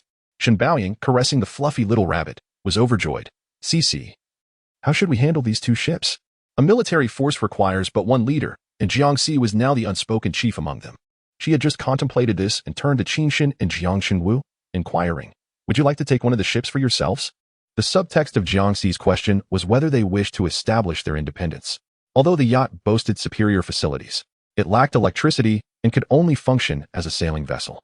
The steamship was swifter, larger by a third than their yacht, and stocked with ample supplies, more than sufficient for Lu Jifeng and the others to live well. Upon discerning Jiangxi's implied message, Lu Jifeng and Nonyo's faces turned ashen. Jiangxi would undoubtedly ensure that they would not suffer losses. The allocation of resources would be fair. However, while the steamship is indeed a remarkable vessel, it requires the collaboration of several individuals to operate effectively. Given that Nyonyo is so young, should any unforeseen circumstances arise, he would be utterly incapable of managing the situation alone. The strength of numbers provides a degree of mutual support. By taking turns on night watch, preparing meals, cleaning, cultivating, and raising livestock, life could continue to function smoothly, allowing for restful slumber.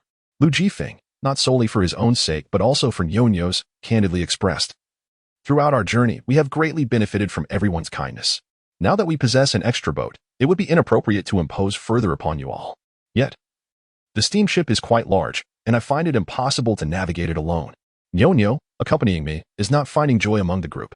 Strength lies in unity. Might Nyonyo and I remain with you?" After a moment's contemplation, Lu Jifeng added, "If it is not feasible, that is perfectly acceptable. You are under no obligation to provide a shelter."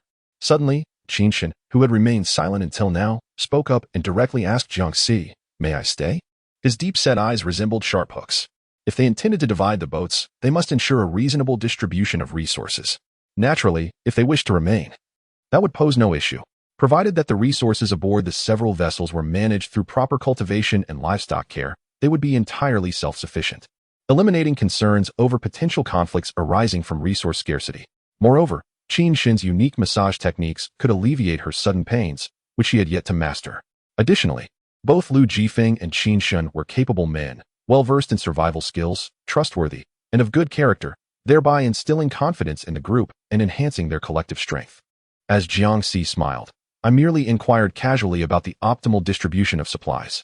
Should everyone choose to remain, we might transfer the majority of usable resources onto the yacht, subsequently employing a steamboat to forge a path towards a secure anchorage. Alternatively, we could anchor several vessels, ensuring their stability, while cultivating vegetables and grains aboard the steamboat. If danger should arise, we could swiftly depart." It appeared we had no intention of forcing them to leave. Niu Niu and Lu Jifeng exchanged identical expressions of astonishment. Excellent. Qin Shin also nodded in agreement with Jiang Si. They busied themselves, transferring a substantial portion of vital supplies onto the yacht, while reserving some for the steamboat as a precaution against unforeseen mishaps. The remaining 2 steamboats would suffice to sustain them for 6 months. Their labors continued until dusk. Though physically fatigued, their spirits soared with fulfillment. On the following day, as Jiang Si rose and descended to the yacht's lounge, Niu Niu rushed over, bubbling with excitement. Sister, the hens and ducks have laid eggs. Jiang Si followed her to the first steamboat, where indeed, 6 chicken eggs and 3 duck eggs awaited them. Niu Niu picked one up, cradling it in her palms with a beaming smile. Sister, it's still warm. These chicken and duck eggs bore the weight of everyone's hopes for sustenance, which is why Niu Niu radiated such joy. Jiang Si gently caressed her cheek, remarking, fresh eggs are the most delicious. How about we enjoy them today? Niu Niu shyly blinked and replied, Sister, I don't want to eat the eggs. Let us save them to hatch the chicks. Jiang Si pointed to the 10 hens in the cage and remarked, without a rooster, they lay unfertilized eggs, incapable of hatching chicks. Perhaps we should consume them instead. Niu Niu paused, realizing the absence of a rooster, and finally smiled, nodding in agreement. All right, let's have chicken eggs.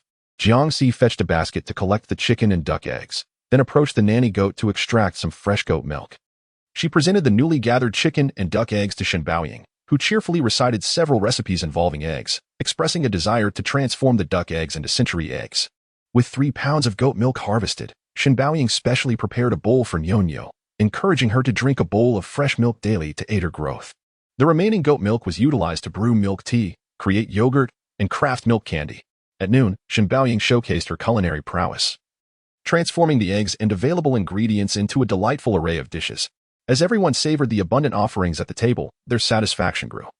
Alongside a collective desire to hasten the organization of the steamship, cultivate more grains and vegetables, and raise additional small animals.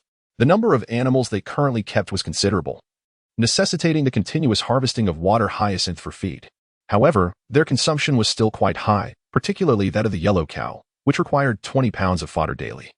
Not to mention the occasional need for supplementary coarse grains. As the water hyacinth diminished, thoughts of slaughtering the yellow cow crept into their minds, until they unexpectedly spotted a lush expanse of reeds. Chapter 56. The reed marsh reeds are far more favored by livestock than water hyacinths, as their plants are replete with nutritional elements. Fresh tender stalks and leaves of reeds, as well as dried reed grass, can be fed to cattle and sheep. However, the dried reeds must undergo fermentation, akin to water hyacinths, to be processed into silage before being offered to the animals. Beyond this, reeds possess a myriad of uses. Their roots are edible and can be incorporated into various culinary delights, such as stir-fries, stews, reed root and mung bean soup, and chicken broth with reed roots. The abundant dietary fiber contained within accelerates intestinal peristalsis and enhances gastrointestinal absorption. Furthermore, reeds have medicinal properties. Reed roots are utilized for clearing heat, while reed flowers serve as a detoxifying agent. Both reed stems and roots are vital medicinal materials in the treatment of plagues. The reed stalks are rich in cellulose, making them suitable for paper production and mat crafting. The inhabitants of the reed marsh employ reeds to create various items, including reed flutes, brooms, mats, bedding, and even housing. Every part of the reed is a treasure, and the vast expanse of reed marsh before one is truly invigorating. Recently, the rainfall has diminished, rendering the yachts and steamers incapable of continuing their journey. Rather than being compelled to remain stranded in the river, it seems prudent to pause here for a brief respite.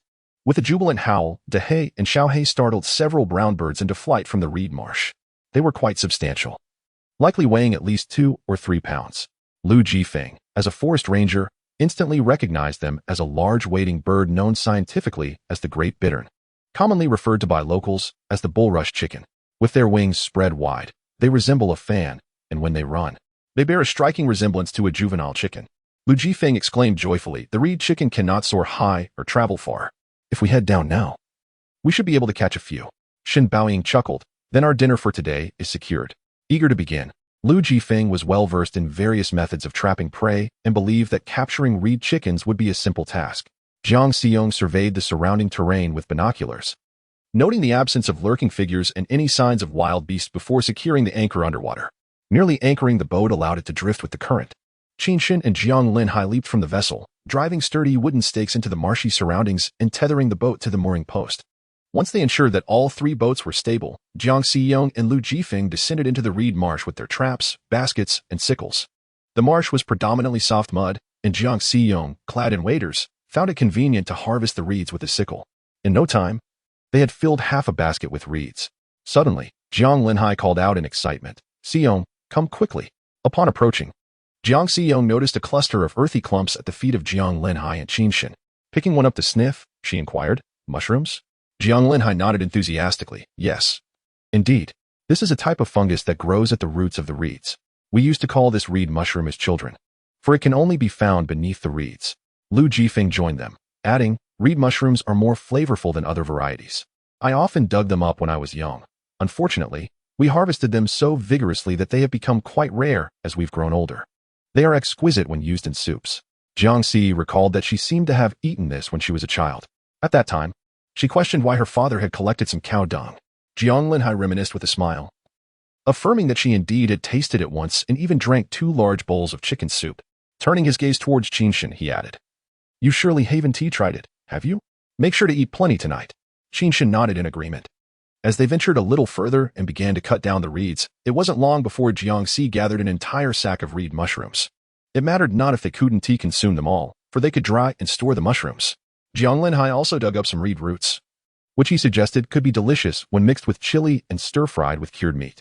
In their childhood, they would often dig these up as snacks. He was curious to taste them to determine their sweetness, but Jiang Xi cautioned him against it, warning of potential parasites. Jiang Xi privately educated him on various mutated plants and animals. With her reminder, Jiang Linhai paused his actions and laughed, "Then let us wash them before eating." Beneath the reed roots, there was accumulated water, and as Jiang Linhai continued to dig, he unearthed a sizable crayfish. He exclaimed, "Cici, look how big this crayfish is. Do you think it's mutated, and can we eat it?" His inquiry seemed to imply that Jiang Xi would certainly know the answer regarding the crayfish's mutation. Lu Jifeng found it somewhat peculiar, but assumed Jiang Linhai was merely making conversation. The crayfish was a vibrant red, while its head and large pincers were a striking blue-purple. Jiang Xi had consumed such crayfish during the apocalypse and nodded, "It should be edible." Jiang Linhai was delighted, exclaiming, "Your mother's scarlet crayfish and spicy crayfish are absolutely delicious. When we return, I'll come back to drop off a few traps." "All right," she replied. "Here." The abundance of crayfish is truly remarkable. Jiang Linhai, without hesitation, has filled half a sack, and has even caught a few sizable tilapia from the waterhole. However, upon observing the tilapia wriggling energetically on the grass, Jiang Xi furrows her brow slightly. With fish and shrimp present, why is there no sign of the snakehead or crocodile? Could there be something even more fearsome lurking about? A pang of unease grips Jiang Xi as she prepares to call everyone back to the boat. Suddenly, Lu Jifeng, who is setting traps for the water hen, waves enthusiastically and shouts, "I found the water hen's eggs." The group makes their way towards Lu Jifeng, following the direction of his finger, where they spot a nest containing approximately 10 quail-sized eggs across the water. Lu Jifeng hands his backpack to Jiang Linhai, saying, "I'll go retrieve the eggs." Jiang Xi interjects, "Hold on, we shouldn't rush. There may be strange creatures lurking in the water. Tomorrow, let's bring the inflatable boat. There should be more than one nest in the reeds across the way, and we can collect them all at once." Lu Jifeng finds this plan agreeable, as their haul from this trip has already been quite fruitful, even if they have yet to catch a water hen. Killing one hen would mean one less egg-laying female, and the group feels a tinge of reluctance. Meanwhile, Jiang Qingwu, who is observing from the boat, grows anxious after seeing them disappear into the reeds for quite some time. Calling out, "Are you all coming back?" Jiang Xi raises a small red flag and waves, signaling that they will return shortly. Suddenly, a splashing noise erupts from the area where Lu Jifeng set his traps. He dashes over, and before long, he returns, brimming with excitement, holding a water hen weighing over 2 pounds. The partridge, cloaked in a grayish hue, harmonizes beautifully with its surrounding environment. If it were to cease its struggles and be cast into the underbrush, it would be nearly undetectable. Jiang Linhai chuckled heartily, exclaiming, "We have chicken now. Tonight we shall feast splendidly." Upon returning to the boat, Shen Baoying and the others gathered around, their faces aglow with delight at the sight of their bounty. Shen Baoying busied herself with boiling water and plucking the chicken feathers, while Jiang Linhai assisted her. The rest sat on the deck, diligently cleaning the bulrush mushrooms and preparing reed for fodder. Suddenly, the reeds swayed in the breeze, and Qinshin abruptly rose, gazing toward the dimly lit horizon, as if he had discerned something remarkable. Chapter 57. Elk and giant salamander. Jiang Xi approached Qinshin and peered into the abyss beneath the yacht. which appeared utterly dark and devoid of any anomalies. Nonetheless, she inquired, "Is something amiss?" Qinshan scrutinized the scene for an extended moment, then shifted his gaze. Jiangxi paused, pondering whether it might be a snakehead fish. Qinshan shook his head. Perhaps. Perhaps? Jiangxi's intuition suggested it was unlikely to be a snakehead fish. Such creatures would eagerly surface at the slightest disturbance. After plucking the partridge and removing its entrails, only a pound of meat and bone remained. Shen Baoying prepared a pot of partridge and bulrush mushroom soup, adding a few roots of ginseng and goji berries, ensuring each person received a bowl. Particularly nourishing for vitality and beauty. Jiangxi took a sip, and the once fuzzy memory of the taste crystallized. So fresh. Shen Baoying remarked, "This partridge is a bit small. Once the chicks grow, we can breed more and enjoy them regularly." Nyo, with a contented smile, chimed in, "I will also gather more bulrush mushrooms to store, so we can savor them whenever we desire." As everyone exchanged knowing smiles, they relished this rare moment of tranquility and happiness. Following a peaceful night, they arose invigorated. Zhang Qifang had long contemplated cultivating the soil, intending to fill every available spot on the yacht and the two steamers with crops and vegetables. Jiangxi and Qinshan set off to collect pheasant eggs, while Jiang Linhai and Lu Jifeng busied themselves digging in front of the yacht, and Jiang Chenggu remained vigilant, keeping watch over the group. Navigating through a thicket of reeds, Jiangxi and Qinshan boarded an inflatable boat and paddled along the waterway. Soon discovering the nest of pheasant eggs they had seen the day before, the pheasants displayed a sluggish reaction. It was only when Jiangxi and Qinshan approached that they flapped their wings in a hasty escape. With a swift strike of his rod, Qinshan stunned one of the birds. He tossed the incapacitated pheasant towards Jiangxi, who promptly bound it with twine. Meanwhile, Qinshan carefully gathered the chicks from the nest, asking Jiangxi if she wanted to raise a few pheasants. Recalling how delectable the pheasant meat had been the previous night, Jiangxi smiled, surprised to see this gluttonous side of Qinshan. "Very well, let us rear some."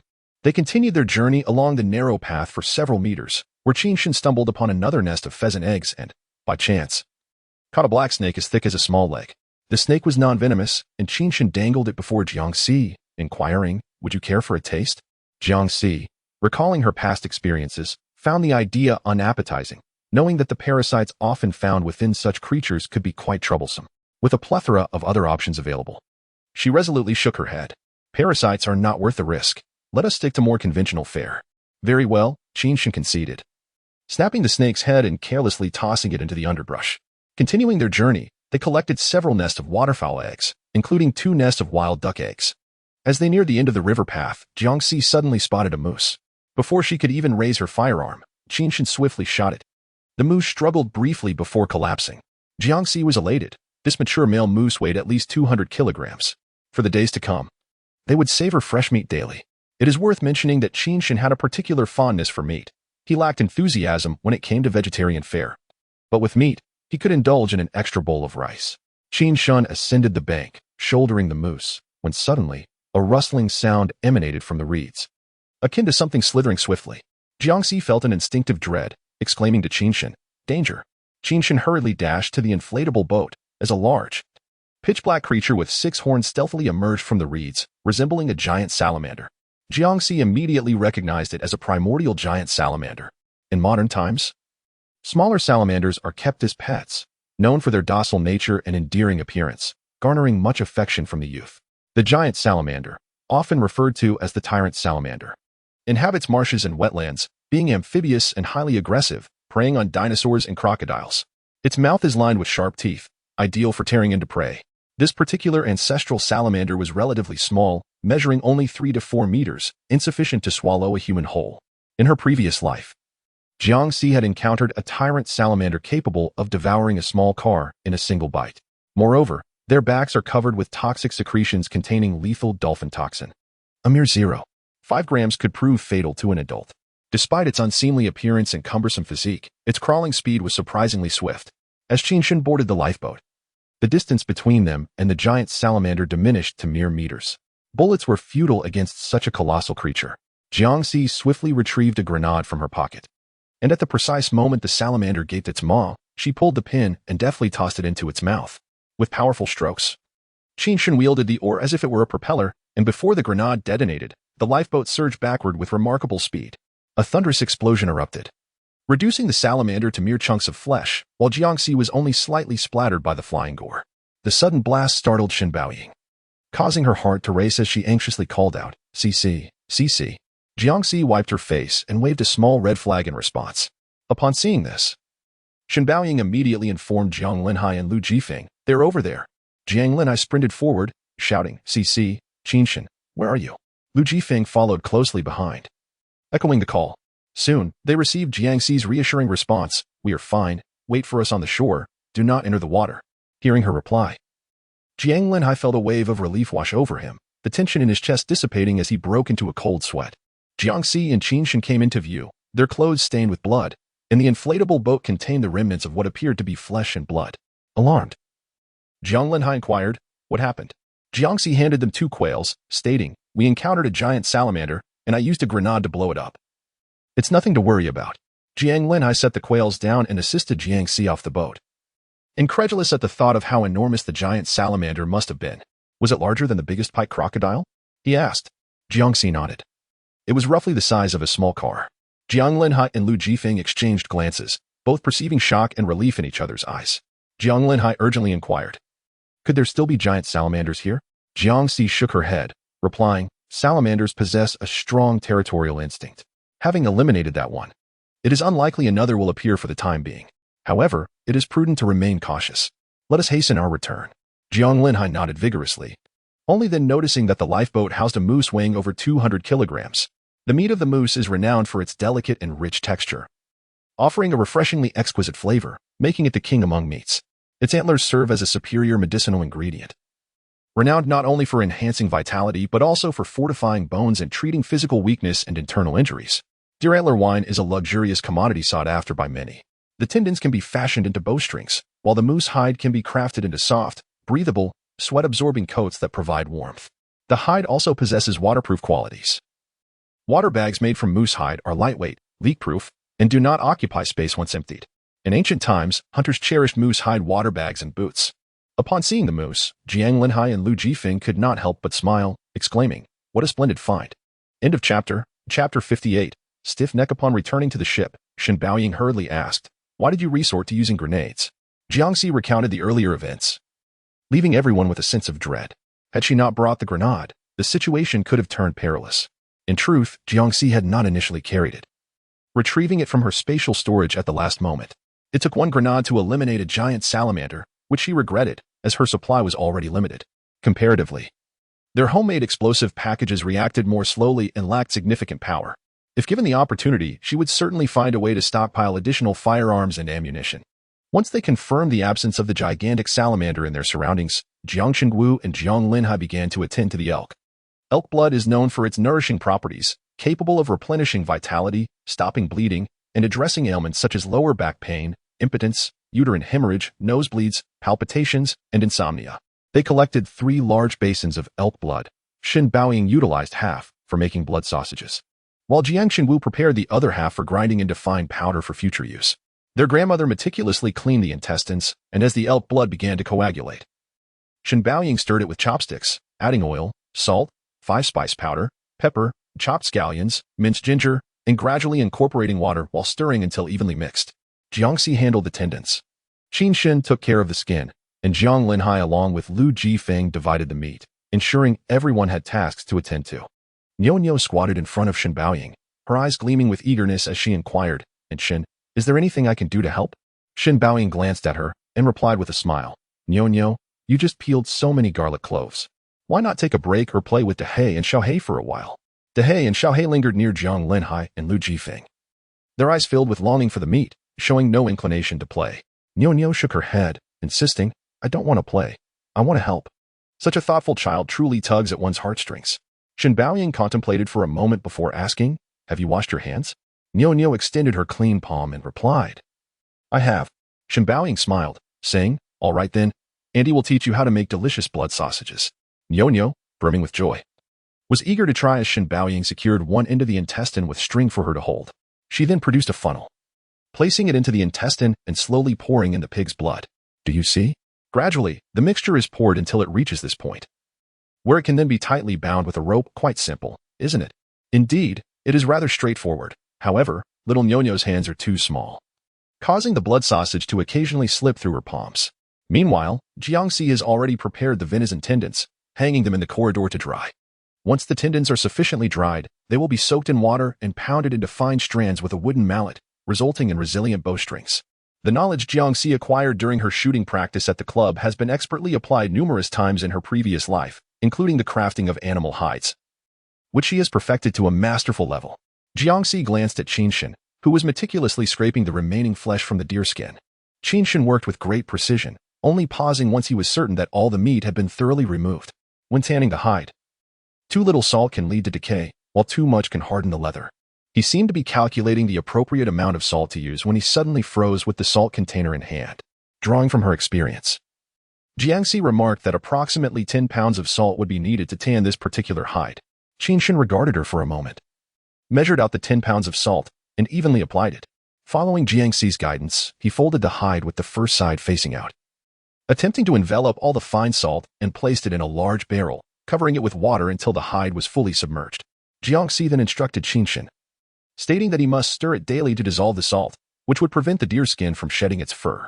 Thus, the resulting elk hide would not only be exquisitely soft but also remarkably durable and visually appealing. Lu Jifeng initially intended to come over to offer them guidance, but upon hearing Jiangxi's words, he exclaimed with admiration, "Cici, you possess an impressive wealth of knowledge." Having served as a forest ranger for many years, he felt that Jiangxi's understanding was far more detailed than his own. Jiangxi smiled gently, recalling her school days when she had encountered such books and found herself intrigued, glancing at them a few more times. Lu Jifeng turned his gaze towards Nonyo, who was diligently stuffing blood sausage, feeling a twinge of regret in his heart. It seemed unlikely that Nonyo would ever have the opportunity to attend university like Qinshan and Jiangxi.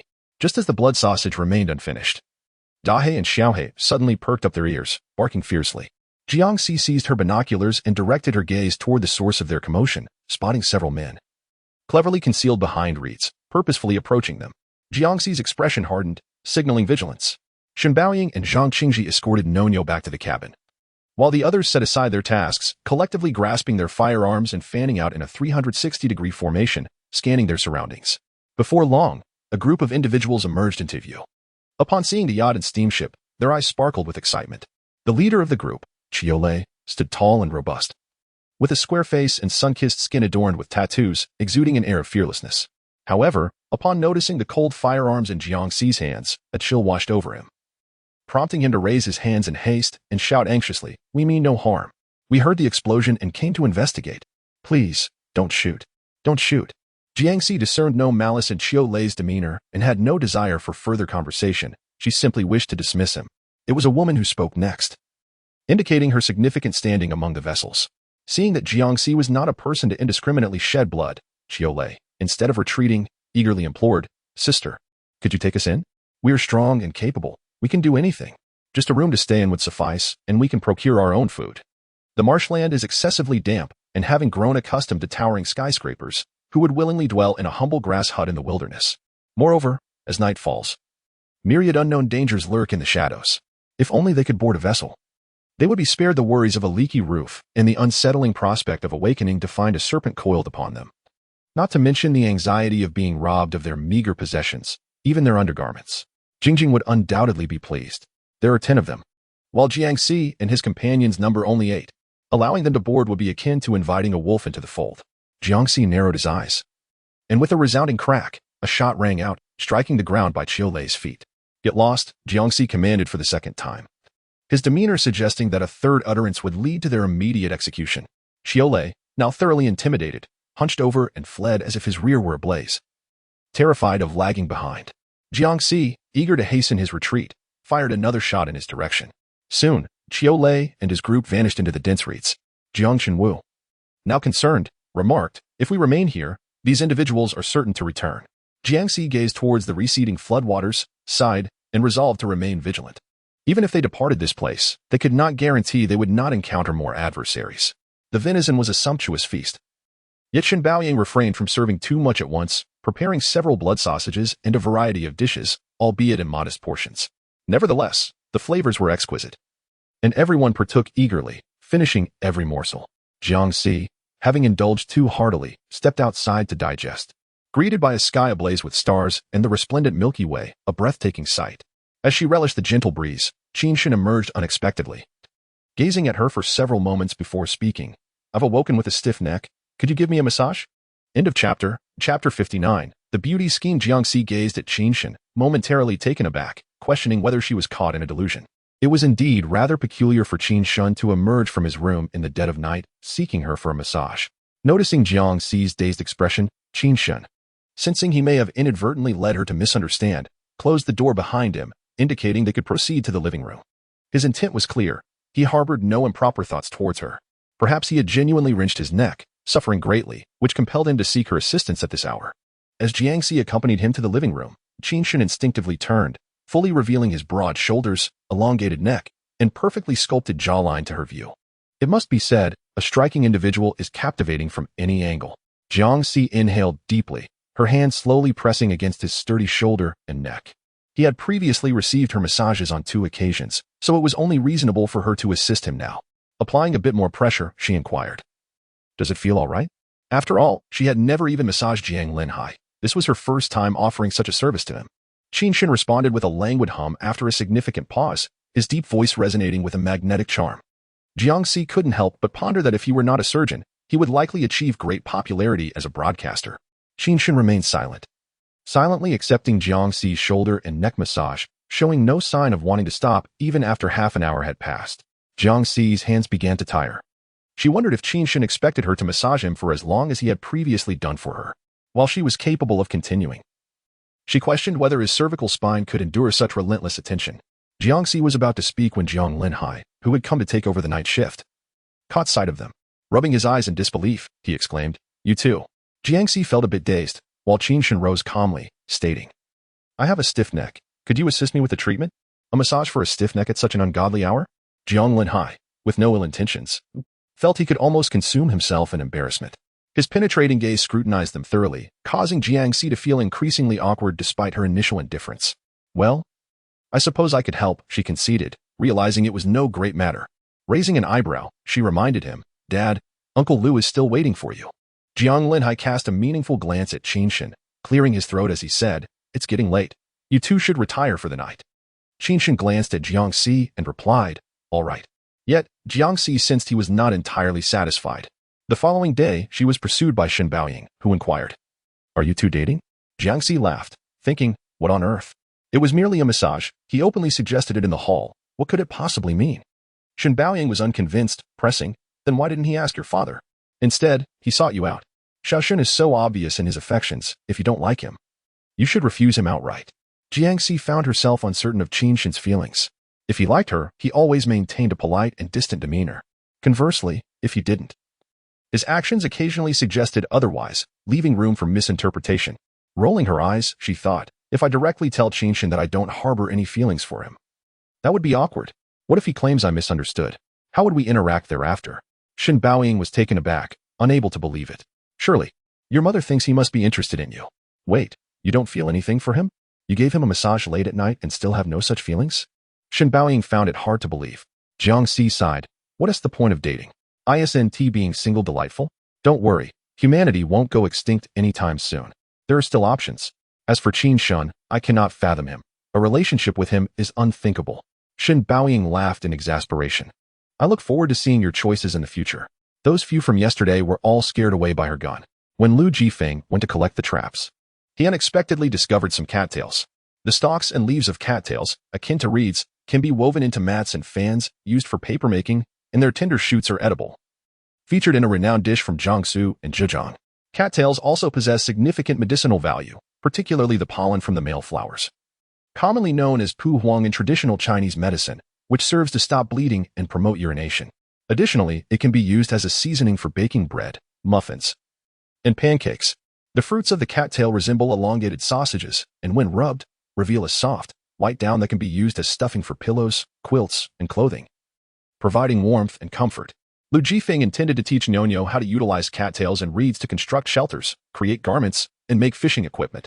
He cut 2 large bundles and was about to carry them back when a sudden urgent whistle sounded from the boat. Almost immediately, he heard Nonyo shout, "Dad, there's a woman behind you." Lu Jifeng raised his gun, and before long, a young woman, adorned with reeds, appeared in his line of sight. She was fair-skinned, with delicate features, and was approximately the same age as Jiangxi. She gazed at Lu Jifeng for quite a while, mustering her courage to approach him step by step. Seeing no threat in her demeanor, Lu Jifeng coldly advised, "Step away." Cheng Jing smiled at him, twisting her waist in a decidedly seductive manner. "Brother, I am all alone. Will you take me back?" Lu Jifeng averted his gaze and resumed his journey, shouldering his burden. Recognizing his attire as that of a crew member, Cheng Jing hurriedly followed. Pleading, "Brother, wait for me." Lu Jifeng walked briskly, making it quite a challenge for Cheng Jing to keep up. Emerging from the reeds, the yacht and steamboat came into view, causing her heart to race with excitement. She was finally free from the company of a multitude of men, living a life half human, half ghost. Eager to catch up with Lu Jifeng, she ran too hastily and stumbled, falling into the dirt, her body smeared with mud. Lu Jifeng quickly boarded the yacht. Cheng Jing, curled up on the ground, wept softly, her tear-streaked face evoking pity in any man who beheld her. Yet, despite her waiting, her tears nearly dried. No one came to her aid. As dusk approached, the danger of remaining behind loomed large. Cheng Jing lifted her head and her gaze fell upon Qin Shen, who held a gun. Suddenly, she radiated a remarkable brightness. She cupped her hands and called out to Qin Shen with determination, "Brother, will you take me in? I will do anything for you if you let me stay." Just moments ago, she had called Lu Jifeng brother. Jiang Linhai abruptly turned his attention to Qin Shen. While Jiangxi could not help but glance at him, curious about his reaction, Qin Shen exhibited no response, regarding Cheng Jing as if she were mere air. Jiangxi suddenly felt that Qin Shen indeed favored her. Cheng Jing was on the verge of tears. So many men were vying for her attention. Yet the individuals on these three boats remained utterly indifferent. She had no desire to return that night, her gaze once again landing on Jiangxi's face. She believed that since Jiangxi was a woman, she would be more susceptible to compassion. "Sister, I beg you, please let me stay. I eat little and work hard. Whatever you ask of me, I shall comply. I promise to be obedient." Jiangxi smirked. "What if I command you to die?" End of chapter. Chapter 60. Let them regret. Cheng Jing stood there in a daze, completely unprepared for Jiangxi's cruel suggestion. She could not comprehend why, as women, Jiangxi showed her no sympathy and was so malicious. Cheng Jing gritted her teeth, unwilling to surrender so easily. The men on the boat showed no interest in her, which indicated their integrity. Once aboard, they would surely not mistreat her. Jiangxi's harsh words were surely born from jealousy over her beauty, fearing that she would overshadow her once she boarded. If only she had the audacity to end her own life, she would undoubtedly garner their attention. Cheng Jing clenched her fists and bit down on her molars, issuing a fierce retort to Jiangxi. "Fine, then I shall die for you to see."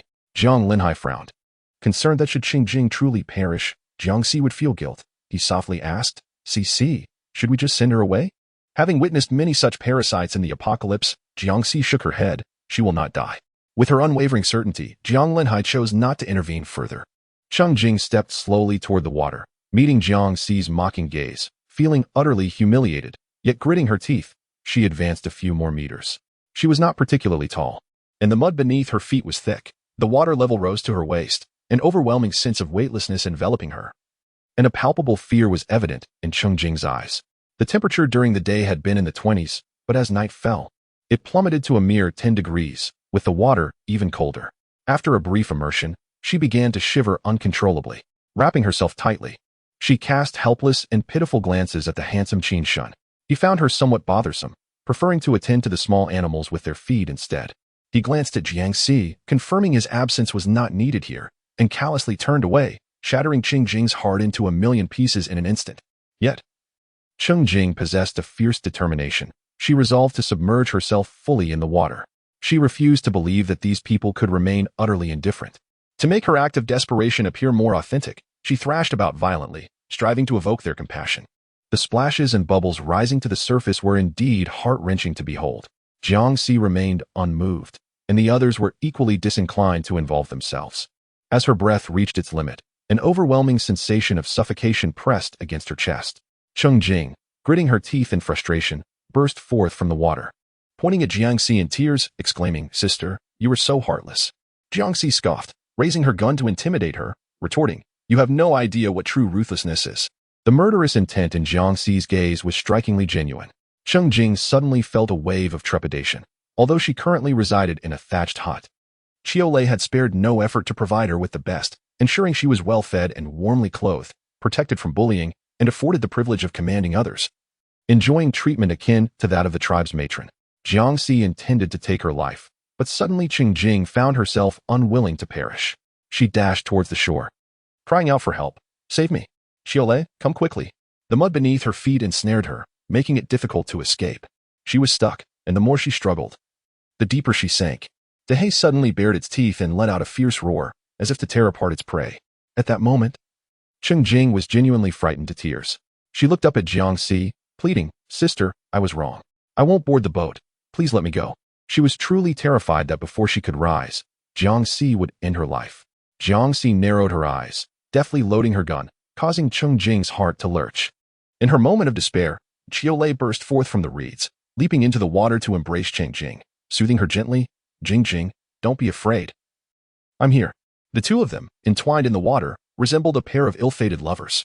Jiangxi gazed at Cheng Jing, who was huddled in the man's arms, and felt a wave of irony wash over her. Lu Jifeng seemed to share the sentiment, loudly proclaiming, Take care of your woman. Not everyone can be seduced. Cheng Jing's complexion fluctuated between red and pale, akin to receiving a stinging slap, the pain sharp and acute. Fearing Jiangxi would confront her with the gun, she dared not utter a word of rebuttal. Xiaolei did not perceive Cheng Jing in such a light, perhaps too preoccupied to contemplate the truth of the situation.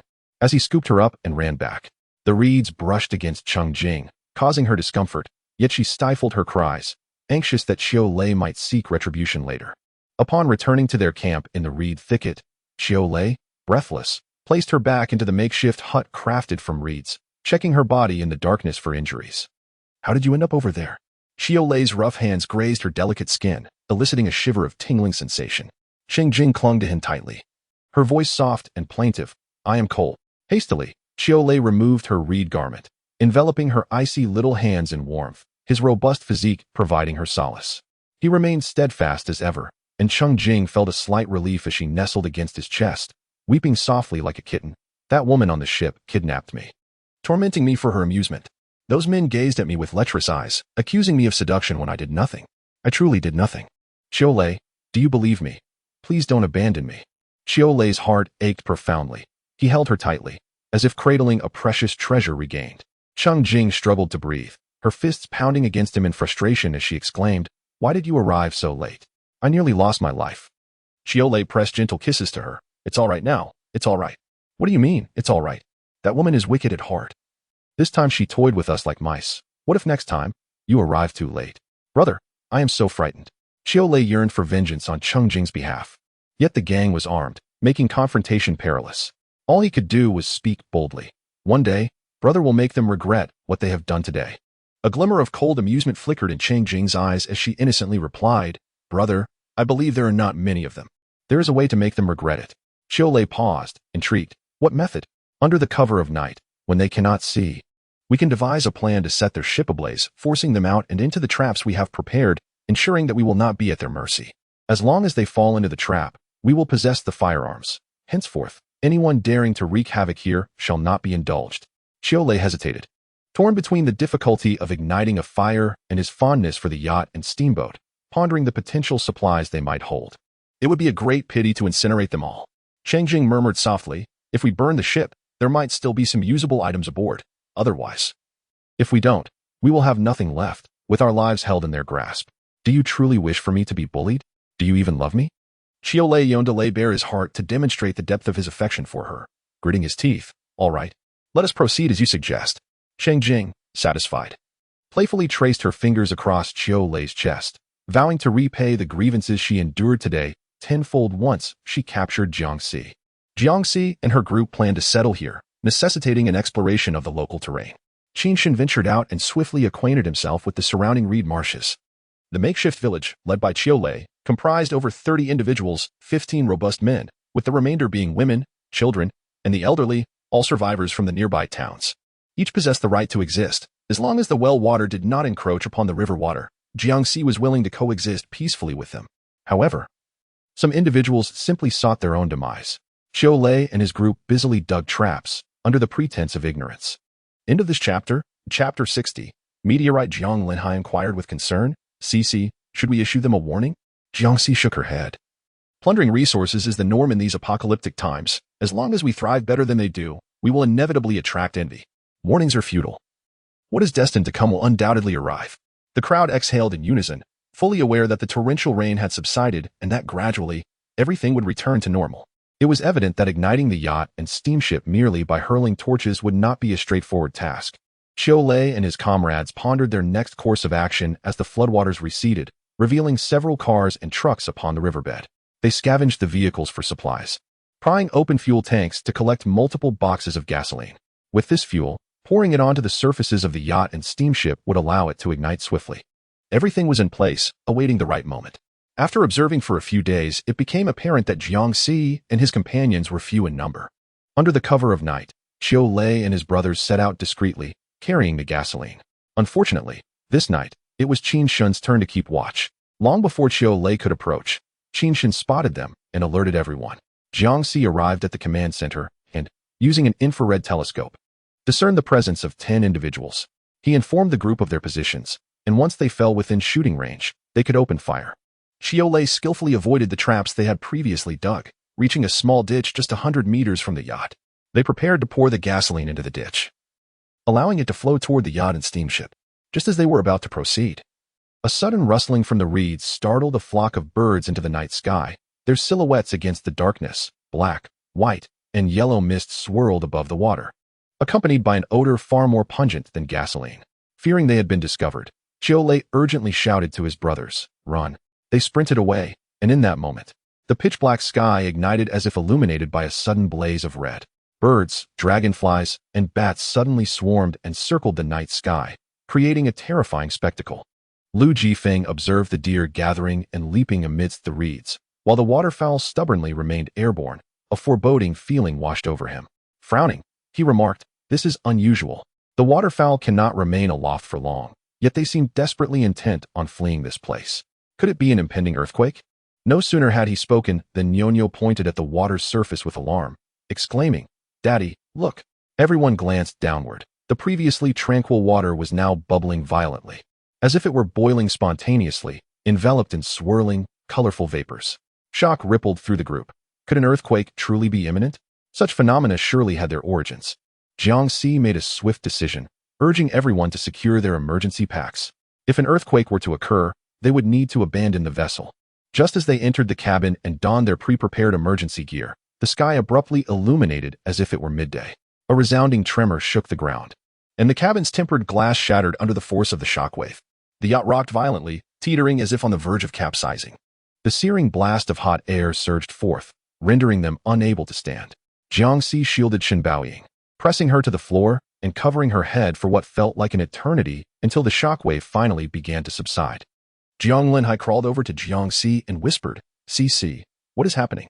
Jiangxi lifted her head to glance outside the cabin, where fiery embers danced wildly in the air. To the northeast, the sky appeared as a vast sea of blood. Jiangxi was aghast. Meteor showers had arrived far earlier than anticipated. Jiangxi rose to her feet, realizing that the river was rapidly receding.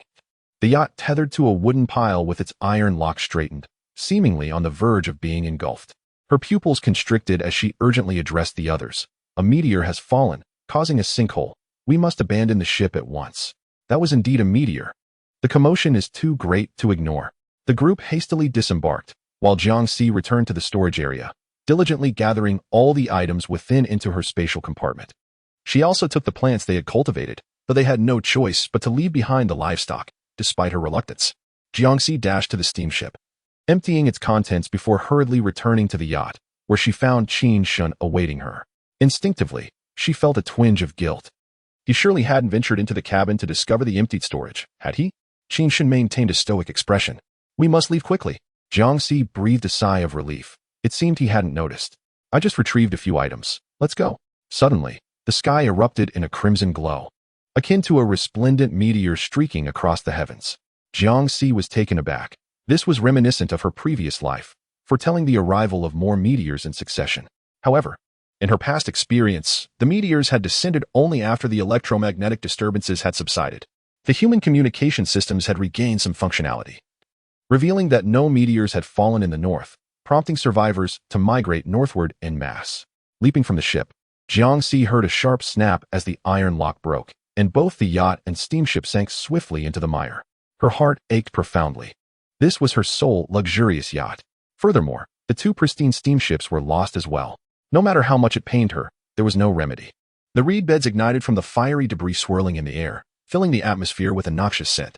They had to hasten their departure from this place, remaining vigilant against the potential descent of meteors from above. The flaming reeds posed a perilous challenge, compounded by the concealed traps dug by Chiu Lei and his companions, making the path treacherous. To prevent inhaling the acrid smoke, everyone donned helmets and soaked masks. Suddenly, a blinding light illuminated the sky. Jiangxi looked up in alarm and shouted, "Run! The meteor is about to fall." They sprinted desperately forward, leaping over muddy pits and trampling through fiery thickets. The torrid rain of molten lava from above increased in intensity, resembling a torrential downpour of fire. This meteor was undeniably substantial, and Jiangxi was deeply concerned that they might not outrun its descent, facing incineration and oblivion. "Run to the right," Qin Shen suddenly directed, having previously surveyed the terrain. The group immediately obeyed, veering to the right with renewed vigor. As they continued to run, they emerged from the reeds and spotted a rugged hill, composed of solid rock. If fortune favored them, there might be caves within which to seek refuge. Jiangxi's eyes gleamed with hope as she pointed towards the hill, urging, "Everyone, run faster. Time is of the essence." Above them, sparks the size of fingertips transformed into the size of fists, then into basketballs. A low, ominous rumble filled the air, signaling that their time was running short. Jiangxi dared not look up, pressing forward with relentless determination. Around them, other survivors began to coalesce, all striving towards the same sanctuary. An elderly man stumbled and was abandoned by his family at the base of a rocky wall, mere steps from safety. Yet, their fear of the impending meteor rendered them paralyzed. Without hesitation, Jiangxi grasped the frail elder and pulled him up, while Qin Shen glanced at her, effortlessly lifting the man and rushing beneath the rocky shelter just as the critical moment arrived. A resounding roar echoed as fireballs, each the size of several basketball courts, plummeted towards the reed fields, unleashing a tremendous shockwave akin to a nuclear explosion. Jiangxi was thrust against the rocky wall. Chapter 61. Meteorites. The group lay on the ground, groaning in agony, as waves of heat washed over them. Jiangxi reached back and felt her shirt had melted, clinging to her skin like molten lava. Suddenly, a hand, bony and defined, extended before her, grasping Qin Shen's hand. She rose hurriedly to check on Shun Baoying and the others. Each member of the group bore varying degrees of burns on their backs. Jiangxi picked up her bag, intending to retrieve some medicine, when a few individuals emerged from behind the rocky wall, namely, the elderly man's sons and daughters-in-law, having sought refuge against the rock face. They had sustained only minor injuries. Instead of assisting their unconscious father, they fixated on Jiangxi and her companions' backpacks. A man resembling a squat wintermelon, named Lu Ling, observed Jiangxi and her friends, all of whom were injured and in disarray, seemingly devoid of the capacity to resist. With narrowed eyes, he sprang forward like a monkey, attempting to snatch the nearest emergency pack. However, before his hand could touch it, Qin Shen delivered a swift kick, sending Lu Ling flying. He collided heavily against the stone wall, debris cascading down upon him, leaving him dazed and disoriented, as if his very insides were about to rupture. Lu Ling's two brothers, Lu Hong and Lu Xian, tall yet timid, were paralyzed with fear at the sight of their brother being hurled against the wall, trembling as they instinctively retracted their feet. The others surrounding the stone wall were instantly filled with trepidation, shrinking back in silence, their faces etched with fear. Lu Ling's wife was fiery. Upon witnessing Lu Ling's dire state, she charged at Qin Shen, exclaiming, "You dare to harm my husband. I will make you pay dearly." Lu Ling grasped her sleeve, directing his gaze towards the fallen elder's face, and weakly instructed his two younger brothers, "Go check on how father is doing." It was peculiar, as he had previously shown little concern for the elder. Nevertheless, Lu Hong and Lu Xian complied, approaching the elder and gently prodding, "Father, father, father." After several calls, the elder remained unresponsive. Lu Hong, extending a hand to feel for a pulse, suddenly widened his eyes in panic, exclaiming to Lu Ling, "Brother, father is dead." A deeper calculation flickered in Lu Ling's eyes as he pointed an accusing finger at Qin Shen, declaring, "Everyone else is unharmed, yet my father is dead. You must have used him as a shield, leading to his demise. You have severely injured me. You are obligated to compensate for our losses. Compensate for my father's life." Jiang Linhai lowered his gaze, observing the elderly man with closed eyes. "We brought the elder here with good intentions, and we have yet to demand compensation from you.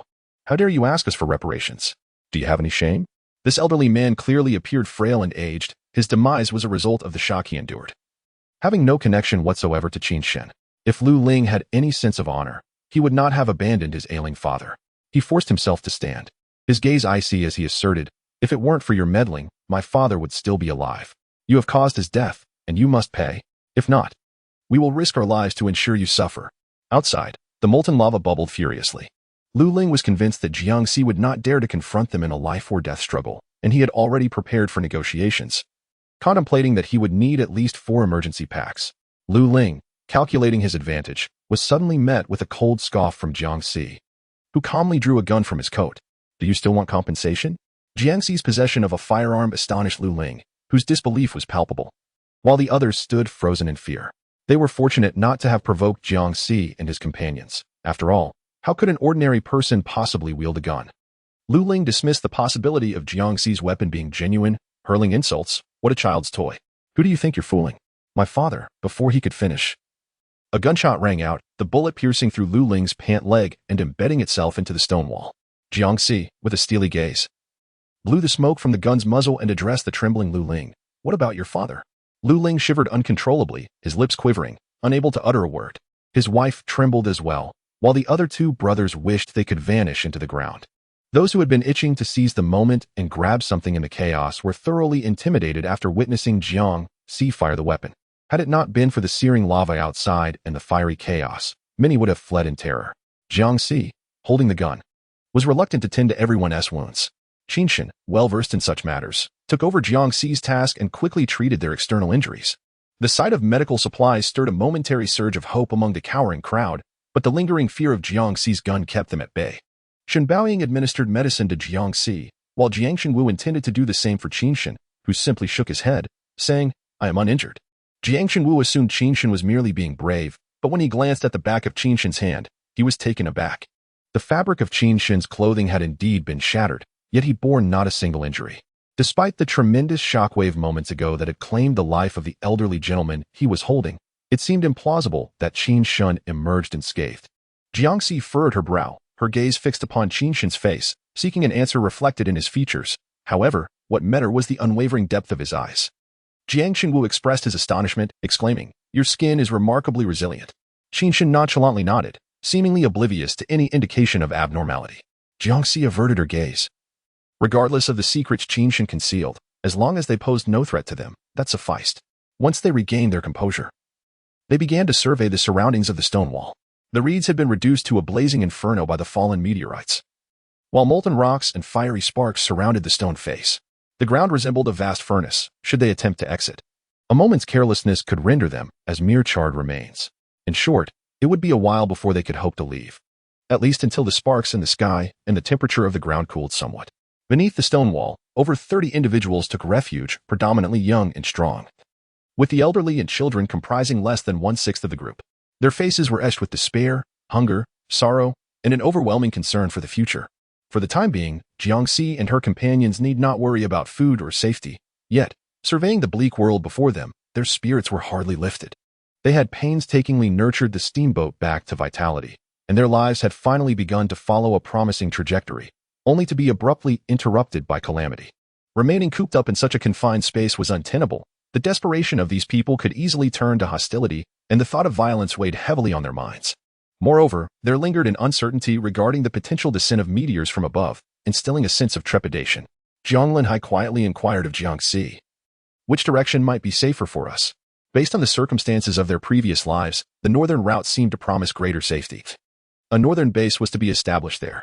During her mission, Shen Baoying met her untimely demise at the hands of Sun Xiushan and Shen Fu, which fostered a deep-seated aversion in her heart towards the northern base. However, the sequence of natural disasters in this life had shifted entirely, rendering the existence of the northern base questionable. After a moment of contemplation, Jiangxi declared, Let us prepare. We shall depart from here tomorrow morning, heading north. Excellent. It was essential to choose a direction for their journey, and following Jiangxi's lead was always prudent, to ensure a smooth departure.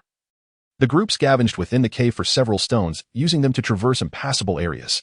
Others in the cave observed and emulated their actions, searching for stones as well. End of chapter. Chapter 62. Electromagnetic restoration. At the break of dawn the following day, the fiery Mars in the sky had vanished, replaced by drifting ash carried by the wind. The temperature outside the stone wall remained exceedingly high, with some lava still smoldering while other portions had solidified, providing a path for their departure.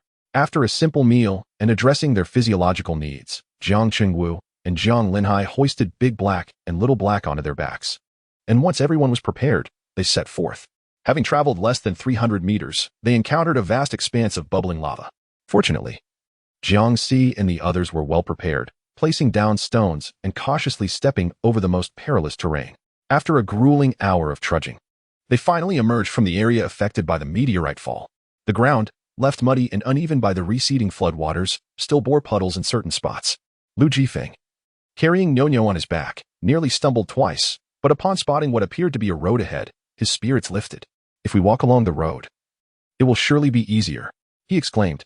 However, the road, which seemed so near, took them over 20 minutes to reach.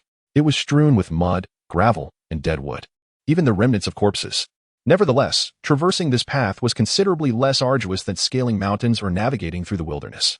Occasionally, they encountered a few ill-fated souls who attempted to threaten them, but the group brandished their sharp knives, effectively scaring the would-be assailants away. Their journey progressed relatively smoothly. And as twilight approached, the sky glowed with a radiant hue. Suddenly, a thunderous roar echoed in their ears. They looked up to witness another fragment of a meteorite plummeting from the heavens, landing just a short distance away. The ground trembled slightly, reminiscent of their startled hearts. Sparks rained down from the sky, yet fortunately, they were at a safe distance, with only a few embers falling nearby. However, their plans to camp wherever they pleased that night were thwarted. It was imperative to find a location that could offer protection from the meteorite debris. Jiangxi rummaged through his backpack for the atlas, located the page detailing this road, and studied it intently. He confirmed that just a few kilometers ahead lay a tunnel. Elated, he announced, "This is Jiuhua Slope. If we proceed a bit further, we will reach a tunnel where we can take shelter tonight, and we should be safe." The group walked towards the tunnel for over an hour, and the night had enveloped them completely. Suddenly, faint glimmers of light appeared ahead. The tunnel came into view, revealing vague silhouettes within, yet none bore torches. They all stood in a state of astonishment, fixated on the sensor lights above the tunnel, feeling as though they had stepped into another realm. Nyonya was the first to regain her composure, her clear voice resonating in everyone's ears. "Dad, look. There are lights." The presence of light indicated the restoration of electricity. Jiangxi quickly retrieved an electronic watch from her backpack, its ticking confirming the time as 8:28 in the evening. Her eyes widened in disbelief. The electromagnetic power had indeed returned. This meant that the electronic devices stored in her space would also be functional. She had several generators, and once they settled down, they would be able to supply sufficient electricity to enhance their comfort and convenience. A smile graced Jiangxi's face as she announced to everyone, "The electromagnetic power has returned. We have electricity." Lu Jifeng rummaged through his backpack and hastily produced a flashlight, testing it eagerly. With the switch activated, a beam of light pierced the darkness of the tunnel. Nyo cheered with excitement. "It works. The flashlight works." Their mother pulled out her phone, which she used as a mirror, pressing the button repeatedly, but it failed to power on. Anxiously, she turned to Jiangxi. "CC, why isn't my phone working?"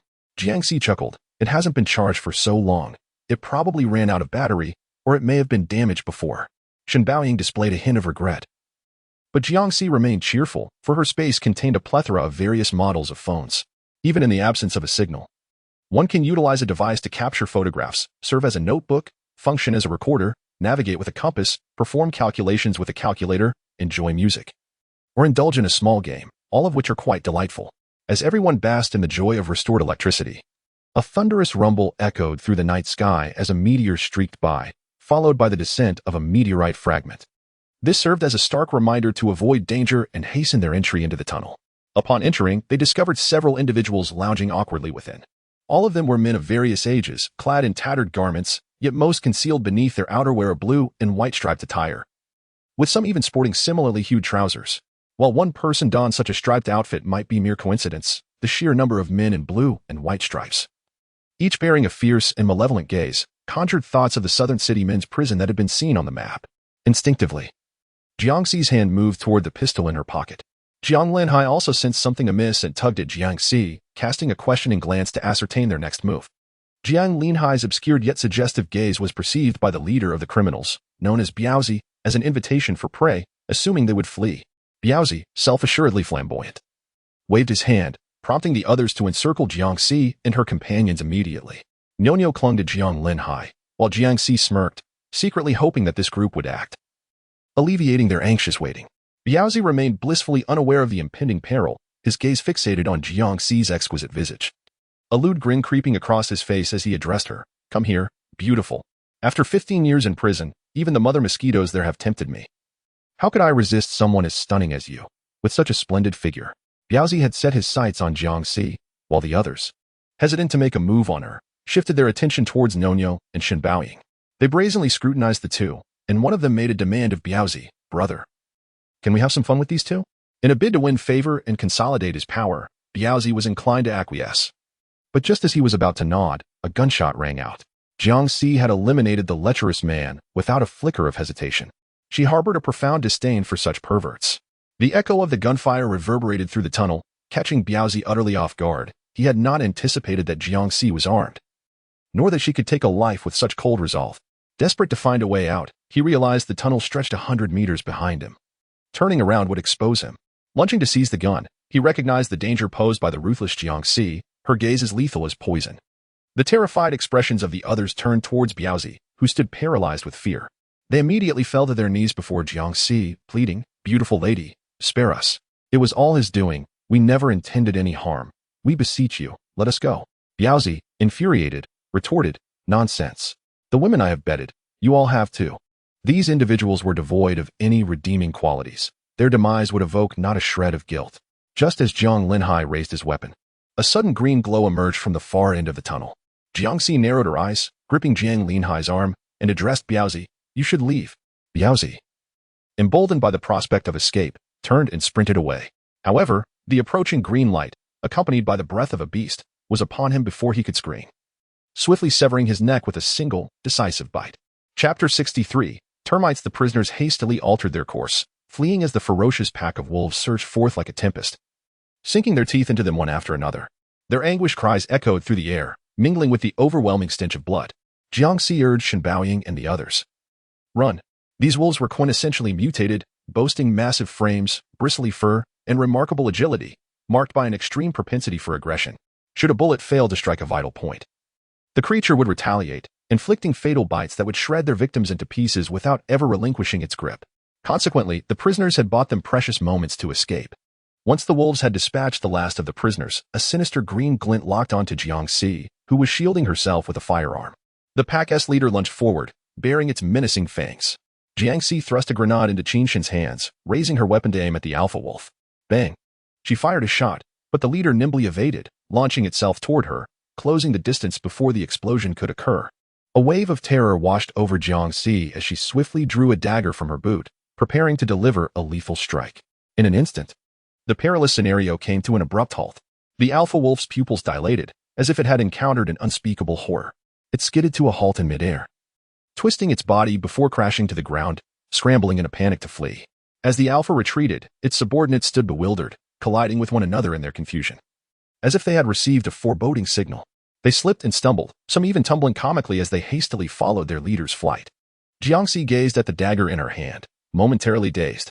Had she inadvertently unleashed an invisible pressure that sent them fleeing in terror? This couldn't be right.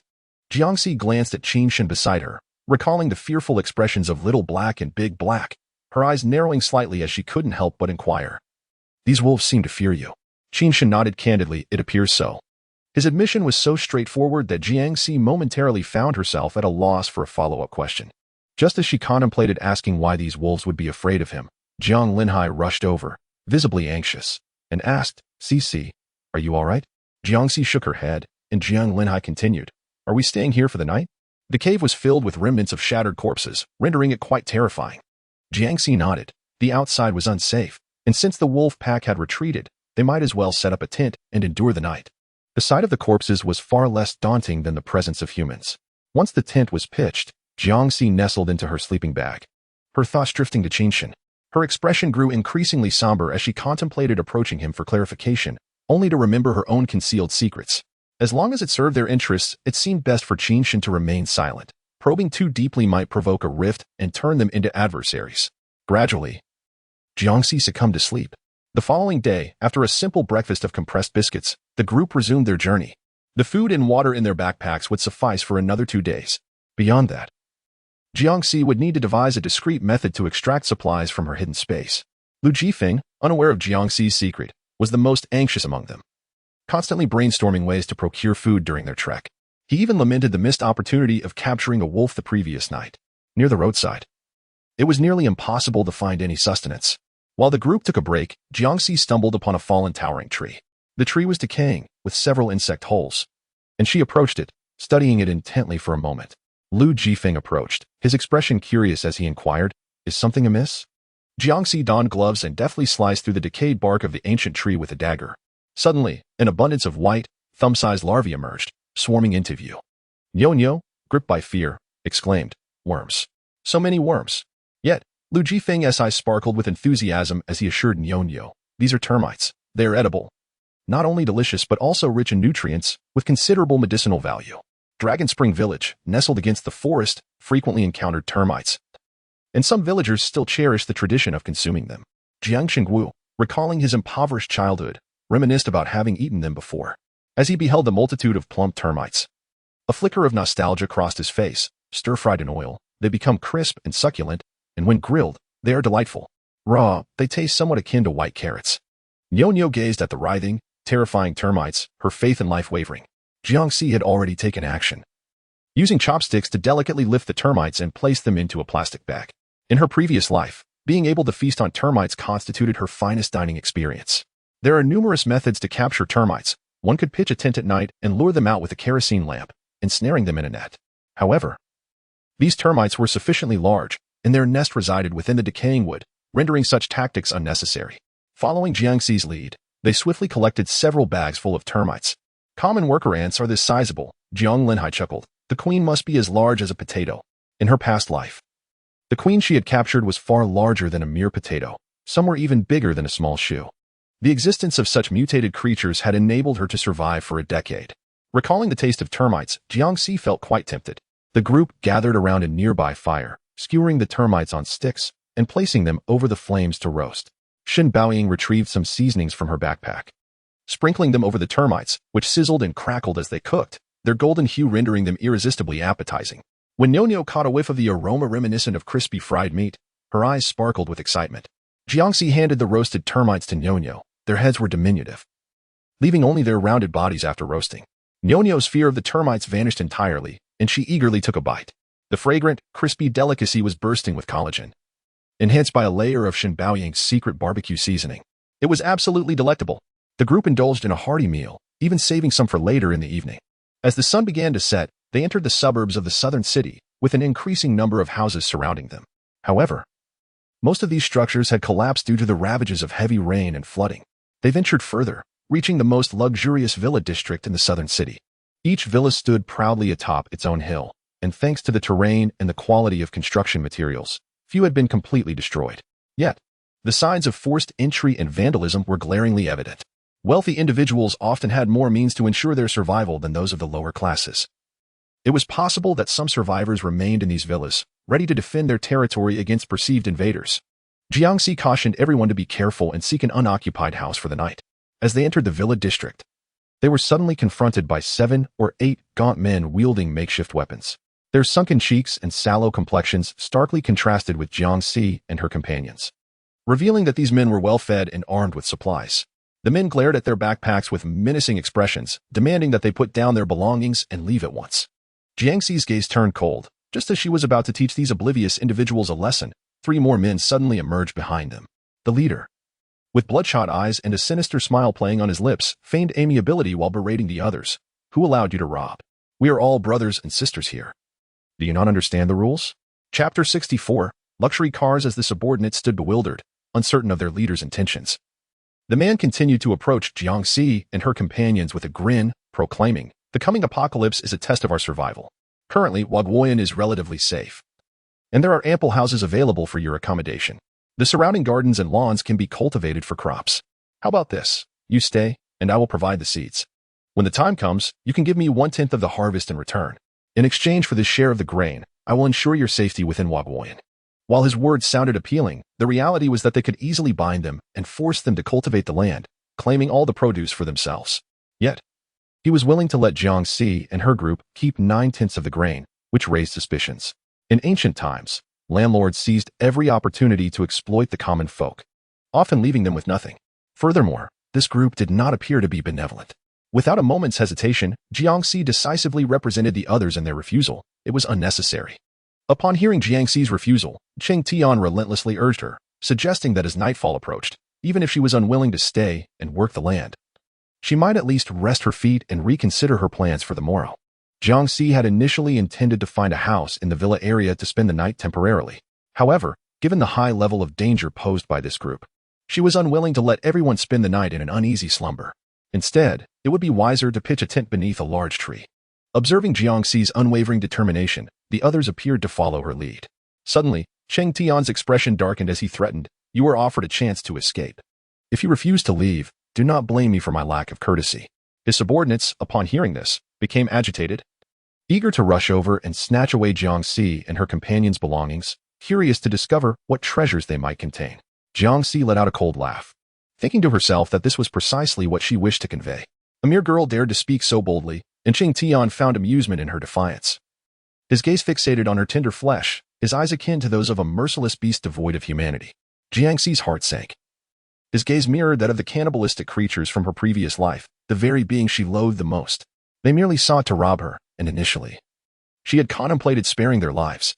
Yet, as memories flooded back of Shenbaoying, whose flesh had been cruelly carved from her legs, pale and bloodied, left with nothing but a skeletal frame, Jiangxi realized she would never have the chance to see her again. Bang!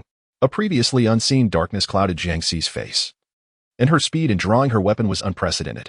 Day after day, Jiangxi would find herself struck in the forehead by a bullet. Her eyes wide open as she collapsed, her subordinates startled, scattering in all directions like frightened birds. One by one, Jiangxi mercilessly dispatched them, her demeanor as cold as that of a deity of death.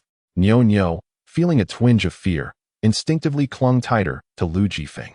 It was then that everyone noticed her unusual expression. Jiangxi had suddenly transformed into a heartless machine of slaughter. Shenbaoying grasped Jiangxi's gun-wielding hand, her face etched with concern as she called out, "CC? CC?" Jiangxi awoke from the nightmare of her previous life, surveying the carnage strewn about her, and managed to force a smile as she reassured Shenbaoying, "Mom, I'm fine." Yet this smile was more pitiful than tears. The sorrow and bitterness in her eyes swirling like a vortex deep within the ocean, a sight both haunting and poignant. Shenbaoying surmised that Jiangxi's past had inflicted profound psychological wounds, well concealed until this moment when they were laid bare. With reddened eyes, she comforted her. "As long as you're all right." She then sought to divert her attention, asking, "Shall we stay here tonight?" With the slaughter complete and darkness descending, Jiangxi nodded affirmatively. Yes. They entered the Wagwoyan and, upon confirming that a lavish villa was unoccupied, climbed through a window. The villa was extravagantly opulent, spanning 4 floors. Its former grandeur indicative of immense wealth. It boasted an entire level dedicated to entertainment, complete with a car lift for luxury vehicles, ensuring that the high-end cars parked on the 3rd and 4th floors remained untouched by the deluge and torrential rains. Both Mercedes-Benz and Land Rover are vehicles that lack prestige here. However, Ferraris, Rolls-Royces, and Lamborghinis can be arranged by color. Jiangxi, serving as a coach at the Extreme Club, has encountered numerous affluent individuals. Yet witnessing such a plethora of luxury cars congregated in a single villa is a first for her. One might easily mistake this for a luxury car dealership. In a post-apocalyptic world, luxury automobiles hold little allure outside well-maintained and orderly bases. Upon seeing the lavish vehicles, Jiangxi instinctively began searching for an RV. With the restoration of electromagnetic power, she no longer needs to retrieve her RV from storage. There is a ready-made one available for her to commandeer openly. Having surveyed the road ahead, it appears navigable, allowing everyone to avoid fatigue by taking turns driving, thus minimizing potential dangers. On the innermost section of the 4th floor, Jiangxi discovered the RV, likely parked there due to infrequent use by the household. They found it only by candlelight, as despite the restoration of electromagnetic energy, the villa's electrical system had been thoroughly compromised. This RV surpassed the one Jiangxi had rented in her space, both in size and luxury, boasting fully equipped amenities, bedding, cooking facilities, a refrigerator, a sofa, a dining table and chairs, air conditioning, and television furnishings, among others.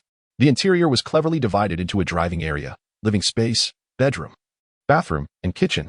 It also contained a stockpile of supplies, gasoline, an induction cooker, outdoor gear, and climbing equipment. Upon entering and igniting the RV, they were elated to see its interior, for having lost their yacht, they had acquired a new mobile home. In this household, although the living conditions are somewhat cramped due to the numerous residents, it fosters a profound sense of security among them. Utilizing the stove in their camper, Shenbaoying prepared a sumptuous dinner, and after everyone had their fill, they busied themselves with gathering supplies. With an abundance of luxury vehicles at their disposal, The fuel extracted from their tanks would suffice for an extended period. Jiangxi was confident that there was ample gasoline available, rendering them unconcerned about any shortages. Suddenly, a chilling, ghostly wail pierced the desolate night, sending shivers down Shen Baoying's spine. She nudged her husband, Jiang Linhai, and inquired, "Dear, did you hear that strange sound?" No sooner had she spoken than the eerie cries from outside grew louder. Shen Baoying swallowed hard and gazed out the window, where she spotted a luxurious villa across from their own, the source of the haunting cries emanating from within. Drawing upon her experience, Jiangxi deduced that the victims previously imprisoned there must have caught sight of the lights in their villa and were appealing for help. End of this chapter. Chapter 65. Cannibalism. Zhang Qifeng approached and asked, "CC, shall we rescue them?" Throughout their journey, they had adhered to the principle of avoiding unnecessary entanglements, yet the pitiful cries of those in distress tugged at their hearts. Jiangxi retrieved her infrared binoculars to scrutinize the neighboring villa. The distance made it difficult to discern the interior, and venturing out at night posed a risk of ambush. If they were to undertake a rescue, it would be prudent to wait until daylight. They could not jeopardize their own lives for the sake of others. Jiangxi concluded, "Let us assess the situation tomorrow. Everyone is weary from today's exertions and should rest for now." Jiangxi expressed her willingness to venture out the following day to rescue those in need. Observing the shadowed countenance of Jiangxi, Zhang Qifeng suddenly felt that her inquiry was unwarranted. Initially, Jiangxi had no intention of saving anyone, yet for the sake of her sentiments, she resolved to act. If danger lurked, it would weigh heavily on her conscience for a lifetime. Jiang Xingwu, discerning her inner turmoil, softly comforted her, stating that CC had her own considerations, and should peril arise, she could retreat into her space, alleviating excessive concern. Feeling somewhat reassured, Zhang Qifeng entered the female-designated area of the RV with Shen Baoying. Upon their arrival, Nyo sat up eagerly, her eyes wide as she implored, "Grandma Jiang, may I sleep with you?" The female section of the RV featured 2 slightly larger bunk beds, necessitating that Nyo share the space with them. Zhang Qifeng gently caressed the little girl's head, reminiscent of the adorable Jiangxi in her youth, and lifted her up, affectionately replying, "Of course you can." "Thank you, Grandma." Nyo beamed. Inside the RV, there was no water. The supplies they carried were solely for drinking. Jiangxi gazed at the shimmering pool illuminated by the night light, pinpointed the pipe within the wall, and filled the RV's water tank. The drinking water they relied upon was discreetly replenished by her, ensuring its safety. The following morning, Shen Baoying rose early to prepare sandwiches for everyone. After enjoying a cup of lotus root powder, Jiangxi addressed Qinshen, saying, "I will check the villa across the way. You stay back to protect everyone." Qinshen's prowess surpassed hers, a singular force capable of vanquishing legions.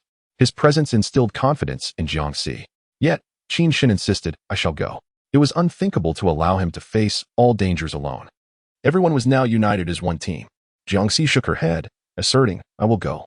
Lu Jifeng concurred, feeling it unwise for Qinshen and Jiangxi to always lead the charge, and he echoed Jiang Linhai's sentiments, "Let me go." Jiang Linhai, however, believed that one cannot perpetually dwell under Jiangxi's protection. As her father, it was his duty to shield his daughter. Even if he lacked strength, he must possess the courage and responsibility to act. With fervor, they all vied for the chance to go, leaving Jiangxi with a resigned smile. "Today, I will go. In the future, we shall take turns, shall we?" With her words, the others reluctantly acquiesced. Standing at the villa's window, Qinshen held his firearm to cover Jiangxi as she swiftly entered the opposing villa. The foreboding structure was rife with signs of decay and littered with debris. This villa was of a size and layout akin to the one they currently occupied. Following the faint sounds of disturbance, she ascended floor by floor until she reached the 3rd level. The crunch of glass beneath her feet echoed ominously in the chilling darkness of the interior.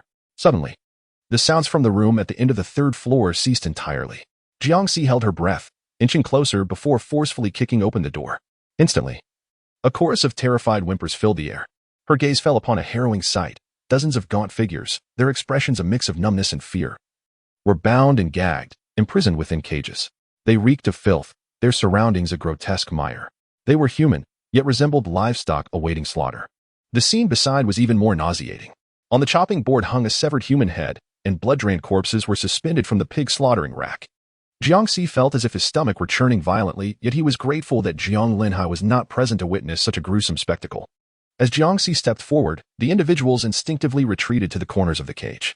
He noticed several very young children huddled amidst the crowd, who, despite their own peril, still instinctively shielded these innocent ones. As Jiangxi approached, despair was etched on their faces, evoking a profound sense of compassion. With a decisive swing of his axe, He shattered the iron chains, revealing a narrow passageway to freedom, yet not a soul dared to draw near. Jiangxi stretched out his hand, urging, "Come out. I shall not harm you." After a prolonged moment of hesitation, a man closest to the iron gate cautiously rose and ventured towards Jiangxi. True to his word, Jiangxi did not inflict harm. Instead, he removed the rag from the man's mouth and severed the ropes binding him. The man's hands bore the gruesome imprints of blood, and in that moment of liberation, he raised them in disbelief. Once resigned to a fate of certain death, he now found himself saved by Jiangxi. Overcome with emotion, he covered his face in tears of joy and knelt before Jiangxi, incoherently expressing his gratitude for this miraculous salvation. More individuals began to surge forth from the cage, and Jiangxi diligently freed each one. Some, upon being released, instinctively sought to flee from this hellish place. However, after only a few steps, weakened by prolonged starvation, they collapsed to the ground, returning to beseech Jiangxi for sustenance. The crowd gazed longingly at Jiangxi, pleading for sustenance. Previously, on the second floor, she had observed some provisions scavenged by that group and decided to lead them upstairs. She addressed them, urging, "Eat quickly and leave this place." Last night, a colossal meteorite fragment had fallen several miles away, and their pace was alarmingly slow. The individuals ravenously devoured the food, oblivious to her words, and Jiangxi chose not to linger, turning to depart. As she left, the desperate souls, as if their last lifeline had been snatched away, sprang to their feet and hurried after her, food still clutched in hand, pleading, "Take us with you. Please. Take us with you." Jiangxi possessed the means to save them. Not only did she wield a firearm, but she was also undoubtedly skilled. Moreover, her altruistic nature led them to trust her. However, Jiangxi could not allow such a burdensome throng to follow her. Human hearts are inscrutable, and she had witnessed too many instances of ingratitude for a mere grain of kindness. Turning back, she cast them a cold gaze and declared, "I will not take you with me. Do not follow, or I will not hesitate to be unkind." Upon exiting the villa, she spotted Qinshan waiting for her in the RV.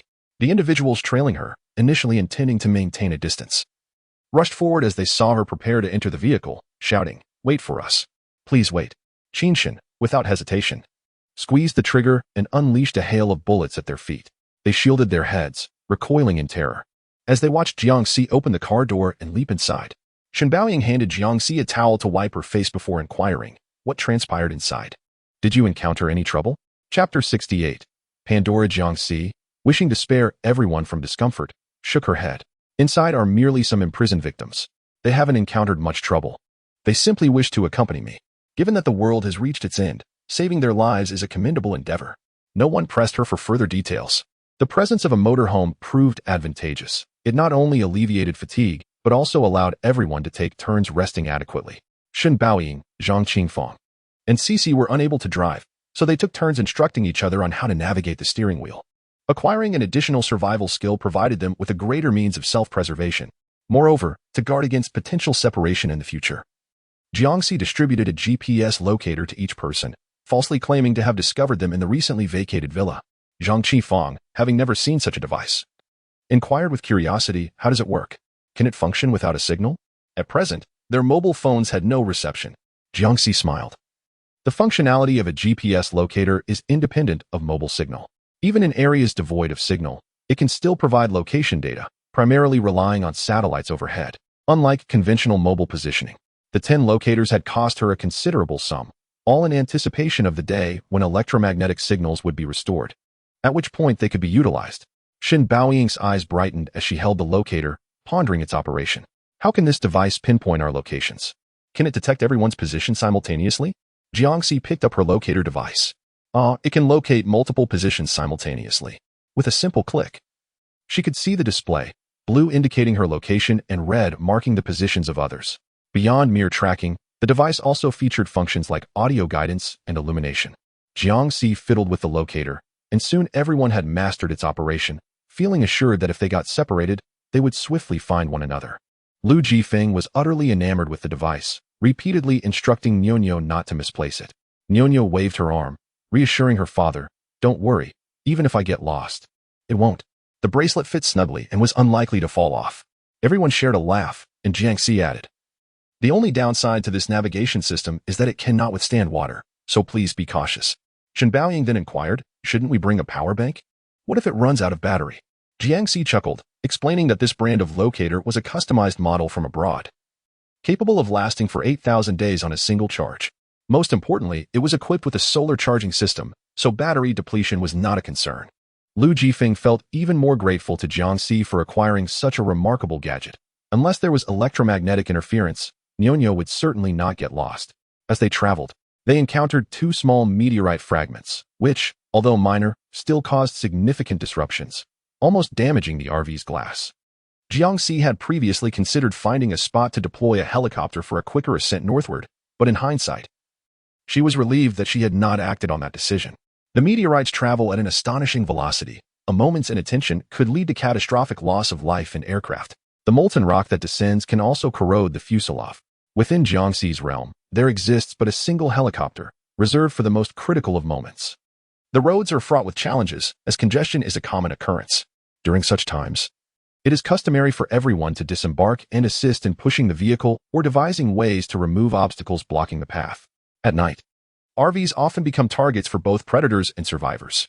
In just a few days, the luxurious RV had become battered and bruised. Each instance of adversity left Jiangxi regretting not having stockpiled additional vehicles. By the time they entered the urban confines of Nan City, they had amassed several animal pelts, and the unexpectedly gathered supplies had filled the storage compartments of the RV to capacity. Initially, they had no intention of entering the city. After all, the extreme heat at the apocalypse's onset had lasted for months, and the inhabitants had nearly depleted their resources.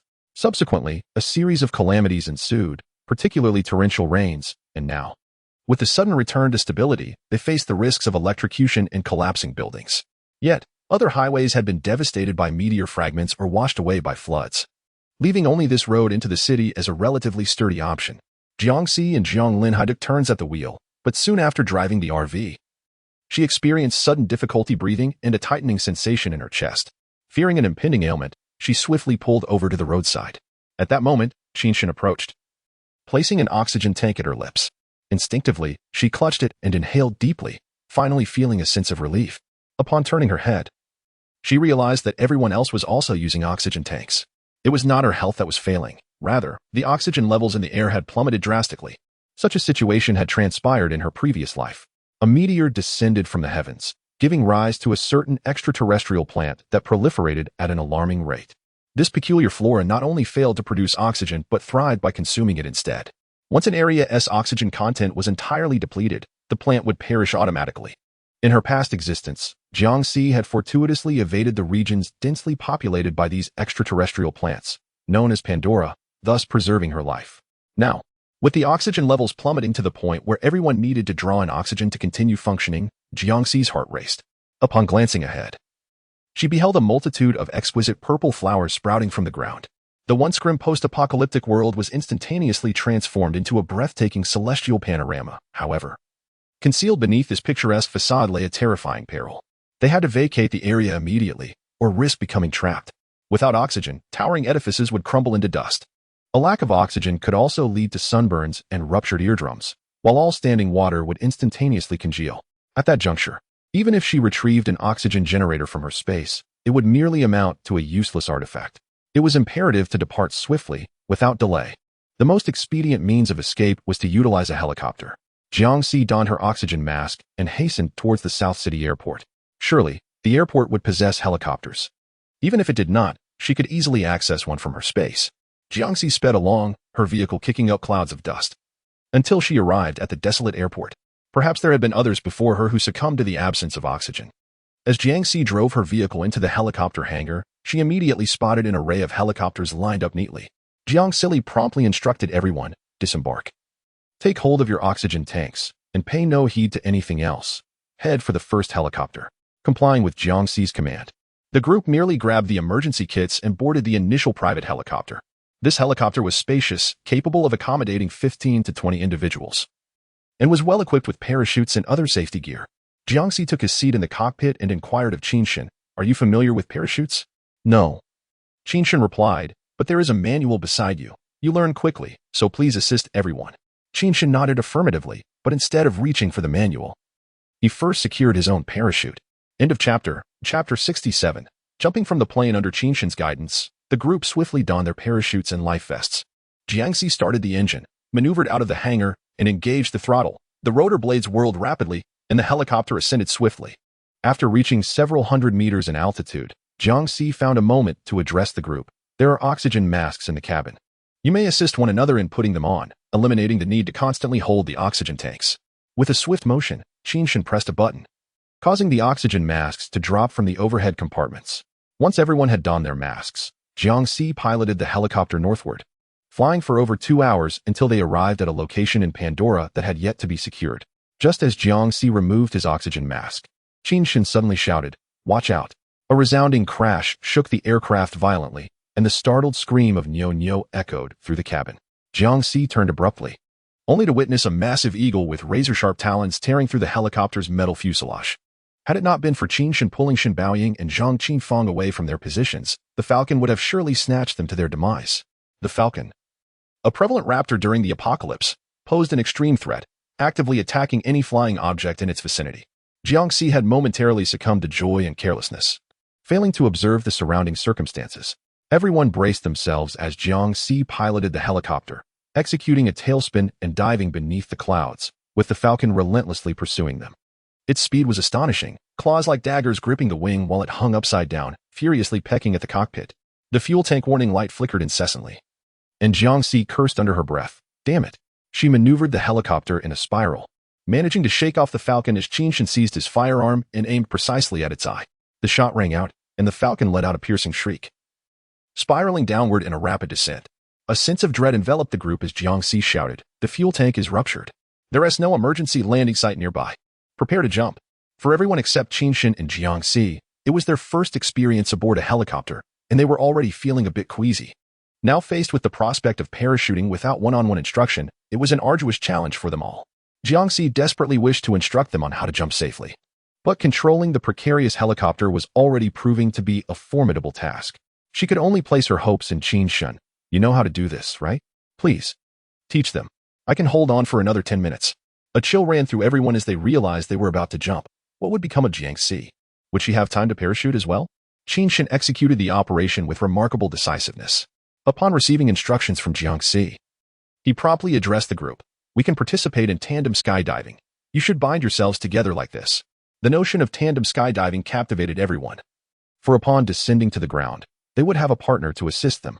Lu Jifeng was particularly exhilarated at the prospect of not having to part from Nyo. Qinshan was the first to secure the harnesses for Lu Jifeng and Nyo, while Zhang Linhai and Shen Baoying formed one team, and Zhang Chengwu and Zhang Qingfeng another. Once everyone was properly fastened, Qinshan swiftly imparted the essential techniques of skydiving, articulating them in a manner that was both comprehensible and highly professional. Had Jiangxi not known of his previous career as a surgeon, she might have mistaken him for a fellow expert. Although the procedure for deploying the parachute at altitude was clear, the act of leaping from such a great height required immense courage. Nyo's face turned pale with fear, prompting Lu Jifeng to grasp her hand reassuringly, saying, "Do not be afraid. Trust your father." Nyo, understanding and resolute, nodded, though the aircraft swayed perilously. Jiangxi, preoccupied with her own concerns, could hardly attend to them. Qinshan urged them not to delay any further and to jump. Lu Jifeng inhaled deeply, cast a glance downward, and together with Nyo, they leaped into the abyss. The wind rushed past them, and Lu Jifeng deployed the parachute, his goggles enabling him to clearly see the ground below. Nyo, her eyes tightly shut, experienced a harrowing sense of weightlessness, feeling as if she and her father were about to be shattered upon impact. In her heart, she fervently wished that if they were to meet their demise, it would be together. Lu Jifeng successfully unfurled the parachute, which in turn encouraged Jiang Xingwu and the others. Zhang Qifeng, gazing down at the earth, called out to Jiangxi, "CC, you must return safely." To which Jiangxi responded loudly, "Rest assured, I will come to find you." She was an experienced skydiver, and moreover, she had the ability to retreat into the spatial realm. Upon hearing Jiangxi's response, everyone's hearts felt a bit more at ease. However, the moment Jiang Xingwu and Zhang Qifeng leaped from the aircraft, an unforeseen calamity struck. Another vulture circled in, moving with astonishing speed, its target being Jiang Xingwu and Zhang Qifeng, who had just deployed their parachutes. Jiangxi had no choice but to maneuver the aircraft and shout towards Qinshan, "Shoot it." At that moment, she acutely felt the significance of Qinshan within their team. Calm and collected, Qinshan raised his weapon, aiming through the turbulent window of the aircraft. Just as the vulture's talons were about to grasp Jiang Xingwu and Zhang Qifeng, Qinshan fired, delivering a fatal shot to its head. Without a sound, the creature plummeted to the ground. After a 2-minute delay, Time grew increasingly critical. Jiangxi urged, "Mom and Dad, jump now. If you delay any longer, there won't be time." The aircraft began to emit thick smoke, indicating an imminent explosion. Jiang Linhai, not wishing to delay further, swiftly leaped with Shen Baoying. Seeing them successfully deploy their parachute, Jiangxi let out a sigh of relief and urged Qinshan, "You should jump too." Without hesitation, Qinshan took a leap, unfurling a large parachute. Only then did Jiangxi turn her attention to herself, opening the cabin door and following closely behind. As she deployed her parachute, she soon realized that the ground below was littered with cacti, causing her to gasp in alarm. If she landed there, she would undoubtedly be pierced like a hedgehog. In a swift motion, Jiangxi entered the spatial realm, removed her parachute, had a quick bite to eat, savored a cup of coffee to regain some strength, and then hurriedly donned her bomb-proof suit, helmet, and armed herself. Emerging from the spatial realm, she found herself merely 2 meters above the ground. She rolled over and landed safely, though not surprisingly, she was pricked all over by cactus thorns. Taking out a watermelon knife, she attempted to cut through the cactus, but could barely move a few meters. Seizing the opportunity when no one was around, Jiangxi cleverly conjured a bulldozer, climbed into the driver's seat, and retrieved a locator to search for everyone's whereabouts. Jiangxi swiftly pinpointed Qinshan's location based on the identification numbers. The bulldozer crushed the cacti into mud, significantly increasing her speed. Just as she was nearing Qinshan, darkness fell, and the surroundings were suddenly filled with rustling sounds. Jiangxi turned on the headlights and was alarmed to see a tide of venomous scorpions surging towards her, causing her to break out in a cold sweat for everyone's safety. She rolled up the car windows and drove over the scorpions with force, hoping that her companions would ignite a torch before encountering the venomous creatures. However, as she scanned the area, there was no sign of flames, especially not from Qinshan's location, which made her heart sink. Given Qinshan's prowess, it was hard to believe he could have been stung by a scorpion.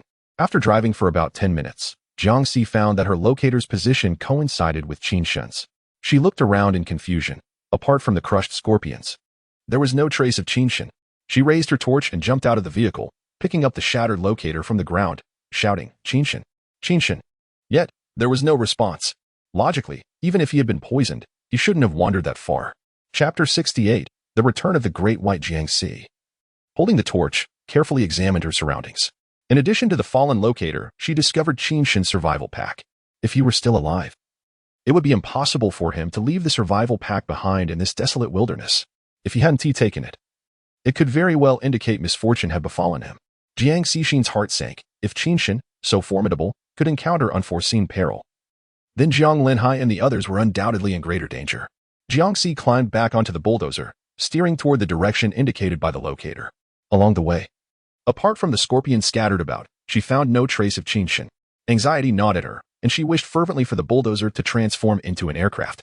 After 20 minutes of relentless progress, she emerged from the cactus thicket and hastily retrieved a mountain motorcycle from her supplies, accelerating towards the locations of Jiang Qingwu and Zhang Qifang. The buzzing of the motorcycle resounded loudly in the stillness of the night. As Jiangxi observed the small red dot on the locator drawing closer, she fervently prayed for the safety of Jiang Qingwu and Zhang Qifang. Suddenly, just as she was about to converge with them, a massive silhouette emerged from the darkness, a terrifying beast. Jiangxi's heart lurched as she realized that this creature could spell disaster for her grandparents. Her eyes brimmed with tears, and as she lifted her gun, her hands trembled. In this second chance at life, she had fought valiantly to safeguard her family, yet here she was, facing such a dire outcome. She was determined to slay this beast.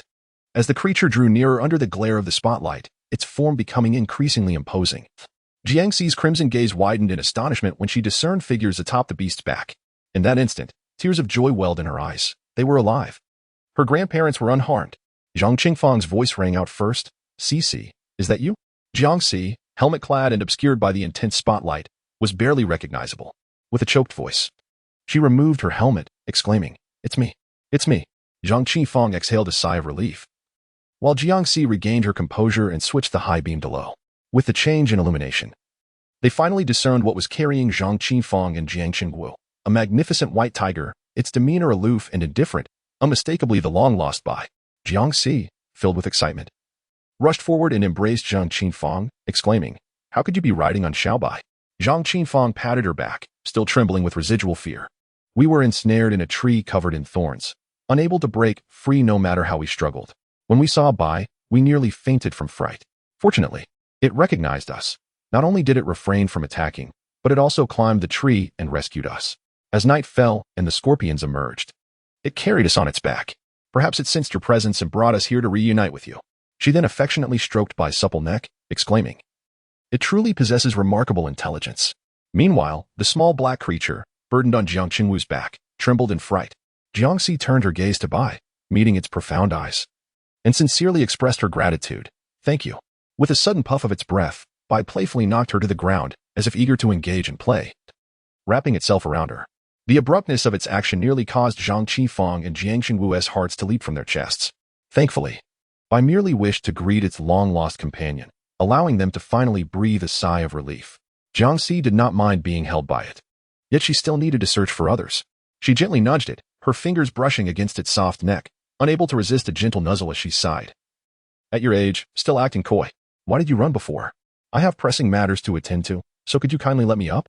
To her surprise, the great white tiger seemed to comprehend her reasoning. With a leisurely grace, it stood up, effortlessly lifting Jiangxi onto its back. The white tiger's size was double that of an ordinary tiger, comfortably accommodating 3 people. Concerned that it might tire from the burden, Jiangxi suggested that Jiang Qingwu ride the motorcycle with Zhang Qifeng. She patted the tiger's back, indicating the direction where Jiang Linhai and the others were located. Zhang Qifeng inquired, "What about Qinshan?" Given the distance and time of the parachute's descent, Jiangxi should have found Qinshan first. With a sigh, she replied, "I only located his beacon. He is nowhere to be seen, yet there is no sign of a body. Perhaps he has encountered some danger and is lying low for the moment. Or maybe there was an incident during the descent that caused his beacon and emergency kit to become separated from him." Jiangxi could only speculate, but her intuition told her that a capable and enigmatic man like Qinshan would not meet his end so easily. Perhaps he was even searching for them. Without Qinshan, their parachuting would not have gone as smoothly. Over time, they had developed a bond. Both Zhang Qifeng and Jiang Qingwu expressed their concerns for Qinshan's safety, wishing earnestly for his well-being. Jiangxi nodded, saying, "Once we locate my parents, I will have the tiger assist in searching for Qinshan's location. Tigers possess an acute sense of smell, with the help of the white tiger. We might find him swiftly." Zhang Qifeng and Jiang Qingwu's eyes sparkled with pride as they beheld the formidable Dabai. Jiangxi, perched upon Dabai's back, matched the speed of Jiang Qingwu, who rode a motorcycle. Lu Jifeng's Nyo gradually blended into the family dynamic. Jiangxi exclaimed with delight, "They have crossed paths. We shall soon seek out Qinshan. Qinshan is their family's savior, playing a pivotal role within the group. This apocalyptic world is even more terrifying than the last." And Jiangxi recognized that even the slightest misstep could expose her family to immense peril. While a larger group may pose certain inconveniences, Qinshan was anything but a burden. Regardless of his motivations, Jiangxi hoped fervently that Qinshan would remain with them to avert any misfortunes. Thus, it was imperative to locate him swiftly. However, her joy was short-lived as Dabai suddenly halted. Confused, Jiangxi followed Dabai's gaze and discovered that they had come to a stop atop a hill, affording a clear view of a human encampment below. She retrieved her infrared binoculars. The encampment, constructed of rudimentary wood and mud, was sizable, housing approximately 100 individuals. Men patrolled the vicinity wielding spears and firearms. Lu Jifeng's locator indicated that they were indeed within the encampment, aware that she would undoubtedly seek them out. It was apparent that Lu Jifeng and the others would not have ventured to such a place willingly, suggesting they had been captured and brought here against their will. As Jiangxi scrutinized the encampment, she was startled to spot Dahe, bound tightly, with a figure sharpening a knife nearby. They intended to feast upon Dahe. Jiangxi's heart raced as she scanned the area for Jiang Linhai and the others, noting 2 suspicious grass huts guarded by watchful eyes. Suddenly, a man clad in a bulletproof vest emerged from the most opulent cabin. He abruptly turned his gaze towards Jiangxi, as if he were aware of her scrutiny. His eyes were sharp and perilous. End of this chapter, Chapter 69. Earthquake at such a considerable distance. How could this man have discovered them in such a brief span? Jiangxi suddenly recalled the locators on Jiang Linhai and the others. They must have been seized by this individual. Jiangxi fixed her stare upon him. Her fists clenched tightly, vowing that if he dared to lay a finger on Jiang Linhai or Shen Baoying, she would ensure his utter demise. Abruptly, the man uttered a few words to his subordinates, and shortly thereafter, Jiang Linhai and the others were brought forth, their hands bound. Jiangxi held her breath, fortunately. Jiang Linhai and the others were unharmed. The man had brought them up to make his threat clear to the hidden Jiangxi. Any rash movements could result in immediate peril for Jiang Linhai and the others. Her parents were Jiangxi's Achilles heel, and she felt an acute hesitation to act recklessly. Jiang Shenwu inquired of Jiangxi, "How is it? What is the situation? Do they possess firearms?" Jiangxi nodded. "They have guns, and our location has been compromised." Jiang Qingwu's heart sank, and he urgently asked, "What should we do?" Jiangxi furrowed her brow, contemplating whether to stealthily infiltrate and rescue her parents or to charge straight in. Yet, she feared that if provoked, they might act decisively and lethally. A foolproof plan was imperative. Jiang Chenwu pondered, they are wary of us, which may deter them from easily resorting to murder. Perhaps we should seek an opportunity to rescue them quietly? Jiangxi found herself in a singular predicament, despite her formidable strength. It was implausible for her to simultaneously eliminate multiple adversaries. Only with Qinshin's presence could they potentially coordinate an effective cover, yet regrettably, Qinshin's whereabouts remained unknown. As Jiangxi pondered a more impeccable strategy, Dabai suddenly sprang into action like a tempest. She promptly patted its back, urging it to halt, but Dabai, undeterred, surged towards the encampment. Jiangxi had no choice but to instruct Jiang Chengwu and Zhang Qingfang to refrain from following, assuring them that she and Dabai would be fine and would return to find them.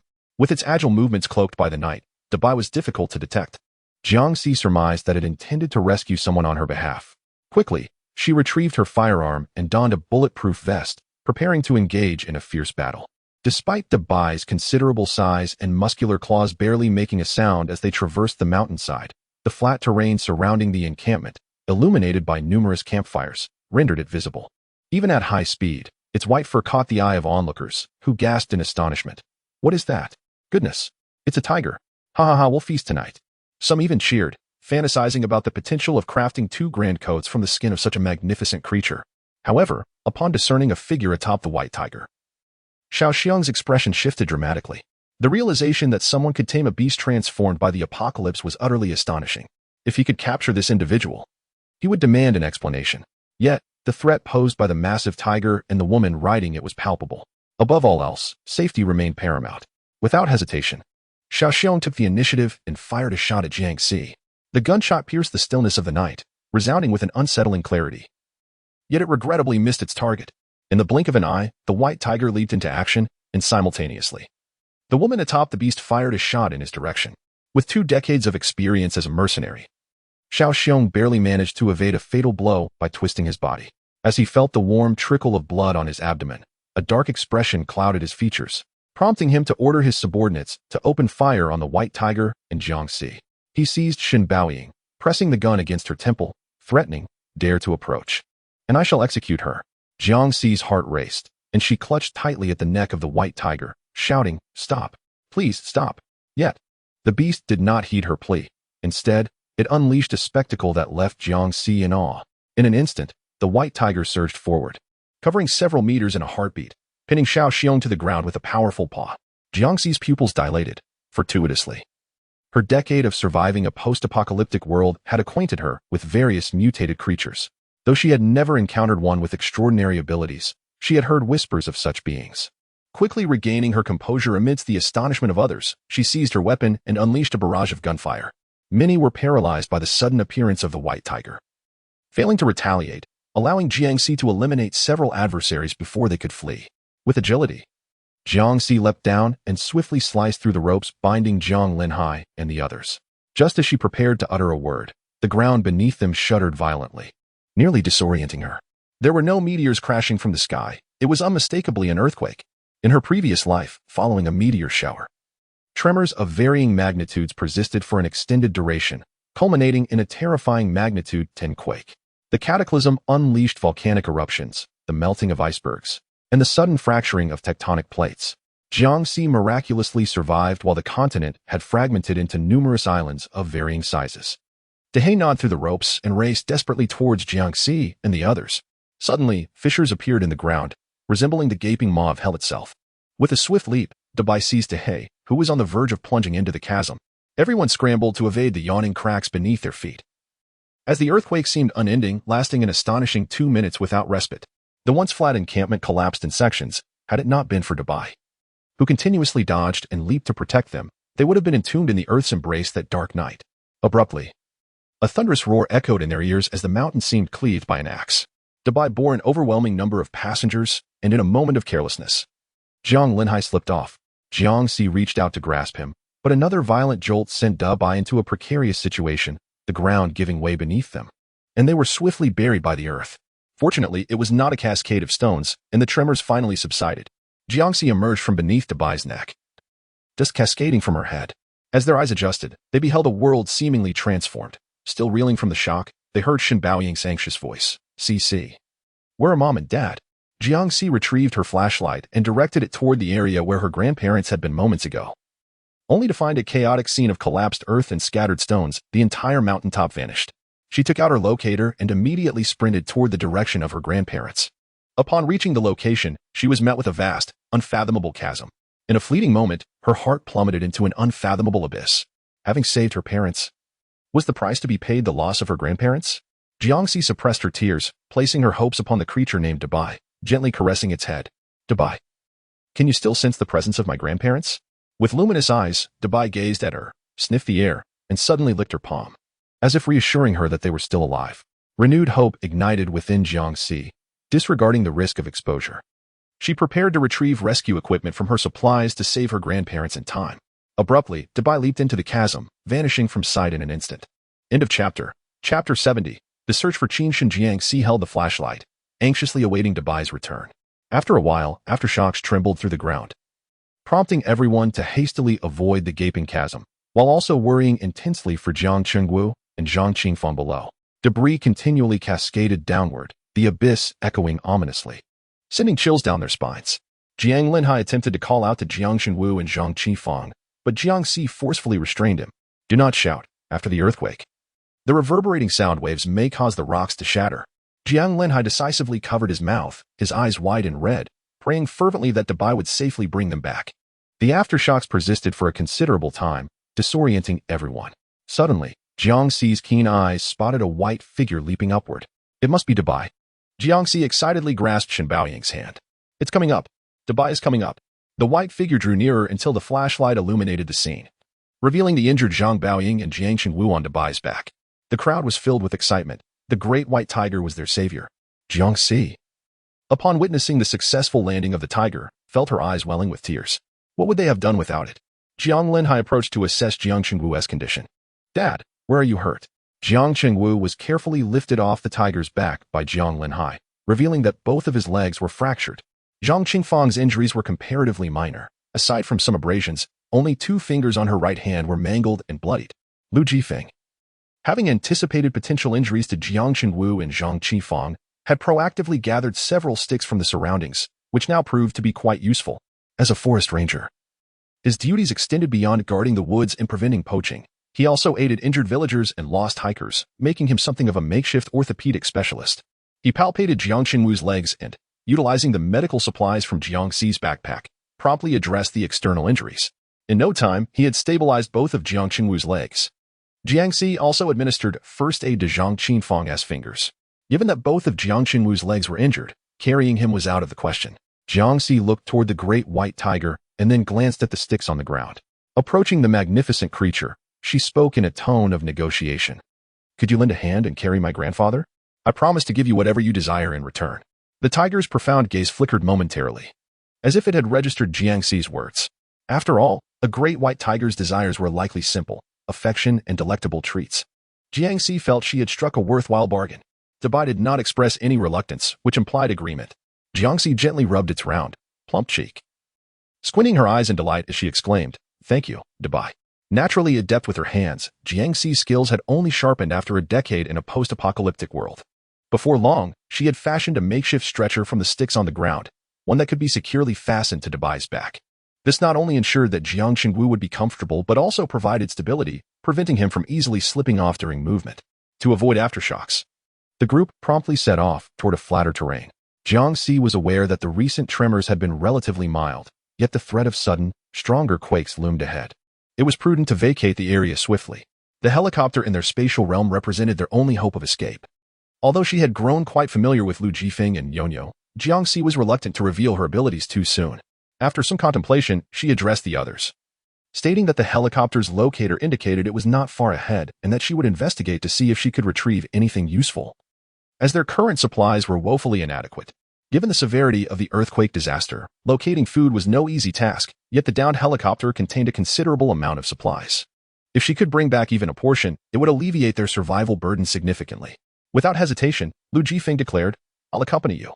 Jiangxi shook her head, explaining, "Nyonyo might catch a cold or fever from the fright. She needs someone to look after her." My father and I will go and return swiftly, so do not worry. Jiangxi's thoughtfulness warmed Lu Jifeng's heart, and he assured her, I will take excellent care of everyone. After approximately 15 minutes of walking, Jiang Linhai finally inquired, Is the plane truly in this vicinity? Jiangxi shook her head, saying, No. I will retrieve another aircraft from the space and claim it was discovered near the crash site. The passengers aboard perished, and we will have stumbled upon a great fortune. Jiang Linhai found this fabrication somewhat contrived. What were the odds of such an occurrence? Observing the pitch-black surroundings, Jiangxi remarked, It is indeed that fortuitous. If we do not speak of it, who would ever know? Jiang Linhai conceded to this notion, reasoning that with the plethora of items they had collected, Lu Jifeng would likely attribute it to their good luck. Nevertheless, he inquired, What about Qinshan? Are we not searching for him? Jiangxi furrowed her brow, responding, We shall conduct a search with the helicopter in the vicinity. If we cannot find him, there is little else we can do. He could be buried anywhere. This place is vast, and the ravines are deep, making it nearly impossible to locate him. Should we receive any signals, we will descend to rescue him. If not, today will mark his Memorial Day, and we shall honor him during festivals. Jiangxi genuinely wished to save Qinshan, having spent time together. She found him to be an extraordinary individual, composed, capable, and adept at treating her sudden ailments. Yet, it was impractical to remain in this place indefinitely in search of him. They needed Pandora to multiply swiftly. The oxygen was depleting in the air, and even if they wished to leave, they would be unable to do so. Jiang Linhai felt a deep sense of discomfort. Everyone had descended safely, yet Qinshan was the only one who had vanished. He let out a heavy sigh, hoping fervently that he would respond to their calls. Jiang Linhai returned to seek out Dabai and the others, exclaiming with excitement, We have discovered a helicopter in proximity to where the crash occurred, and Cici is currently inspecting it. If it proves operable, we shall be able to depart via the helicopter. Lu Jifeng and Nonyo, devoid of any suspicion, innocently believed that Jiangxi and Jiang Linhai had fortuitously stumbled upon a helicopter, laughing joyfully at their good fortune. The remaining individuals in the know shared a conspiratorial smile, guiding Dabai toward the direction of Jiangxi. After approximately half an hour of travel, they finally beheld the helicopter, which was considerably smaller than the one previously piloted by Zhao Yuning. Nevertheless, it was more than adequate to accommodate their group. Upon boarding the cabin, they were pleasantly surprised to discover an assortment of common camping supplies, provisions, and firearms, including military uniforms and bulletproof vests. Lu Jifeng speculated that the aircraft was likely a military helicopter, a fortunate find for them. Had he possessed even a modicum of knowledge regarding helicopters, he would have recognized that this was a brand new civilian model. Regrettably, he remained unaware. After Jiangxi ostentatiously completed her inspection of the aircraft and ascertained its readiness for flight, she instructed everyone to fasten their seatbelts, for she was about to initiate the takeoff to search for Qinshan. End of chapter. Chapter 71. Earthquake, Hong Kong Prairie Dabai. Having rescued Jiang Wu and Zhang Qinfang from the ravine, appeared rather listless. Concerned for its well-being, Jiangxi, upon starting the helicopter, requested Lu Jifeng to check on Dabai. Lu Jifeng leaned closer to the magnificent creature, Dabai, who lifted its eyelids and regarded him with its pitch-black eyes, exuding an aura of unyielding authority befitting the king of the forest. It seemed as though no one but Jiangxi dared approach it. Just moments ago, it had appeared quite docile. Lu Jifeng remarked to Jiangxi, It refuses to be examined. Perhaps it truly is unwell. However, Jiangxi had little time to concern herself with its condition and, turning her back to Dabai, suggested, Are you hungry? If so, have a bit of sausage to tide you over. Suddenly, Dabai rose to its feet, prompting Shen Baoying to believe it was about to eat. She hastily retrieved food from her bag, eager to cater to their benefactor. Yet, Dabai made its way toward the driver's seat where Jiangxi sat, causing everyone to gasp. They urged it not to disturb her while flying the helicopter. Dabai cast them a disdainful glance before settling behind Jiangxi's seat, its long tail rhythmically draping over her legs. It soon dawned on everyone that Dabai had just dismissed them with a flick of its gaze. It had no intention of interrupting Jiangxi's piloting. Rather, it simply craved her proximity, even if separated by the seat. This imposing and regal white tiger exhibited an endearing, clingy demeanor akin to that of a large house cat, which was utterly charming. If not for Lu Jifeng's grip, Nyonya would have reached out to stroke its fluffy tail. Jiangxi glanced down at Dabai, who met her gaze, warming her heart. Despite her weary body, she felt a renewed sense of vitality. Jiang Linhai was tending to Jiang Wu, lying on a stretcher, and casually inquired, Dad, how did Dabai manage to rescue you? Falling into the ravine. He was undoubtedly coated in a myriad of dust and debris. The remarkable Daba, not being human, intrigued him with its ability to locate them and bring them to safety in such a brief span of time. Jiang Shenwu reminisced, when your mother and I were buried. It felt as if my abdomen had been pierced, drenched in blood. Upon regaining consciousness, Daba was right before us. It must have unearthed us with its claws. Upon hearing this, Jiang Linhai was taken aback and hurriedly lifted Jiang Chengwu's clothing, relieved to find his abdomen intact. Truly, Daba possessed a remarkable understanding of human emotions, and it was fortuitous that it had saved them. Jiang Shenwu nodded in agreement. Indeed, without it, your mother and I would have likely perished. He continued to feel a sense of having survived a calamity. The gazes of everyone present turned toward Daba, filled with warmth and gratitude. However, concern for Qinshan's safety loomed heavily over them. As the helicopter ascended and adjusted to a suitable altitude, everyone craned their necks, peering through the glass windows to survey the illuminated landscape below, hoping that Qinshan would see the lights and call for help. The helicopter circled above for an extended duration, revealing only the relentless devastation of the mountains and rivers. Occasional earthquakes threatened to trigger further collapses of the already unstable peaks. Jiangxi meticulously plotted the area where Qinshan might be, circling the vicinity for a full 8 times, waiting until dawn. As the fuel tank neared empty and her eyelids grew heavy, she still could not spot Qinshan. A wave of disappointment washed over them, with Niu even breaking into tears. Such a wonderful brother, and now he seemed lost forever. With no sign of Qinshan, they could no longer afford to linger in this place. They must journey to areas untouched by the earthquake. To truly depart from this place would be akin to forsaking Qinshan, a thought that weighs heavily on Jiangxi's heart more than anyone else's. If there exists any hope for his survival, it would be extinguished by her own abandonment. Yet, she has family to consider, a risk she cannot afford to take. Aside from herself, no one else possesses the capability to pilot the aircraft. And her eyelids flutter with exhaustion as she remains vigilant against the potential return of the vultures or other impending dangers. As Jiangxi resolved to leave, everyone gazed at the ravaged ground, a desolate expanse that seemed devoid of life, enveloped in a profound silence. Niu silently prayed for Qinshan, tears streaming down her cheeks as she turned to Lu Jifeng, her eyes filled with hope. Brother, will he survive? Lu Jifeng sighed softly, ultimately urging her to confront reality. Perhaps. Jiangxi had exerted herself to the utmost, a fact evident to all. Jiang Linhai, fearing that Jiangxi might falter, felt a pang of unease in his heart. He reminded Shen Baoying to care for their parents before taking his seat in the co-pilot's position.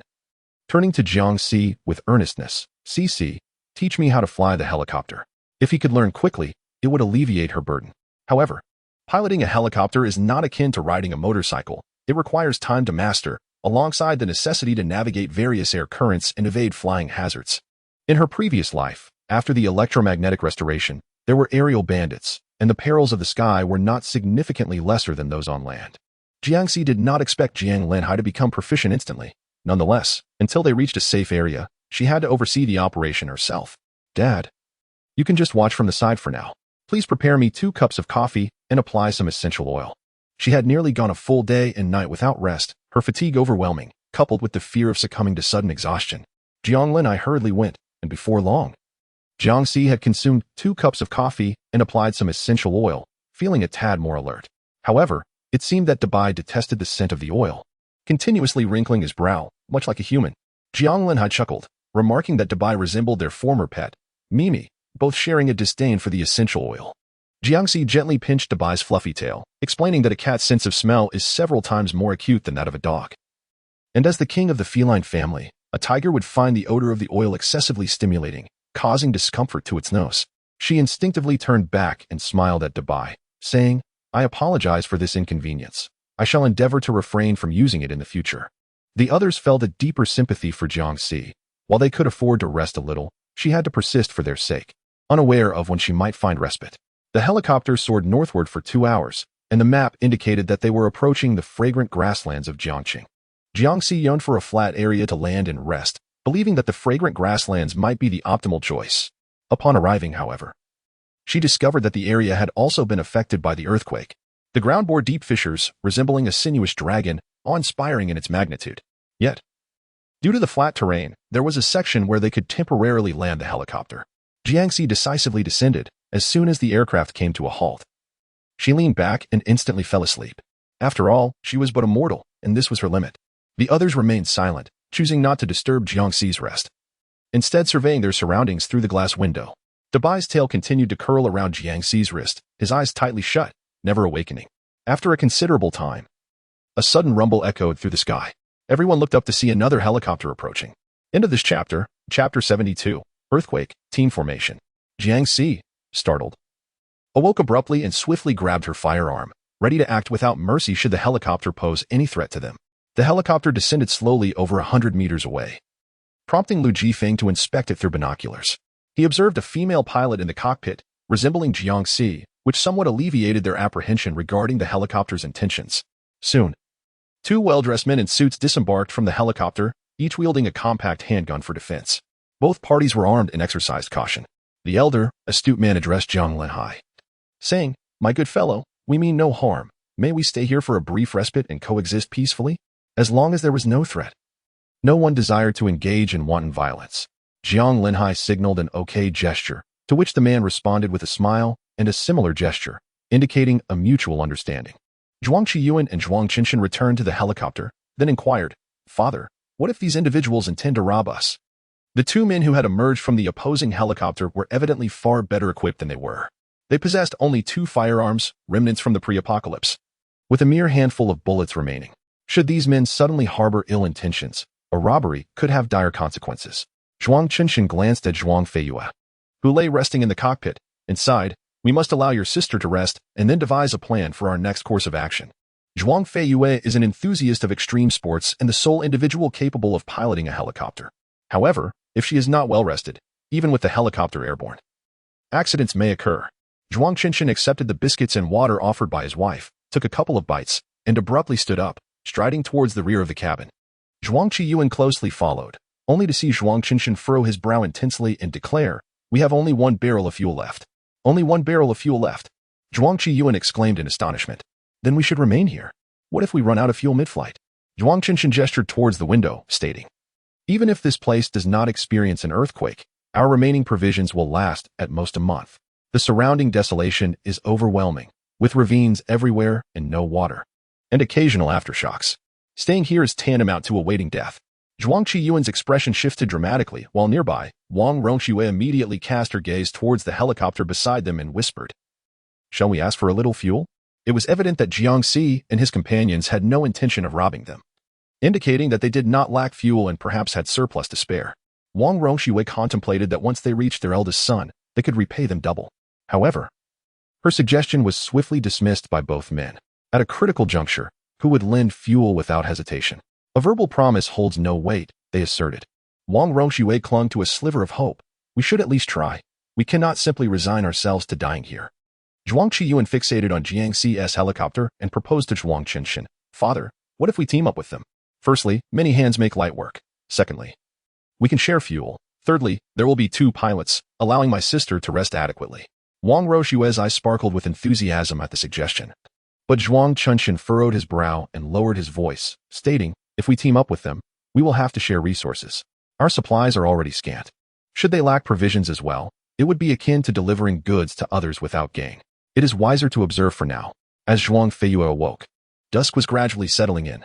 The helicopter across from them remained ominously silent, devoid of any movement. Zhuang Qiyuan leaned closer, anxiously inquiring, "Sister, we have only 1 barrel of fuel left. What shall we do?" Finding a source of fuel would suffice, but the majority of supplies in the city had been monopolized. Securing 2 barrels of fuel was as arduous as shedding a layer of skin. Zhuang Feiyue surveyed her surroundings, when suddenly, a tremor reverberated beneath her. The aftershocks were relentless, rendering their current location perilous. Glancing at the map, she remarked, "We must endeavor to find the most suitable place for our survival before this barrel of fuel runs out." Wang Rongxue's heart raced with trepidation. What if we run out of fuel midway? Zhuang Feiyue paused for a moment before responding. "Everyone must be prepared to evacuate the aircraft." Wang Rongxue, terrified at the thought of jumping from the aircraft, turned pale and suggested to Zhuang Qinshan, "Perhaps we should heed Qiyuan's advice and seek to team up with them?" Zhuang Qinshan pondered seriously for a moment. Facing such colossal risks alone was unwise. He instructed Wang Rongxue to gather some instant noodles and water as a token of goodwill, and together with Zhuang Qiyuan, they approached Jiang Si and the others. As they witnessed the helicopter descending once more, Jiang Linhai and Lu Jifeng raised their weapons to confront it. Zhuang Qinshan, with a smile that belied his intentions, made overtures of goodwill. "Esteemed brothers, I wonder if you have dined yet. We still have some instant noodles and water." Jiang Linhai, dismissive of their meager offerings, frowned and replied sternly, "Speak plainly, do not beat around the bush." Previously, he had avoided dealings with such individuals, finding it wearisome. which had led to his resignation from a secure job to return home as a contractor.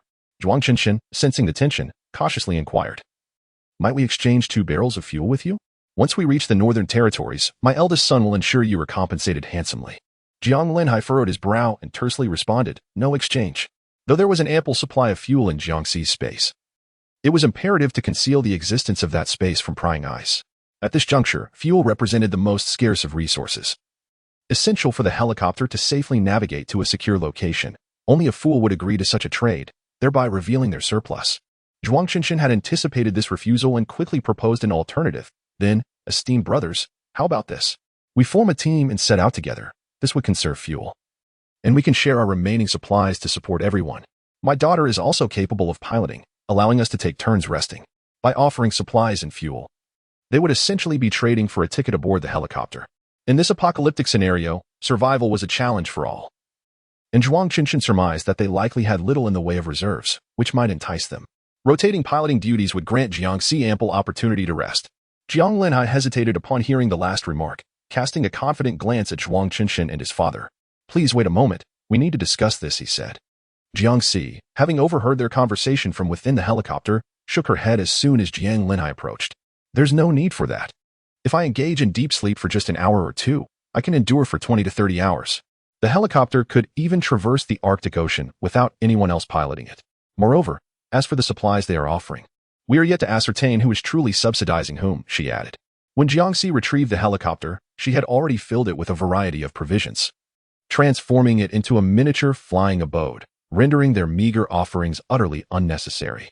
Chapter 73. The lengthy tale the human heart is inscrutable. One cannot guarantee that others will not harbor ulterior motives.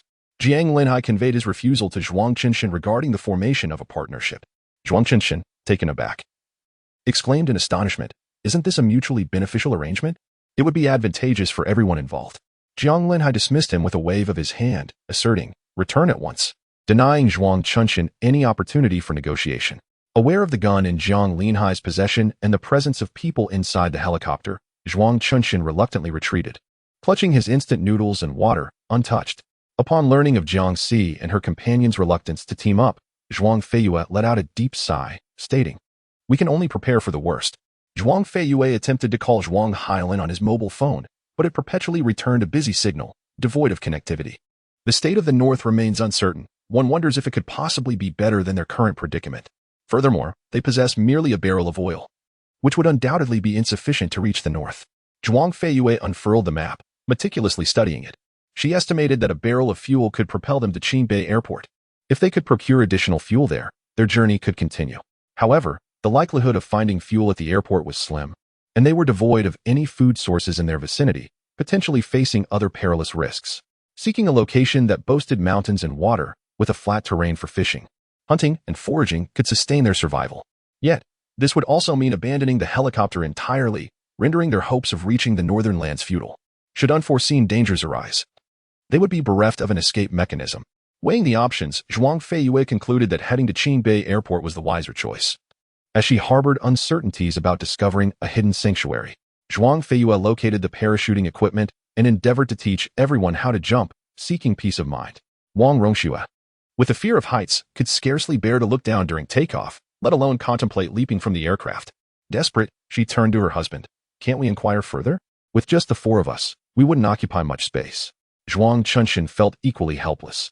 If they are unwilling, then they are simply unwilling, putting oneself in their shoes. Would you allow a few strangers on board if you had ample fuel? It's a precarious situation. Wang Rongxue fell silent, her reluctance palpable. Tears streamed down her face as she contemplated their perilous future. Zhuang Qinshan comforted her. "Perhaps fortune will smile upon us, and upon reaching Qingbei Airport, we will find fuel and reunite with our leader." Wang Rongxue, in a fit of anxiety, nestled into Zhuang Qinshan's embrace, stifling a sob. Suddenly, a rustling sound echoed around them, sending chills down their spines. Fearing the emergence of some mutated creature, Zhuang Feiyue glanced out of the side window and saw Jiang Linhai and Lu Jifeng leaping from the helicopter, swiftly igniting blocks of alcohol and coal. Zhuang Qiyuan muttered, questioning their leisure in indulging in a barbecue amidst such peril. Without warning, a scorpion squeezed through a gap in the helicopter. Wang Rongxue screamed in alarm. Ah! Upon closer inspection, they were horrified to see an overwhelming swarm of scorpions surging forth, a sight both terrifying and grotesque. In mere moments, the view from the helicopter was completely obscured by the relentless tide of scorpions, which continued to pour in through the door's crevices. Zhuang Qiyuan donned gloves and, using his shoe insole, dispatched several scorpions, finally grasping the reason behind Jiang Linhai and Lu Jifeng's decision to ignite the alcohol and coal amidst such scarce resources. Scorpions are averse to fire. Once ignited, they would not dare approach. Yet, as they ignited the flames after descending the helicopter, it was too late. The scorpions had already enveloped the aircraft, rendering it airtight. They could only wear gloves and endeavor to seal every possible entry point against the advancing scorpions. Despite their precautions, several of them were still stung. Scorpions vary in toxicity depending on their species. The brown scorpion, a common variety, possesses relatively mild venom that can only kill insects and is not lethal to humans. However, a sting would cause the affected arm to swell, redden, itch, and burn intensely. While those with allergies could face fatal consequences, Zhuang Qin's wounds from the stings were the most numerous, his arms and ankles covered in a myriad of swollen, red punctures, some even festering with pus. Zhuang Feiyue, having once undertaken the challenge of surviving 30 days in the desert, possessed a certain understanding of venomous scorpions. The venom of a scorpion is acidic. First, one must extract the toxin to prevent its spread, and then apply alkaline soap, which can alleviate the agony to some extent. After cleansing the wounds with soap, Zhuang Feiyue rummaged through the first aid kit and found erythromycin ointment, applying it in turns to everyone. Meanwhile, Jiangxi and the others gathered around the fire, indulging in fried scorpions. The scorpion, regarded as the foremost of the 5 venoms, also serves as a traditional Chinese medicinal ingredient. It contains amines and hemolytic proteins, which possess antispasmodic, wind-dispelling, and detoxifying properties and can treat sores and rheumatism. In certain regions, it is also a delicacy. The toxic components of the scorpion are destroyed by high temperatures, rendering it safe for consumption, which is why fried scorpions grace the dining table. Lu Jifeng believed that any opportunity to save rations should be seized. To adapt to the challenges of a post-apocalyptic existence, one must embrace any trial. Seeing the scorpions, he immediately suggested frying some for storage, envisioning sustenance for several days. Scorpions are indeed a source of protein, providing a much-needed indulgence, and a means to satisfy Dabai's hunger. He was concerned that if Dabai became excessively hungry, it might lose its sanity. Jiangxi often relished scorpions in this dire world, finding them a coveted treat. 10 pounds of scorpions could be exchanged for a considerable quantity of potatoes. Slowly frying the scorpions until they turned golden and crispy, their enticing aroma wafted through the air, and upon entering the mouth, they offered a delightful crunch, akin to savoring fried, crispy meat strips, both fragrant and satisfying. Jiang Shenwu reclined on the lounge chair, savoring the meal, and couldn't help but exclaim, a touch of fine liquor would be exquisite.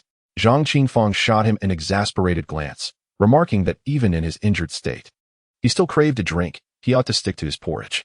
The scorpion oil was abundant. One taste would suffice. Jiang Shenwu cast a fond look her way and obediently sipped his porridge. Shen Baoying had fried a full bucket of scorpions and gently prodded Jiangxi, who was dozing against Dabai. Why not ask Dabai if he would like some? If Dabai declined, Jiangxi's covert act of feeding him meat might eventually raise Lu Jifeng's suspicions. Jiangxi picked up a scorpion and held it to Dabai's mouth. He lazily opened his eyes, regarded her with a fleeting glance, and then drowsily closed them again. It was uncertain whether he disdained the scorpions or if he felt unwell after rescuing Shen Baoying and Jiang Qingwu. Gently stroking his head, Jiangxi retrieved a box of luncheon meat from her pocket. Dabai, if you don't fancy scorpions, I have luncheon meat. Would you like to have a bite? Once we reach a place suitable for hunting, I shall procure a grand wild boar for you. Even if she failed to catch one, she could conjure one from her spatial storage. Dabai did not even open his eyes. With a swift motion of his paw, he pressed Jiangxi against his side, startling Shen Baoying so much that she nearly lost her breath. Fortunately, Dabai did not intend to consume Jiangxi. He merely regarded her as a plush cushion, rolling her onto his fluffy belly. His large paw weighed heavily upon her, making it difficult for Jiangxi to breathe, as Dabai flipped over, effectively turning himself into a mattress for her repose. I have succumbed. Everyone should also take precautions. End of this chapter, Chapter 74. Acquaintances. The soft, plush fur on the belly of the large white creature was irresistible. Jiangxi initially wished to struggle, but the fatigue enveloping her entire body compelled her to surrender to the allure of slumber. Gradually, she allowed her eyelids to droop. The chilly night did not seem to penetrate her warmth. In such a tender scene, everyone lowered the sounds of their eating, careful not to disturb their repose. Half an hour later, Jiangxi was awakened by an aftershock. This tremor, registering below 6 on the Richter scale, posed little threat to the fragrant grasslands of Hong Kong. Nevertheless, anticipating the possibility of a stronger quake, she promptly leaped off the large white creature and urged everyone to hasten back to the helicopter. Should a significant earthquake occur, immediate takeoff would be imperative. Fortunately, the anticipated strong quake did not materialize. Instead, it seemed to have startled away the scorpion swarm. As the group prepared to set up makeshift bedding inside the helicopter, a figure suddenly descended from a plane 100 meters away. Before nearing them, the woman declared her intent. "Is there a doctor among you? My mother and brother are suffering from scorpion venom allergies. Is there anyone who can help them? We can offer food and alcohol in exchange." In this post-apocalyptic world, food and alcohol were precious commodities, and any available doctor would surely be tempted by the offer. The woman's voice was hauntingly familiar, reminiscent of a client from her time at the Extreme Sports Club. Peering through the glass, Jiangxi discerned the indistinct features of the woman in the darkness. There was no doubt it was Zhuang Feiyue. Having guided Zhuang Feiyue in wingsuit flying for 2 years, Jiangxi was well acquainted with her, though their relationship remained strictly professional. In her social stratum, no matter how high her income, she could never be considered a peer by the daughter of a listed company's president. However, due to her considerable earnings, she had the means to accumulate supplies within the confined space. Jiang contemplated for a moment and asked Shen Baoying to fetch a bottle of medicinal oil. This oil, rich in organic solvents, could dissolve the toxins of scorpions, thereby swiftly reducing swelling and alleviating pain. The sooner it was applied, the more effective it would be. If one's body absorbed an excess of scorpion venom for an extended period, the toxins would be absorbed by the skin and subcutaneous fat, rendering them indigestible. In the mountains, the older generation, whenever feeling unwell, would resort to using this medicinal oil. As they all grew up in the Longquan Natural Forest Reserve and were well aware of its efficacy against scorpion venom. Upon receiving the bottle from Jiangxi, Shen Baoying passed it to Jiang Linhai. As Jiang Linhai descended from the helicopter, the moment he touched the ground, Zhuang Feiyue's eyes brimmed with emotion. She had expected Jiang Linhai to be a doctor. However, he stood several meters away, tossing a bottle of medicinal oil in her direction. Zhuang Feiyue, holding the bottle, was filled with doubt. If even erythromycin ointment was ineffective, how could the invigorating oil possibly bring about healing? Jiang Linhai asserted, "The medicinal oil is effective. Quickly apply it to your mother and brother." At this point, one could only hope for the best in desperate circumstances. Zhuang Feiyue sincerely expressed her gratitude to Jiang Linhai, promising to deliver the oil shortly and hurried back to the helicopter with it in hand. Only when she safely returned did Jiang Chen deeply relax his grip on the handgun. Zhuang Feiyue applied the cooling oil to Wang Rongxue and Zhuang Qiyuan, and the immediate sensation of relief alleviated their pain. After a considerable time, both regained the strength to speak. Indeed, Jiang Linhai had not deceived them. The oil was effective in treating scorpion venom. Zhuang Chen deeply pondered. These individuals possessed commendable character, as they did not seize the opportunity to demand exorbitant compensation, willingly offering the oil to them. He turned to Zhuang Feiyue and remarked, "We must provide what is due, lest they perceive us as untrustworthy." Zhuang Feiyue intended to give a few sealed tea eggs, half a bag of rice, and a bottle of alcohol. However, Zhuang Qiyuan, now seated, felt they were offering too much. Their reluctance to demand more indicated their ample resources, and since they were merely providing a bottle of oil, 1 bottle of alcohol should suffice. This alcohol was a generous 500 milliliters, enough for an extended period. Zhuang Qiyuan even considered that a single bottle might be excessive. In these times, resources held greater value than gold. Offering half a bag of millet and tea eggs would diminish their rations by several days. Zhuang Chen, with a serious expression, lowered his voice and said, "Their willingness to provide the oil suggests they are confident we will not renege on our word. If we were to dismiss them with just a bottle of alcohol, they might take offense and find an excuse to seize all our belongings, leaving us with no recourse for complaint." Zhuang Qiyuan felt a chill run down his spine, casting a furtive glance toward the direction of Jiangxi and the others, sensing as if a sniper was covertly observing them. As dawn broke, Zhuang Feiyue, cradling their offerings, was taken aback upon seeing Jiangxi disembark from the helicopter, her pupils constricting in disbelief. After scrutinizing closely, she confirmed that the neatly attired woman before her was indeed Jiangxi, and her face instantly transformed into one of ecstatic joy. "Jiangxi!" Zhuang Feiyue rushed over, excitedly greeting her. Jiangxi nodded in response, her demeanor polite yet distant, leaving Zhuang Feiyue momentarily awkward and speechless. Previously, she had only regarded Jiangxi as a coach, never having added her personal account. What face did she have now to seek camaraderie? However, if Jiangxi were to consider their past acquaintance and lend them a barrel of oil, their chance of securing a flight plan would significantly increase. Zhuang Feiyue placed the items before Jiangxi, expressing her gratitude for the wind oil they had provided the previous night, and hoped that the food and alcohol would not be met with disdain. Good. Jiangxi replied curtly, clearly disinclined to engage further. After much hesitation, Zhuang Feiyue stole a glance at Jiang Linhai, who was armed, and, suppressing her fear, inquired, Jiangxi, could I possibly exchange some food for a barrel of oil? Once we reach the north, I assure you my brother will repay you double. Jiangxi regarded her thoughtfully, causing Zhuang Feiyue's heart to race. Suddenly, a tremendous roar echoed from the sky. Everyone turned in unison to behold several helicopters approaching through the morning light. Seemingly intent on the area where Jiangxi and her companions were situated, likely to land and rest.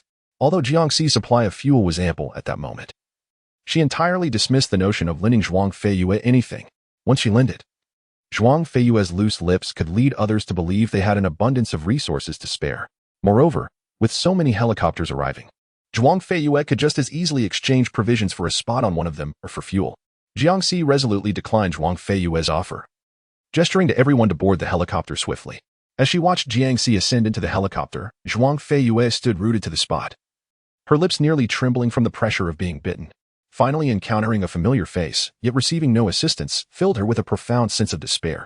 She lifted her gaze to the helicopter drawing nearer in the sky, uncertain whether these individuals were friend or foe. Without hesitation, she dashed back towards the helicopter, planning to wait for its descent. Should the situation appear dire, she would flee without delay. The ordeal was truly arduous, as each person exhibited different symptoms. Our family seemed to have encountered the most formidable challenges in history, and I felt utterly unwell. End of this chapter. Chapter 75. Gratitude and repayment. A tempestuous wind whipped up by the helicopters threatened to topple them. Jiang Linhai took his seat in the co-pilot's position. Expressing his concern to Jiangxi, there are still 3 helicopters hovering above. Do they intend to prevent our departure? Most of these helicopters were military in nature, and Jiang Linhai noticed an individual perched on the exterior, wielding heavy weaponry. Jiangxi furrowed her brow, observing the situation. If they were determined to intercept them, she would feign compliance for the moment, seeking an opportunity to escape later. Jiang Linhai glanced back at Dabai and inquired, what about Dabai? Its considerable size clearly indicates it is a mutated creature. Will it not be apprehended for research? In her previous life at the base, Jiangxi had witnessed numerous mutated individuals and animals being taken away for dissection and experimentation. Jiang Linhai's words struck a chord in her heart, and she placed her hand gently on Dabai's tail, declaring, I will not allow it to be captured. Helicopters descended in succession, and soon, a multitude of men clad in special operations attire, wielding weapons, emerged from above. Their imposing stature and disciplined movements exuded an air of intimidation. However, Zhuang Feiyue felt an unexpected warmth and excitedly exclaimed to her family, Mom and Dad, it's the military. It's the military personnel. Are we finally saved? Zhuang Qinshan furrowed his brow, urging her to regain her composure. The world had already succumbed to chaos. The military order had long since collapsed. These individuals could very well pose the greatest threat, likely to seize their supplies or conscript them for labor. The fate of women who had become prisoners of war in the aftermath of international conflict was indeed a harrowing one. Zhuang Feiyue trembled, fervently hoping to evade such a grim destiny. They quaked in their hiding place within the helicopter until a tall man came into Zhuang Qinshan's line of sight. A surge of excitement coursed through Zhuang Qinshan. Quang Jiaying. It was indeed Quang Jiaying. Zhuang Feiyue's eyes widened in recognition. It was her blind date. This young man was of impeccable character. Their families had been friends since childhood. They were saved. They were safe. As Zhuang Qinshan spoke, tears streamed down his face. Overwhelmed by a transient sense of stability amidst the uncertainty of fate, the Zhuang family hurried down, calling out Quang Jiaying's name. In an instant, he heard someone calling for him. Quang Jiaying looked up and saw the somewhat disheveled Zhuang family, their eyes brimming with tears, gazing at him with hope. Quang Jiaying paused for a moment, then recognized them. Uncle Zhuang? As Zhuang Qinshan noticed his recognition and the fact that he still referred to him as uncle, his anxious heart finally found solace. He approached and grasped his hand, saying, Jiaying, fortunately, it is you. We were nearly frightened to death. In a hurry, we inquired, where are your parents? Are they with you? Quang Jiaying shook his head. They had been relocated to the northern base and were safe for the time being. The mention of the northern base elicited a wave of excitement from the Zhuang family, as they yearned for a secure refuge. Zhuang Qinshan quickly asked, can we go to the northern base? Quang Jiaying nodded, stating, I am leading the team to not only search for supplies but also to rescue survivors. Zhuang Qinshan breathed a sigh of relief and hurriedly pushed Zhuang Feiyue towards him, urging, quickly greet your brother Jiaying. However, Quang Jiaying's gaze was drawn to a woman disembarking from another helicopter. Zhuang Feiyue, blushing, called out to him, but received no response. Following his bewildered stare, she caught sight of Jiangxi, who approached with an air of confidence. To her surprise, Huang Jiaying recognized her and warmly greeted, "Miss Jiang. What a surprise to encounter you here." Zhuang Feiyue lowered her eyes, her fists clenched, feeling an indescribable embarrassment. Jiangxi had little time for pleasantries, asking, "Captain Huang, is everything well? Can our helicopter take off now?" Huang Jiaying inquired in astonishment, "Where are you headed?" Jiangxi answered with an unflappable demeanor, "To the north." Believing Jiangxi was aware of the northern base's location, he extended an invitation, "Miss Jiang, you may accompany us back to the northern base. We will surely fulfill our promise of provisions this time." Jiangxi shook her head, saying, "No need." Upon hearing this, Zhuang Feiyue felt a deeper sense of unease. Their family had taken the initiative to establish a connection with Huang Jiaying to gain access to the northern base, yet despite Huang Jiaying's invitation to Jiangxi, she seemed utterly indifferent and preferred to leave on her own. Even at this juncture, it was perplexing what her stubbornness was all about. Huang Jiaying was somewhat taken aback that Jiangxi had even refused the remaining 900 pounds of grain, and in that fleeting moment, he believed she did not trust him.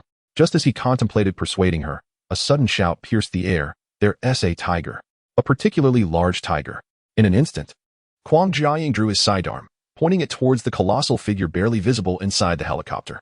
Jiangxi's expression darkened as she swiftly returned to the front of the helicopter, extending her arms wide, declaring, "It is my tiger. It will not harm anyone."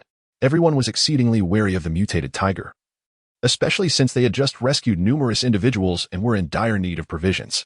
This tiger was so massive that it could yield several hundred kilograms of meat. It had been a long time since anyone had tasted meat, and each person's gaze towards the interior of the helicopter was filled with palpable longing. The mutated tiger, astonishingly, seemed to heed Jiangxi's commands. Huang Jiaying narrowed his eyes, scrutinizing Jiangxi intently. "How can you prove it will not harm anyone?" Jiangxi looked at him, a hint of derision curling at the corner of her lips. "Isn't it enough that it has leapt out to bite you yet?" Huang Jiaying's eyes gleamed with curiosity, and he quickly inquired, "How did you tame it?" If there was a method to domesticate mutated animals in this post-apocalyptic world, it would indeed be a remarkable achievement worthy of reporting. Jiangxi spoke candidly, "I risked my life to rescue it from the jaws of the great python. It is grateful and listens to me. If there are no further matters, we shall take our leave." Huang Jiaying discerned that Jiangxi was reluctant to proceed to the northern base. He positioned himself before her, attempting to persuade her. The mutated creatures can understand human speech and possess significant observational value for humanity's survival in this apocalyptic era. "Miss Jiang, given its massive size, the sustenance it requires far exceeds what you can provide. For the safety of both yourselves and the creature, I implore you to reconsider accompanying us back to the northern base.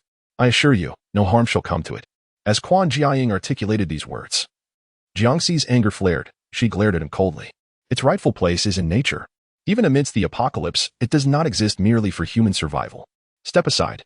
Huang Jiaying's expression faltered. He recognized his own selfishness. "For humanity, I have committed no wrong. I merely seek a means to coexist with these mutated beings.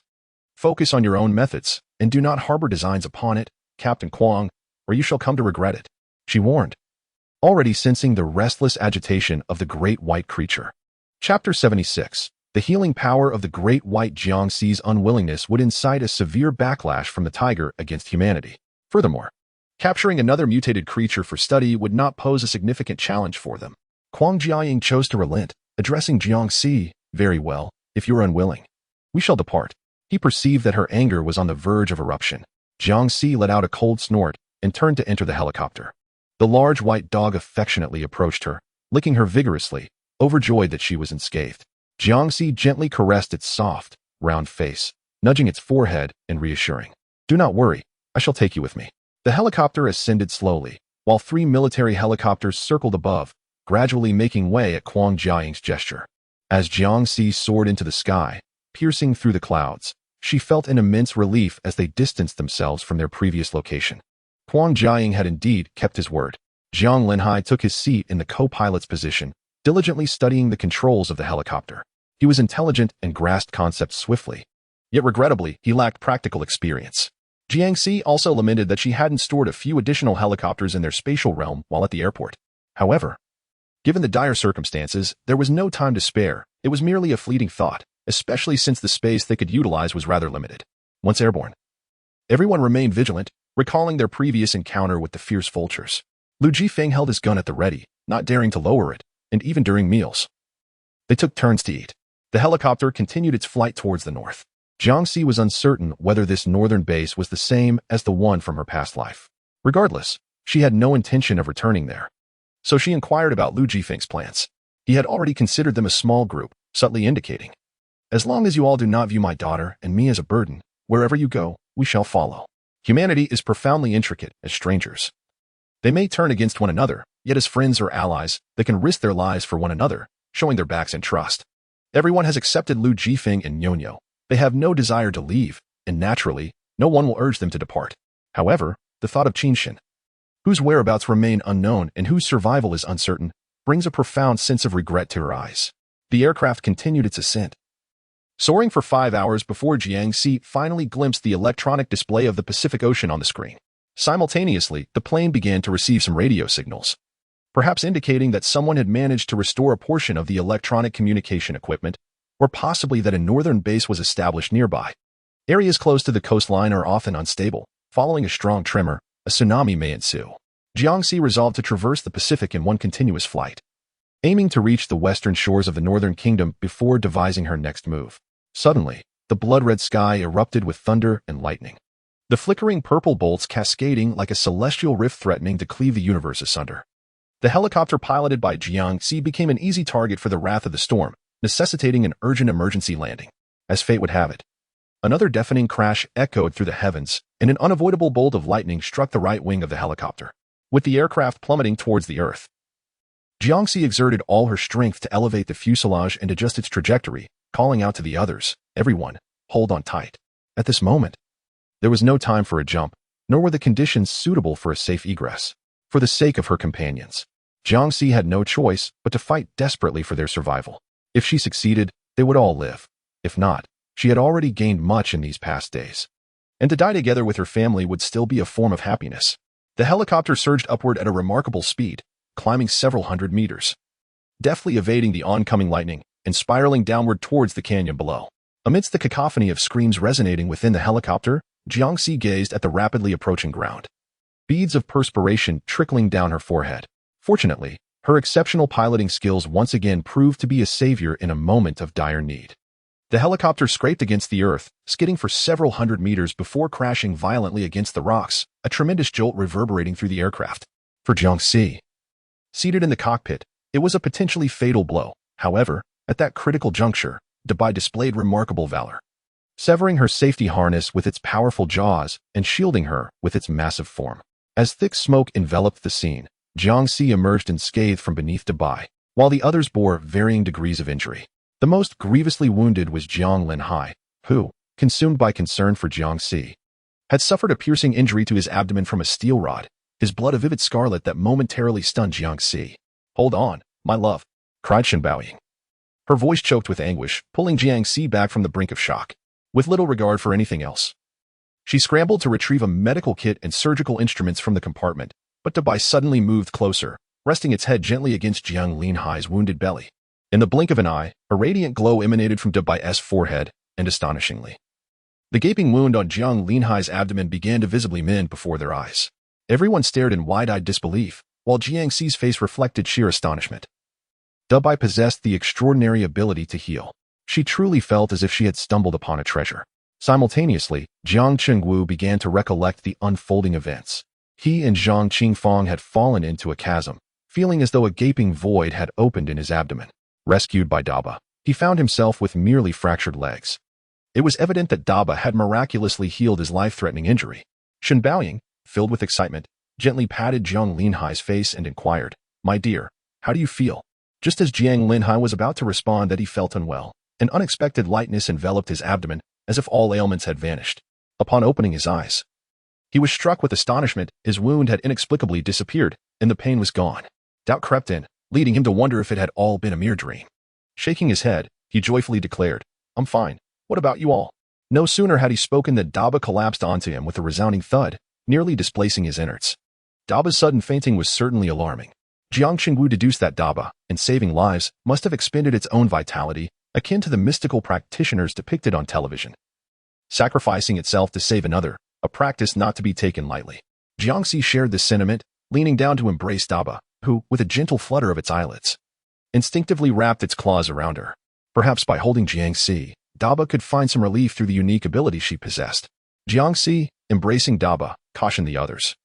Be vigilant. Once Daba regains some strength, we shall devise a plan to proceed. Understood. The group set up tents near the helicopter and ignited a bonfire. Daba, possessing healing abilities and a penchant for affection, had become her most cherished companion. Apart from the occasional urge to relieve herself, Jiangxi remained quietly by Daba's side, occasionally nudging it to step out from its embrace. In the late hours of the night, while everyone but the vigilant Lu Jifeng was asleep, Bai suddenly stirred. Jiangxi opened her eyes, and Bai shook her off, leaving her seated on the cool ground, somewhat dazed. Bai, where are you going? She asked. Chapter 77, revealing the true form. Bai cast a glance at her, then swished its tail as it made its way into the dark canyon. Its massive frame moved with a graceful lightness, making no sound. After a moment's contemplation, Jiangxi turned to Lu Jifeng and said, I will follow it to see. If there is danger, fire a shot to call me back. Lu Jifeng nodded, assuring her, rest easy, I will keep a close watch over everyone. Jiangxi donned her headlamp and hurried after Bai. After running for about 10 minutes, Bai seemed to vanish into thin air. Anxiety gripped her as she called out, Bai, where are you? If Bai were to disappear without a trace as it had done before, she feared she might not see it again. After 2 minutes of calling, she suddenly froze under a towering, withered tree, covering her mouth in shock. The blood moon above cast a crimson hue upon the thick white mist. And in this eerie environment, Bai raised its head, its deep-set eyes glimmering with a chilling light. Gradually, Jiangxi's vision began to distort. Bai's claws seemingly morphed into human hands, obscured by the red fog, yet all the more startling. At the moment Jiangxi held her breath, Bai's limbs, body, and head rapidly contracted, and with a flash of golden light, a man, completely unclothed, appeared before her. As he transformed into human form, he promptly fainted. Jiangxi had only encountered mutated beings and beasts, never imagining that a mutated beast could transform into a human form. If not for her family being present, she might have thought she had traversed into a realm where demons and spirits coexisted with cultivators. As the blood moon dissipated, the man's flawless physique lay on the ground, resembling a masterpiece sculpted by Nuwa herself. Jiangxi approached, draping a blanket over him, and upon catching sight of his face, astonishment washed over her once more. The Bai was, in fact, Qinshan. Reflecting on past events, she understood why the Bai would appear whenever Qinshan vanished. And it became clear that his massages were likely an attempt to draw closer to the energy stone within her. The thought of having slept with the Bai in her arms, exchanging affectionate gestures while gazing at Qinshan's unconscious face, made her cheeks flush with warmth. Their secrets, now known to each other, somehow felt safer. Jiangxi steeled herself to dress him, then gathered some wood and retrieved several wheels from her space to construct a makeshift stretcher, lifting Qinshan onto it. After a journey of over half an hour, Jiangxi pulled with all her might until she was discovered by Jiang Linhai. Upon seeing Qinshan on the stretcher, Jiang Linhai's face lit up with joy. Qinshan, where did you find him? It was astonishing that they could encounter Qinshan after their plane had flown so far. Qinshan had not disclosed his true identity, perhaps wishing to keep the transformation into a white tiger a secret, just as Jiangxi preferred to conceal her own spatial abilities to avoid being taken for experiments. Jiangxi casually remarked, while searching for Dabai, I stumbled upon him. I am uncertain how he ended up here. By the time I discovered him, he was already unconscious. Jiang Linhai quickly inquired, where has Dabai gone? What is the condition of Qinshan? Jiangxi shook her head. He is likely hiding away to recuperate, just as he did last time. I believe he will heal, and we shall meet again. Qinshan bore no external injuries, yet his pallor was concerning. We can prepare some kanji for him and see if he has fainted from hunger, Jiang Linhai suggested hastily, calling for Shen Baoying to make the most nourishing kanji for Qinshan. With his formidable strength and numerous acts of bravery in saving others, the return of Qinshan brought joy to everyone who gathered around him, speculating on how he had arrived. Jiangxi remained vigilantly by his side, wary of any peculiar changes in Qinshan's condition that might attract attention. As Shen Baoying prepared the nourishing kanji, Jiangxi personally fed it to Qinshan. As she did so, Qinshan's long raven-like feathers began to unfurl slowly, eliciting exclamations of delight from the onlookers. He is awake. Qinshan has awakened. A glimmer of joy sparked in Jiangxi's eyes as she asked, are you still in discomfort? Qinshan gazed at her, remaining silent for several seconds, perhaps still in a state of reawakening. After a considerable pause, he sat up, accepted the bowl from Jiangxi with a polite yet distant, thank you. It was evident that during his time as Dabai, he had been so warm and welcoming. Now, as a human, he seemed to have adopted a facade. Jiangxi stole a few glances at him, feeling a strange sensation within. After consuming the kanji, Qinshan succumbed to sleep once more. Jiangxi surmised that each transformation of his body and every application of his healing powers consumed immense energy, which is why he was undisturbed until dawn. The helicopter was the sole means of transportation available to reach the western coast of the North Country. There were but two options: embark on a boat or repair the helicopter. The helicopter's wings were problematic, yet she believed she could mend them. However, if the engine were compromised, there would be no remedy. Jiangxi circled the helicopter, meticulously inspecting it. The engine had sustained some damage due to the impact. These issues could be minor, posing no threat to their flight across the Pacific, or they could be severe, potentially causing turbulence and a disastrous descent mid-air. A crash over the ocean would render them utterly helpless. Opting for a boat would not only prolong their journey, but also expose them to maritime perils such as storms, waterspouts, whirlpools, and sharks. Given a choice, Jiangxi yearned to soar over the Pacific as swiftly as possible. Yet, for the sake of safety, they would first take the helicopter to the coastline, retrieve a yacht from the air, and then set sail for the western coast of the North Country. Having devised this plan, she directed Jiang Linhai to assist in the helicopter's repairs. As twilight approached, Qinshan finally awoke, observing the flurry of activity around him. He readily picked up tools to aid Jiangxi in her endeavor. Though he was typically reticent, his diligence in work was unparalleled. Jiang Linhai clapped him on the shoulder, inquiring, "How do you feel now? Still unwell?" Qinshan shook his head, prompting Jiang Linhai to curiously ask, "How did you end up here? Did Cici bring you back?" Qinshan glanced at Jiangxi, a subtle and enigmatic smile gracing his lips. "I can't recall clearly. Perhaps my mind has been clouded by the impact." "Oh, I see. It is fortunate that you emerged unscathed. We have been quite worried about you," she replied. "Thank you." Jiangxi muttered, pouting, her demeanor betraying her insincerity. How ironic that her father praised her for her honesty when they were, in essence, cut from the same cloth. Despite the minor malfunction, the helicopter would require at least 2 days for repairs. Shen Baoying and Zhang Qifeng busied themselves nearby, scavenging for firewood and edible provisions. Their spirits lifted upon discovering a wild yam, reveling in their small triumph. Suddenly, the ground trembled with the sound of thundering footsteps and urgent shouts. The group stood in bewilderment as several elephants charged towards them, their massive forms and formidable tusks posing an imminent threat to the helicopter. Jiangxi swiftly nudged Qinshan. "You have a plan, don't you?" He met her gaze and shook his head. "It is beyond my capacity." Jiangxi was taken aback. Having assumed he could intimidate any creature, "Can you not communicate with them?" she pressed. Again, he shook his head. "Not with elephants." A sigh escaped Jiangxi's lips. Were they to merely watch as the elephants wreaked havoc upon the helicopter? If it were destroyed, they would face a daunting trek to the coast, with no roads in sight, taking several arduous days.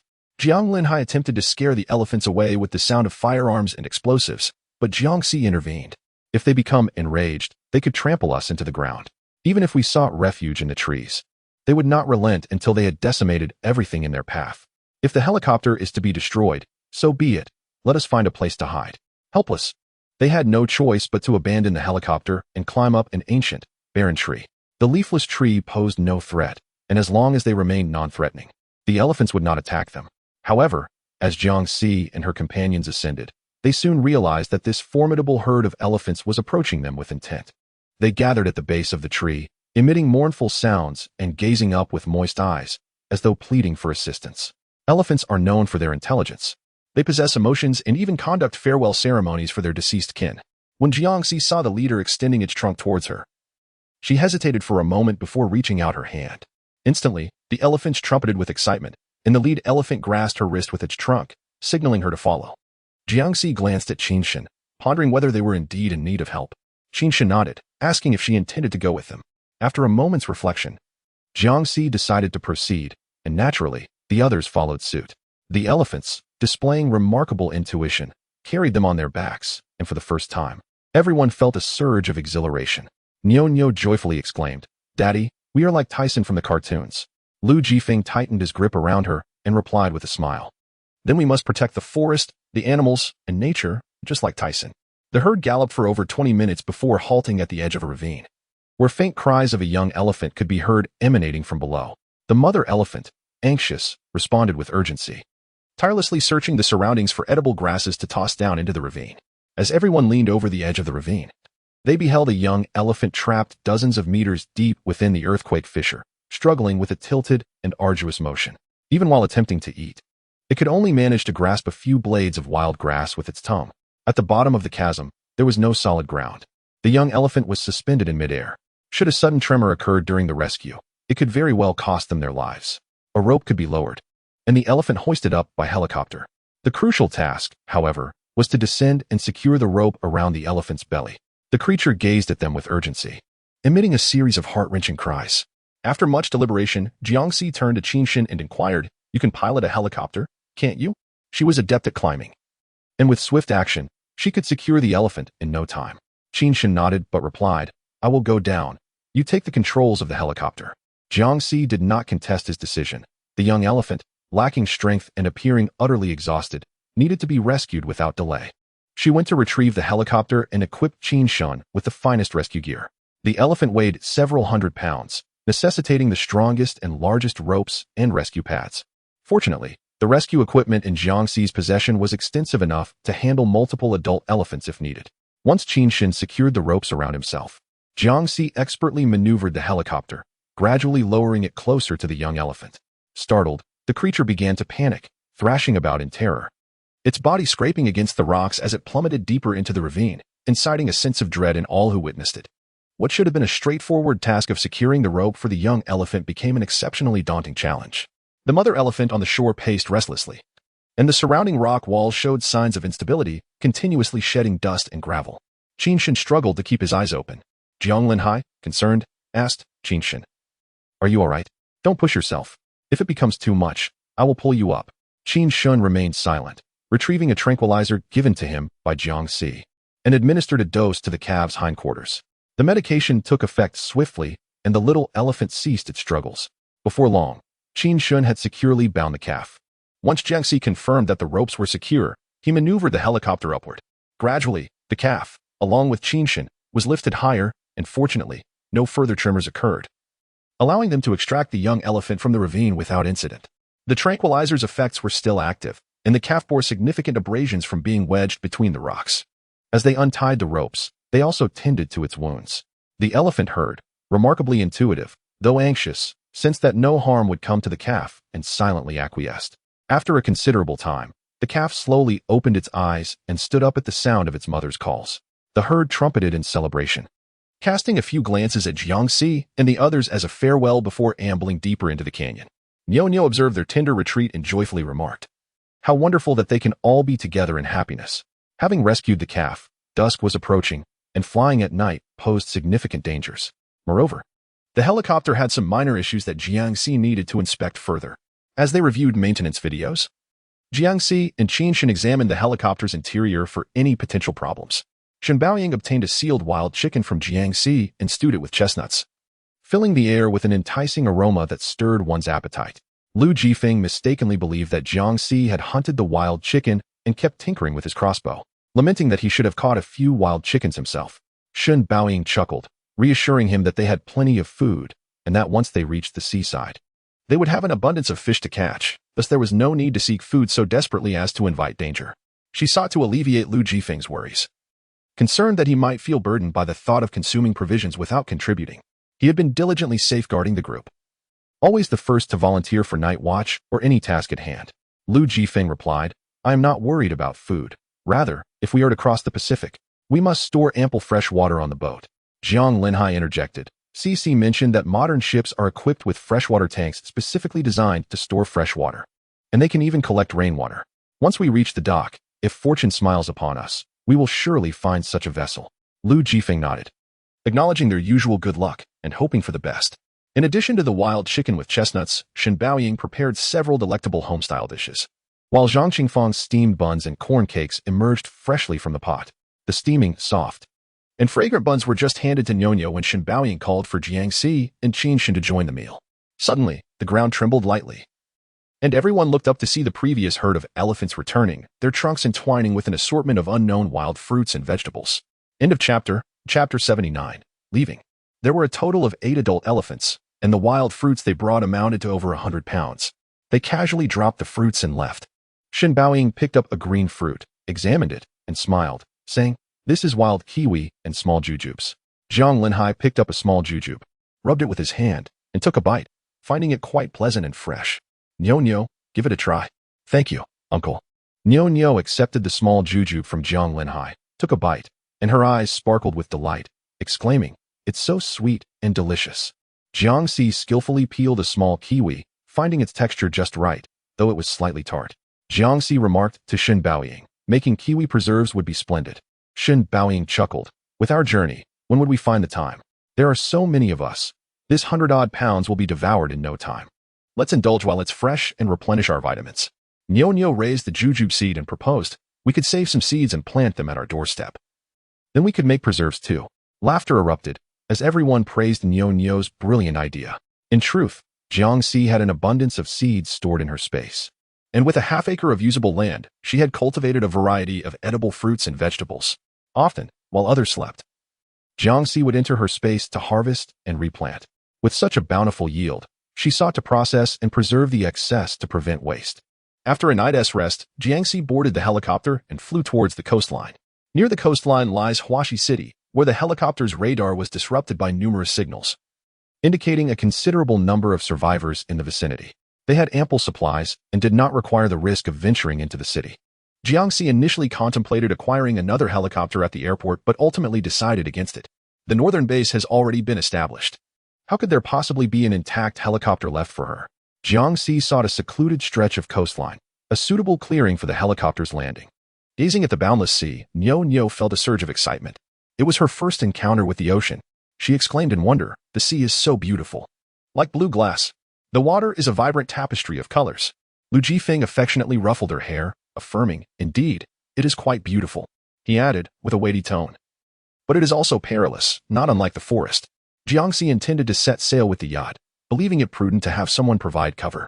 Once everything was in order, they could summon the others to board swiftly. Should all go as planned, they would reach the western shore of the northern country within a week. Jiang Linhai surveyed the surroundings and lowered his voice to Jiangxi, saying, the earthquake fissures are not particularly large. A major earthquake may not ensue. What if, upon reaching the northern country, it turns out to be less favorable than here? He continued, as long as there are no significant tremors and no mutated creatures in the vicinity, I believe settling down here is also a viable option. The disastrous trajectory of the past life had diverged significantly from the present one. Jiangxi, uncertain about the circumstances in the northern country, took a moment to reflect on Jiang Linhai's words before responding, we could first board the yacht. If life aboard proves stable, we can then disembark and explore the surrounding area. Her greatest concern lay in the varying regional powers, since they could not grasp the situation fully. It was best to seize the present moment. The true nature of the northern base remained shrouded in mystery. But Quan Jiaying's trust in their release certainly earned him some merit. Should danger arise, we shall promptly set sail. Jiang Linhai nodded in agreement, stating, very well. Let me inform everyone. Chapter 80. Relying on the mountains and the sea. Jiangxi cast a glance at Qin Shun, and with a mere look, he voluntarily announced to the group, I shall accompany you in search of a boat. Jiang Linhai, concerned about his presence complicating matters for Jiangxi, was about to voice his objection when Jiangxi subtly signaled him with her eyes, assuming she had a means to conceal their intentions. He permitted Qin Shun to accompany them. Upon reaching the shoreline, surrounded by rugged rocks, Jiangxi and Qin Shun strolled for a while, navigating around a stretch of golden sandy beach that extended for hundreds of meters. Along the way, they collected an assortment of seafood and marine vegetation from the shore, enough sustenance to last them a considerable time. With her spatial abilities, Jiangxi welcomed the bounty, as her storage could easily accommodate it. After discovering a sizable lobster, she inquired of the quietly gathering Qin Shun, do you enjoy seafood? Qin Shun nodded, replying, it's fine. I am not picky. Jiangxi glanced at him, momentarily surprised that the once ferocious Qin Shun, now transformed, had an affinity for seafood. She recalled that certain tiger species would venture to the shore to catch fish. Chuckling at her own ignorance, regardless of his transformation, Qin Shun remained human. Even tigers in zoos consume grains and vegetables. She yearned to inquire whether Qin Shun, like herself, had been reborn, thus acquiring such extraordinary abilities. However, given his silence, she felt it inappropriate to pry. As they meandered, Jiangxi discovered an abundance of abalone, oysters, and sea rainbow shells nestled among the rocks, an endless treasure waiting to be harvested. Jiangxi exclaimed, there are so many here. Qin Shun replied, this must have been a marine aquaculture zone. With the absence of people, the creatures have proliferated rapidly, thus benefiting us. Jiangxi noted that space is not static. Food cannot be preserved for long. However, the seaside is abundant in salt, and there are numerous ingenious methods for preserving seafood for extended periods. Jiangxi smiled. It would be quite splendid if we could settle down in this vicinity. If we could find a few suitable plots for cultivation, it would be a veritable paradise. Standing on the rocks, Qinshan gazed ahead with a light-hearted smile. I see an abandoned fishing village in the distance. At the mention of the village, Jiangxi's vigilance heightened. She drew her weapon with swift precision. Qinshan, however, chuckled. There's no one here. I haven't heard anything. Jiangxi's eyes widened in disbelief. How far can your hearing reach? I can't even see the small fishing village. Qinshan looked at her knowingly. Perhaps about 1,000 times further than yours. Jiangxi was taken aback. Qinshan's unmasked abilities left her in awe. She wished she could possess such capabilities, but alas, her own skills were but a fraction of his.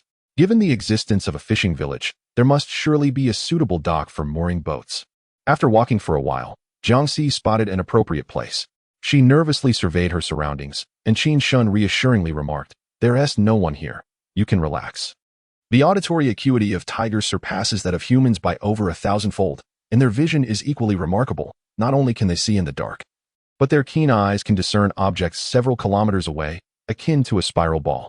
Jiangxi felt reassured by his words and promptly conjured a yacht from her spatial realm, placing it upon the water's surface. This yacht was even larger than the previous one, as she had later deemed the rented vessel too small. Having ample funds at her disposal, she decided to purchase it outright, and she possessed the legal rights to its use.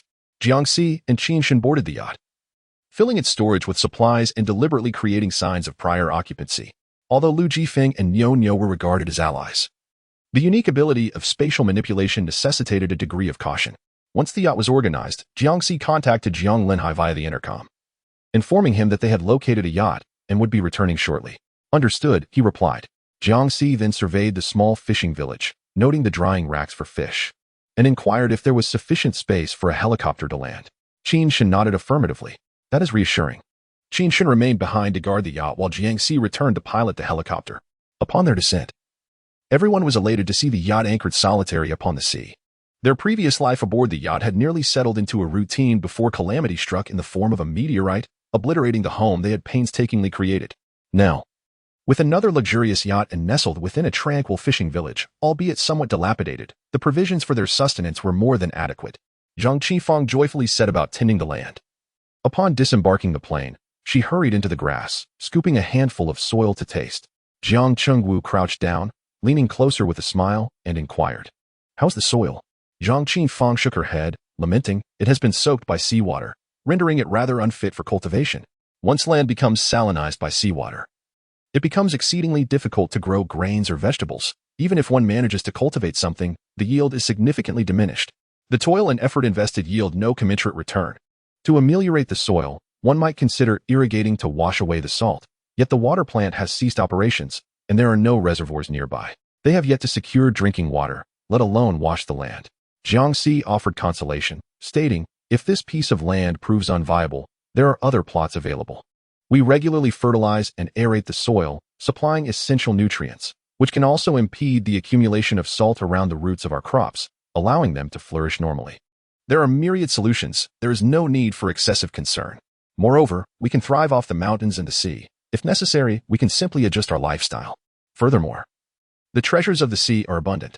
Just earlier, Qinshan and I gathered a considerable amount of seaweed on the beach. A single leaf could sustain us for several days. Zhang Qifeng, reassured, smiled. Indeed, we can live off the mountains and the sea. Those living by the shore have always consumed less grain and rice. We must learn to adapt. The younger generation tends to adapt more swiftly, while the older generation, accustomed to seafood daily, finds it challenging. Jiangxi, with a mysterious smile and lowered voice, added, If all else fails, we can cultivate greenhouse vegetables and grains. I have materials in my space. Constructing it would not be difficult. Zhang Qingfang's eyes brightened, and she exclaimed with excitement, Excellent. That's a splendid idea. You are indeed clever. After everyone leisurely explored the surroundings and surveyed the terrain, they retired to the yacht for the evening. Jiang Chengwu, an avid angler, casually cast a few lines and soon reeled in several plump sea fish. The table was lavishly adorned with an array of delectable dishes, fresh fish soup, crispy fish fillets, seaweed and egg drop soup, refreshing cold appetizers, and wild fruits gifted by the elephants, along with various shellfish and lobster gathered from the rocky shores. The spread was as bountiful as a festive feast. As they savored their meal under the moonlit sky, a genuine hope arose among them for a life of tranquility from that moment onward. However, just as they had not yet finished their meal, Qinshan abruptly set down his chopsticks and descended to the deck, his expression grave. Sensing something amiss, Jiangxi followed closely behind and inquired, "What's wrong? Is someone coming?" Qin Shin nodded, indicating the presence of 5 individuals. 5 was not an overwhelming number, especially with the formidable Qin Shin among them. But Jiangxi understood the necessity of vigilance. She quickly returned to the yacht and alerted the others. "We have visitors. Everyone remain cautious." At her words, everyone laid down their chopsticks and retrieved their weapons, keenly directing their gaze toward the exterior of the yacht. Before long, the 5 individuals appeared atop the hill. Upon spotting the moored yacht, they halted their advance. Jiangxi, unable to discern their conversation, leaned closer to Qin Shin, asking, "Can you hear what they are saying?" With his exceptional hearing, Qin Shin would undoubtedly catch every word spoken by these intruders. Without surprise, he replied, "They intend to seize our vessel and are deliberating on how to force us off." Jiangxi furrowed her brow, unaware of the peril they faced.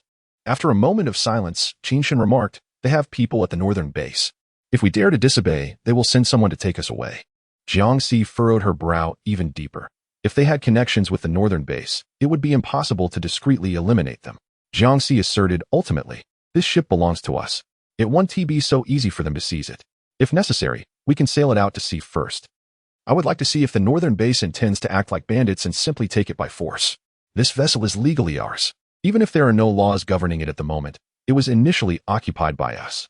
The 5 individuals spent an uncomfortable night in a dilapidated fishing village. As dawn broke, they awoke to find the yacht slowly making its way into the sea. They hurriedly pursued it, shouting, "Stop! Stop!" Jiangxi halted the ship 200 meters away, contemplating what these individuals might say after thinking about it all night. The tallest man among them declared, "We are from the northern base. You have set sail without permission. You must return with us to register." Jiangxi raised an eyebrow. "And what if we refuse?" The man was momentarily taken aback by Jiangxi's audacious tone, then, in a fit of frustration, retorted, "Everyone must obey the commands of the northern base, otherwise, if something goes wrong, no one will help you." Jiangxi laughed. "When we were in trouble, we didn't see the northern base coming to our aid." The man's expression soured drastically as he suddenly realized that they had not registered at the northern base, and now they were considered illegal residents. He increasingly arrogantly proclaimed, "If you do not come over, I shall seek others to bring you back. Those who fail to register voluntarily will be deemed lawbreakers by the northern base, and you shall all face repercussions. You still have time to register now." He was threatening everyone to obediently surrender their vessel. Jiangxi, however, was not swayed by his feeble excuse. If everyone truly needed to register at the northern base, then Quang Jiaying would never have allowed them to depart. With no firearms being monitored, how could they possibly enforce registration? In her previous life, those who entered the northern base merely received an additional code, enabling them to undertake missions within the base, and upon completion, they could exchange points for various medical supplies. For those unburdened by scarcity, visiting the northern base was merely an extra layer of security. Yet, in the later stages of severe resource imbalance at the northern base, as the psychological defenses of humanity crumbled amidst increasingly dire living conditions, it transformed into a place where humans preyed upon one another. Those with resources but lacking the means to protect them quickly became the targets of pillage. Observing that Jiangxi remained unperturbed, the men's expressions darkened further. Yet they were helpless from hundreds of meters away across the water. It seemed their only recourse would be to return and report to the northern base, alleging their suspicious behavior in order to reclaim their yacht. As the 5 men departed, Jiangxi and her companions did not rush to the shore. Instead, they leisurely navigated the yacht around the vicinity. They casually collected several crab traps scattered across the waters, each filled with an abundance of seafood. Suddenly, Shin Baoying exclaimed with excitement, "CC, come quickly. Is this not a pearl oyster specifically cultivated for pearls?" Jiangxi leaned closer to take a look, discovering several sizable clams within the net. She speculated, "It should be. We'll know once we open them." Although, during the apocalypse, pearls held far less value than a morsel of white sugar, which woman does not cherish beautiful treasures? Moreover, it was their first experience of the joy of opening clams. Shin Baoying pried open a clam with a small knife, and, upon reaching inside, her fingers brushed against a hard, round object. She exclaimed in excitement, "There's a pearl." Indeed a pearl. Everyone widened their eyes in astonishment as Shin Baoying tossed the pearl into a small basin, revealing a sizable golden pearl. After rinsing it in water, its luster not only dazzled but also showcased its impressive size and roundness, akin to the finest offerings found in a boutique. Jiangxi smiled. "What a fortune. This pearl is evidently quite valuable." Elated, Shin Baoying proceeded to pry open a second clam, while Jiang Linhai hastened his efforts in retrieving the net. Shin Baoying generously shared some pearls with Nyo and Jiangxi, allowing everyone to relish this rare moment of joy. Jiangxi opened a total of 6 clams, each containing pearls of distinct characteristics. Some were uniquely shaped Baroque pearls, while others boasted beautiful, smooth hues of white and purple, all of considerable size. The nets had scattered everywhere, many clams having perished, with pearls nestled among them. Yet, the allure of these exquisite pearls was irresistible. Shen Baoying murmured her intention to save pearls for Jiangxi, envisioning a necklace for her wedding day. Jiangxi particularly adored a heart-shaped Baroque pearl she had unearthed, cherishing it in her hands. Qin Shen suddenly extended his hand, presenting a collection of pearls, all in this peculiar shape. Jiangxi chuckled, realizing that the form of pearls could indeed be cultivated. Qin Shen cast a glance at her, finding her quite enchanting. For reasons unknown, as he gazed at her while she spoke those words, a warmth surged within her heart, despite her grasp on the pearls. The oddly shaped and flawed pearls were directly ground into pearl powder by Jiangxi, which she then transformed into a limited edition pearl face mask. Luxuriously, Shen Baoying exclaimed. This is genuine pearl essence. We must not let it go to waste. When her hands became overly sticky, she playfully smeared some on Jiang Linhai's face. He attempted to evade, but was firmly restrained by Shen Baoying, resulting in his face being adorned like a little flower dog, provoking hearty laughter from everyone present. The northern base seemed to be quite distant, as the 5 men had been gone for several days, with no sign of their return. Jiangxi stumbled upon a deserted island near the fishing village, which was uninhabited, save for a solitary lighthouse. The group anchored their yacht on the island, gathering marine treasures, catching fish, and preparing them for drying. There were wild pineapples on the island, resplendently golden, beloved by all, though excessive consumption led to discomfort. Shen Baoying took the initiative to make fruit preserves, pineapple jam, and canned goods. Lu Jifeng, ever anxious about running out of sugar, fortuitously discovered sugarcane on the island. And in his excitement, he exclaimed, "We can produce sugar from the sugarcane." End of chapter. Chapter 82. Nyo goes missing. The yield of sugar from sugarcane is particularly high. 15 pounds of sugarcane can yield a pound of brown sugar, and the production process is straightforward, requiring no complex equipment. Lu Jifeng harvested a substantial bundle of sugarcane, weighing around 100 jin, which could yield approximately 10 jin of brown sugar, and after filtration and refinement, 7 to 8 jin of white sugar. Jiang Qingwu, in his youth, had also cultivated sugarcane and made sugar for everyone as a delightful treat. Upon seeing the bundle, he chuckled and inquired, "Is this all there is of the wild sugarcane?" This variety of sugarcane, known as green sugarcane, is slender and elongated, appearing less sweet, however. Upon tearing it open and taking a bite, the sweetness is surprisingly ample. Lu Jifeng beamed, "There's more. I estimate we can harvest a few more bundles. We should conserve our sugar. It will suffice for the entire year." Jiang Qingwu promptly declared, "We shall accompany you, with the weather being favorable. Let us bring it all back." Jiangxi expressed her desire to join, but Shen Baoying remarked, "Let your father go with your grandfather. The island is not extensive. Should any danger arise, a call will suffice." Jiangxi nodded in agreement and chose to remain behind. Qin Shen also stayed, assisting them with physical labor. The process of refining white sugar entails extracting juice from the sugarcane, traditionally done using a grinding stone. Jiangxi possessed a large juicer in her space, specifically for such occasions. Upon retrieving it, Shen Baoying was taken aback, exclaiming, "What if Shaoshan discovers this?" Jiangxi cleared her throat and reassured, "Fear not. I shall simply claim I found it in the storeroom." Shen Baoying, enlightened, then felt justified in utilizing the juicer. Eating raw sugarcane and drinking sugarcane juice offer entirely different experiences. Nyo particularly enjoyed the juice, while Jiangxi relished the satisfaction of tearing into the sugarcane with each bite. A total of 2 large barrels of sugarcane juice needed to be boiled vigorously in a pot. As Shen Baoying grasped the wooden ladle, Qin Shen inquired, "Shall I pour it into the pot?" Shen Baoying nodded, and Qin Shen effortlessly lifted the cane juice from the wooden barrel and poured it into the pot. His robust posture caused Shen Baoying's eyes to gleam with admiration, and she exclaimed, "What a fine waist." Jiangxi stifled a laugh, prompting Qin Shen to glance at her several times. Jiangxi, covering her mouth, lowered her head shyly, acknowledging the truth in the compliment. As the syrup simmered and was continuously stirred, impurities began to rise in the form of bubbles. Shen Baoying remarked to Nyo, "These bubbles greatly affect the taste of the sugar. We can skim them off with the wooden spoon." Nyo nodded obediently, absorbing the lesson earnestly. For Lu Jifeng had informed her that these were essential survival skills to master in the post-apocalyptic world. The moisture in the pot gradually evaporated until it thickened. Shen Baoying then dipped some brown sugar into cold water, declaring, "Observe, once submerged in cold water, the brown sugar solidifies into chunks, indicating it's time to remove it from the pot and serve." Nyo, gazing at the somewhat dark brown sugar, asked curiously, "And Shen, aren't we making white sugar?" Shen Baoying replied with a smile, "If you wish to learn how to make white sugar, Once your father returns, I shall teach you. In the interval, while all the brown sugar was being scooped up the cool, Jiang Linhai and the others returned. Having intentionally selected some superior canes to set aside for future planting, ensuring a continuous supply of sugarcane. Upon seeing the cooling brown sugar in the pot, everyone praised it. And Shen Baoying led them in their bustling activities until dusk, when all the sugarcane had been processed into brown sugar. The task could have been expedited had the kitchen possessed a larger pot. Nevertheless, the first batch of brown sugar had completely cooled. Shen Baoying instructed Nonyo on the art of crafting white sugar using the cooled brown sugar. The process is rather straightforward, requiring merely the acquisition of some activated charcoal. Nonyo appeared perplexed, inquiring about the use of charcoal. Indeed, this method is based on the extraction of brown sugar, should one wish to extract white sugar directly. The procedure would be somewhat more intricate. However, given the late hour, they decided to commence with this simpler technique. Nonyo gazed at Shen Baoying with admiration, exclaiming, "Shen, you possess such vast knowledge." Shen Baoying chuckled heartily, attributing her expertise to her idle experiments at home.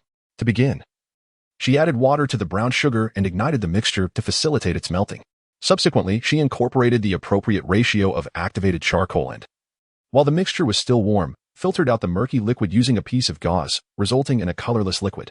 This liquid was then transferred to a steaming pot, where a quarter of the solution was evaporated, after which it was allowed to cool naturally, yielding the desired translucent white sugar. Though the process was uncomplicated, it was time-consuming and demanded considerable patience. By the following morning, everyone was delighted to witness the successful crystallization of the pristine white sugar. Using the freshly made white sugar, Shen Baoying prepared sweet and sour fish.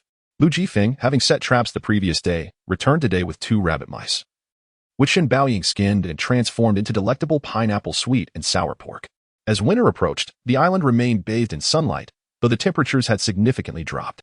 Spending the winter aboard the ship would be exceedingly cold, necessitating a substantial amount of fuel to maintain warmth within the cabin. After discovering a water source on the island, the group began contemplating the construction of a small winter dwelling before the season fully arrived.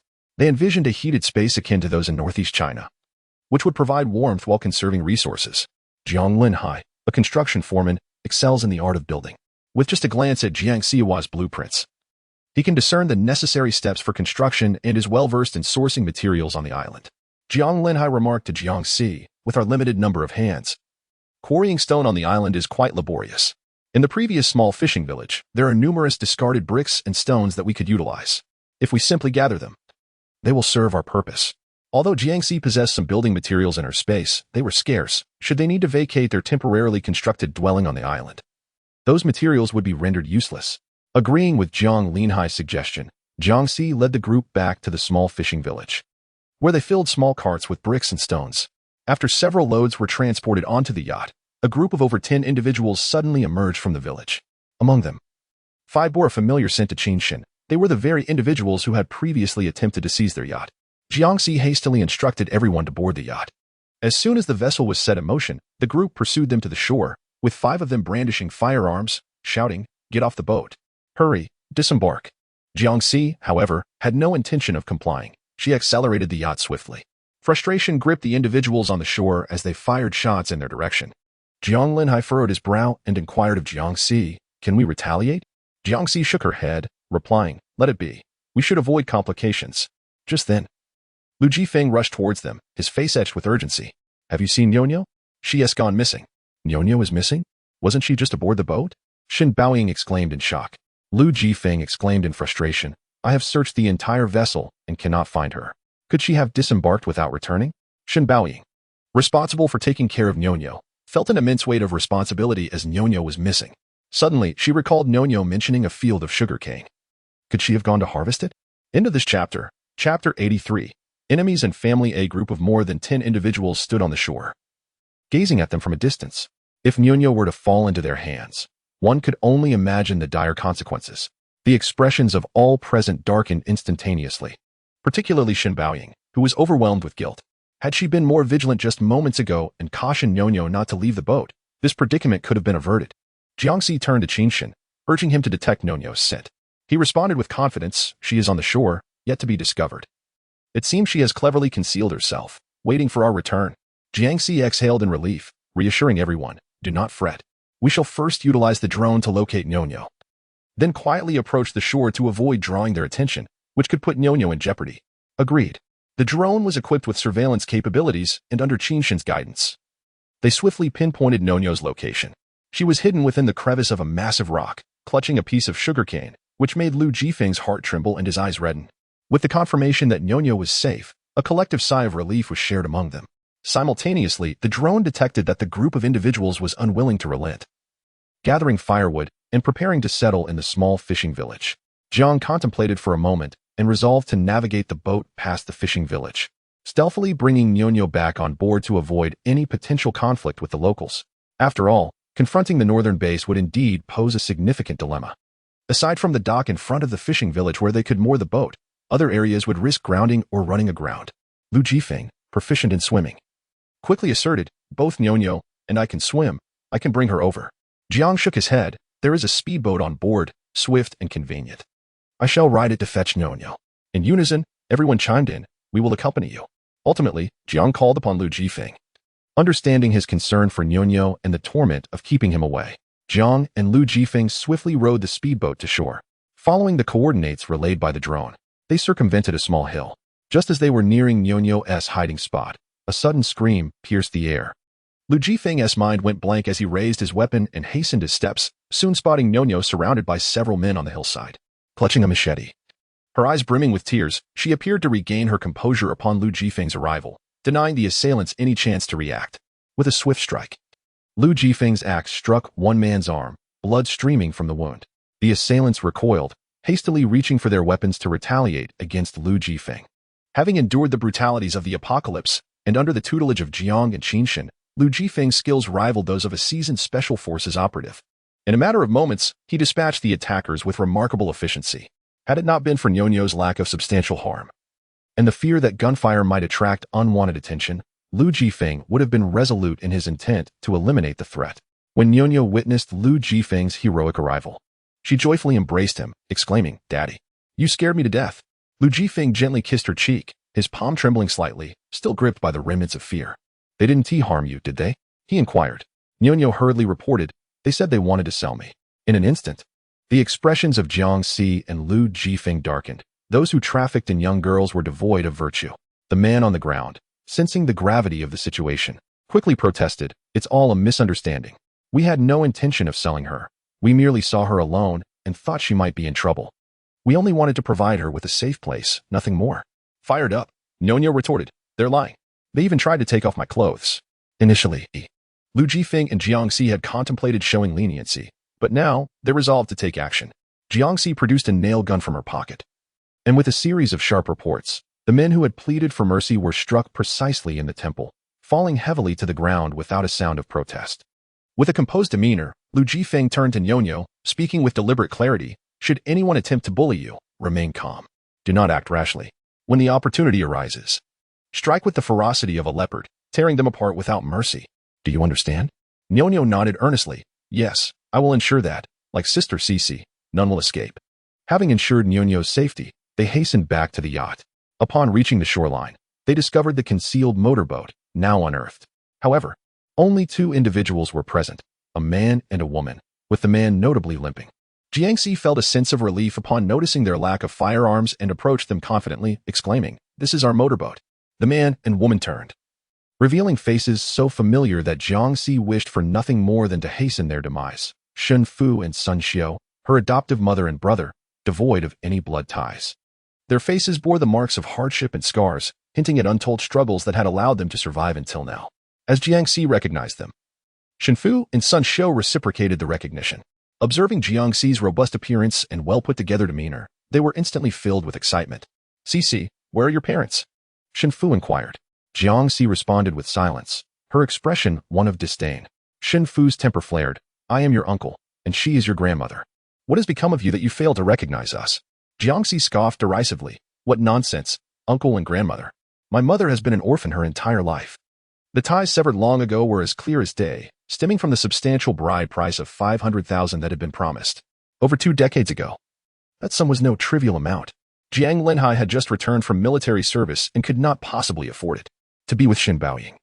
Jiang Qingwu ventured into the mountains to gather the most precious herbs and honey, selling ancestral treasures, yet still fell short.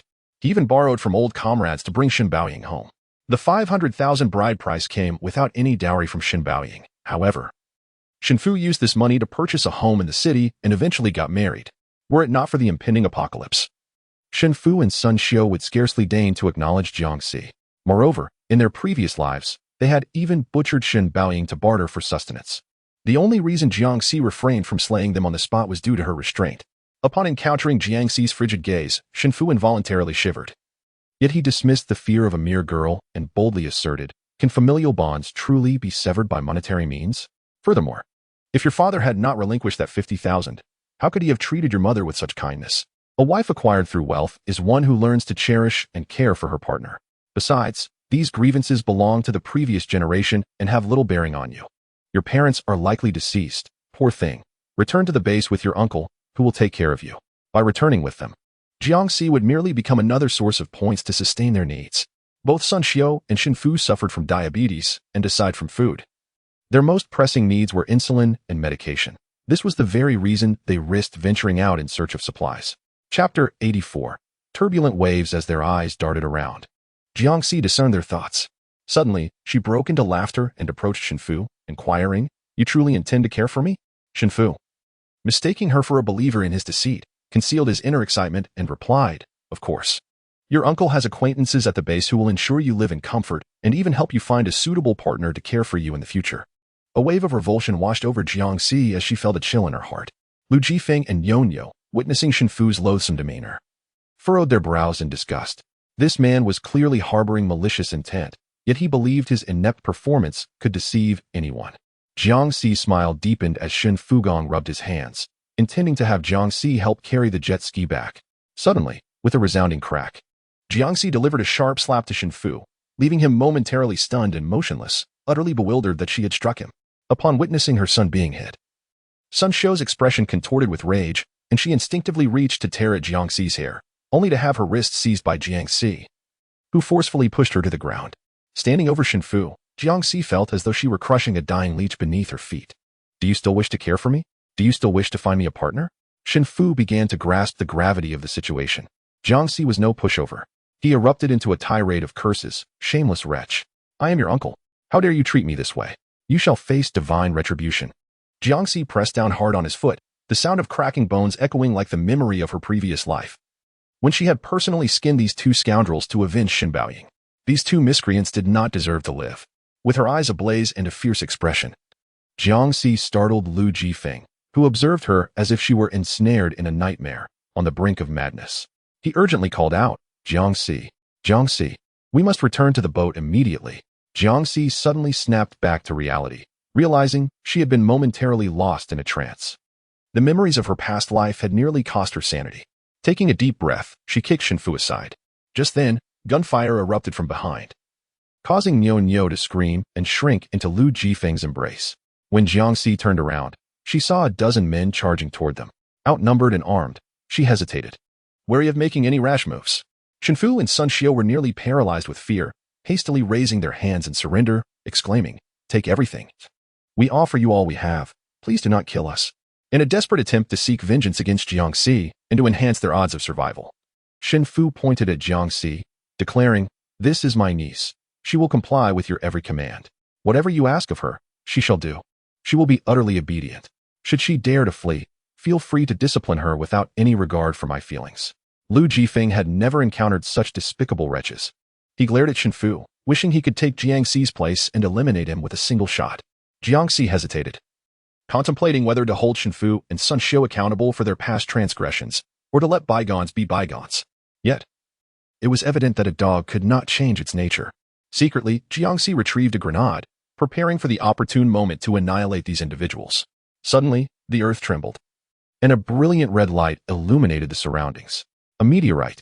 No sooner had the words left his lips than a fragment of the meteorite fortuitously descended upon the heads of the group. From a distance, the meteorite fragment appeared as small as a palm, yet in reality, it was as vast as half a basketball court. In an instant, these individuals vanished as if crushed by an insurmountable force. Shinfu and Sun Xiu scrambled to their feet, managing to take a few steps before molten fragments from the meteorite splattered upon them, accompanied by a sizzling sound reminiscent of searing flesh, mingled with their anguished cries that echoed through the air. Jiangxi, quick to react, mounted a jet ski and urgently called out to Nyonyo and Lu Jifeng, "Hurry. Get on." Lu Jifeng, cradling Nyonyo, had yet to stabilize himself when Jiangxi accelerated the jet ski, propelling them forward. Nyonyo and Lu Jifeng clung tightly. Just as a deafening explosion erupted behind them, as everyone turned to glance back, they beheld the very spot they had just occupied, where a massive fragment of a meteorite plummeted heavily, shattering the coastline into pieces and unleashing colossal waves that surged menacingly towards them. Jiangxi accelerated the throttle to its maximum, yet the tumultuous waves felt like an immense net threatening to overturn them. Fortunately, she was riding the finest jet ski, robust and stable, which allowed her to navigate through the waves with ease. Soon, they spotted Qinshin approaching in a yacht to rescue them. Lu Jifeng and Nyonyo were the first to be pulled aboard, and just as Jiangxi propelled the jet ski upward, another meteorite fragment descended from the heavens, crashing into the ocean and generating a tremendous splash of white foam. The searing heat transformed the water into a crimson hue, bubbling furiously. The scene was a terrifying yet dazzling tableau of white smoke and fiery red meteorites cascading from the sky. An air of panic enveloped the group. But thanks to Qinshin's exceptional yacht handling skills, they narrowly evaded the incessantly falling meteorites. Nevertheless, the violently rocking vessel and the fish that periodically surfaced upside down kept everyone on edge. Jiang Linhai inquired of Jiangxi, "Where are we heading now?" Jiangxi looked up at the sky, where the area was still resonating with thunderous roars, and the red meteors streaking across the horizon indicated that their surroundings were far from secure. In that moment, it seemed as though the entire world harbored no safe haven. Just as Jiangxi was about to respond, a colossal fragment of a meteorite fell from the sky, landing perilously close to their yacht. The ensuing tidal wave sent everyone crashing solidly against the cabin walls. Had it not been for Jiangxi's foresight in carpeting the cabin with collision pads and removing all hard objects, the impact just now would surely have resulted in cranial hemorrhaging for everyone aboard. As they were still reeling from the first jolt, the vessel swayed violently once more. Jiangxi urgently shouted, "Buckle your seatbelts." Barely had his words left his lips when a tremendous wave shattered the cabin's glass, causing the temperature inside to soar. Rising to his feet, Jiangxi discovered that the meteorite's descent had rendered the entire sea boiling. The seawater was scalding hot, akin to boiling water. Even if the yacht were not capsized by the waves, the persistently elevated water temperature would inevitably damage the engine, rendering the yacht inoperable during this perilous moment. Furrowing his brow, Jiangxi decisively sprinted to the cockpit and instructed Qinshin, "We must find a place to land. Head to the island." Although the island was not without its dangers, with meteorites potentially falling at any moment, it still offered a chance to pilot a helicopter to safety. Qinshin nodded slightly and, with Jiangxi's assistance, maneuvered the yacht through the searing waves towards the island. Throughout the journey, Jiangxi prayed fervently for the island's safety, and fortunately, heaven answered, they finally reached the shore unscathed. As Jiangxi stowed the yacht away, he was reminded by Qinshin, "The sea level is rising." Startled, Jiangxi realized that the already small island was now submerged halfway by the encroaching waters. End of chapter. Chapter 85. A deteriorating situation. The ocean continued to roar and boil, and the island was entirely engulfed, perhaps within a day's time. Jiangxi gazed at the individuals huddled within the makeshift shelter, then turned her eyes towards the sky ablaze with flames and the incessantly falling embers and fragments of meteorites. Her heart gripped by dread. In such dire circumstances, the helicopter had nowhere to fly. Suddenly, the ground trembled violently. An earthquake struck once more. The crowd rushed out from beneath the shelter, their faces etched with fear. The tremor registered approximately at a magnitude of 6, yet its duration lingered, lasting over a minute. As the sturdy shelter swayed precariously and ultimately collapsed, the ground beneath their feet began to fracture in various degrees. The air was permeated with an unpleasant odor, and oxygen grew scarce. They could no longer remain on the island. For the sake of her family, Jiangxi resolved to make a desperate attempt to escape. As Jiangxi prepared to pilot the helicopter, dozens of helicopters suddenly appeared in the sky, all originating from the same direction, heading towards the northern base to evacuate civilians to safer regions. Jiangxi's gaze followed the helicopters above, when abruptly, one of them ignited spontaneously due to the atmospheric conditions, erupting like a self-igniting mushroom cloud.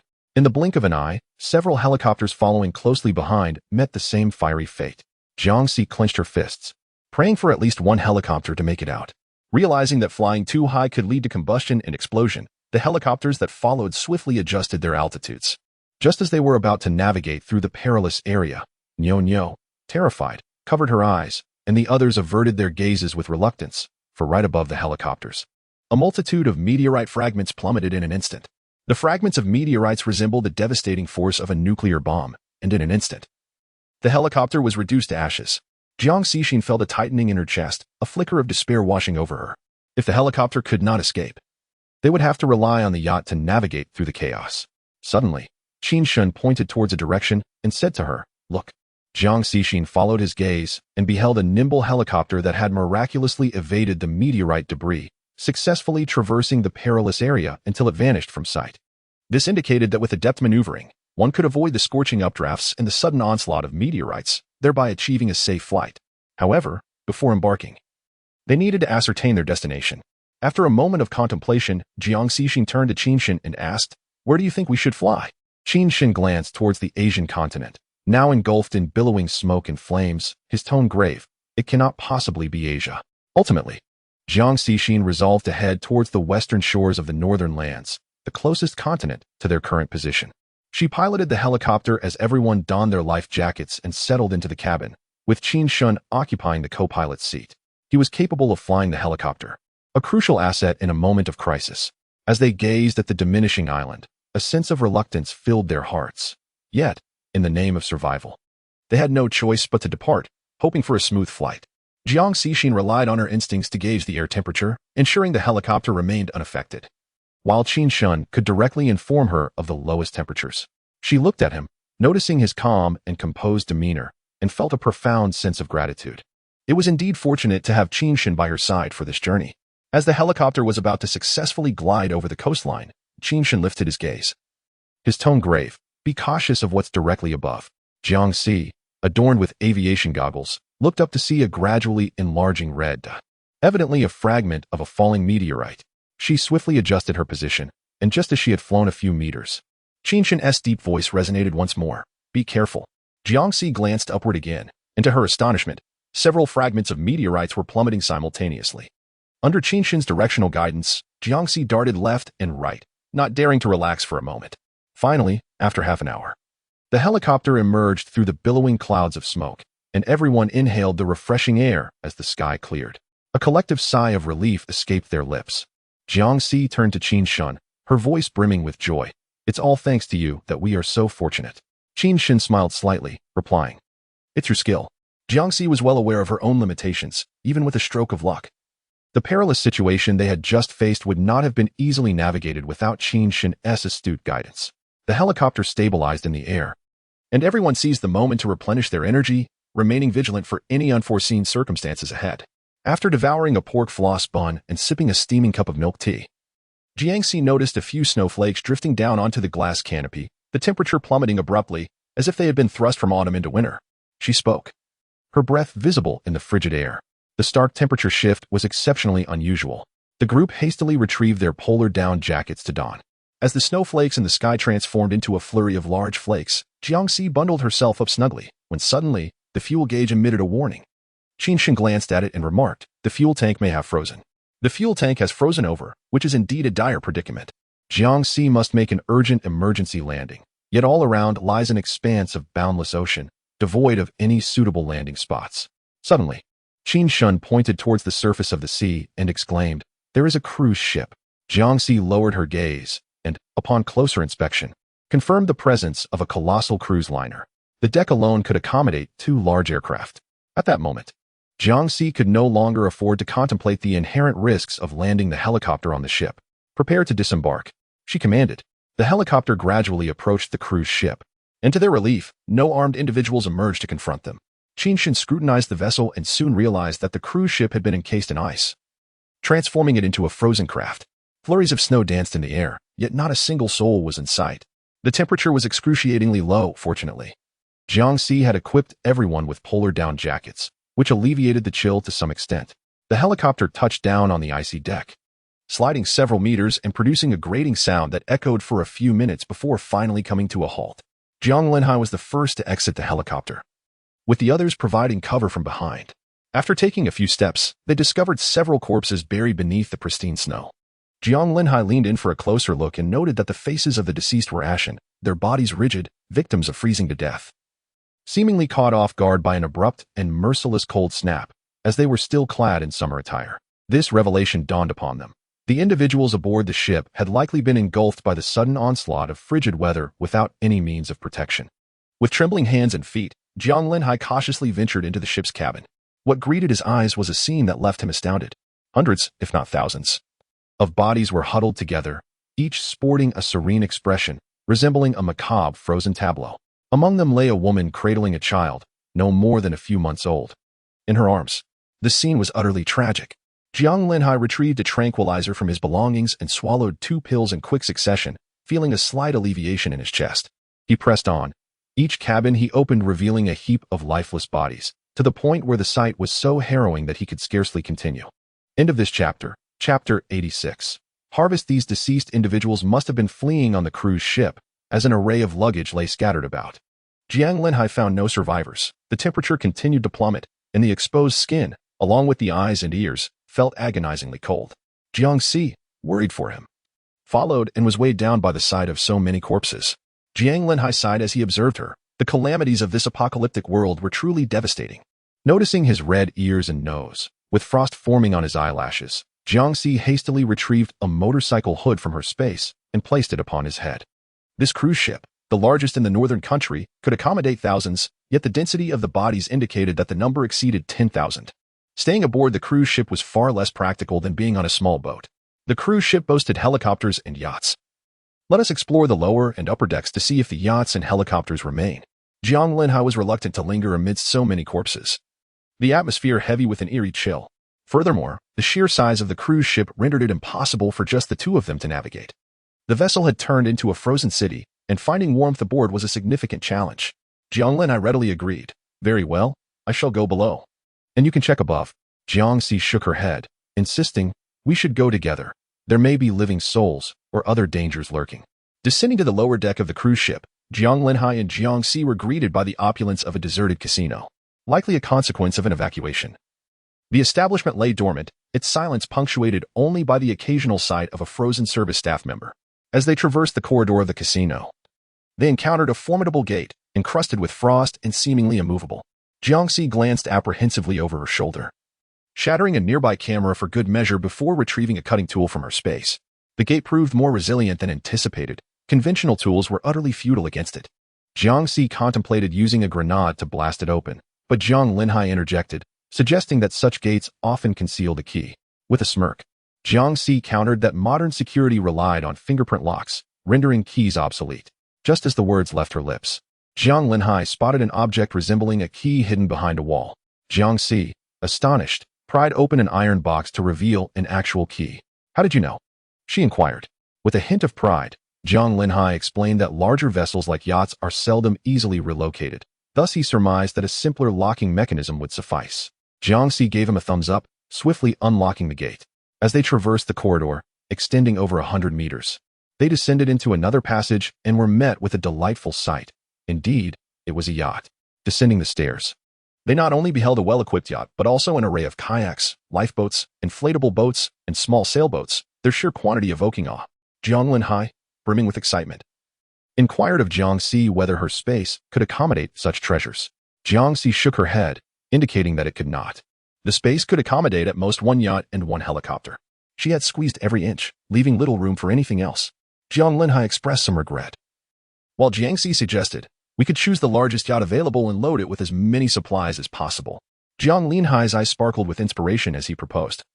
There are several boats here. Why not have each person operate one? This way, they could carry even more.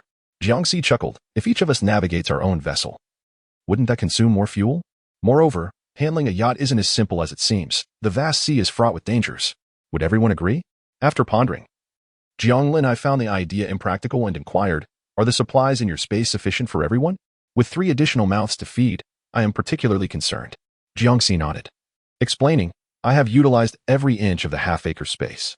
The yield from this area exceeds that of several acres. As long as I continue to cultivate, food will not be a concern. I have stocked ample supplies of other necessities, and even if I conserve the consumable items, it should suffice. However, if we must keep sailing, fuel consumption will increase. It is always better to have more of such resources. A yacht of this size will undoubtedly have ample fuel to meet our needs. With reassurance, Jiang Linhai exclaimed, shall we head to the yacht and take a look? Jiang Si shook her head.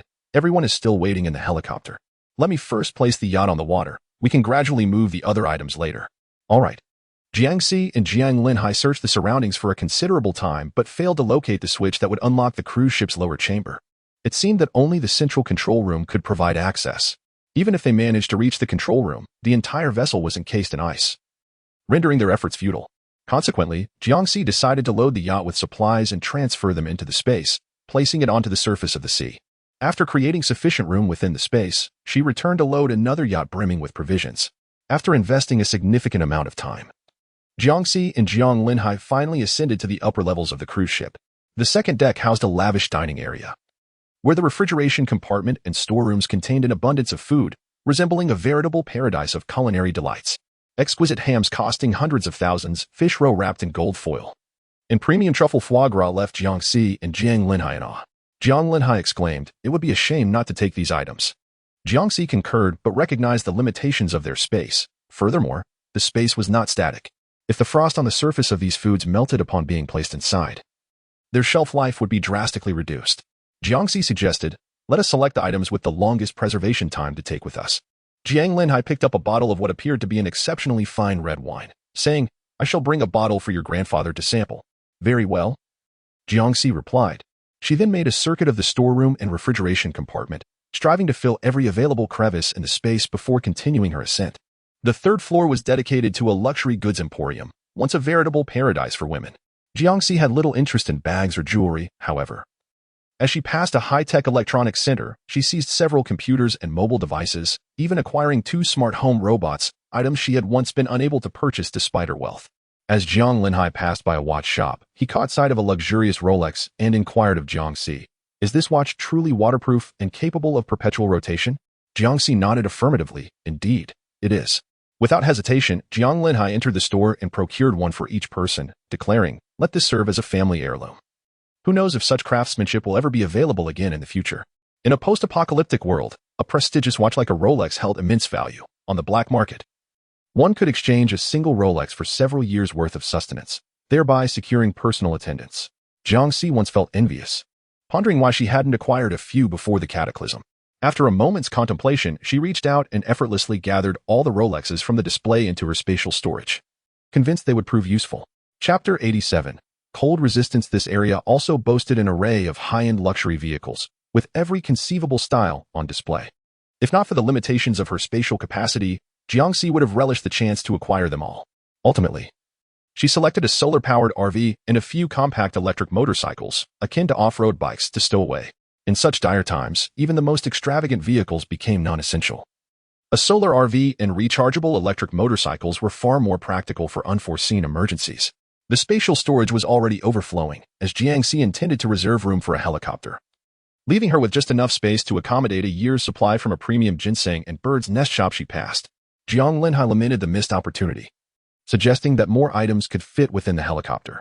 Jiangxi remained silent, assuring him that he would soon encounter even more remarkable treasures, stating, "Our provisions are sufficient. Let us forego these supplements."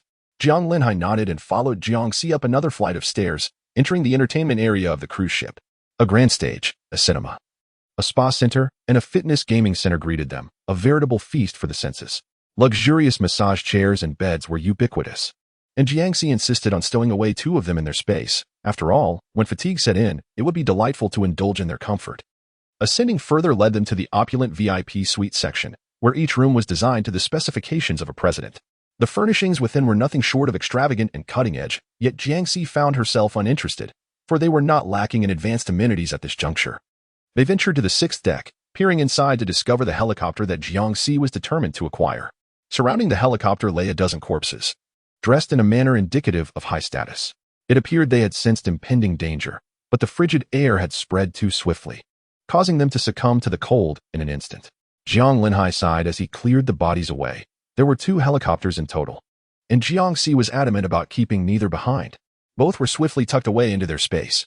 These were vital for survival, and even if it meant rearranging some of the contents within their space, they had to be accommodated. Once the helicopters were secured, Jiangxi entered the space, nearly finding no room to stand. Jiangxi and Jiang Linhai lingered for quite some time before returning. Fortunately, they had walkie-talkies to communicate, or else Shen Baoying and the others would have been quite anxious. Upon spotting Jiangxi and Jiang Linhai reappear, De He and Xiao He barked excitedly, and the group beamed with delight as they pulled them aboard the helicopter, shutting the cabin door before inquiring, "How was it? Can we stay on this cruise ship? Are there any survivors?" Jiangxi and Jiang Linhai fell into a momentary silence before shaking their heads. "There are no living souls aboard," they remarked. "We've discovered numerous items. And there's a yacht moored alongside the cruise ship. Let us transfer to the yacht. Both Cece and I have inspected it, and it is well equipped and perfectly suited for our needs." Astonishingly, not a single living person could be found on such a vast cruise ship. The howling cold wind whistled ominously, sending shivers down everyone's spine, instilling a sense of apprehension. Jiangxi activated the helicopter, soaring directly to the yacht adjacent to the cruise ship. As they alighted from the helicopter, the frigid temperature of the outside world became painfully apparent. A mere breath would instantly freeze in the air. Without a hood, the sensation of inhaling felt like ice piercing the lungs. The yacht's engine failed to start, and the electrical system provided no warmth. Xiao He and De He, clad in winter gear, still found it inadequate, as they were not Siberian huskies, lacking the dense fur necessary to withstand such cold. Jiangxi outfitted them with hats and booties to protect their ears and paws from the biting frost. Fully equipped, the group entered the cabin from the helicopter, only to discover that the thermometer indicated an indoor temperature of -20 degrees Celsius. Any removal of clothing could lead to perilous consequences. Jiang Linhai retrieved several battery-operated heaters, which slightly elevated the temperature in the hull. However, this was insufficient. They needed to restore the yacht's electrical system and start the engine without delay. Jiang Linhai and Qin Shin examined the yacht's condition, identifying that the primary issue was the fuel tank, which had frozen due to the low temperatures. The most expedient solution was to introduce antifreeze into the tank and switch to high cloud point diesel to rapidly warm the engine. Fortunately, Jiangxi possessed a substantial supply of antifreeze in her space, and the yacht had originally stocked ample reserves as well. After pouring antifreeze into the fuel tank, the engine showed no signs of starting, frozen too solidly. The only course of action was to find a way to raise the temperature of the yacht. This vessel, neither too large nor too small, posed a considerable challenge in terms of warming it up. However, if Jiangxi and her companions wished to survive aboard the yacht, they had no choice but to transform it into a comfortable environment. First and foremost, they needed to implement insulation measures. In the storage area of the yacht's first level, Jiangxi discovered insulation panels designed to retain indoor temperatures, effectively enhancing the yacht's frost resistance. The group sprang into action, returning to the yacht with carts laden with these insulation panels. In the coastal regions of the northern country, temperatures had never plummeted below -10 degrees. Thus, these panels had not been anticipated for use, resulting in their placement deep within the storage area. After transporting only a few loads, they found themselves utterly exhausted. Yet, in a spirit of determination, they gritted their teeth and worked together to cover the entire hull with the panels. The tightly sealed hull indeed became much warmer, reaching a temperature of -5 degrees. As dusk approached, they managed to have a simple meal of beef noodle soup before setting up makeshift beds in the hull. An electric blanket connected to the generator warmed their sleeping quarters, and nestled together, they managed to pass a peaceful night. The following day, they resumed transporting insulation panels. The yacht's expanse was considerable, and it was uncertain when they would finish covering it entirely. Each person eventually selected their own room, thoroughly outfitted with insulation panels. Unbeknownst to them, their companions subtly conspired to have Jiangxi and Qin Shin arranged in the same room. Shen Baoying found the arrangement quite satisfactory. In the event that Jiangxi were to succumb to another episode, Qin Shin would be able to respond promptly. After replacing the diesel and adding antifreeze, by noon the following day, the engine unexpectedly roared to life. With power restored to the yacht, the central heating system became operational, raising the indoor temperature to a comfortable 10 degrees. The heavy polar down jacket could finally be shed.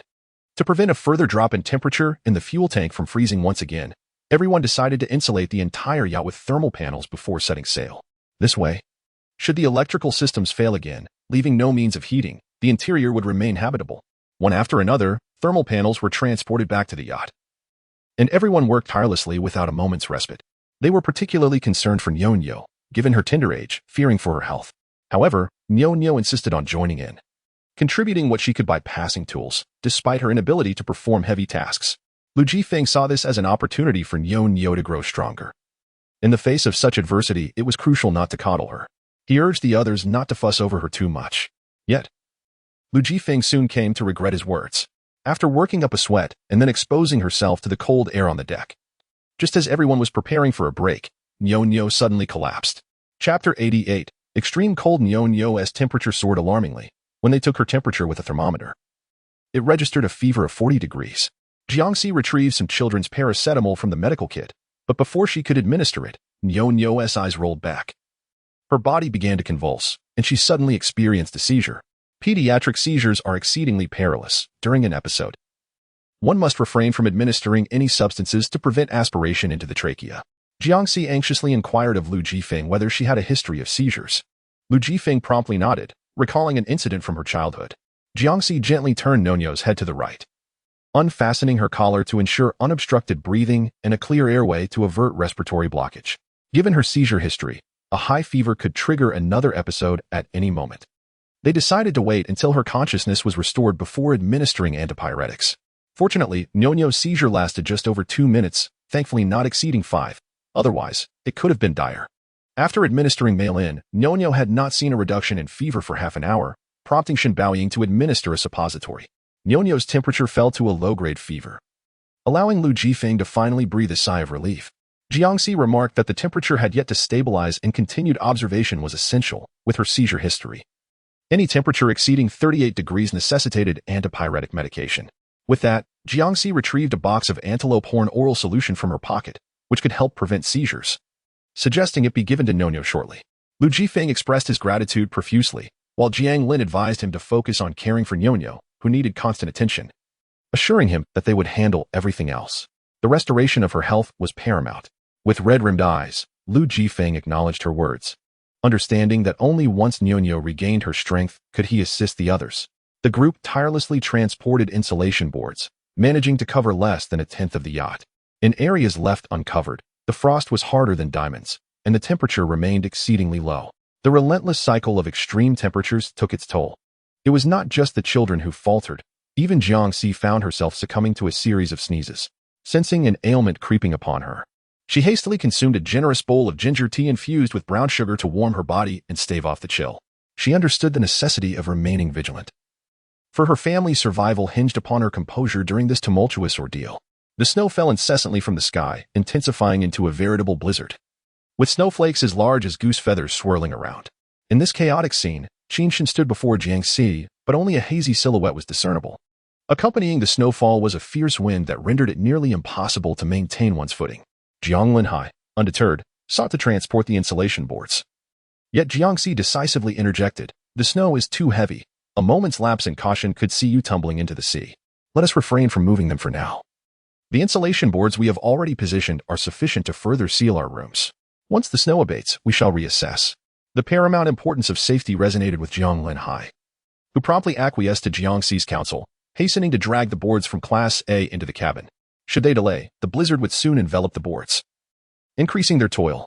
Qinshan, a solitary figure, bore the weight of the insulation boards with remarkable ease, as if traversing flat terrain. When Jiangxi opted to abandon the task of transporting the boards, he had already carried over 100 pounds into the cabin, as the fierce winds and snow conspired against them. The moment she managed to close the door, it was instantly obstructed by a mound of snow. Jiang Linhai, anxious that the overwhelming snowfall might engulf them, urgently inquired of Jiangxi, with the snow accumulating at such a rapid pace. Will the ship become too heavy and sink to the depths? Jiangxi paused, realizing the potential peril. Indeed, it was a possibility, for no one was outside to clear the snow. The accumulation on Class A resembled an iceberg. However, she swiftly regained her composure, reassured by the presence of melting agents. Believing they would be all right. Fearing that the snow would not cease, they were deprived of the opportunity to utilize any de-icing agents. With the heavy snowfall and the frigid temperatures outside, standing upright was a challenge, making it impossible to venture outdoors. Jiangxi mentioned the availability of de-icing agents, which alleviated Jiang Linhai's concerns. Turning to the ground strewn with insulation boards, he busied himself once more. Given the yacht's substantial size, it was impractical to cover every inch. Instead, they laid insulation in frequently traversed areas and simply covered moisture-sensitive supplies with moisture-proof cloth. They toiled until nightfall, yet the snow continued to fall unabated. Suddenly, there was a loud pop, and the power went out. Qinshan remarked that the temperature was too low, causing the fuel tank to freeze. With the power cut, the absence of a heating system meant that the indoor temperature would plummet quickly. Fortunately, Jiangxi possessed a generator, allowing the hall and their rooms to maintain warmth, while unheated rooms, despite the insulation boards, reached temperatures around -10 degrees, causing all the bottled water they had brought down to freeze. Shen Baoying intended to simmer a pot of chicken soup to replenish everyone's vitality, only to discover that the water had frozen. She resorted to using scissors to cut open the water bottles and place them in the pot to thaw. Upon entering and witnessing Shen Baoying's struggles, Jiangxi retrieved a water purifier from her space. With this device, the water would remain unfrozen. Shen Baoying felt quite pleased, exclaiming that it was wonderful and wondered if they could also use some snow. Jiangxi nodded affirmatively, confirming that they could melt the snow. Thus, they need not worry about a lack of water, especially since they were uncertain how long they would drift at sea. The space could not hold a substantial amount of water, so they contemplated a method to store the accumulated snow for recycling purposes. Jiangxi pointed outside and remarked, "The snow in the swimming pool on the yacht has melted, allowing it to be drawn into the yacht's water tank, so we need not worry for the time being." That is reassuring. As long as we have a sufficient water supply on the yacht, we can remain offshore without concern, Shen Baoying replied optimistically. Jiangxi agreed, provided there were no dangers at sea. In addition to braised chicken, Shen Baoying prepared everyone's favorite dishes: shredded pork and garlic sauce, braised small yellow croaker, pickled rabbit, and cold asparagus with garlic. To cater to Nonyo, she even made a pot of nutritious vegetable porridge. The vegetable supply in the cruise ship's pantry was bountiful. Some were vacuum-sealed and remained unspoiled in the extreme cold. Shen Baoying seized the opportunity to use the freshest ingredients from Jiangxi's space, cooking with full confidence. A table laden with food brought immense satisfaction to everyone. After clearing away the bowls and chopsticks, Shen Baoying retrieved steaming roasted sweet potatoes from the oven to share with everyone. Ignoring the tempest outside, they remained indoors, enjoying the soft and sweet potatoes while watching the high-tech VR television, creating a lively atmosphere akin to a festive celebration. When Jiangxi returned to her room, it was already 2 a.m. With a full belly and feeling sticky, she longed for a shower, but the hot water in her room was inoperable. Thus, she decided to enter her space and indulge in a relaxing bath in the bathtub there. Before she could dry her hair, darkness suddenly enveloped her vision, and a sharp pain pierced her chest, nearly causing her to faint. If she were to lose consciousness in her space, no one would discover her plight. Gritting her teeth, Jiangxi hastily donned a coat over her thermal clothes and rushed out of the space. Jiangxi Xin was racked with pain, her body spasming and covered in sweat, while the energy stones in the room emitted a brilliant glow. Without a moment's hesitation, she pushed open the door and knocked on Qin Shin's door. End of this chapter, Chapter 89, Misunderstanding. After just 2 knocks, her strength ebbed away, and she collapsed to the floor. With a creak, the door to Qin Shin's room swung open, revealing her crumpled form. Jiangxi lunged forward, wrapping her arms around his waist. A soothing energy flowed into her, alleviating the intense pain in her chest almost instantaneously. Indeed, the massages Qin Shin had given her were merely a means to draw closer and ease her suffering. In truth, the mere contact of their skin was sufficient to mitigate the discomfort wrought by the energy stones. Like Jiangxi, Qin Shin, in his form as a great white tiger, likely relied on the energy stones to temper his body's uncontrollable urges. Initially stiffened by her sudden embrace, Qin Shin hesitated, and with trembling lips, Jiangxi managed to say, "I'm just holding you for a moment. Thank you." He had previously embraced her multiple times in his tiger form, and for the sake of her life, she could hardly afford to feel embarrassed. After a brief moment of contemplation, Qin Shin inquired, "Can you close the door? If anyone were to witness this, misunderstandings would undoubtedly arise." Jiangxi nodded eagerly. With a thud, the door shut, and as she held on to Qin Shin in the dimness, an unmistakable tension lingered in the air. To dispel the awkwardness of the moment, Jiangxi intentionally broached a new subject, saying, "It seems a bit chilly in your room." She had certainly provided electric heaters for everyone's quarters. In the dim light, Qin Shin seemed to cast a fleeting glance at her, before lifting her and carrying her to the bedside, where he proceeded to activate the electric heater. Jiangxi thought of his thick fur coat, realizing that Qin Shin was hardly bothered by the cold. Judging by her previous recovery time, she would need to embrace Qin Shin for several hours at least. Already feeling unwell, Jiangxi soon found her legs growing weary from the embrace. Noticing her fatigue, Qin Shin gallantly proposed, "Would you prefer to lie down? I can revert to my original form." Jiangxi hesitated for a moment, then inquired, "Does transforming consume energy?" She recalled how he appeared visibly drained after employing his healing powers. Qin Shin's deep voice resonated softly in her ear. "Yes." Jiangxi paused, contemplating. "Then perhaps it's best to forego that." Taking her hand, Qin Shin guided her to recline on the plush bed. Suddenly, Jiangxi felt a warmth rising to her cheeks, likely due to the heater's intensity, making his touch feel almost feverish. She intended to maintain her composure and rise once her condition improved slightly. However, being close to Qin Shin was irresistibly comforting, as the radiant energy within her seemed to release a tranquilizing essence, causing her eyes to flutter shut involuntarily. Before succumbing to slumber, Jiangxi's thoughts wandered, If Qinshin were to mind, she could certainly take responsibility. The closer she nestled to him, the more at ease she felt, instinctively wrapping herself around him like an octopus. Qinshin's handsome visage in the night bore a subtle smile as he brushed aside the strands of hair obscuring her eyes, eventually closing his own in tranquility. When she awoke, the bright light of day greeted her. For the first time, Jiangxi experienced the unparalleled comfort of sleep, as if every pore of her body was breathing, just as she intended to stretch and yawn the moment she opened her eyes. She was taken aback by the sight before her. She was clinging onto Qinshin like an octopus. The collar of Qinshin's pajamas was slightly ajar, revealing an enticing glimpse of his muscular chest, seemingly a testament to her handiwork. Jiangxi's face flushed with a mix of crimson and pallor, unsure of how to confront such a predicament. Suddenly, Qinshin opened his eyes. His deep, captivating gaze resembled an alluring vortex, quietly fixed upon her. It was overwhelmingly endearing. Jiangxi's breath hitched, and her heartbeat quickened uncontrollably. Before she could muster a coherent response, a knock resounded from the adjacent room, accompanied by Shen Baoying's voice. "CC. Are you awake? It's time for breakfast. Mom has made your favorite sesame-filled tang yuan." A wave of anxiety washed over Jiangxi. Speaking would inevitably reveal her overnight stay in Qinshin's room, while remaining silent would only heighten Shen Baoying's concern, prompting her to burst in and discover the truth. With no signal to call Shen Baoying, she found herself in a mental fog. At that moment, Qinshin inquired, "Do you need me to explain?" Even if Qinshin offered an explanation, Shen Baoying could deduce from the timing that they had spent at least several hours alone together. Jiangxi firmly pressed her hand against him, insisting, "You go out and tell her I just went to the storage room. My mom has left, and I'll come out later." Qinshin glanced at her hand, gripping him tightly, and nodded. "All right." Jiangxi discreetly slipped into the bathroom, listening as Qinshin opened the door and informed Shen Baoying, "It seems Jiangxi has gone to the storage room." Shen Baoying was taken aback. "I just came from there and didn't see her," she mused. Then, seemingly to herself, she continued, "Perhaps she took another route. Xiaoshen, you should join us for breakfast." Qinshin nodded. "All right, I'll tidy up and be right there." It seemed Shen Baoying was about to leave when Jiangxi emerged hastily from the restroom. "Thank you. I must be off now." As Jiangxi opened the door, she was met with Shen Baoying's astonished expression. A wave of guilt washed over her. "Mom, let me explain." Shen Baoying scrutinized the space between her and Qinshin for several seconds before waving her hand dismissively. "No need for explanations. It's clear I've interrupted you both."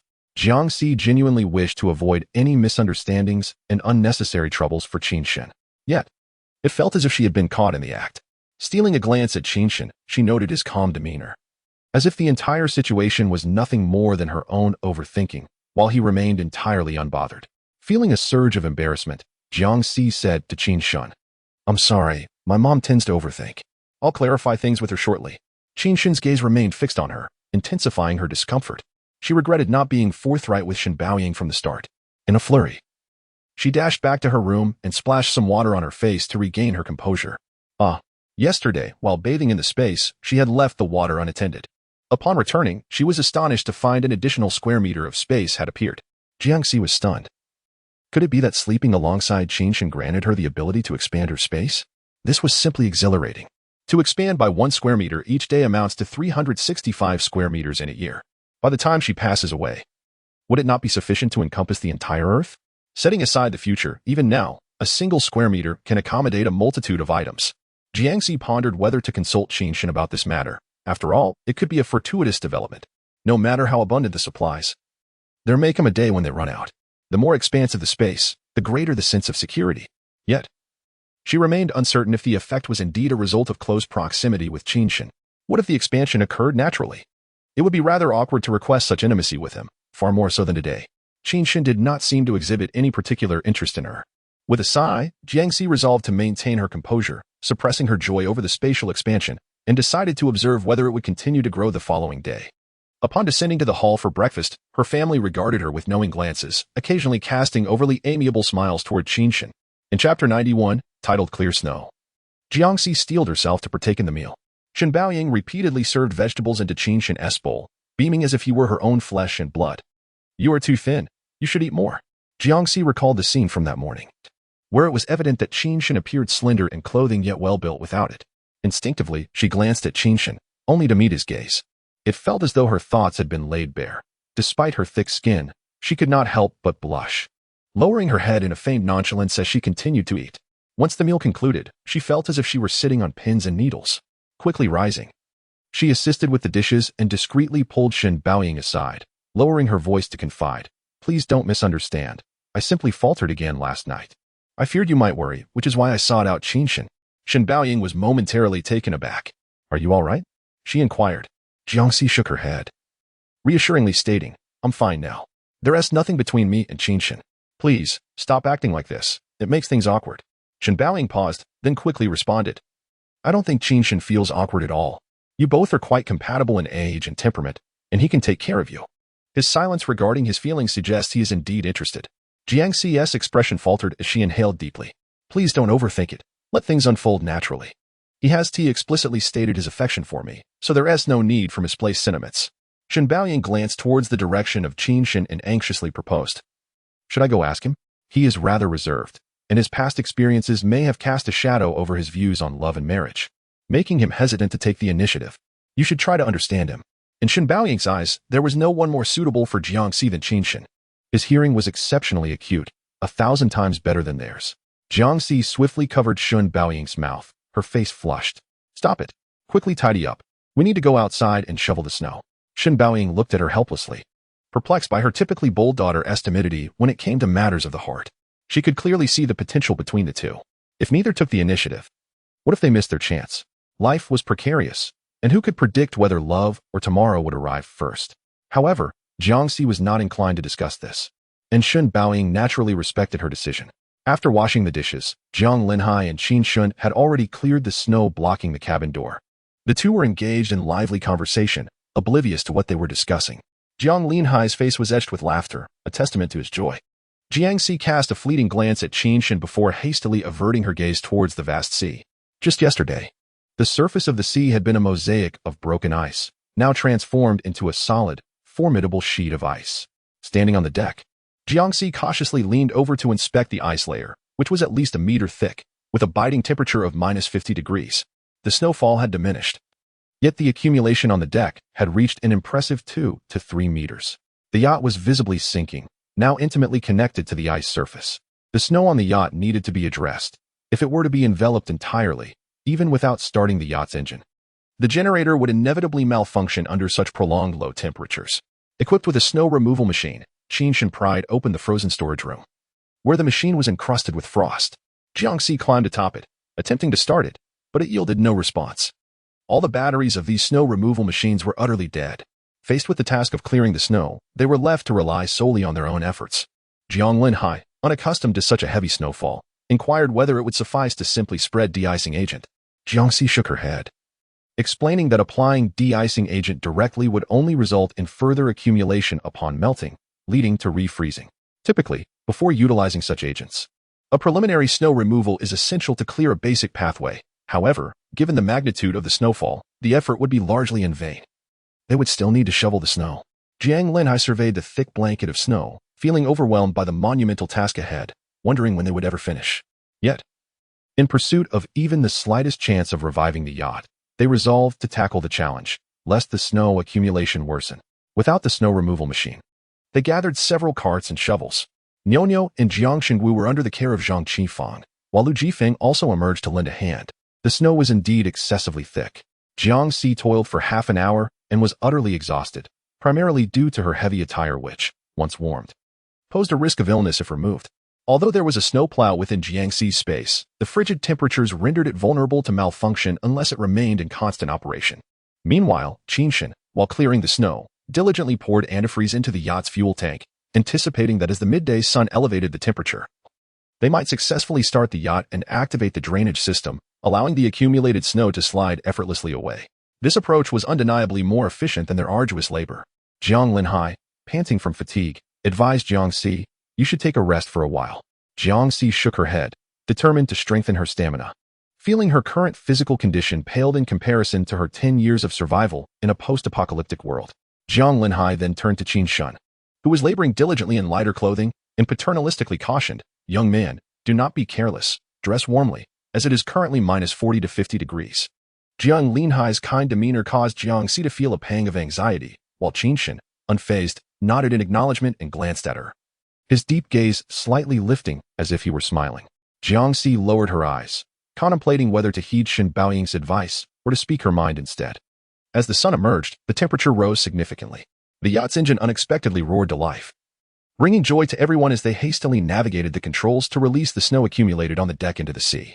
Although the snow on the yacht had diminished considerably, the snow piled beneath it resembled a small mountain. Jiangxi sighed, if only our yacht were an icebreaker.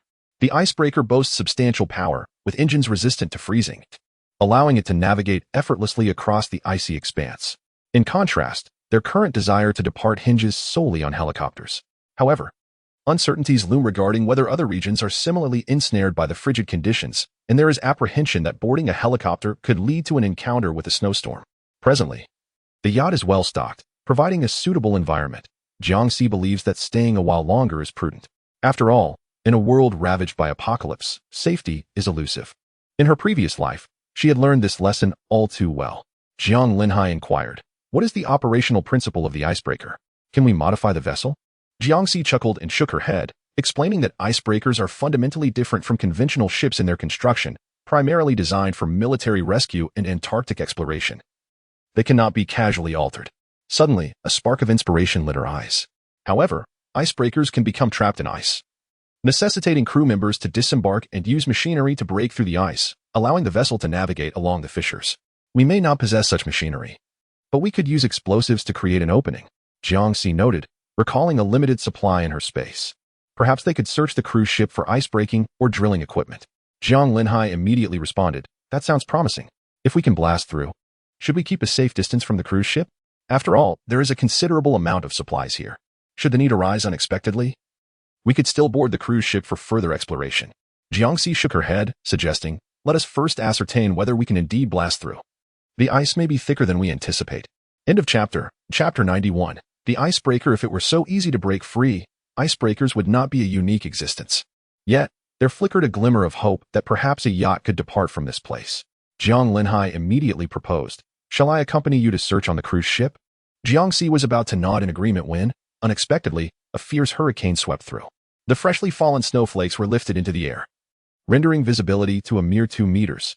The ground was treacherous and slippery. For the sake of safety, Jiangxi suggested, let us wait until the winds subside. Very well. Once they entered the cabin, Qinshan, who had likely overheard their conversation, stated, I shall go look for it. He was unfazed by the cold or the slippery conditions. But even he was but one man, and exhaustion was inevitable. Jiangxi shook her head in refusal. Once the storm lessens, I will accompany you. Upon uttering those words, she felt her voice unusually gentle, almost uncharacteristic, and hastily added, if I discover any usable machinery, I can directly store it in my space. Understood. Qinshan did not press further. As Shen Baoying noticed everyone returning, she began to chatter again. Just as we cleared the accumulated snow, it starts falling once more. It truly does not give us a moment's respite. Nyo seems to be in good spirits. How about we enjoy a mutton hot pot today, in the frigid weather? Indulging in hot pot paired with a bit of warm liquor seemed perfect. Everyone felt quite tempted, and Nyo cheered. Yes, hot pot. At that moment, she appeared like a lively and innocent child. Everyone unanimously agreed to the hot pot feast. Shen Baoying then busied herself in the kitchen. Just as Jiangxi was about to assist, Qinshan entered as well, asking, do you need any help? Jiangxi was about to decline when Shen Baoying handed each of them a yam, insisting they assist in peeling it, as Jiangxi's mother was allergic to yams. Jiangxi nodded, and Qinshan murmured in agreement. In an instant, Shen Baoying's face blossomed into a radiant smile, and Jiangxi's eyes widened in surprise. She felt a warmth in her chest, sneaking glances at him, while Qinshan wore a smile that was contagious, prompting her to smile in return. Within the confines of their space, the vegetable garden was ripe for harvest. Fresh eggplants, tomatoes, cucumbers, leeks, peppers, bok choy, and chrysanthemum greens awaited them. Jiangxi stepped into the space and soon gathered an ample basketful. Aside from what they intended to use that day, any surplus would be preserved by Shen Baoying. She prepared a rich broth from premium lamb bones, and gradually completed the accompanying dishes and snacks. Jiangxi and Qinshan diligently assisted Shen Baoying, and before long, the table was adorned with an array of ingredients catering to everyone's tastes. The table was designed to rotate, allowing everyone to easily reach for their desired dishes. The glutinous rice cakes fried by Shen Baoying, paired with brown sugar, were irresistibly sweet and soft, disappearing in an instant as they were served. The cold mixed tripe, spicy and refreshing, perfectly suited Jiangxi's palate. Even Qinshan, who appeared to shy away from spicy food, indulged generously under Shen Baoying's care. As the lamb broth simmered to perfection, Shen Baoying added pickled vegetables, a classic complement to hot pot. Everyone eagerly placed their meat into the pot to sample the flavors. Jiangxi started with lamb rolls, adding some resilient meatballs, fish tofu, and sausages into the mix. Jiang Qingwu's leg injury had yet to heal, rendering him confined to a wheelchair. Concerned for his comfort, the others elevated his position to ensure he too could partake in the merriment. Niu savored the plum juice crafted by Shen Baoying, while Jiangxi, noticing Jiang Qingwu's desire for a sip of liquor, was swiftly reprimanded by Zhang Qifang, who admonished him for his recklessness, reminding him of his fragile condition. Zhang Qingfang's stern demeanor was enough to subdue Jiang Qingwu, who obediently joined Niu in enjoying the plum juice. Despite being a robust man, his timid demeanor was endearingly amusing, eliciting quiet laughter from those around him. Jiang Linhai produced a bottle of red wine he had discovered aboard the cruise ship and addressed his father, saying, "Dad, once you recover, we shall uncork this 1982 Lafite." Jiangxi could not help but chuckle, remarking that this vintage far exceeded the value of Lafite, as it was a royal exclusive. Jiang Linhai laughed in response. "Did you hear that? It surpasses Lafite." After indulging in a satisfying meal and drink, the warmth of their surroundings began to lull them into drowsiness. Particularly after a laborious morning, Jiangxi felt the weight of lethargy wash over her, contemplating the importance of cherishing the good times, lest they become a distant memory. She resolved to take a brief rest before rising to impart lessons on survival in the harshest of winters. In varying environments, one must adapt with appropriate survival strategies. Knowledge is essential, for one never knows when it may be required. As Jiangxi rose, she overheard Shen Baoying speaking to Qinshin. "CC had another episode last night. She just drank some alcohol, and I am quite concerned. Xiaoxin, could you assist Auntie by escorting her back to her room? I still have some things to tidy up in the kitchen." Jiangxi was momentarily bewildered. The distance between the room and the hall was hardly significant. So how could anything happen? If there were genuine concern, one could simply have Jiang Linhai escort her. Even a fool could deduce that she harbored ulterior motives. Yet, her family remained blissfully unaware, gazing upwards with suppressed smiles. Jiangxi sighed inwardly, about to decline on behalf of Qinshin when his steady voice resonated. "All right." The smiles on everyone's faces deepened, and even Niu sensed the peculiar atmosphere, giving Jiangxi a knowing wink. Jiangxi felt her cheeks flush and hastily retreated to her room, with Qinshin following closely behind, escorting her to the door. Once the door shut, Jiangxi swiftly dived into her covers. Considering her age from her previous life, she felt rather like an old aunt, unexpectedly stirred by emotions. She pondered whether Qinshin's actions were motivated by the energy stone within her. Jiangxi realized she needed to remain composed. Haste would not yield favorable results. To prevent any malfunction of the yacht's engine, it continued to run steadily. Upon awakening, Jiangxi shared some survival tips for snowy conditions with everyone. When the snowfall ceased, she and Qinshin ascended to the cruise ship in search of ice-breaking machinery. The cruise ship was equipped with various emergency plans to address potential hazards. However, it surprisingly lacked ice-breaking equipment, only yielding some drill bits. The absence of explosives was understandable, as they are classified as hazardous materials, thus not typically found on board. Unexpectedly, they discovered some firearms and ammunition in a guest room on the 5th floor.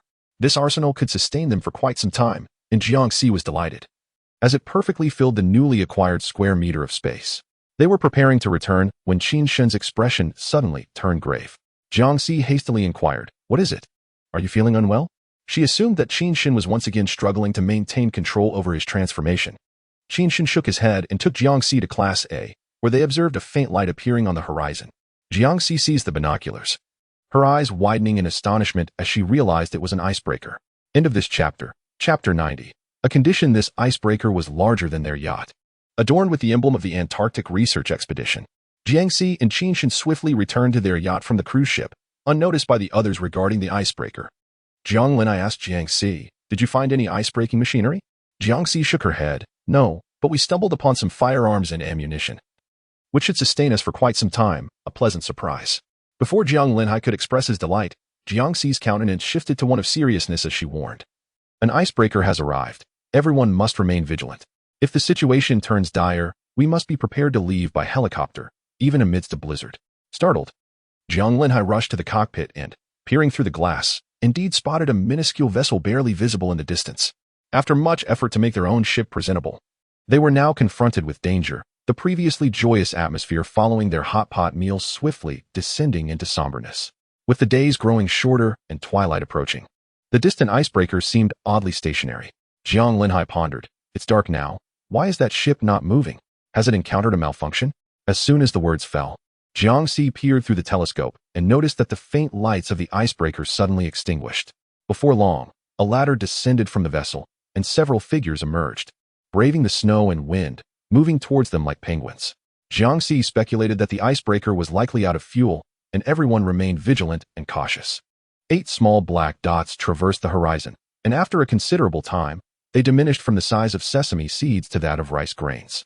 The absence of any means of transportation on the icy surface proved far more arduous than anticipated. The group maintained their watch through the binoculars, not daring to relent for even a moment. The individuals approaching were all foreign, with blonde hair and blue eyes, appearing fatigued and weakened, fearing potential danger. They persistently waved the flag of the Northern Scientific Research Team. Lu Jifeng furrowed his brow, contemplating whether to offer assistance. These individuals did not seem malevolent. Jiangxi shook her head, wary of deception. They were not far now, so it was best to let them approach. The weakened figures did not appear to be feigning their condition. They staggered and paused frequently, one collapsing midway, only to be dragged forward by a companion with great difficulty. However, Jiangxi remarked that an icebreaker differs significantly from a typical vessel, which usually requires a crew of over 50. The Northern Antarctic Research Team, for instance, would often carry tourists to admire the Antarctic scenery, potentially numbering over 200. If only these few individuals had survived, they were undoubtedly not to be trifled with. Her past experiences had left her with a profound understanding of humanity's darker nature. Any additional kindness could pose an increased risk to her loved ones. The 8 individuals supported one another, summoning the courage to extract the large horn they had clutched close to their chests only as they neared the front of the cruise ship. "Help! Help! Is anyone there?" They shouted in English. Jiang Linhai inquired, "What are they saying?" Jiangxi replied, "They are calling for help." Regardless of their desperate cries, Jiangxi remained resolute and unyielding. It was only when they reached the icy expanse before the yacht that Jiangxi brandished his firearm, coldly demanding, "Who are you?" Upon seeing the weapons in their hands, the 8 men instinctively raised their hands in fright, hastily explaining, "We are personnel and crew from the Antarctic Research Team. We encountered difficulties and have come seeking assistance." Their tone suggested they were still oblivious to the impending doom. Jiangxi, maintaining a stern demeanor, pressed, "When did you depart from Antarctica?" A tall, striking man with blonde hair and blue eyes hurriedly clarified, "On a certain day 7 months ago, we suddenly lost contact with the research institute. We could not abandon our scientific endeavors, believing it to be merely a signal failure. However, after waiting for supplies that never arrived, we set out to return a month ago, only to discover that the world had frozen over. Our supplies have been depleted. We implore you, please help us, and we shall repay your kindness." The timeline of their departure, coinciding with a sudden electromagnetic blackout and a global power outage, reinforced Jiangxi's belief that these researchers were still unaware of the apocalypse. Thus, he instructed Jiang Linhai to bring them warm porridge, saying, "First, drink some porridge to regain your strength. Once rejuvenated, you may proceed to the cruise ship to gather supplies." The thermos held hot congee, which cooled instantly upon being opened. Seizing the moment before the congee congealed, the 8 men swiftly consumed it, feeling revitalized in their vigilance toward Jiangxi, and the others diminished. The blonde-haired, blue-eyed Jack then inquired, "Thank you, but do you have a doctor? Many aboard our ship are unwell." No sooner had he spoken than the frailest among them collapsed to the ground. Jack exclaimed in alarm, "It's pulmonary edema, but we lack both medication and oxygen for everyone." One of the most common ailments faced by researchers in Antarctica is indeed pulmonary edema. This condition does not necessitate surgery. Rather, it requires a doctor's professional assessment to administer diuretics and vasodilators, thereby alleviating the cardiac load and reducing the pressure in the pulmonary capillaries, thus easing the patient's edema. Antibiotics are frequently employed to effectively control infections, while hormones can suppress inflammatory responses and promote the resolution of edema. Qin Shen, a physician, though not an expert, possessed a rudimentary understanding of the condition. Jiangxi, having lived in frigid regions for 2 years in a past life, was also familiar with pulmonary edema. She promptly retrieved a medical kit and observed as Qin Shen administered an injection of antibiotics to Jack's comrade. Once the antibiotic was injected, the man's labored breathing gradually stabilized. Jack and his companions expressed their gratitude fervently, exclaiming, "Thank heavens, thank you." They then pressed further, requesting, "Could we trouble this doctor to accompany us back to the ship? We have many more team members in need of treatment." He immediately recognized Qin Shen's deft and agile technique, indicative of a skilled physician. On board, aside from the patients suffering from emphysema, many others were facing the dire situation of insufficient heating, driven by the need to conserve fuel for the vessel's operation. The low temperatures had led to symptoms of hypotension and unconsciousness for several individuals. Originally, the team included 2 doctors, but they had succumbed to unconsciousness. Jack's wife was also exhibiting signs of organ inflammation. They were in urgent need of assistance. The arrival of Jiangxi and her companions was undeniably a lifeline. As they prepared to board the ship for the rescue, Qin Shin's gaze fell upon Jiangxi's face. His profound eyes silently conveyed a resolute attitude. If she wished for him to proceed, he would comply. Jiangxi's heart skipped a beat, and she abruptly averted her gaze. Fixating on the icebreaker for a full minute before stating, "We can help you rescue them, but I have a condition." Without hesitation, Jack replied, "God. As long as you can save them, I will agree to anything." Jiangxi regarded him and questioned, "Can you truly speak for everyone?" A flicker of hesitation crossed Jack's face before he inquired, "What do you want us to do?" Pointing towards the icebreaker, Jiangxi declared, "I do not wish for you to do anything. I need your icebreaker." At this proclamation, not only were Jack and his companions taken aback, but even Jiang Linhai and the others were astonished. With an icebreaker, they could navigate through the icy waters, regardless of whether the helicopter could take off.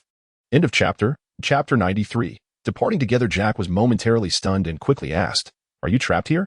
We can take you out, truly, please rest assured. We can still assist one another, for the icebreaker belongs to our nation. Although I am eager to comply with your request." He keenly sensed the gravity of the situation. Their presence here, coupled with the prolonged inactivity of the cruise ship, indicated that matters were dire. Jiangxi coldly declined, stating, "Then you may take your leave." Jack felt a jolt of alarm. No, no, no. I truly cannot make unilateral decisions regarding this vessel. It requires the consent of all crew members. Jiangxi, unfazed, turned to depart. Not wishing to witness harm befall his wife, Jack gritted his teeth and asked, "What shall we do then? Can we leave this place together?" Jiangxi pointed toward their cruise ship and replied, "Once you board, you may decide whether to depart. If you wish to leave, we shall take you with us." Jiangxi was not entirely devoid of compassion. These individuals might still yearn to return and seek their loved ones. The icebreaker had a rescue function. As long as the vessel followed closely, it could tow them back. Upon hearing Jiangxi's words, Jack's anxiety intensified. They had already entered the northern seas, yet there was not a single signal, and the unusual weather was truly unsettling. As they gazed at the colossal cruise ship, each step they took on the ground was laden with palpable unease, fearing that once aboard, they might encounter some monstrous entity. Jack stepped onto the deck of the cruise ship, where thick snow lay piled, and the howling wind rendered the desolate vessel eerily sinister. Upon entering the first-floor hall, he was confronted with a harrowing sight, an overwhelming mass of bodies pressed together, causing his heart to momentarily cease its rhythm. He had never witnessed such a horrific and tragic scene. The other members of his team were equally paralyzed by fear, collapsing onto their knees in the snow, exclaiming in disbelief, "Oh my God." Jack and his companions dared not venture further onto the cruise ship. Instead, they hastily leaped onto Jiangxi's yacht, eagerly inquiring, "What has happened? Why is it like this?"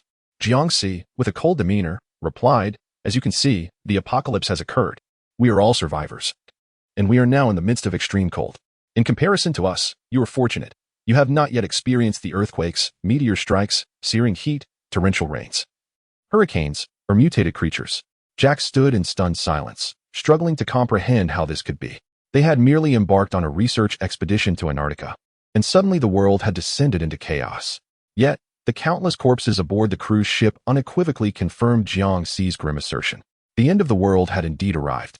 Otherwise, this oceanic expanse could not be frozen over, nor could the temperature plummet to over -55 degrees. Moreover, it was inconceivable that so many had perished on a single cruise ship without any rescue teams arriving to assist. Suppressing his rising dread and sorrow, Jack pressed Jiangxi for clarity. "What is the current situation? Is everywhere engulfed in this extreme cold? Is there anyone left alive on the continent?" Jiangxi waved her hand, explaining that they hailed from Asia and were still unfamiliar with the local conditions. However, the bodies on the cruise ship were evident. They were clearly the unfortunate souls who had attempted to escape, but failed to evade their grim fate. Now, she presented them with a choice. The ship was stocked with ample supplies sufficient for prolonged survival, allowing them to wait until the arrival of spring and the restoration of peace in the world before returning to the mainland. Alternatively, they could, like her, choose to load enough provisions for a tentative landing. Should they decide to stay, the icebreaker would have to belong to them. Upon hearing Jiangxi's words, Jack unhesitatingly opted for the latter, expressing his desire to return, for his parents and children awaited him. If they remained and Jiangxi seized the icebreaker, who could say when they might return to the mainland, or which calamity would strike first? Earlier, Jiangxi had recounted their experiences with falling meteors and devastating earthquakes. If they were to endure such disasters aboard a stagnant ship, their chances of survival would be utterly extinguished. Jack made his choice, and naturally, the others followed suit. The mere thought of remaining amidst so many corpses was psychologically daunting. Furthermore, even if they could not cultivate crops upon reaching land, surely they could scavenge for supplies, which would be preferable to languishing at sea. Jiangxi nodded in agreement, stating, "Very well, we shall accompany you." From Jack, it was revealed that their Antarctic research team comprised 50 individuals, with an additional 40 crew members. Currently, they were in dire need of food, fuel, and medicine, with half of their number incapacitated. First and foremost, it is imperative to ensure the survival of these individuals. Jiangxi procured several sleds capable of traversing the snowy terrain and began to transfer the urgently needed supplies from their vessel. In a relentless pursuit of time, the team worked tirelessly for over an hour before reaching the icebreaker. Upon their return with the provisions, the crew aboard the icebreaker greeted them with enthusiastic waves, promptly descending to assist in unloading. Without the need for Jiangxi's direction, they eagerly accepted the antifreeze and diesel, immediately pouring it into the fuel tank to ignite the engine of the icebreaker. Fortunately, as expected from the most advanced icebreaker in the northern regions, it had remained unfrozen for several hours, and with a swift motion, the vessel illuminated with lights. Those aboard who still retained consciousness erupted in jubilant cries. Jack distributed food and medicine, while Qinshin and Jiangxi swiftly transitioned into rescue mode. Only the two of them. Their presence was formidable enough to rival an army. With Qinshin by her side, Jiangxi felt a sense of security even without a weapon in hand. Under the care of Jiangxi and Qinshin, most individuals regained consciousness, while a few, afflicted by severe conditions, required gradual medical attention for recovery. The most seasoned scientist in Antarctic research, Sirui, inquired about the situation aboard the cruise ship. Jack's expression darkened as he recounted the harrowing scene he had witnessed. In an instant, the entire icebreaker fell into a profound silence. Someone jested, "Jack, are you so homesick that you're hallucinating?" Jack shook his head gravely, asserting, "This is the end of the world. Has no one else noticed? Do you think I jest?" Once again, a somber hush enveloped the group. In truth, each individual harbored a subtle premonition of unease, though none had anticipated a scenario as extreme as the end of the world. After a lengthy silence, Shiri gazed at Jack, whose hands were tightly clenched and face etched with sorrow, and asked, "What shall we do? Do we have enough supplies on the cruise ship to return to the mainland?" The others turned their expectant eyes towards him. Jack then fixed his gaze on Jiangxi, who, after a flurry of activity, finally had a moment to breathe. "We have sufficient supplies, but in order to save everyone's lives, I have already promised to surrender the icebreaker to them. However, they too will honor their commitment to take us away from here and back to our beloved homeland." Upon hearing this, the group collectively directed their disapproving stares at Jiangxi and Qinshin, their expressions rife with dissent. "On what grounds do you represent us in agreeing to relinquish the icebreaker?" Chapter 94. As long as there is a ship, he who controls the icebreaker possesses the key to survival. No one wishes to entrust their fate to a group of Asians. Even if Jiangxi and his companions saved them, such an unreasonable demand should not have been made. The majority present held such an arrogant belief, failing to recognize that in this apocalyptic world, the willingness to save others and share resources was already a significant concession. Jack too was reluctant to hand over the icebreaker to Jiangxi and his group, and besides, the supplies on the cruise ship were not rightfully theirs. With a faint sense of helplessness, Jack waved his hand. "This is all for your survival. Had I not agreed, you might have already perished." "Perished? As long as we have medicine, we would not die," exclaimed Mike, the short, curly-haired doctor from the Antarctic research team, who had the utmost disdain for those of Asian descent. Now that everyone had survived, he alone could effortlessly tend to their needs. The dark-skinned Tom arrogantly pointed at Qinshin's forehead and declared, "We are the rightful owners of this icebreaker. We can take you out to sea, and you saving us is only fair. However, acquiring the ship is out of the question." The icebreaker was indeed the most precious resource in this frigid world. Jiangxi understood this, which was precisely why she chose to offer them medical assistance and called for the icebreaker. Now, having reconsidered, she would not allow them to have their way. Jiangxi turned to Jack and instructed, "Navigate the icebreaker forward to load supplies." Jack was aware of Jiangxi's intentions. Once they moved the ship, she would disembark everyone and claim the icebreaker for herself. Fearing the firearm Jiangxi carried, he shifted his gaze towards Tom. Annoyed by Jiangxi's commanding tone, Tom retorted, "I am the captain, and my word is law here." If he refused to set sail, the icebreaker would remain motionless. The others shared Tom's sentiments, and indeed, no one stirred. Observing Jiangxi's expression, Jack shrugged and said, "It seems no one is heeding my words, Miss Jiang. I sincerely apologize. Jiangxi scoffed coldly. If you wish to breach our agreement, fine. Return all the supplies you just used and send them back to me at once. We will not hold your expenditure for treating the injured against you. Time was of the essence in their mission to save lives, and the limited food, medicine, and fuel had already been nearly exhausted. There was no way to conjure more to return to Jiangxi and her group. Tom furrowed his brow. Do not push your luck. The items on the cruise ship are not yours. Jiangxi coldly regarded him. Who claims those items belong to the cruise ship? Do you possess any evidence? Those items were taken from our yacht. Once a transaction is made, promises must be fulfilled, or one must pay with their life. Having navigated the apocalypse for so many years, Jiangxi had encountered all manner of individuals, some even more audacious than herself. It was audacious for Jiangxi and Qinshin to stand alone on their vessel and utter such words. Tom clenched his fists, cracked his neck, and glared at Qinshin with a fierce expression. Yellow monkey, let us see how you intend to pay with your life.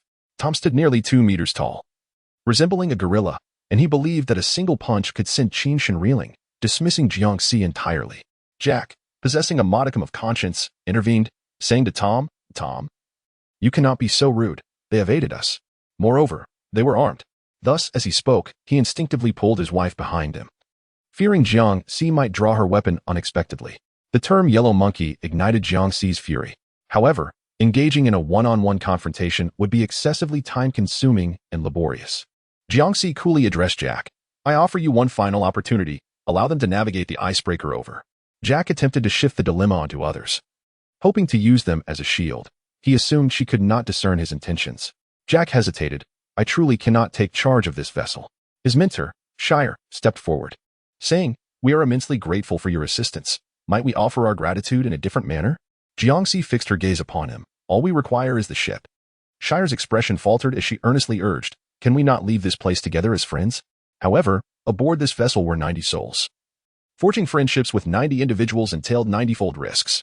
Jiangxi could not bear such a burden. This ship was essential. One cannot expect to reap benefits without incurring costs. Such a notion is naively simplistic.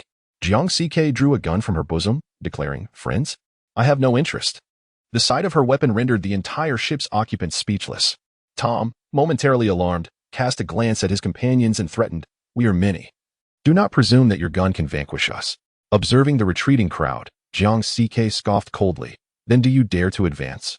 Tom surveyed his surroundings, noting the hasty retreat of everyone, leaving him utterly exposed to Jiangxi's firearm. Each individual valued their life. Once the trigger was pulled, who could predict that the bullet would not find its mark on themselves?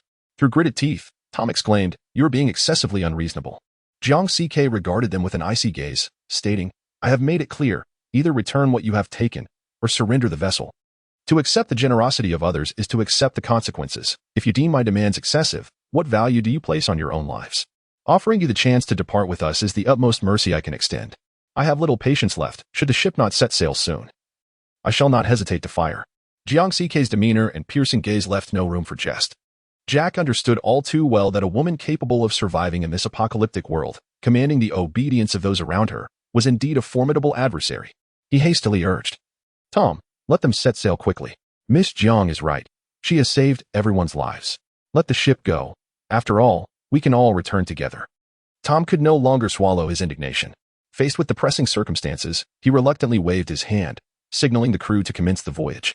He had the desire to take the helm himself, but Jiangxi denied him the opportunity. Soon, the vessel began to sway. Jiangxi remained ever vigilant, yet unexpectedly, a burly man with a gun, Jesse, emerged behind them. Everyone, drop your weapons. In the northern lands, firearms are legal, and it is not surprising that some possess them illicitly.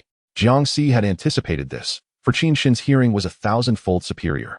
The others on board secretly reveled in the capture of the 2 yellow monkeys, relishing their moment of humiliation. A gunshot shattered the night. Qinshin swiftly turned, and in the blink of an eye, shot through Jesse's wrist. He screamed in agony as his firearm clattered to the ground. Tom rushed forward to seize the weapon, but another gunshot rang out. Jiangxi had accurately struck his palm. With 2 consecutive shots, the exceptionally agile duo left everyone present utterly stunned. The guns lay before them, yet they could only watch helplessly as Jiangxi nonchalantly picked them up, a devilish smile gracing his lips as he inquired, care for another shot? Tom, believing Jiangxi intended to kill him, opened his mouth to unleash a torrent of curses, only to be silenced by Shiri's hand. They realized their mistakes. I implore you to show mercy. End of chapter. Chapter 95. The unpredictability of human nature as long as they behaved, Jiangxi could hardly be bothered to hold grudges. She gazed at the tranquil crowd, suddenly tearing open her outer garment. In an instant, everyone aboard the vessel was left astonished. Fortunately, Jessie had not struck Jiangxi moments before. Jiangxi's laughter echoed, reminiscent of an enigmatic specter from the east. This was the ultimate bomb. If I perish, none of you shall escape unharmed. To compel them into genuine compliance, they must be fundamentally intimidated. This ensemble of explosives, although counterfeit, was sufficiently intimidating. At last, everyone regarded Jiangxi with newfound respect, this fierce eastern maiden. She wagered her very life, betting that they would not dare to act rashly. Even if they were fortunate enough to survive, the ship was destined for ruin. As the highest authority present, Shiri begrudgingly conceded, "We understand." When confronted with such a formidable character, only submission could offer a glimmer of hope. The icebreaker gradually approached the cruise ship. Jiang Linhai, having received Jiangxi's counsel, knew not to panic at the sound of gunfire. They would soon return safely. Yet, with just the two of them, true reassurance was elusive. It was only when the icebreaker connected with their yacht that Jiangxi and Qin Shin appeared on the deck, allowing Jiang Linhai to finally exhale in relief. Their yacht held an abundance of supplies, and Jiangxi instructed Shiri, "You will transfer to the yacht and assist us in moving our belongings. Then proceed to the cruise ship to collect the supplies you desire." The group, filled with reluctance yet intimidated by Jiangxi's formidable presence, had no choice but to comply. As Jiang Linhai and the others moved from the yacht to the icebreaker, they comprehended why Jiangxi insisted on this vessel. The ordinary yacht, laden with insulation boards, had scarcely provided a modicum of warmth. Should the electric heater remain off, one might find it difficult to leave the comfort of their bed for a lifetime. The icebreaker, a specialized vessel for Antarctic research transportation, not only boasts excellent insulation but also features dedicated greenhouse facilities to ensure that the researchers can enjoy fresh vegetables. As long as the icebreaker operates smoothly, its temperature can sustain the modest 50 square meters of soil, sufficient to supply the essential vegetable needs of the onboard personnel. However, in recent days, the scarcity of food has led to the complete depletion of greenery within the greenhouse. Upon learning about the greenhouse aboard the icebreaker, Zhang Qifeng was filled with exhilaration. She would once again have the opportunity to thrive in that small patch of land. In addition to having a greenhouse, the icebreaker's expansive area eliminated the need for laying down additional insulation panels, allowing for ample storage space. Jack and his companions were reluctant when they were herded onto the yacht. Yet, upon noticing the yacht's amenities and the prospect of returning to the mainland alongside Jiangxi and the others, their spirits lifted slightly. However, their expressions darkened once they saw the supplies aboard the yacht. It was utterly unreasonable that Jiangxi and his group possessed such an abundance of provisions. Yet they were expected to transfer everything to the icebreaker without any intention of leaving them a share, effectively relegating them to the status of laborers. Everyone yearned to discreetly stash away some food and medicine, but upon learning that Jiangxi would be inspecting the yacht, they reluctantly abandoned this notion and complied with the task at hand. To provoke this maniac could jeopardize their very sustenance. All they could do was hope for sufficient supplies on the yacht to sustain them until they returned to the mainland. Once all the items from the yacht were transferred, Jiangxi conducted a thorough inspection, ensuring that nothing was amiss. Satisfied, he nodded in agreement for Jack and his companions to board the cruise ship and continue the task of moving supplies. Jack had previously embarked on a cruise. Haunted by memories of the corpses, yet driven by the necessity of supplies, he steeled himself to face the psychological torment and boarded the ship once again. Upon entering the dining hall on the second floor, he was invigorated by the sight of abundant provisions in the storeroom. The food was sufficient to sustain them for an extended period. Aside from the provisions, those with courage began to scour the vessel further. They discovered not only food but also a plethora of resources including medicines, fuel, and daily necessities, hidden among the luggage of the deceased. Had the ship not been frozen into an immobile iceberg, some solitary individuals might have chosen to remain aboard. Upon witnessing the countless corpses on the ship, Shiri finally grasped the grim reality of the apocalypse, recognizing it to be far more brutal than the storm in Antarctica. Even a return to the mainland would require meticulous preparation. He felt compelled to seek out his daughter and son-in-law. After seeing the yacht filled with supplies, he turned to Jiangxi and implored, "Is it possible for the icebreaker to accompany another vessel? I beseech you, it would be a shame to leave these resources behind." He could perceive that although Jiangxi was formidable, there existed a moral boundary within him. Given that the icebreaker had already secured its provisions with so few people, it was unlikely that they would begrudge them a little more. The icebreaker could accommodate a maximum of 2 additional ships, for in such frigid temperatures, the fractured ice would swiftly refreeze. After a moment of contemplation, Jiangxi replied, "That can be arranged. but I will require your assistance in transporting some supplies from the ship. She is indeed capable of manipulating space, but such actions would inevitably attract attention. With readily available labor, why not make use of it? Jiangxi's agreement brought immense joy to Shiri. Very well, the beautiful Miss Jiang, we shall certainly accomplish this.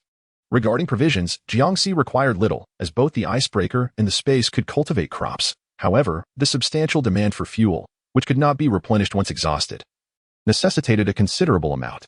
In the remaining capacity of the icebreaker, Jiangxi instructed them to fill it to the brim with fuel brought down from the cruise ship. Jack, upon observing the supplies aboard the icebreaker and then glancing at the over 90 individuals on the yacht, could not conceal his profound envy. In this apocalyptic scenario, human intentions were inscrutable. Once they truly reached land, how much more supplies could he and his wife procure? Were it not for the need to return and find his parents and children, he would have considered joining Jiangxi and her group. They possessed extensive survival experience in Antarctica, and perhaps they would have welcomed him. The greater the number, the swifter the task. The icebreaker and 2 cruise ships were packed to capacity, finally preparing for departure. Meanwhile, Tom's close companions discovered several crates of firearms and ammunition beneath the casino table. With these weapons at their disposal, they could seize the icebreaker by surprise. Once ashore, they could simply obliterate their foes. Jiangxi was in the cockpit, contemplating some of the hidden functions of the icebreaker when Qinshan suddenly approached her, startling her into taking a couple of steps back. Blushing, she distanced herself and asked, "What are you doing?" Qinshan's expression turned grave. They had found firearms and ammunition. Jiangxi's eyelids twitched. This was not a favorable development. She quickly inquired, "What do they intend to do?" Upon reaching the shore, they intended to eliminate us and subsequently seize our supplies. Jiangxi's gaze suddenly turned icy. She had initially contemplated granting these individuals a chance at survival, but it seemed that such mercy was unwarranted. Since they sought our demise, she resolved to preemptively afford them an opportunity.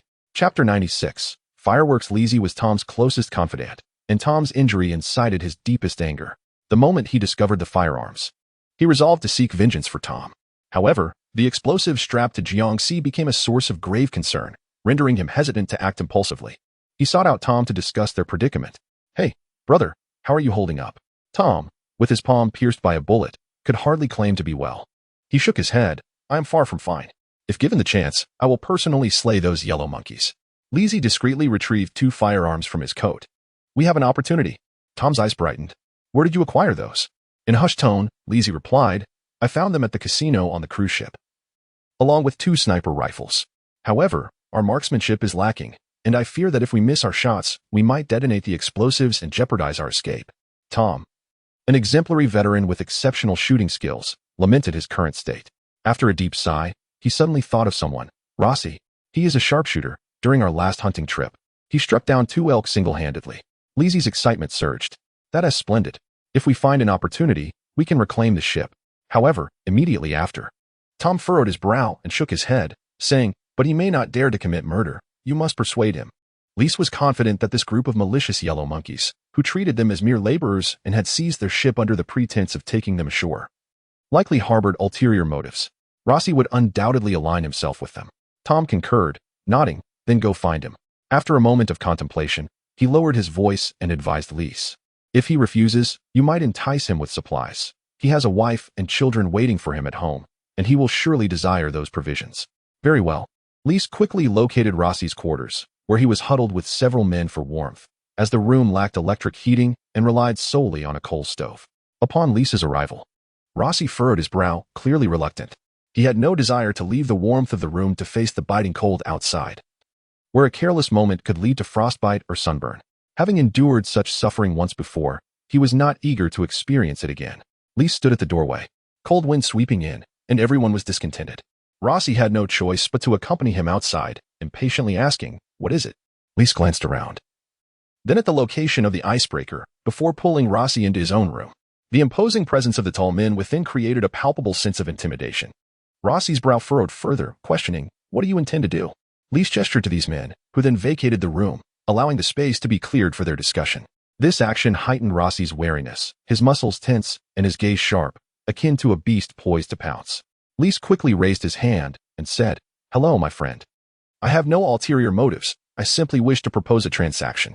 Rossi cautiously inquired, "What kind of transaction?" Lise, with a tone of flattery, replied, "Tom has spoken highly of your marksmanship, claiming that you outshine all others in the hunting grounds. I believe you could effortlessly eliminate those yellow monkeys across from us and aid our captain in reclaiming the icebreaker. Of course, you would be our hero. And you could take 1/10 of the supplies aboard this vessel. What do you think? Having grown up in the forest, Rossi was a marksman whose skills surpassed those of ordinary mercenaries. He harbored no fear of killing. However, he felt indebted to Jiangxi, who had treated his injuries and brought him back from the brink of unconsciousness. Thus, he shook his head, appearing resolute. No, I cannot repay kindness with enmity. Li smiled and suggested, how about 1/5? If you could secure 1/5 of the supplies on the ship for your wife and child. Even if the world were to plunge into an ice-cold apocalypse, that might suffice for a lifetime. Rossi's expression faltered, clearly tempted by the offer. Seizing the moment, Lise continued. We can also provide you with firearms. You would become the mightiest deity in this polar realm. The yellow-skinned monkeys assisting us are merely driven by ulterior motives. Jiangxi's kindness pales in comparison to the well-being of your family.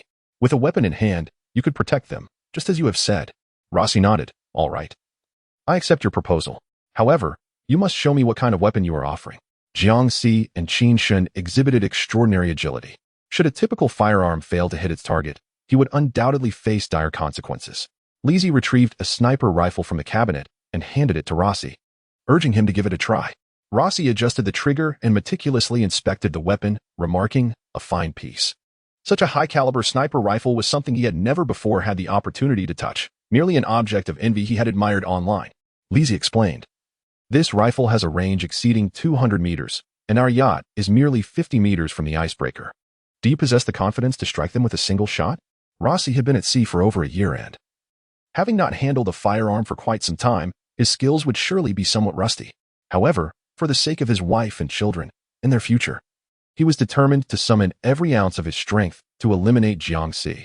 It was all for survival, and he hoped that God would grant her passage to heaven. Rossi declared confidently, no problem. Lisi, relieved, presented him with a set of bullets. Once we reclaim the icebreaker, I will also provide you with 2 additional firearms and a box of ammunition for you to keep, to teach your wife and son. Lisi's thoughtfulness further solidified Rossi's resolve to eliminate Jiangxi. Yet, with the sniper located, a new challenge emerged, how to draw Jiangxi and her companions out. Failing in this endeavor could potentially incite the group of yellow-skinned monkeys, leaving them stranded here indefinitely. Lisi was at a loss for a solution, as Jiangxi had already conferred with Dr. Shiri, and if there was no blizzard the following morning, they would set the icebreaker in motion. Once they departed, the opportunity to eliminate the yellow-skinned monkeys would diminish significantly. Lise once again approached Tom, pondering how they might entice everyone to Class A. In the midst of such a fierce snowstorm, they would only venture out for matters of utmost importance. Yet, perhaps they could concoct a delightful surprise. After all, don't the Easterners revel in fireworks? Let us see if there are any aboard the cruise ship. Tom harbored a deep disdain for the yellow-skinned monkeys and all their customs, yet these sentiments lingered in his mind. Lise, brimming with excitement, exclaimed, Brother, you are exceptionally clever. I shall send someone immediately. Surely, there would be fireworks on the cruise ship. These affluent individuals adored such displays. 3 hours later, an entire truckload of fireworks was brought back. Dr. Shiri found it peculiar that at such a time, they would still consider launching fireworks, seemingly unafraid of attracting other vessels in pursuit of resources. Upon discovering that Lise was the mastermind behind this idea, he proceeded to Lise's room, pushing the door open to find Lise and his companions each brandishing formidable weapons. End of chapter.